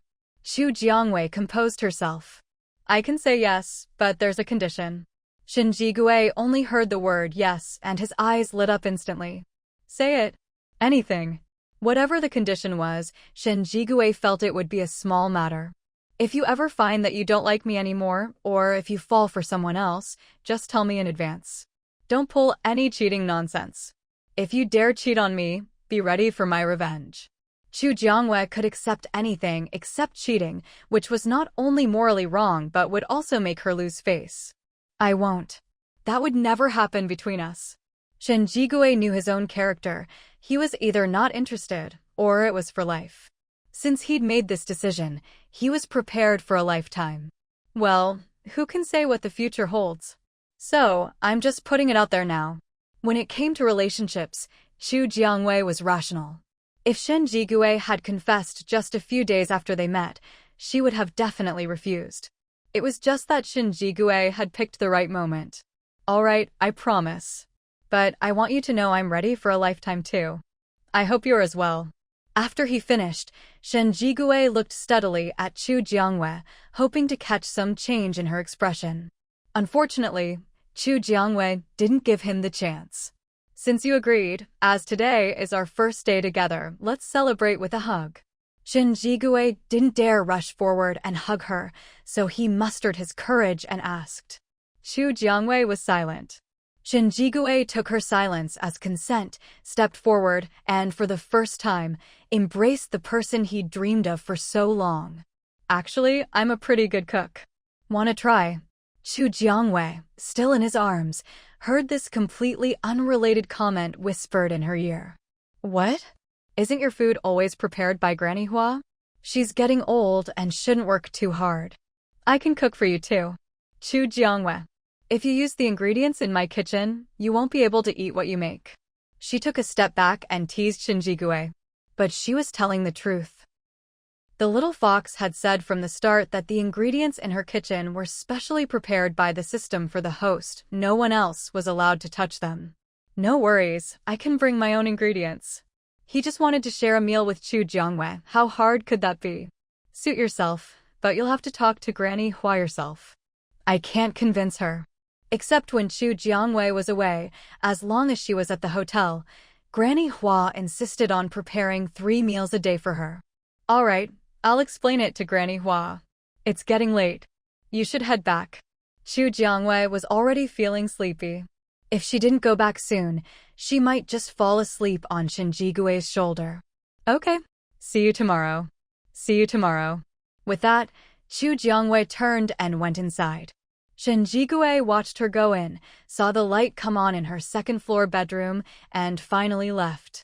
When Shen Jigui returned to the suite he shared with the other 4, he was immediately pushed down onto the living room sofa. Come on, spill it. What happened today? Yeah. Any progress? 4 pairs of gossiping eyes stared at Shen Jigui. He just rolled his eyes at them. If you spent half as much energy on your abilities as you do on gossip, you'd have leveled up by now. Shen Jigui had no intention of sharing his love life with them. It was no different from telling people about his private affairs with his girlfriend. Come on, you're the only one in our group who's found a girlfriend. We just want to learn from your experience so we don't make mistakes when it's our turn. So I'm your guinea pig, huh? Not exactly. But since you're the first to get a girlfriend, we're just learning and growing together. Shen Jigui rolled his eyes and shot them a look that said, figure it out yourselves. You guys have fun. My girlfriend told me to get some rest, so I'm off to bed. With that, Shen Jigui didn't bother to see how the others reacted. He stood up and headed straight to his room. Jiang He and the other 3 were stunned for a moment before they realized what Shen Jigui had just said. He actually said, my girlfriend. He confessed successfully? Jiang He pointed in the direction of Shen Jigui's room, feeling like things had progressed a bit too quickly. He'd thought those 2 would still be dancing around each other for a while. The next morning, when Chu Jiangwei came downstairs, she saw Shen Jigui and Granny Hua both busy in the kitchen. You two. The way Granny Hua and Shinjigue were acting, it was like they were having some kind of cooking competition. Xiaochu, you're up. I made soup for you yesterday and simmered it all night. It's just right now, come have some. As soon as Granny Hua saw Chu Jiangwei, she eagerly started introducing the soup she'd made. Chu Jiangwei glanced at Granny Hua's soup, then at what Shinjigue was making. He probably wasn't too familiar with her kitchen, so he hadn't finished anything yet. But judging by the ingredients Shinjigue had prepared, he was probably planning to make dumplings. You two take your time. I'll have some soup first. Chu Jiangwei could tell they were having a cooking showdown, but whatever they made would just be 2 servings. There was no way she could eat that much. You don't have to make so much. I don't have much of an appetite in the morning. With that, Chu Jiangwei left the kitchen. She was a kitchen novice anyway, not really suited to hanging around in there. Chu Jiangwei sat down on the living room sofa. Not long after, Shinjigue came out with a cup of hot milk for her. Looking at the soup on the table and the milk, Chu Jiangwei thought she'd probably be full after just these two. I think you and Granny Hua could actually work together, you know. She was just one person. There was no way she could eat 2 people's worth of breakfast. Even if they were competing, that wasn't a reason to waste food. More importantly, the ingredients in her kitchen weren't for anyone else to eat. Don't worry, we know what we're doing. If you can't finish, I'll eat it. You can't eat the ingredients in my kitchen. The ingredients I'm using today, except for the soup Granny Hua made yesterday, are all ones I brought myself. Shinjigue's goal was to have breakfast with Yun Zijin, so of course he'd avoid that problem. Granny Hua agreed to that? But just now in the kitchen, the 2 of them looked like they were about to go at it. That's just for show. I was planning to do it myself, but Granny Hua said since you're paying her, she can't just skip work for no reason. That's why both of them ended up in the kitchen this morning. All right then, so you're both having breakfast with me today? Since they weren't using her kitchen's ingredients, everyone could eat together. I'm definitely staying. As for Granny Hua, you'll have to ask her. But based on what Shinjigue knew about Granny Hua, she probably wouldn't stick around. Chu Jiangwei nodded. I'll ask her in a bit. Shinjigue went back to the kitchen and soon brought out the breakfast he and Granny Hua had made. Granny Hua, why don't you stay and have breakfast with us today? Seeing Granny Hua about to leave, Chu Jiangwei quickly invited her to stay. I've already eaten. I won't intrude on you 2 youngsters alone time. With a big smile, Granny Hua walked out, ignoring Chu Jiangwei's attempts to keep her. If Granny Hua won't keep you company, I will. Shinjigue sat down next to Chu Jiangwei without waiting for an invitation. But it seemed like the mastermind behind the zombie horde had their sights set on the Jianglin Hotel. Just yesterday, they'd blown up all the zombies, zombie animals, and giant monsters into pieces. Now, on the very next day, just as Chu Jiangwei and Shinjigue finished breakfast, they were startled by the little fox's frantic voice. Host, I saw several huge, gigantic zombies. They're leading a horde, and they're headed straight for the Jianglin Hotel again. The little fox ran in from outside, completely ignoring Shinjigue, and reported the information it had gathered to Chu Jiangwei. The little fox's words made Chu Jiangwei frown. Noticing her expression, Shinjigue's face grew serious as well. What's wrong? The moment he saw Chu Jiangwei's face, Shinjigue knew something had happened again. I thought we'd get a break for a while, but it looks like that's not happening. No sooner had they fought off one wave, another was coming. Whoever was behind this was clearly determined to wear them down with wave after wave of attacks. After all, there were only so many people in the Jianglin Hotel. Even if they could use crystal cores to recover their powers, their bodies wouldn't be able to take it forever. They were only human, not perpetual motion machines. And the giant zombies the little fox mentioned gave Chu Jiangwei a very bad feeling. Let's go take a look. No matter what, since trouble had come knocking, they had to face it head-on. But Chu Jiangwei didn't want to be led around by the nose. If the enemy wanted to play a war of attrition, then she was determined to find out who was pulling the strings behind the scenes. Shinjigue followed Chu Jiangwei outside. As soon as they stepped out, Chu Jiangwei saw, From a distance, several enormous zombies, at least 5 or 6 meters tall, moving slowly at the rear of the zombie horde, lumbering forward. These zombies are huge, and they don't look quite the same as that big monster yesterday, the one made from a bunch of heads stuck together. These giant zombies gave off an even stronger sense of oppression. What the heck are these things? How could such massive zombies exist, and yet they'd never seen them before? Doesn't matter what they are. The point is, they're clearly here to surround the Jianglin Hotel, and we can't get out. But at least they'd just collected a batch of crystal cores yesterday, so there was no need to worry about running out of rent for the time being. Xu Jiangwei tried to calm herself. No matter what, they had to deal with this trouble first. She found a mutated willow tree and asked it to weave its branches into a mat. Using it for leverage, she jumped up and opened the Jianglin Hotel's real-time map. By looking at the red dots on the map, Xu Jiangwei could roughly estimate how many zombies there were. Very soon, the Jianglin Hotel was surrounded by zombies once again. Xu Jiangwei pressed her lips together, feeling extremely frustrated by this battle. Even now, she still had no idea what the mastermind looked like. Xu Jiangwei took a pair of binoculars from her system backpack and looked toward the densest part of the zombie horde. Through the binoculars, she clearly saw a total of 10 giant zombies. Each one was as tall as a 2-story building. If you got stepped on by one of them, there'd be no chance of survival. And just now, as those giant zombies lumbered forward, Xu Jiangwei saw with her own eyes through the binoculars as several normal zombies were crushed underfoot. Those zombies didn't even have time to scream for help. Not that it would have mattered, after all. Zombies don't understand human speech. After the zombie horde passed, Xu Jiangwei climbed down from the top of the willow tree. Shen Jigui and the others all looked at her, hoping she could share some useful information. Good news. Those giant zombies, when they walk, always end up accidentally stepping on the zombies around their feet. Bad news. The zombies that get stepped on are basically done for, there's no saving them. In other words, if any of them went up against a giant zombie and got stepped on, they'd be done for too. After hearing Xu Jiangyue's words, everyone fell silent. None of them had expected that these giant zombies would end up hurting their own kind more than the enemy. But with so many zombies, even if a few get trampled from time to time, it doesn't really make a dent in the massive horde. Boss Chu, have you thought of any way to deal with this zombie horde? Since these giant zombies only appeared after the big monsters, it meant they must have something the big monsters didn't.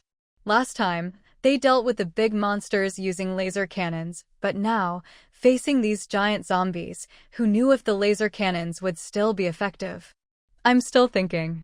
Don't leave the hotel, especially don't go outside the protective shield. She was worried that someone might do something stupid and leave the shield at a time like this, basically throwing their life away.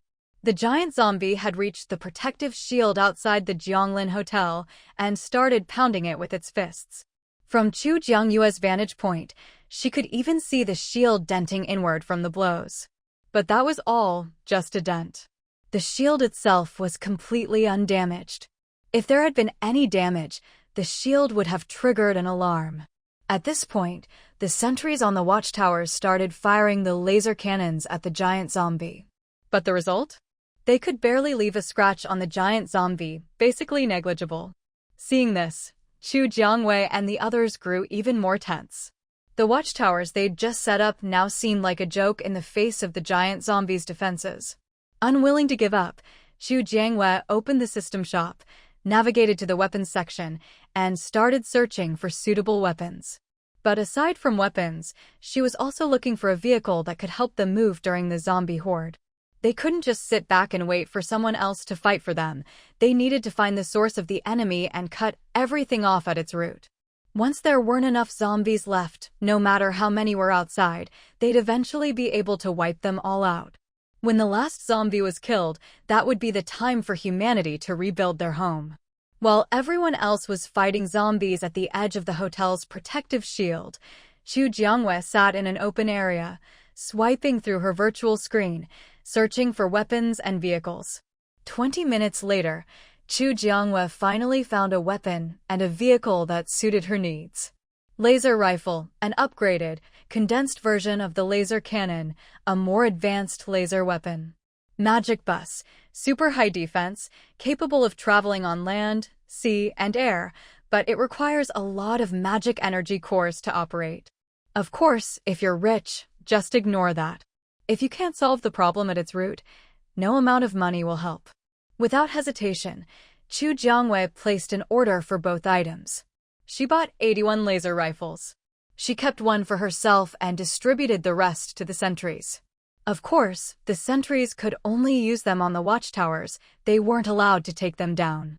After handing out the laser rifles to the sentries, Chu Jiangwei brought out the magic bus. Its dazzling colors made the magic bus extremely eye-catching. But this wasn't the time to admire it. Chu Jiangwei got in and immediately posted a recruitment notice. She explained the main mission for this outing and the requirements for applicants. All applicants had to be level 3 or above ability users, any ability type, any gender. The mission had a cap of 44 people, first come, first served. The magic bus could carry 45 people. Subtracting Chu Jiangwei, there were 44 spots left. As soon as the notice went out, Xin Jigui, Jin Chuyu, Song Chungjun, and Ling Feng all brought people over to sign up. Seeing these familiar faces, Chu Jiangwei felt genuinely comforted. Have you all read the mission details carefully? This trip is dangerous. One wrong move and you could lose your life. Though she was glad they'd all come, she still hoped everyone would think rationally and consider the consequences before making their choice. Boss Chu, we've all thought it through. Many of them had lost their parents. Some were the only ones left in their families, with nothing holding them back. For the sake of humanity's final victory, what was one more time putting their lives on the line? Besides, Chu Jiangwei had made it clear in the notice, the magic bus's defense was much better than the off-road vehicles they usually used. They'd never had any problems with the off-road vehicles, so the magic bus should be even safer. Still, once they left the Jianglin Hotel, finding the source of the zombie horde would be another challenge. All right, since you've all thought it through, get on the bus. At this moment, the sentries on the watchtowers switched to the laser rifles. With one shot, a huge hole appeared in the giant zombie's chest. But zombies are mindless. No matter how big the hole in its chest, it didn't affect its movements. After that, the second shot was aimed directly at the giant zombie's head. The zombie's crystal core was in its brain. As long as the brain was destroyed and the core retrieved, no zombie could possibly survive. Seeing the laser rifle actually damage the giant zombie, Chu Jiangwei finally felt relieved. She told the sentries in the group chat to use the laser rifles on the giant zombies and leave the regular zombies for the hotel guests to handle. If they encountered high-level zombies, they could use the laser cannons. With instructions given and enough volunteers for the mission, Chu Jiangwei called everyone onto the bus. Once everyone was aboard, the magic bus started driving itself. Chu Jiangwei and Xin Jigui sat in the driver's and passenger seats, while everyone else found their own spots. With 45 seats, everyone had a place. The magic bus swayed as it left the hotel's protective shield. Zombies swarmed toward them, clawing at the bus and howling. Chu Jiangwei turned her head away, unable to watch. It was just too disgusting. But the reason the magic bus was called magic was because it was infused with magical energy. When the zombies attacked, a layer of flames erupted around the bus, instantly setting the zombies on fire.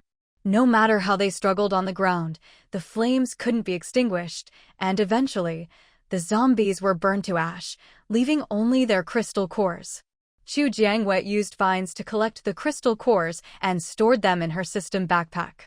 Bathed in firelight, the magic bus successfully broke through the zombie horde and reached the rear of the horde. At the back, Chu Jiangwei thought she saw a human figure in the distance, but when she looked again, it was gone. Follow them. Yes, my master. The magic bus's voice was youthful and sweet, like a little girl. As soon as the little girl voice from the magic bus sounded, everyone else wore surprised expressions. They all knew that anything Chu Jiangwei brought out was never ordinary, but they hadn't expected this bus to be so high-tech. However, Chu Jiangwei didn't explain, and the others just pretended they hadn't heard anything. So where do we go next? We can't just drive around aimlessly. Lin Shuyuan and the others had all willingly come along, but as they said, they couldn't just wander around forever hoping for luck. The magic bus already came into contact with the zombies besieging the Jianglin Hotel. It's extremely sensitive to their presence. The magic bus will take us toward wherever those zombies came from. Chu Jiangwei hadn't known this at first, but once the magic bus started up, a whole bunch of information about it automatically appeared in her mind. She had to admit, this function of the magic bus really saved her a lot of trouble. Hearing Chu Jiangwei say this, everyone else relaxed. The magic bus could drive itself and even automatically avoid obstacles along the way. If Chu Jiangwei hadn't been sitting in the driver's seat with her hands nowhere near the steering wheel, they would have thought she was driving it herself. This was nothing like the so-called smart self-driving cars before the apocalypse. Plus, Chu Jiangwei could give it commands at any time and change the route on the fly.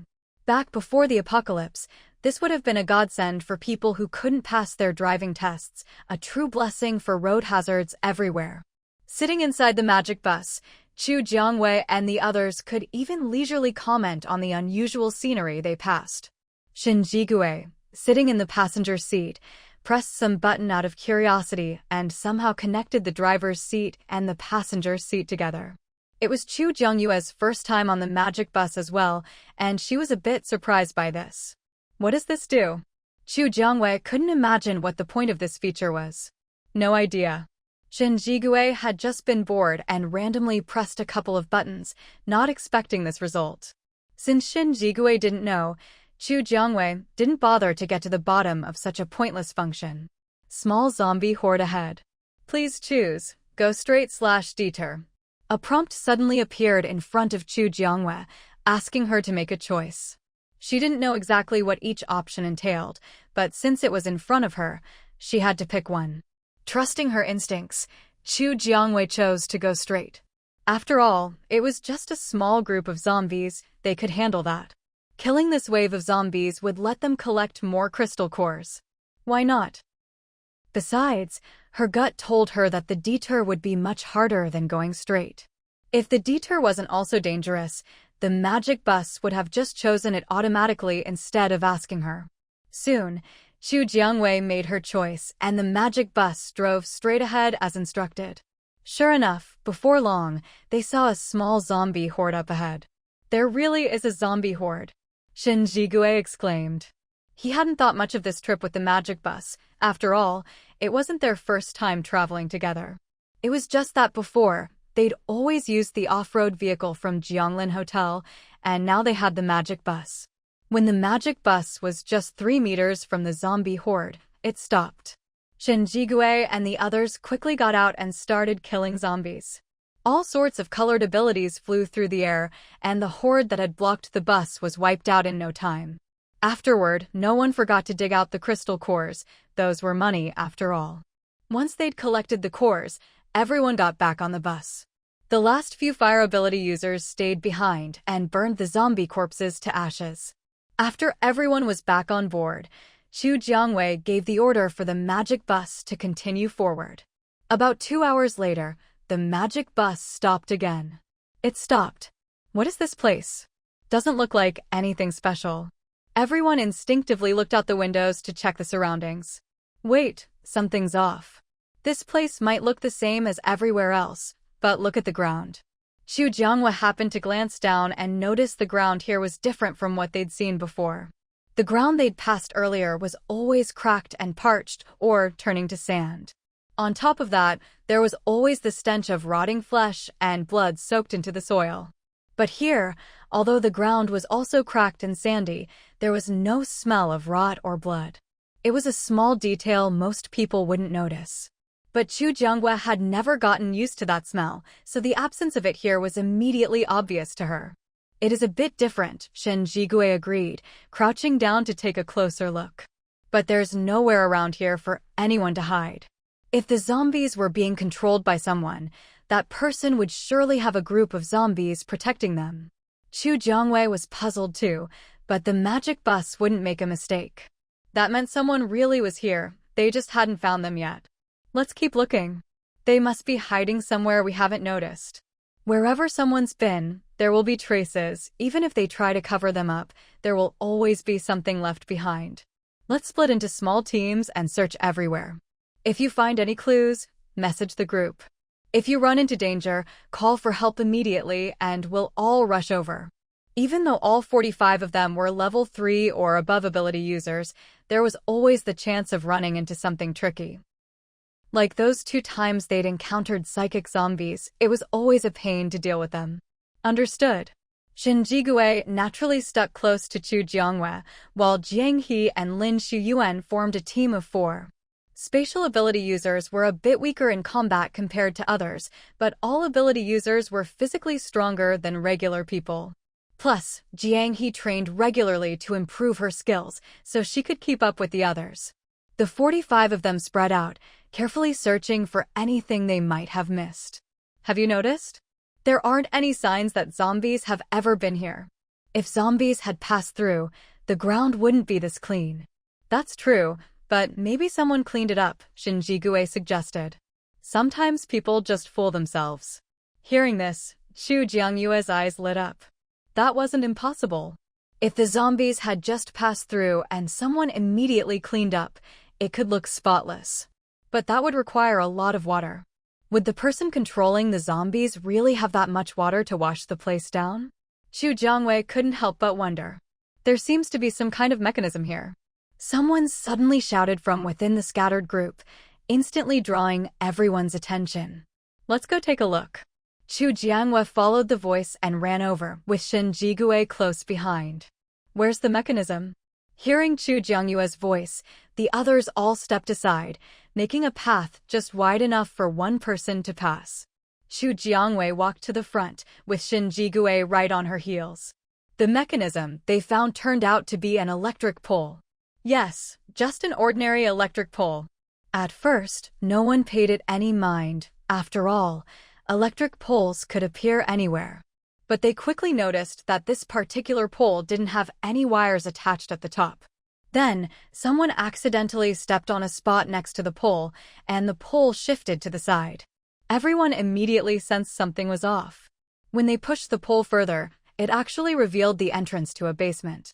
Chu Jiangwei and Shen Jigui came over and saw an opening just big enough for one person to pass through, blatantly exposed before them. Fortunately, there weren't any zombies or traps inside, otherwise, whoever opened this door might have gotten hurt. Should we go down? No one knew what was waiting below. If the basement was packed with zombies, no matter how high their abilities were, they'd just be throwing their lives away. We have to go down, but not everyone should go. Some people had to stay above, just in case something unexpected happened. Those on the surface could provide backup. Everyone, if you're willing to go down, stand to one side. If you'd rather stay up here, that's fine too, but keep an eye on the group chat at all times. If anything happens below, we'll need you to respond quickly. Chu Jiangwei had brought these people out, and of course, she hoped everyone would return safely. But since they'd chosen to take on missions outside, they had to be prepared for the possibility of dying at any moment. That was something everyone who accepted missions needed to understand. Soon, the group of 45 split into 2. Jiang He, you stay up here, Shen Jigui said when he saw Jiang He among those preparing to go down. Jiang He was a spatial ability user. Although his physical fitness had improved after awakening his powers, his overall combat ability was still lower than those with other abilities. Shen Jigui was worried that if something unexpected happened, they wouldn't be able to protect Jiang He, and he might get hurt. Following Shen Jigui's lead, Jin Chuyu looked at the spatial ability user in her own team. Feng Chenxian, you stay up here too. We can take care of ourselves, we won't hold you back, they protested. If everyone else went down except for the 2 of them, it would make them feel out of place within the team. If you stay up here, we'll feel safer knowing you're watching our backs, Chu Jiangwei said, serving up a bit of motivational chicken soup. It might have been a cliché, but it worked. Jiang He and Feng Chenxian didn't argue further. Chu Jiangwei was right, having their own people on the surface was the best way to handle any unexpected situations. All right, we'll wait for you here. Most of those left above were support-type ability users. Even though the spatial users weren't going down, which might mean worse food for everyone, they could still buy supplies from Chu Jiangwei if they were willing to spend crystal cores. Now that we've decided, let's move out. The little fox perched on Chu Jiangyue's shoulder, constantly scanning the basement below. Host, there are 5 levels in this basement, and there are zombies on every floor. The little fox's voice sounded in Chu Jiangyue's mind, but it was so shocked by what it had detected that its voice even changed pitch. Hearing this, Chu Jiangyue's expression darkened. Looks like they'd found the right place, but who was behind all this? Can you draw me a route map on the real-time map? And besides zombies, is there anyone else down there? Chu Jiangwei was eager to know whether the one controlling the zombies was a human or a zombie king. Yes, host. But according to my scan, there are no living people down there. No living people? Then the one controlling the zombies attacking Jianglin Hotel must be a zombie king? Without solid evidence, Chu Jiangwei couldn't jump to conclusions based on her own suspicions. Host, I think we should go back. The little fox suddenly blurted out, clearly having detected something alarming. What's going on? Explain, or I can't just tell everyone to turn back.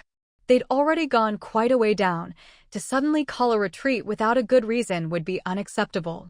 Host, I just did a second, deeper scan. All the zombies down here are high level. If you're discovered, you'll definitely be swarmed by them. High-level zombies, even flying ones, not to mention giant zombies and other monsters. Zombie mutant animals would be the least of their worries. Why didn't you say so earlier? Chu Jiangwei knew they couldn't stay here any longer. Retreat. Everyone, back to the surface. No matter how the others reacted, the only thing they could do now was get back to the magic bus as quickly as possible. Right now, only inside the magic bus would they be truly safe. What's going on? Why are we suddenly turning back? Shen Jigue saw Chu Jiangyue's expression and knew something was wrong. Even as he asked, he was already following Chu Jiangwei back up. Jin Chuyu and the others at the rear were confused as well. They'd just come down, so why were they retreating? We just got feedback from the detection device. This place is full of high-level zombies. We can't go any further. If they were discovered, not a single one of them might make it out alive. And if they couldn't escape, those left on the surface would stand even less of a chance. Are you sure? This whole place is full of high-level zombies. Shen Jigue found it hard to believe. Since when did high-level zombies become so common? Or had the zombies been evolving out of sight while they themselves had stayed the same? Of course I'm sure. Why else would I be so desperate to get you all out? Stop asking questions, just move. Chu Jiangwei pushed everyone back, afraid they'd be discovered. With so few people, they were no match for all the high-level zombies in the basement. Chu Jiangwei still had some authority among the group, so even if some people were skeptical, they obediently followed her back. Come, here, and don't, leave, The group led by Chu Jiangwei had only made it halfway back when they heard a harsh, broken, and clearly unpracticed voice. Instinctively, Chu Jiangwei turned to look back, and what she saw was a person with pale bluish skin, not a trace of decayed flesh on its body, dressed in an impeccably neat black suit. Perhaps it could be called the Zombie King. Chu Jiangyue's first instinct was that the zombie horde that attacked the Jianglin Hotel earlier had all been summoned by this person. She was certain that this zombie looked nothing like anyone she remembered. She had no idea why this zombie had set its sights on the Jianglin Hotel. But a zombie that could talk, now that was truly terrifying. Not only Chu Jiangwei, but everyone else also heard the Zombie King's words. In an instant, their scalps tingled with fear, and they started running back even faster. What the hell is that? It can actually talk. A talking zombie, could it be the Zombie King? As soon as someone mentioned the Zombie King, the group's retreat turned into a panicked sprint. But the Zombie King lived up to its name. Its running movements were almost indistinguishable from a human's. If not for its ashen skin, which was so different from Chu Jiangwei and the others, no one would have thought it was a zombie. Run! It's catching up! Chu Jiangwei called out to those ahead. Shen Jigue had been charging up a ball of lightning in his hand, but he knew the Zombie King's defense would be formidable, so he kept compressing it, hoping to deal a serious blow in a single strike. But compressing the lightning ball while running left Shinjigui's forehead beaded with sweat. Chu Jiangwei noticed Shinjigui's condition wasn't great. Just throw it now. Our abilities might not work on it. Let's try hot weapons. As she spoke, Chu Jiangwei pulled out a small, gun-like device from her system backpack. She had spent a fortune to custom-order this compact, compressed laser pistol for this very moment. Seeing the little pistol in Chu Jiangyue's hand, Shinjigui nodded at her, then hurled the marble-sized lightning ball he'd compressed at the Zombie King. Huh. The Zombie King sensed Shinjigui's move and leapt nimbly to the side. Boom. The explosion of the lightning ball echoed through the basement, deafeningly loud. Because Shinjigui had compressed it with all his might, the blast made the entire basement tremble. At that moment, they could see the light streaming in from the entrance they'd used to enter the basement. On the other side, as the dust from the explosion settled, the Zombie King, though it had dodged, was still caught in the blast. Green fluid oozed from its face, hands, and arms. This was another difference between the Zombie King and ordinary zombies. When regular zombies are injured, only rotten flesh falls off. There's never any green fluid. Chu Jiangwei had a wild but plausible guess. The green fluid was the Zombie King's blood. But judging by how little green fluid there was, Shinjigui's lightning ball hadn't done much damage. Chu Jiangwei raised her little pistol, thumbed off the safety, and pulled the trigger. Bang! A compressed laser shot out instantly. The Zombie King dodged nimbly again, but this time, it underestimated the power of the laser bullet. Its entire arm was blasted into a bloody mess. The Zombie King's expression darkened, and it started chasing after Chu Jiangwei and the others even faster. Worse yet, a group of high-level zombies followed behind it. Fortunately, Chu Jiangwei and her group had already reached the entrance they'd come in through and hurriedly made their way out. Once outside, everyone grabbed those who had been waiting on the surface and sprinted for the magic bus. The basement is full of zombies. The Zombie King is out too. Run! The people on the surface couldn't hear much, but the words Zombie King rang out loud and clear. Where's Brother Shin? Where's Sister Jean? And Boss Chu? Many people were calling out for their companions, but those fleeing from the basement had no time to answer. The most important thing now was for everyone to get on the bus as quickly as possible. Once they were on board, they'd have to figure out how to drive the magic bus closer to pick up the rest. Chu Jiangwei and Shinjigui stayed at the rear, covering the retreat. Knowing her pistol could hurt the Zombie King, Chu Jiangwei kept her grip tight on the weapon. The Zombie King's gaze on Chu Jiangwei grew even more venomous and deadly. Humans must die. At the moment the Zombie King lunged at them, Chu Jiangwei fired another shot, then grabbed Shinjigui and bolted for the exit. Once outside, she didn't forget to shut the entrance door. Then she and Shinjigui dashed for the magic bus. They were the last two to board. When the others saw them get on, everyone breathed a sigh of relief. I can't believe the basement was full of zombies, and they all looked like high-level ones. High-level zombies can summon lower-level ones and trigger zombie hordes. Did any of you get a good look at the Zombie King just now? Chu Jiangwei asked once she'd caught her breath. Everyone fell silent. Things had been so chaotic just now. Who had time to observe the Zombie King? The Zombie King bled green fluid when it was injured. I suspect that's its blood. Also, the Zombie King didn't have the stench of decay you'd expect from a corpse. Do you know what that means? What does it mean? No one understood what Chu Jiangwei was getting at. It means that when a zombie evolves to the level of Zombie King, it can already be considered a new kind of human. A new human, flesh and blood, but with the intelligence of a newborn. At her words, everyone's expressions changed. If zombies could ultimately evolve into a new kind of human, should they keep killing them? After all, any zombie could eventually become a new human. But if they didn't kill zombies, they themselves might die. This is just a theory. There's no solid evidence, so we can't jump to conclusions, Chu Jiangwei added. Boss Chu, does that mean we should stop killing zombies? If zombies could become new humans, then every zombie they killed was a potential new life. Zombies' nature is to eat living flesh. Even if they evolve into new humans, that habit won't change overnight. So, we still have to kill zombies. But if you come across an innocent one and can't bear to kill it, you can go around it. As for Chu Jiangwei herself, she wouldn't hesitate. When Chu Jiangwei spoke, everyone else felt that, no matter what, zombies still needed to be killed. After all, if they stopped killing zombies just because zombies might evolve into a new kind of human, then there'd be no point in staying at Jianglin Hotel. All the gold, silver, and jewels had basically been exchanged already. Right now, the main way to pay for their rooms was still by trading zombie crystal cores. If they didn't kill zombies, they wouldn't be able to keep living at Jianglin Hotel. And if they couldn't stay there, it was basically a death sentence.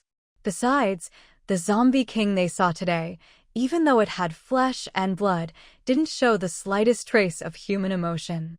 Its first reaction upon seeing them was to attack, and it had orchestrated several zombie hordes against Jianglin Hotel before. From this, it was clear the zombie king stood completely on the opposite side from them. A so-called new human? If it's not one of us, it must have a different agenda. If they had to give up their own safety for the sake of a new species that might become a threat in the future, well, sorry, no one would agree to that. Hiss! The magic bus was moving along as usual when, out of nowhere, the zombie king suddenly dropped down, hanging upside down from the front windshield. Chu Jiangwei, sitting in the driver's seat and closest to the front, instinctively leaned back in fright. It actually caught up. How is it so fast? None of them had expected the zombie king to be able to catch up to the magic bus. If it was just running on its own legs, then even among awakened speed ability users, few could match that pace. After all, the magic bus was enhanced with magic. Wait, the magic bus is protected by magic. If it's attacked by an unknown force, it automatically retaliates. But now, the zombie king had managed to get close to the magic bus and was even hanging upside down on the front. Seeing the zombie king hanging there, Chu Jiangyue's expression turned grim. No matter why the zombie king hadn't triggered the bus's defenses, Chu Jiangwei couldn't let it follow them back to Jianglin Hotel. Who knew if, now that it had evolved into a new human, the hotel system might not recognize it as a zombie and just let it in. That was absolutely unacceptable for everyone at Jianglin Hotel. Xiao Mo, toss whatever's on the roof out. Okay, host. Chu Jiangwei gave a voice command, and the next second, a mechanical arm extended from the side of the magic bus, grabbed the zombie king by the waist, and flung it away. Hiss! The zombie king's brain hadn't fully developed yet. When it first saw the mechanical arm, it didn't realize what it was, so before it could react, it was already being tossed off. Only after being thrown did the zombie king realize what had happened, and it flew into a rage, but it was too late. It had already been tossed aside. The magic bus didn't stop for a second, rolling away in style, leaving the zombie king on the roadside, furious but powerless. Enraged, the zombie king leapt up, covering dozens of meters in a single bound. Its speed was astonishing. No wonder it could catch up to the magic bus. The only mystery was why it could ignore the bus's magical defenses and hang on to it. The zombie king is so fast. If it launches another zombie horde, could it get there before us? High-level zombies couldn't keep up with the zombie king, but the king could still summon them and start a horde. We don't know. Right now, we just need to get back to Jianglin Hotel as fast as possible and warn them about the zombie king and the high-level zombies. Chu Jiangwei had a gut feeling. The final showdown between humans and zombies was approaching. Now that the zombie king had appeared, their last battle couldn't be far off. Otherwise, Chu Jiangwei didn't think the zombie king would have shown itself so soon. Is that the zombie king? It's catching up again. Someone glanced at the rearview mirror out of habit, only to see the zombie king rapidly closing in on the bus once more. But this time, as soon as it got close, the magic bus bounced it away. Phew. I thought we'd have to deal with another upside-down zombie. Luckily, the bus just flung it off this time. But the zombie king wasn't about to give up so easily. After being bounced off, it charged again. After several attempts, it finally stopped ramming the bus, but it didn't give up. Instead, the zombie king kept pace beside the bus, and more zombies began to gather around it. Fortunately, the magic bus wasn't fazed by the zombie horde. Any zombie that touched the bus was instantly burned to ash by the magic covering its surface. Chu Jiangwei always felt it was a pity to see the crystal cores glinting in the ashes. So many cores, what a waste not to collect them. But with the zombie king watching outside, there was no way Chu Jiangwei could openly use vines to retrieve the cores. Hiss! Suddenly, the zombie king approached Chu Jiangwei's window. Maybe it had noticed that any zombie touching the bus was burned to ash, so this time, even though it got close, it didn't touch the bus. It was like exploiting a bug in the system. Neither Chu Jiangwei nor the magic bus could do anything about it. Xiao Mo, cover the window. Chu Jiangwei didn't want to be bothered by the zombie king anymore. Okay, host. The magic bus's lowly voice sounded again, and the next second, Chu Jiangwei's window turned opaque from both sides. Boss Chu, this zombie king seems to have a thing for you. Did you do something to it? Someone in the back seat joked. Chu Jiangwei fell silent. She more or less knew why the zombie king was so fixated on her. It was because she'd shot it with a laser gun in the basement, injuring it. Compared to Shinjigui's lightning orb, Chu Jiangwei's laser gun had caused much more damage. Seeing her silence, the others wisely dropped the subject. Although there were zombies trying to block their way, the magic bus wasn't affected much. The trip back took about half an hour less than it had taken to get from Jianglin Hotel to the Zombie King's lair. However, Chu Jiangwei didn't immediately drive the magic bus into the hotel. She was testing something. She wanted to know if the Zombie King could enter Jianglin Hotel. Host, although the Zombie King has evolved into a flesh-and-blood new human, at its core it's still a mindless walking corpse. Judging by its current evolution, it still can't enter Jianglin Hotel, Little Fox explained, knowing what Chu Jiangwei was testing. So it can't get in now, but it might be able to in the future? Little Fox, is the shield really reliable? Letting the Zombie King into Jianglin Hotel would be like letting a wolf into a sheep pen. Chu Jiangwei could hardly imagine what would happen if the Zombie King managed to enter the Jianglin Hotel. The challenges the hotel would face would be unimaginable.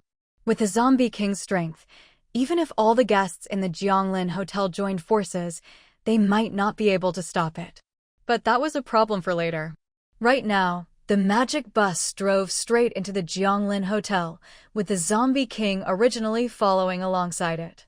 However, when the magic bus entered the hotel's protective shield, the Zombie King was blocked outside. There was no way the Zombie King would be content to just be kept out. It immediately began attacking the shield in every way it could. Each time the Zombie King attacked, Chu Jiangwei could see the hotel's shield flicker. However, there was no alarm sounding inside the hotel, so it seemed the Zombie King's attacks were basically futile. After attacking the shield for a long time without success, the Zombie King let out an angry roar. High-level zombies already had a faint sense of consciousness, and the Zombie King had even developed a small amount of emotion, but not much. The Zombie King stood not far from the hotel entrance, its crimson eyes fixed on the doors. Black mist began to swirl around its body, and the entire zombie slowly rose into the air. Below it, all kinds of high-level and ordinary zombies were gathering in its direction. Seeing this, Chu Jiangwei knew the Zombie King was truly enraged. Host, the Zombie King is summoning zombie troops. If you give it enough time, it could summon every zombie in the world. If that happened, the Jianglin Hotel would become the target of a global zombie siege. The hotel's protective shield, while system-supplied and able to withstand any modern weapon on Blue Star, still required energy to maintain. If nobody was spending money at the hotel, there would be no energy. Without energy, the shield would eventually fail. At that point, the Jianglin Hotel would no longer be the world's only safe haven, but rather the most dangerous zombie-infested zone on the planet. Then we can't give it time to summon reinforcements.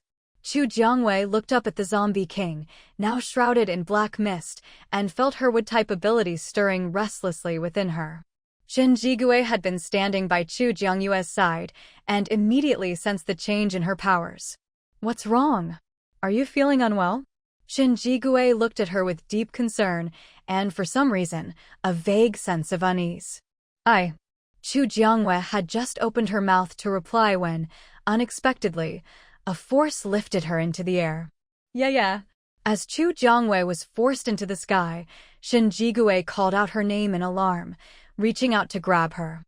He only managed to brush her sleeve, unable to hold on. He could only watch helplessly as Chu Jiangwei rose into the air, facing the zombie king from a distance. For some reason, Shinjigue found the sight strangely unsettling. Seeing Chu Jiangwei floating in midair as well, the zombie king's face twisted into a brilliant yet eerie grin. If its skin weren't that sickly gray-green, it might even attract some naive young girls. Chu Jiang, today is the day you die. The zombie king's speech was still clumsy, but it managed to string together a complete sentence. It's not over yet. Who wins or loses is still up in the air. Chu Jiangwei could feel the power inside her surging rapidly. She had recently, by chance, reached level 8, but now she was breaking through to level 9 and still climbing. She had no idea why this was happening, but she knew that, facing the zombie king, she was the only one in the hotel who might stand a chance. Shinjigue and the others were strong, but their levels were too low. Against ordinary threats, they were top tier, but compared to the zombie king, the gap was still too great. Her power continued to surge. Chu Jiangwei could sense she was just a step away from reaching level 10. Even in her previous life, she'd never heard of anyone reaching level 10. Level 8 was the highest. But even a level 8 ability was still a bit lacking against the zombie king. She'd also never heard of a zombie king in her past life, which suggested that back then, it hadn't appeared yet. As for why the zombie king had appeared so early this time, Chu Jiangwei had no time to ponder. As soon as she finished speaking, the zombie king lunged toward her, its clawed hand reaching to grab her throat. Of course, Chu Jiangwei wouldn't let it succeed. If it caught her, it would be no different from delivering herself as its minion. As the zombie king closed in, Chu Jiangwei controlled her ascent and quickly retreated. With a flick of her slender wrist, a compact laser pistol appeared in her hand. Seeing the weapon, the zombie king paused for a split second. Seizing the moment, Chu Jiangwei fired directly at the zombie king's chest. Green fluid instantly seeped from its left chest, confirming for Chu Jiangwei that this was indeed the zombie king's blood. But she quickly noticed that the bleeding stopped almost immediately, far faster than any normal creature. At the same time, the black mist swirling around the zombie king grew even denser. On the ground, more and more zombies were gathering toward the hotel. This time, not only did the ability users go out to fight, but even ordinary people in the hotel bought weapons from the Jianglin General Store and, through the shield, started killing zombies. But the zombie king had gathered so many zombies that, even with everyone fighting, it was like a drop in the bucket. Worse still, among the high-level zombies were many with psychic abilities. Several hotel guests fell under their influence and were pushed out of the shield by others. The moment they were outside, they were swarmed by zombies, and soon nothing remained but mangled corpses. Chu Jiangwei noticed this and grew anxious. As her energy flowed, a pair of transparent, emerald-green wings appeared on her back, shimmering with iridescent light. At that moment, Chu Jiangwei could feel her powers undergoing a massive transformation. When she looked at the zombie king again, she felt something entirely different. Previously, whenever she faced the zombie king, Chu Jiangwei always felt an overwhelming sense of oppression. But now, that feeling had vanished. It was as if, in that instant, she and the zombie king were finally on equal footing. The pair of wings that had suddenly sprouted from her back also gave Chu Jiangwei the ability to soar into the sky. However, she noticed that every time she flapped her wings, her supernatural energy slowly drained away. In other words, these wings were powered by her own abilities, consuming her energy in exchange. Chu Jiang, you die. The zombie king gave her no time to think. As soon as the words left its mouth, it shot toward her at high speed. The black energy swirling around it surged even more violently as it approached. Chu Jiangwei wasn't sure what that black aura was, but as the zombie king flew at her, she noticed the space around it began to distort. Down below, Shen Jigui and the others saw the zombie king closing in on Chu Jiangwei. All of them looked up, anxiously watching the battle. To be honest, in a fight between humans and zombies, humans were always at a disadvantage. Zombies felt no pain, and as long as their heads weren't destroyed, they were practically immortal. Humans, on the other hand, had to be constantly vigilant, avoiding even a single scratch or bite. Otherwise, infection and zombification were inevitable. As the zombie king charged, Chu Jiangyue's guard was up to the max. Greenwood element energy swirled in her palm, then transformed into several jade-like vines that shot out, rooting themselves deep into the ground. As the zombie king drew near, countless vines surged forward to entangle it. In no time, the vines had wrapped around the zombie king, growing rapidly in an attempt to bind it. But there was a reason it had evolved into the zombie king. It was no ordinary foe.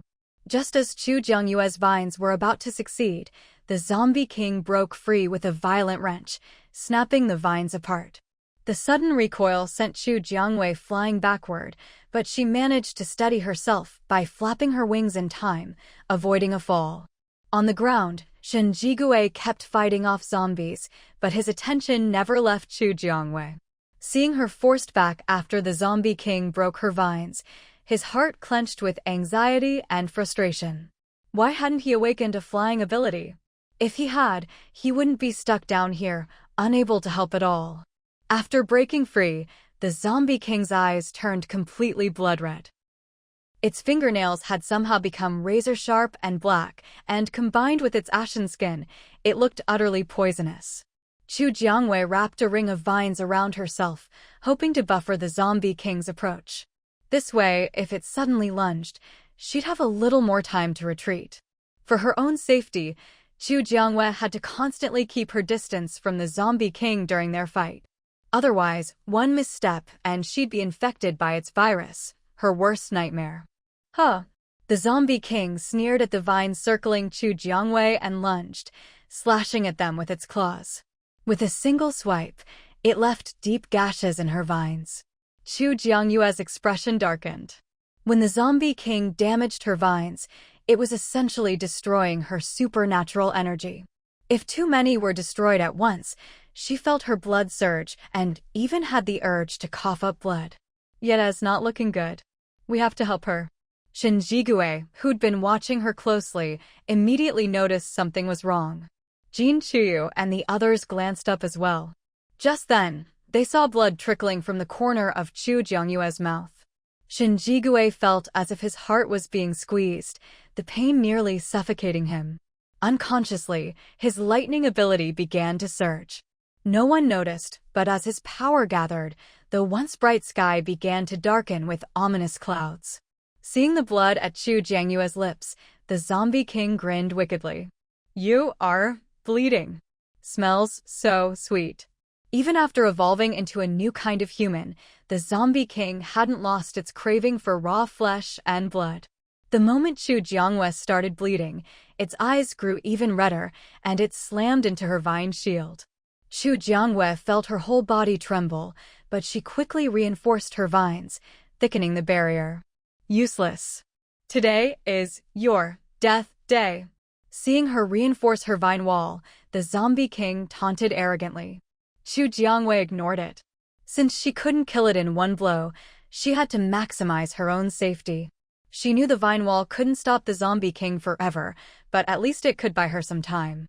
If it charged recklessly, she'd have more room to maneuver. Boom!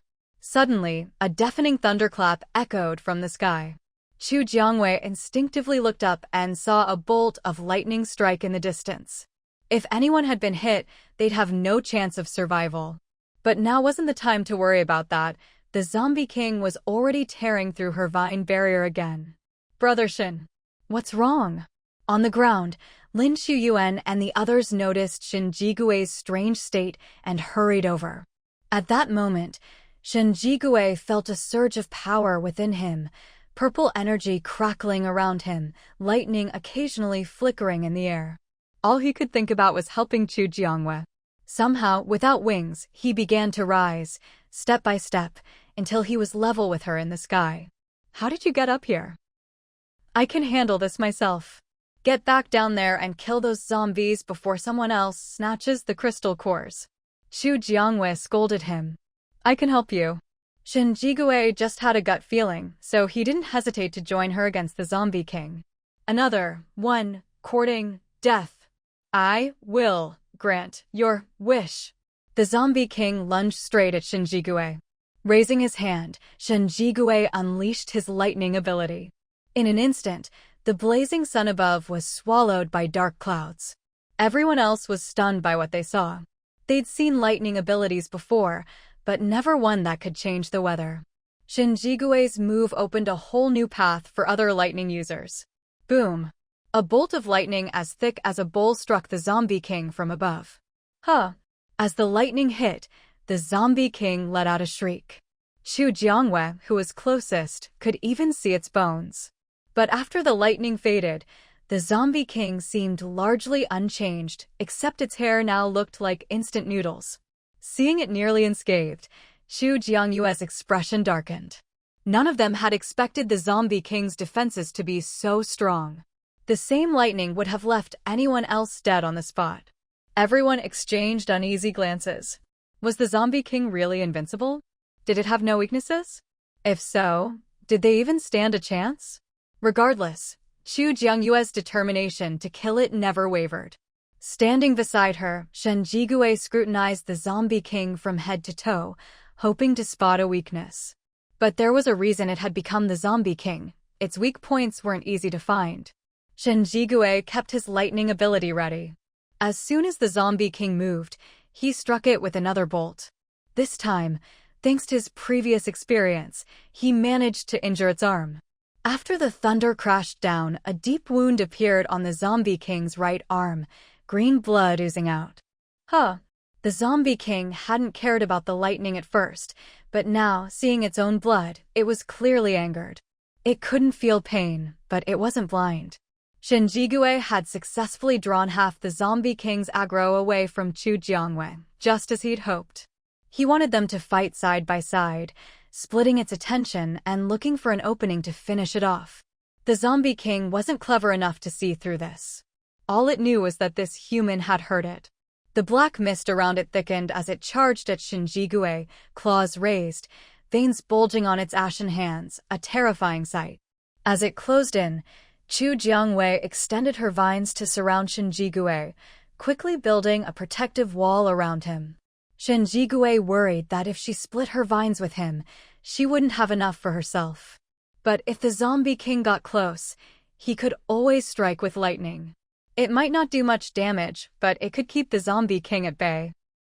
Chu Jiangwei ignored his protests and instead merged their vine barriers, encasing them both in a single, sturdy wall. Her vines were tough and resilient, providing a strong sense of security. With the vines under her control, Shen Jigui had no choice but to accept it. Now, the two of them stood together inside Chu Jiangyue's vine fortress. Seeing them flirting even at a time like this, the zombie king, already hostile toward humans, grew even more agitated. It gave them no time to rest, pushing its speed to the limit as it charged. Chu Jiangwei and Shen Jigui both unleashed their strongest attacks at the same time. Chu Jiangyue's vines pierced straight through the zombie king's chest, green blood gushing out. Shen Jigui compressed his lightning to the limit and struck the zombie king with all his might. But what puzzled them was that, just as they attacked, the zombie king seemed to freeze for a split second. If not for that momentary pause, their attacks wouldn't have landed so easily. Host, it's Jiang He. His spatial ability has leveled up.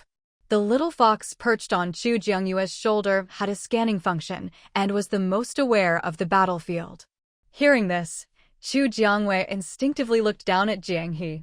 He looked up at her and Shen Jigui and gave them a small smile. No words were needed. Jiang He's ability has leveled up, Chu Jiangwei explained to Shen Jigui, in case he hadn't understood. Shen Jigui nodded. I know. He understood exactly what she meant. Huh. The zombie king grabbed the vine impaled in its chest and yanked it out. As soon as the vine was removed, black mist enveloped its chest. When the mist cleared, its chest was as good as new. If not for the hole in its clothes, Chu Jiangwei would have doubted she'd even injured it. Its aura has weakened. I suspect it needs energy to heal, and the more it heals, the weaker it gets. Shinjigue, sensitive to such things, noticed the change in the zombie king's aura after it healed. After his reminder, Chu Jiangwei focused and confirmed it. The zombie king's presence had indeed diminished. If it has a weakness, then we have a chance. If it had no weak points, this battle would be nearly impossible. You're right. In that case, let's focus all our firepower on the zombie king. If we can kill it today, all the better. The Jianglin Hotel had suffered through several zombie waves, all orchestrated by the zombie king. If they didn't deal with it, there would never be peace. Then let's kill it. If nothing else, Chu Jiangwei was confident in their firepower. Seeing her determined gaze, Shen Jigue made up his mind as well. Everyone. The zombie king isn't invincible. Every time it heals, it gets weaker. As long as we keep up the pressure and don't give it time to recover, we'll eventually defeat it. Now that they'd found its weakness, the two of them alone wouldn't be enough. Chu Jiangwei decided to rally everyone at the Jianglin Hotel for a relay battle against the zombie king. As long as they could keep hurting it, victory would be within reach. Hearing her words, everyone's eyes lit up. That may be true, but the zombie king's defenses are so strong. Even if we hit it with our most powerful attacks, we'd probably just be scratching an itch for it, right? The guests at Jianglin Hotel were well aware of their own strength. Still, even if they weren't a match for the zombie king, they could at least harass it from time to time, making things a little more difficult for it. So, in the ensuing battle between the zombie king and Chu Jiangwei and Shin Jigue, every time the zombie king tried to unleash a big move, someone would interrupt it. This constant interference made the zombie king increasingly agitated, with the black mist swirling more violently around its body. Chu Jiangwei and Shin Jigue quickly noticed this. They exchanged a glance, and their attacks became even fiercer, going all out as if they were determined to finish the fight then and there. By this point, the zombie king had already been stabbed through the chest 5 times by Chu Jiangwei and had its head split open 7 times by Shin Jigue. The once arrogant zombie king no longer had the imposing presence it had when it first appeared. However, in their efforts to take down the zombie king, Chu Jiangwei and Shin Jigue were also reaching their limits. If things went on much longer, their abilities would soon be depleted. If that happened, the morale of everyone at Jianglin Hotel would likely collapse. For the sake of the guests, Chu Jiangwei and Shin Jigue silently agreed. Even if they couldn't kill the zombie king today, they had to seriously injure it. After realizing that his upgraded powers could help Chu Jiangwei and Shin Jigue defeat the zombie king, Jiang He withdrew from the zombie fighting team and headed to the open area outside Jianglin Hotel. Behind him, Lin Shuyuan, Jin Chuyu, and the others followed. They all understood that the zombies outside weren't the real problem. The key was to deal with the zombie king. Without the zombie king, the horde outside could eventually be dealt with. But as long as the zombie king existed, the zombie tide would never end. Boss Chu. Brother Shin. Let us help you. Standing on the hotel's lawn, Lin Shuyuan raised his voice, calling out to Chu Jiangwei and Shin Jigue. The zombie king could barely speak, and probably couldn't even understand them now, so no one bothered to keep their voices down. Seeing Jiang He and the others step forward with such determination, Chu Jiangwei and Shin Jigue felt a surge of warmth in their hearts. Their resolve to kill the zombie king once and for all grew even stronger. Roar! But the zombie king didn't give them much time to think. After enduring so many attacks, it rallied, the black mist around it growing even thicker. It charged toward Chu Jiangwei and Shin Jigue, claws outstretched, black fog swirling. As the zombie king closed in, Shin Jigue instinctively moved to shield Chu Jiangwei. But Chu Jiangwei wasn't someone who needed protecting. Though she was touched by Shin Jigue's gesture, she stepped out from behind him. My ability level is higher than yours. I don't need you to shield me. Chu Jiangwei didn't know what level the Zombie King was, but within Jianglin Hotel, her ability was definitely the highest. Everyone pinned their hopes on her to kill the Zombie King. While the two of them were focused on the battle, they didn't notice that under the hotel's protective barrier, Jin Chuyu and the others were desperately absorbing zombie cores. Even after their abilities had recovered to their peak, they didn't stop absorbing the cores. If zombie cores can restore our powers, maybe if we absorb enough, we can break through and level up quickly. We've finally forced the Zombie King out. We can't let it escape again. They'd finally found its weakness. If they didn't seize this chance to kill it, the Zombie King would just hide even deeper next time. Then, killing it would be much harder. While the Zombie King was still reeling, they had to level up as fast as possible to give Chu Jiangwei and Shin Jigui the strongest support. However, forcefully absorbing zombie cores to level up wasn't easy. If they weren't careful, their bodies could explode from the overload. Worse yet, they might even turn into zombies themselves. Given their power levels, if they became zombies, they'd be high-level ones, much harder to deal with. And having zombies appear inside Jianglin Hotel would be extremely dangerous. If anything went wrong, everyone inside could be bitten or scratched, and the infection would spread throughout the hotel. Fortunately, they all had strong willpower. In the end, none of them turned into zombies, and they all successfully leveled up. However, because their advancement was forced, their powers felt unstable and shaky. If they wanted to avoid damaging their foundations, they couldn't try to level up again for a while. They'd have to slowly suppress their powers and stabilize their new levels. But the benefits of leveling up became immediately apparent. Even though they couldn't float in midair like Chu Jiangwei and Shin Jigui, with the help of the magic bus, they all took to the sky. That's right, wanting to get airborne, they came up with the idea of asking the magic bus for help. The reason it was called the magic bus was because its entire body was imbued with magic. Sharing some of that magic with others wasn't impossible. Of course, however much magic it lent out, it needed to be replenished, so the magic bus demanded a lot of zombie cores as payment. Though it pained them a bit, Lin Shuyuan and the others ultimately agreed to the deal. Seeing themselves finally airborne at the same height as Chu Jiangwei and the others, Jin Chuyu and the rest couldn't help but smile. Roar! Watch out! Chu Jiangwei and the Zombie King shouted at the same time. The moment Chu Jiangyue's warning rang out, Jin Chuyu and the others reacted instantly. The Zombie King lunged, trying to claw at Jin Chuyu and the others, but Chu Jiangyue's vines wrapped tightly around its waist, holding it in place. Taking advantage of the moment, Jin Chuyu and the others dashed into the safety of Chu Jiangyue's vine barrier. As soon as they were inside, the Zombie King broke free from the vines. Without hesitation, it attacked Chu Jiangwei. But Shin Jigui was ready. As the Zombie King closed in, a bolt of lightning struck it. At the same time, Jiang He used his spatial freeze ability. The Zombie King froze for a split second. And in that instant, Chu Jiangwei and the others unleashed their most powerful attacks, striking at the Zombie King.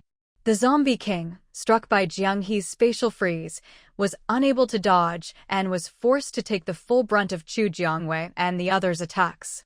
Even for the Zombie King, taking on the combined powers of several people at once was too much. After realizing what had happened, it coughed up blood from the backlash.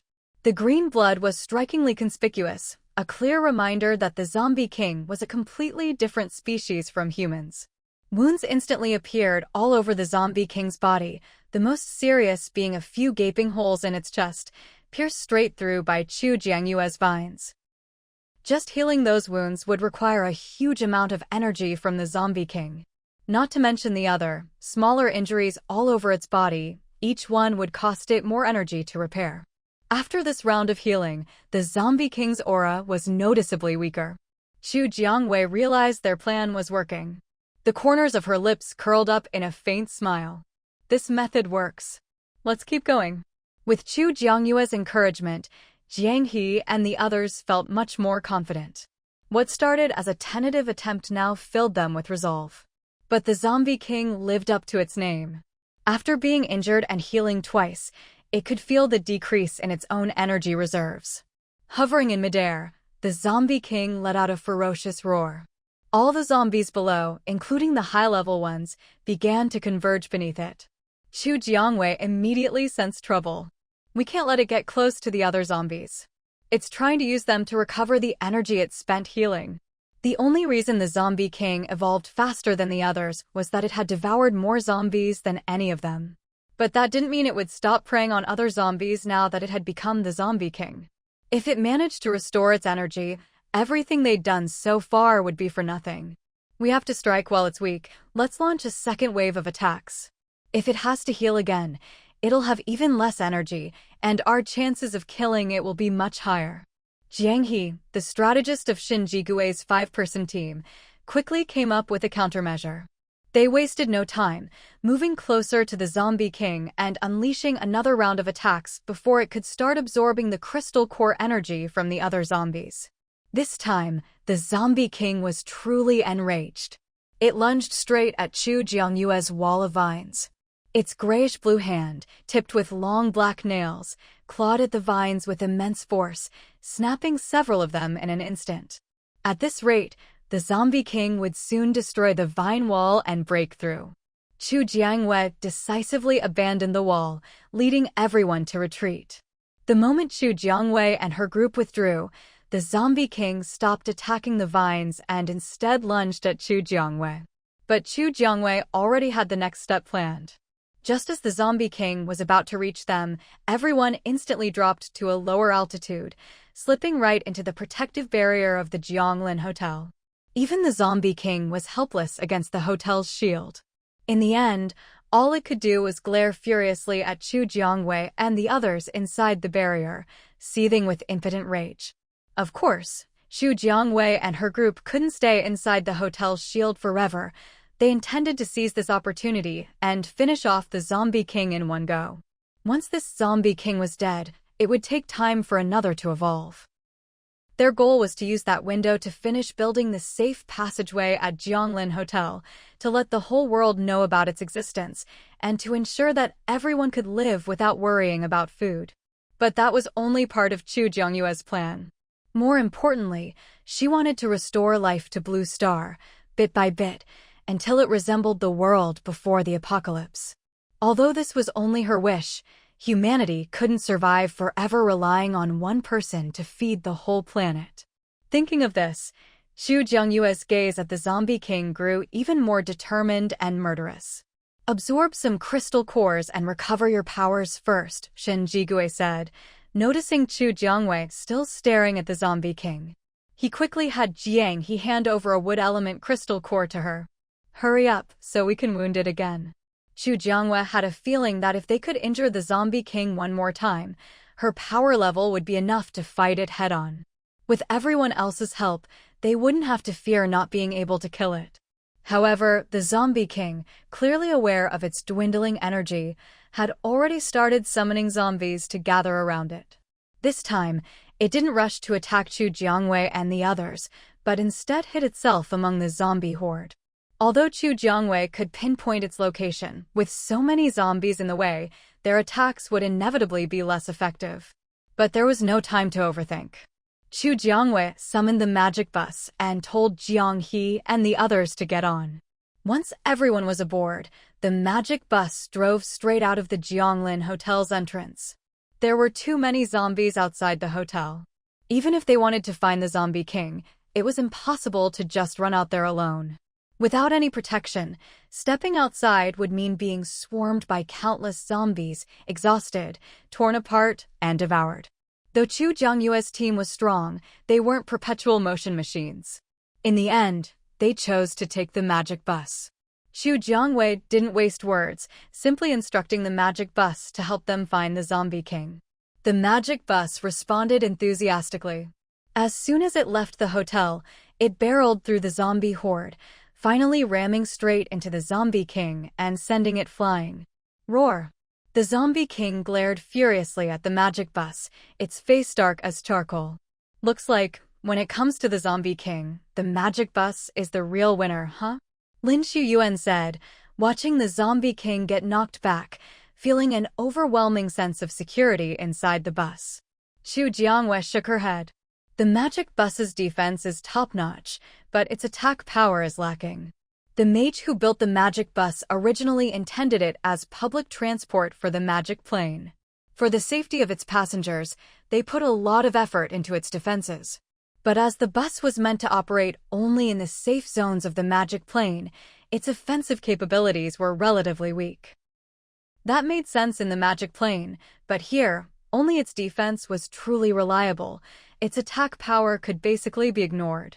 While the Zombie King's still stunned, let's hit it again. At this moment, Xu Jiangwei could only think of one thing: kill the Zombie King. Shin Jigue was the first to respond, quickly moving to Xu Jiangyue's side to join her at the window.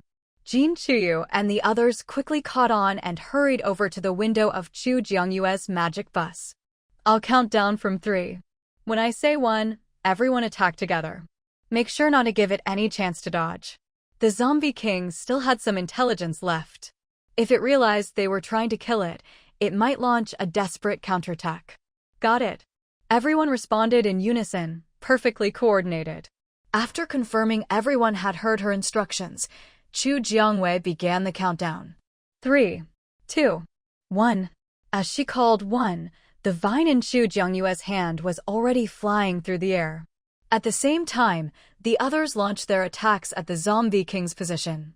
Jiang He's space-freezing ability proved as reliable as ever. It was thanks to Jiang He's skill that they could always land precise attacks on the zombies' heads. Sure enough, after they struck the Zombie King this time, its wounds didn't heal immediately as before.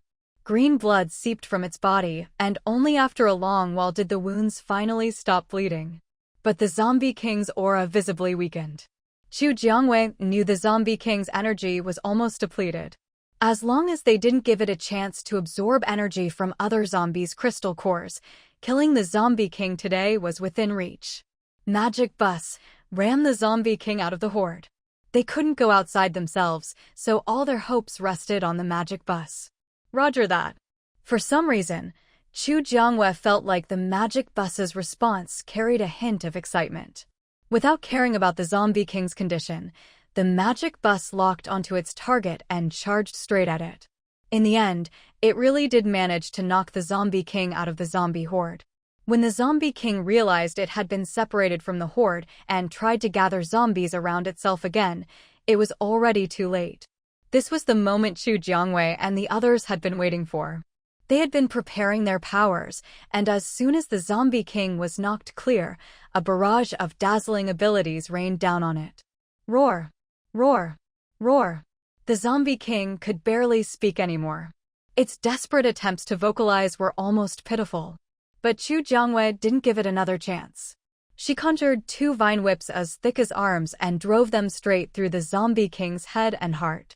Without the boost of its immense power, the Zombie King was no different from an ordinary zombie. With 2 sickening squelches, the sound of flesh being pierced, the Zombie King's cries faded away. Is it dead? Let's wait a bit. The Zombie King has evolved some intelligence. What if it's faking death for a final counterattack? Even if it tried, it probably wouldn't survive, but if it managed to grab someone, it could take one of them down with it. Not a loss from its perspective. Thankfully, thanks to Xu Jiangyue's warning, no one got off the bus. Little Fox, can you scan it? Xu Jiangwei couldn't tell with her own eyes, so she asked Little Fox to scan. Host, after several scans, I can confirm, the Zombie King shows no signs of life. The Zombie King had evolved into a new humanoid species, so it should have a life signature. Now that Little Fox couldn't detect any, it meant the Zombie King was truly dead. Xu Jiangwei herself had lost track of how long this battle had lasted. Now that it was finally over, she let out a long, relieved breath. She slumped into her seat on the Magic Bus, her body going limp. After such a long period of high tension and constant use of her powers, now that she could finally relax, Xu Jiangwei realized just how exhausted she was. Magic Bus, let's go back.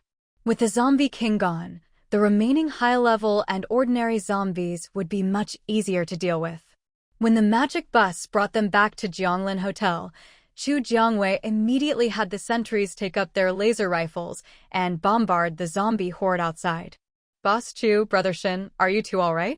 Lin Shiyuan and the others noticed that after the Zombie King's death, Xu Jiangwei and Shin Jigui hadn't moved from their seats. We're fine, just a bit drained. We'll be okay after a rest. You guys can get off first, we'll catch up. Xu Jiangwei shook her head, signaling for Lin Shiyuan and the others to go ahead. Truthfully, Lin Shiyuan and the others weren't in great shape either, but not as bad as Xu Jiangwei and Shin Jigui. Alright, we'll get off first. If you need anything, let us know. The two nodded, they knew their own limits well enough. After Lin Shiyuan and the others got off, they spread the news that the Zombie King was dead. Cheers erupted from time to time inside Jianglin Hotel. Xu Jiangwei and Shin Jigui rested on the magic bus for a while and soon felt much better. Let's get off too. We can't just sit here forever. Xu Jiangwei nodded slightly at Shin Jigui's suggestion. Supporting each other, the two got off the magic bus. The people waiting outside had been ready for them. As soon as they stepped out, before they could react, the crowd lifted them up, tossing them in celebration as cheers rang out. At first, Xu Jiangwei was startled, but when she realized it was the hotel guests, she couldn't help but smile. Still, the celebration was brief. Soon, everyone was swept up in another round of zombie-slaying frenzy. Only Xu Jiangwei and Shin Jigui returned to their rooms, sleeping like the dead until they'd fully recovered before venturing out again. When they woke, the zombie horde outside Jianglin Hotel had already been wiped out by the guests. Now, everyone was happily digging for crystal cores outside. Xu Jiangwei remembered that when she killed the Zombie King, she dug out crystal cores from both its head and heart. Thinking back, this must be what set the Zombie King apart from other zombies. It had grown a crystal core in its heart as well. Xu Jiangwei didn't exchange those two crystal cores. Instead, she placed them in two transparent glass boxes and had Xu Jiangyang display them above the office lobby as decorations. Anyone entering the office could see the two unique, multicolored crystal cores. Just getting close to them, one could feel the immense energy they contained. With the Zombie King dead and the zombie horde targeting Jianglin Hotel wiped out, the hotel entered a new wave of business. Gold coins flowed back into Xu Jiangyue's account at a visible rate, allowing her safe passage project to accelerate. Finally, after 2 months of overtime, Xu Jiangwei received a message from the construction robots she'd sent out earlier. The safe passageway built with Jianglin Hotel as its center was finally complete. Xu Jiangwei jumped up in excitement, and Shin Jigui, who was sitting next to her, stood up as well, a bit confused but following her lead. The moment Shin Jigui stood up, Xu Jiangwei leaped onto him, wrapping herself around him. Shin Jigui quickly caught her. What's got you so excited? Without the Zombie King targeting them, Jianglin Hotel hadn't been attacked by zombie hordes for a long time now. My safe passageway is finished. Mission: please complete the construction of safe passageways between Jianglin Hotel and all major city bases. Status: complete. Mission rewards: gold coins plus 10,000. Jianglin Hotel's protective shield radius increases by 5,000 meters from the host's residence. 10 plots of arable land, each 50 m x 50 m. Zombie virus antidote X1. For research purposes only, 1 free hotel upgrade. All host residences unlocked, pending construction. Xu Jiangwei didn't notice anything else. Her eyes went straight to the words, zombie virus antidote. After a moment, she noticed the note, for research purposes only. Still, this was already a huge breakthrough. Currently, quite a few doctors and scientists were working on a zombie virus vaccine in the Jianglin Hotel Hospital, but they'd always been missing that final crucial piece. Now, with a sample in hand, Xu Jiangwei believed that developing an antidote for the zombie virus was just around the corner. Really? That's definitely something worth celebrating. Shin Jigui knew how much effort Xu Jiangwei had poured into building this safe passageway. Just seeing how she seized every opportunity to earn gold coins made it clear how eager she was to get the passageway finished as soon as possible. Host. The safe passageway is complete, and the Jianglin Hotel's real-time map now covers the entire Blue Star. Now, Chu Jiangwei could check on any location on Blue Star at any time. But she didn't have the leisure for that right now. I need to go to the hospital. You stay home and wait for me. With that, Chu Jiangwei jumped down from Shin Jigui, didn't bother explaining further, and dashed off toward the hospital. I'll go with you. Shin Jigui didn't know why Chu Jiangwei was in such a hurry, but his legs moved faster than his mind, and he quickly caught up to her as they headed to the Jianglin Hotel's hospital. Inside, Dr. Yi Jinglin saw Chu Jiangwei approaching and naturally came forward to greet her. Boss Chu, what brings you here today? Chu Jiangyue's ability level was high, so she rarely got injured. She could count her visits to the hospital on one hand. I came to deliver something to you, Dr. Yi. With a flip of her hand, a transparent sealed test tube appeared, filled with a blue liquid. This is... Yi Jinglin had a vague guess, but he couldn't quite believe it. Zombie virus antidote. There's only this one tube, and it's for research purposes only, not for direct use. Chu Jiangwei had no idea how much shock her words caused those around her. You're serious? The zombie virus antidote. Yi Jinglin could hardly believe his ears. Of course. I wouldn't joke about something like this. Dr. Yi, you all need to make the most of your time. The zombie king had been dead for 2 months now, but she couldn't guarantee that a new one wouldn't appear. If Blue Star was to recover, the zombie threat had to be eliminated. Understood. Thank you for trusting us, Boss Chu. We'll give it everything we've got. Yi Jinglin carefully took the test tube and hurried back to their zombie virus research lab. He wouldn't leave the lab again until they had results. Yeah, is it really true? Beside her, Shen Jigui was still in disbelief. Of course. I told you, I'd never joke about something like this. Anyway, the safe passageway is done, and my hotel's ready for an upgrade. Let's hurry back. With that, Chu Jiangwei pulled Shin Jigui back to her residence. That's right, after 2 months of Shin Jigui's persistent efforts and shameless pestering, he'd finally moved in. Back in the room, Chu Jiangwei immediately hit the upgrade button. An hour passed quickly, and Jianglin Hotel officially reached level 5. The little fox bounced excitedly on Chu Jiangyue's shoulder, finally having picked out its new skin, and popped out of the system space. Shin Jigui's eyes widened as a tiny 9-tailed fox suddenly appeared in Chu Jiangyue's room, and he instantly pulled her into his arms. What is that? As he spoke, lightning crackled in his palm, ready to strike. No need to panic, it's my fox. That's right.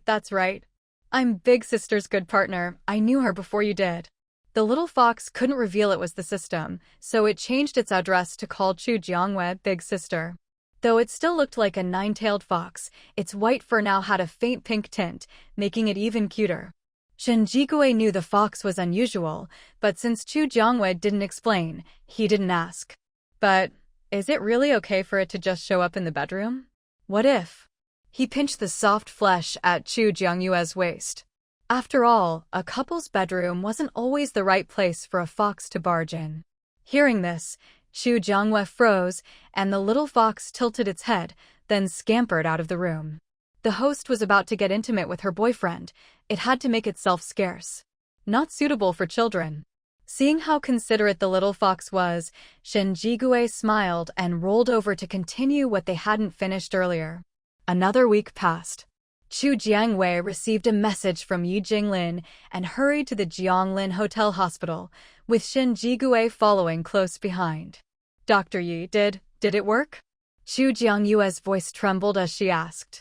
Ever since she handed over the antidote, she'd been anxious every day. There was only one tube of the zombie virus antidote.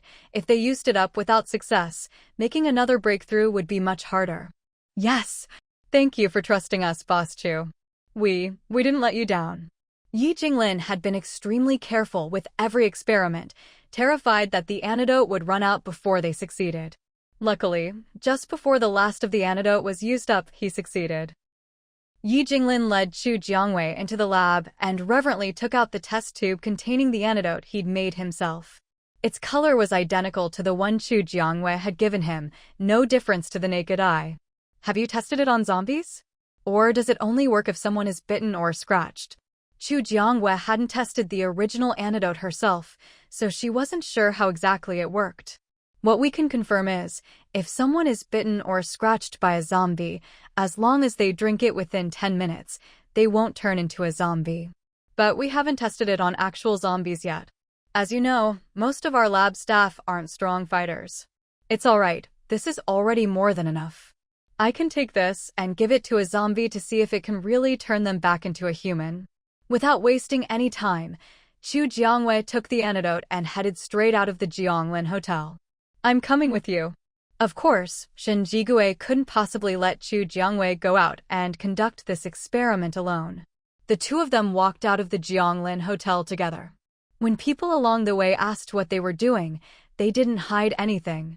So, before long, everyone in the Jianglin Hotel knew that Chu Jiangwei and Shen Jigui were taking the newly developed antidote from the hospital lab to test it on a zombie outside. If the antidote could really turn zombies back into humans, then they would no longer have to worry about running into zombies when they went out, or being bitten and infected. Because of this, at some point, a huge crowd of hotel guests began to follow behind Chu Jiangwei and Shen Jigui. With the completion of the safety corridor, many people now arrived at the Jianglin Hotel every day to check in. The hotel's area had expanded significantly. Boss Chu, why not find a zombie right in front of the hotel to do the experiment? That way, we can all see it. Someone in the crowd suggested. This was exactly what Chu Jiangwei and Shen Jigui had in mind, so they ignored the voice and walked straight out the main entrance. The area within 10 meters of the hotel entrance was still within the hotel's safety zone. No zombies appeared there. They walked a few more steps, and only after leaving the safety zone did they start searching for a zombie. Most of the zombies around the hotel had already been cleared out by the guests, so finding one wasn't easy. But luck was on their side today. Not long after leaving the safety zone, they spotted a staggering low-level zombie. The two exchanged a glance, and without hesitation, Chu Jiangwei used her vines to bind the zombie. Shen Jigui took the antidote, walked right up to the zombie, and when it opened its mouth, poured the antidote in. At first, nothing happened. Then the zombie started howling, and gradually, its grayish-blue skin began to show signs of returning to a normal color. The process lasted about 10 minutes. Shen Jigui and Chu Jiangwei watched with their own eyes as a zombie turned back into a human. After the transformation, the person's eyes were a bit vacant. Chu Jiangwei wrapped him up like a mummy, leaving only his head exposed so he could breathe, and handed him over to Yi Jinglin for examination. Yi Jinglin, being the professional he was, quickly gave his assessment. The antidote could neutralize the zombie virus, but it couldn't regenerate damaged organs. This particular zombie had suffered brain damage, so after turning back into a human, his intelligence was impaired.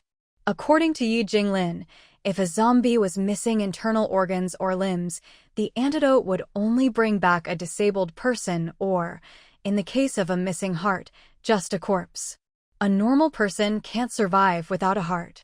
Still, even though this was a bit disappointing, it was far better than having no solution at all.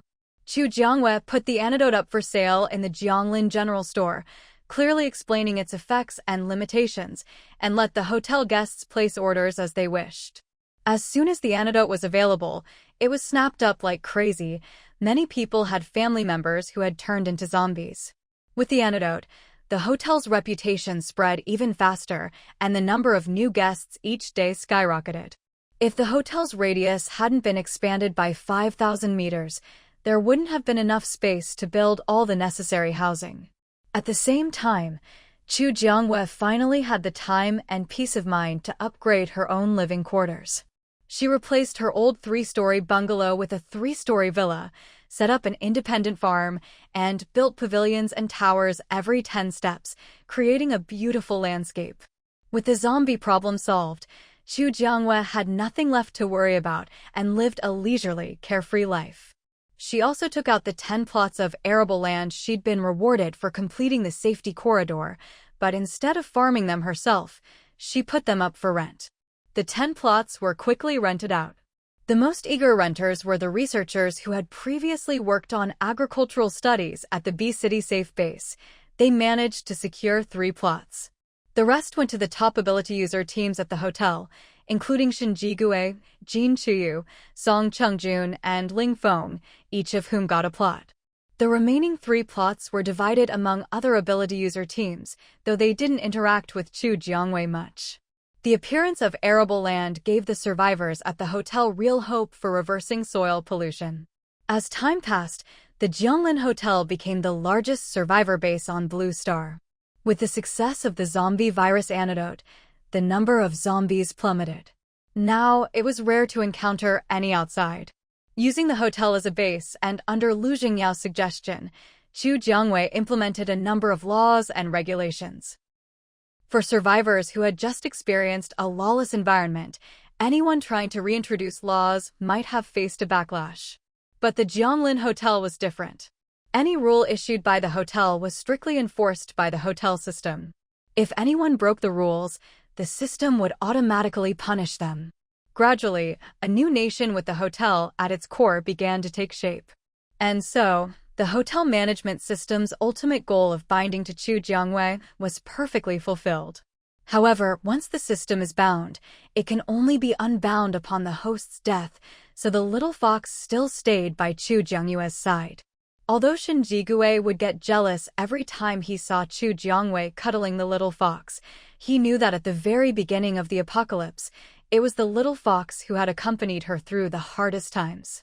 So, even if he was jealous, he would only pout and ask Chu Jiangwei for extra attention, never taking it out on the little fox. Not long after the apocalypse ended, Chu Jiangwei found herself utterly exhausted. During the apocalypse, people had no energy for scheming, everyone spoke bluntly and focused on killing zombies. But with the antidote and the end of the apocalypse, people were no longer fighting for survival, and all sorts of petty schemes began to surface.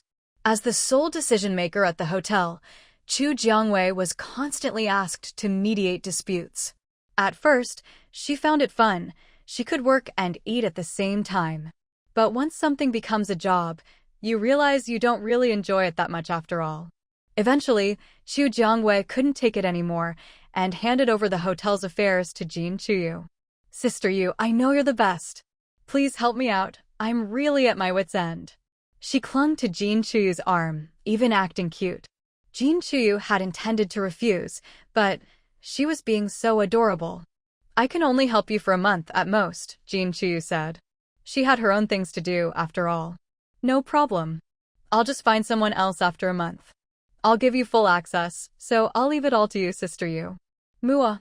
With that, Chu Jiangwei jumped up and ran outside, calling as she went, "Little fox." Magic bus.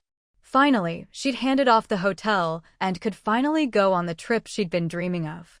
Seeing Chu Jiangwei run out, Shin Jigui followed without hesitation. "Where are you going?" "Little fox and the magic bus are taking me traveling." Shin Jigui thought it sounded a bit odd, but in the end, he didn't say anything. He just followed Chu Jiangwei onto the magic bus. And so, their first post-apocalypse journey began. Everywhere the magic bus passed, Chu Jiangwei would subconsciously release her powers into the earth. Wherever her wood-type abilities touched, grass and flowers would begin to sprout the next day. Everything was moving in a better direction. This blue star, which had nearly been destroyed and was waiting for a new beginning, was gradually coming back to life.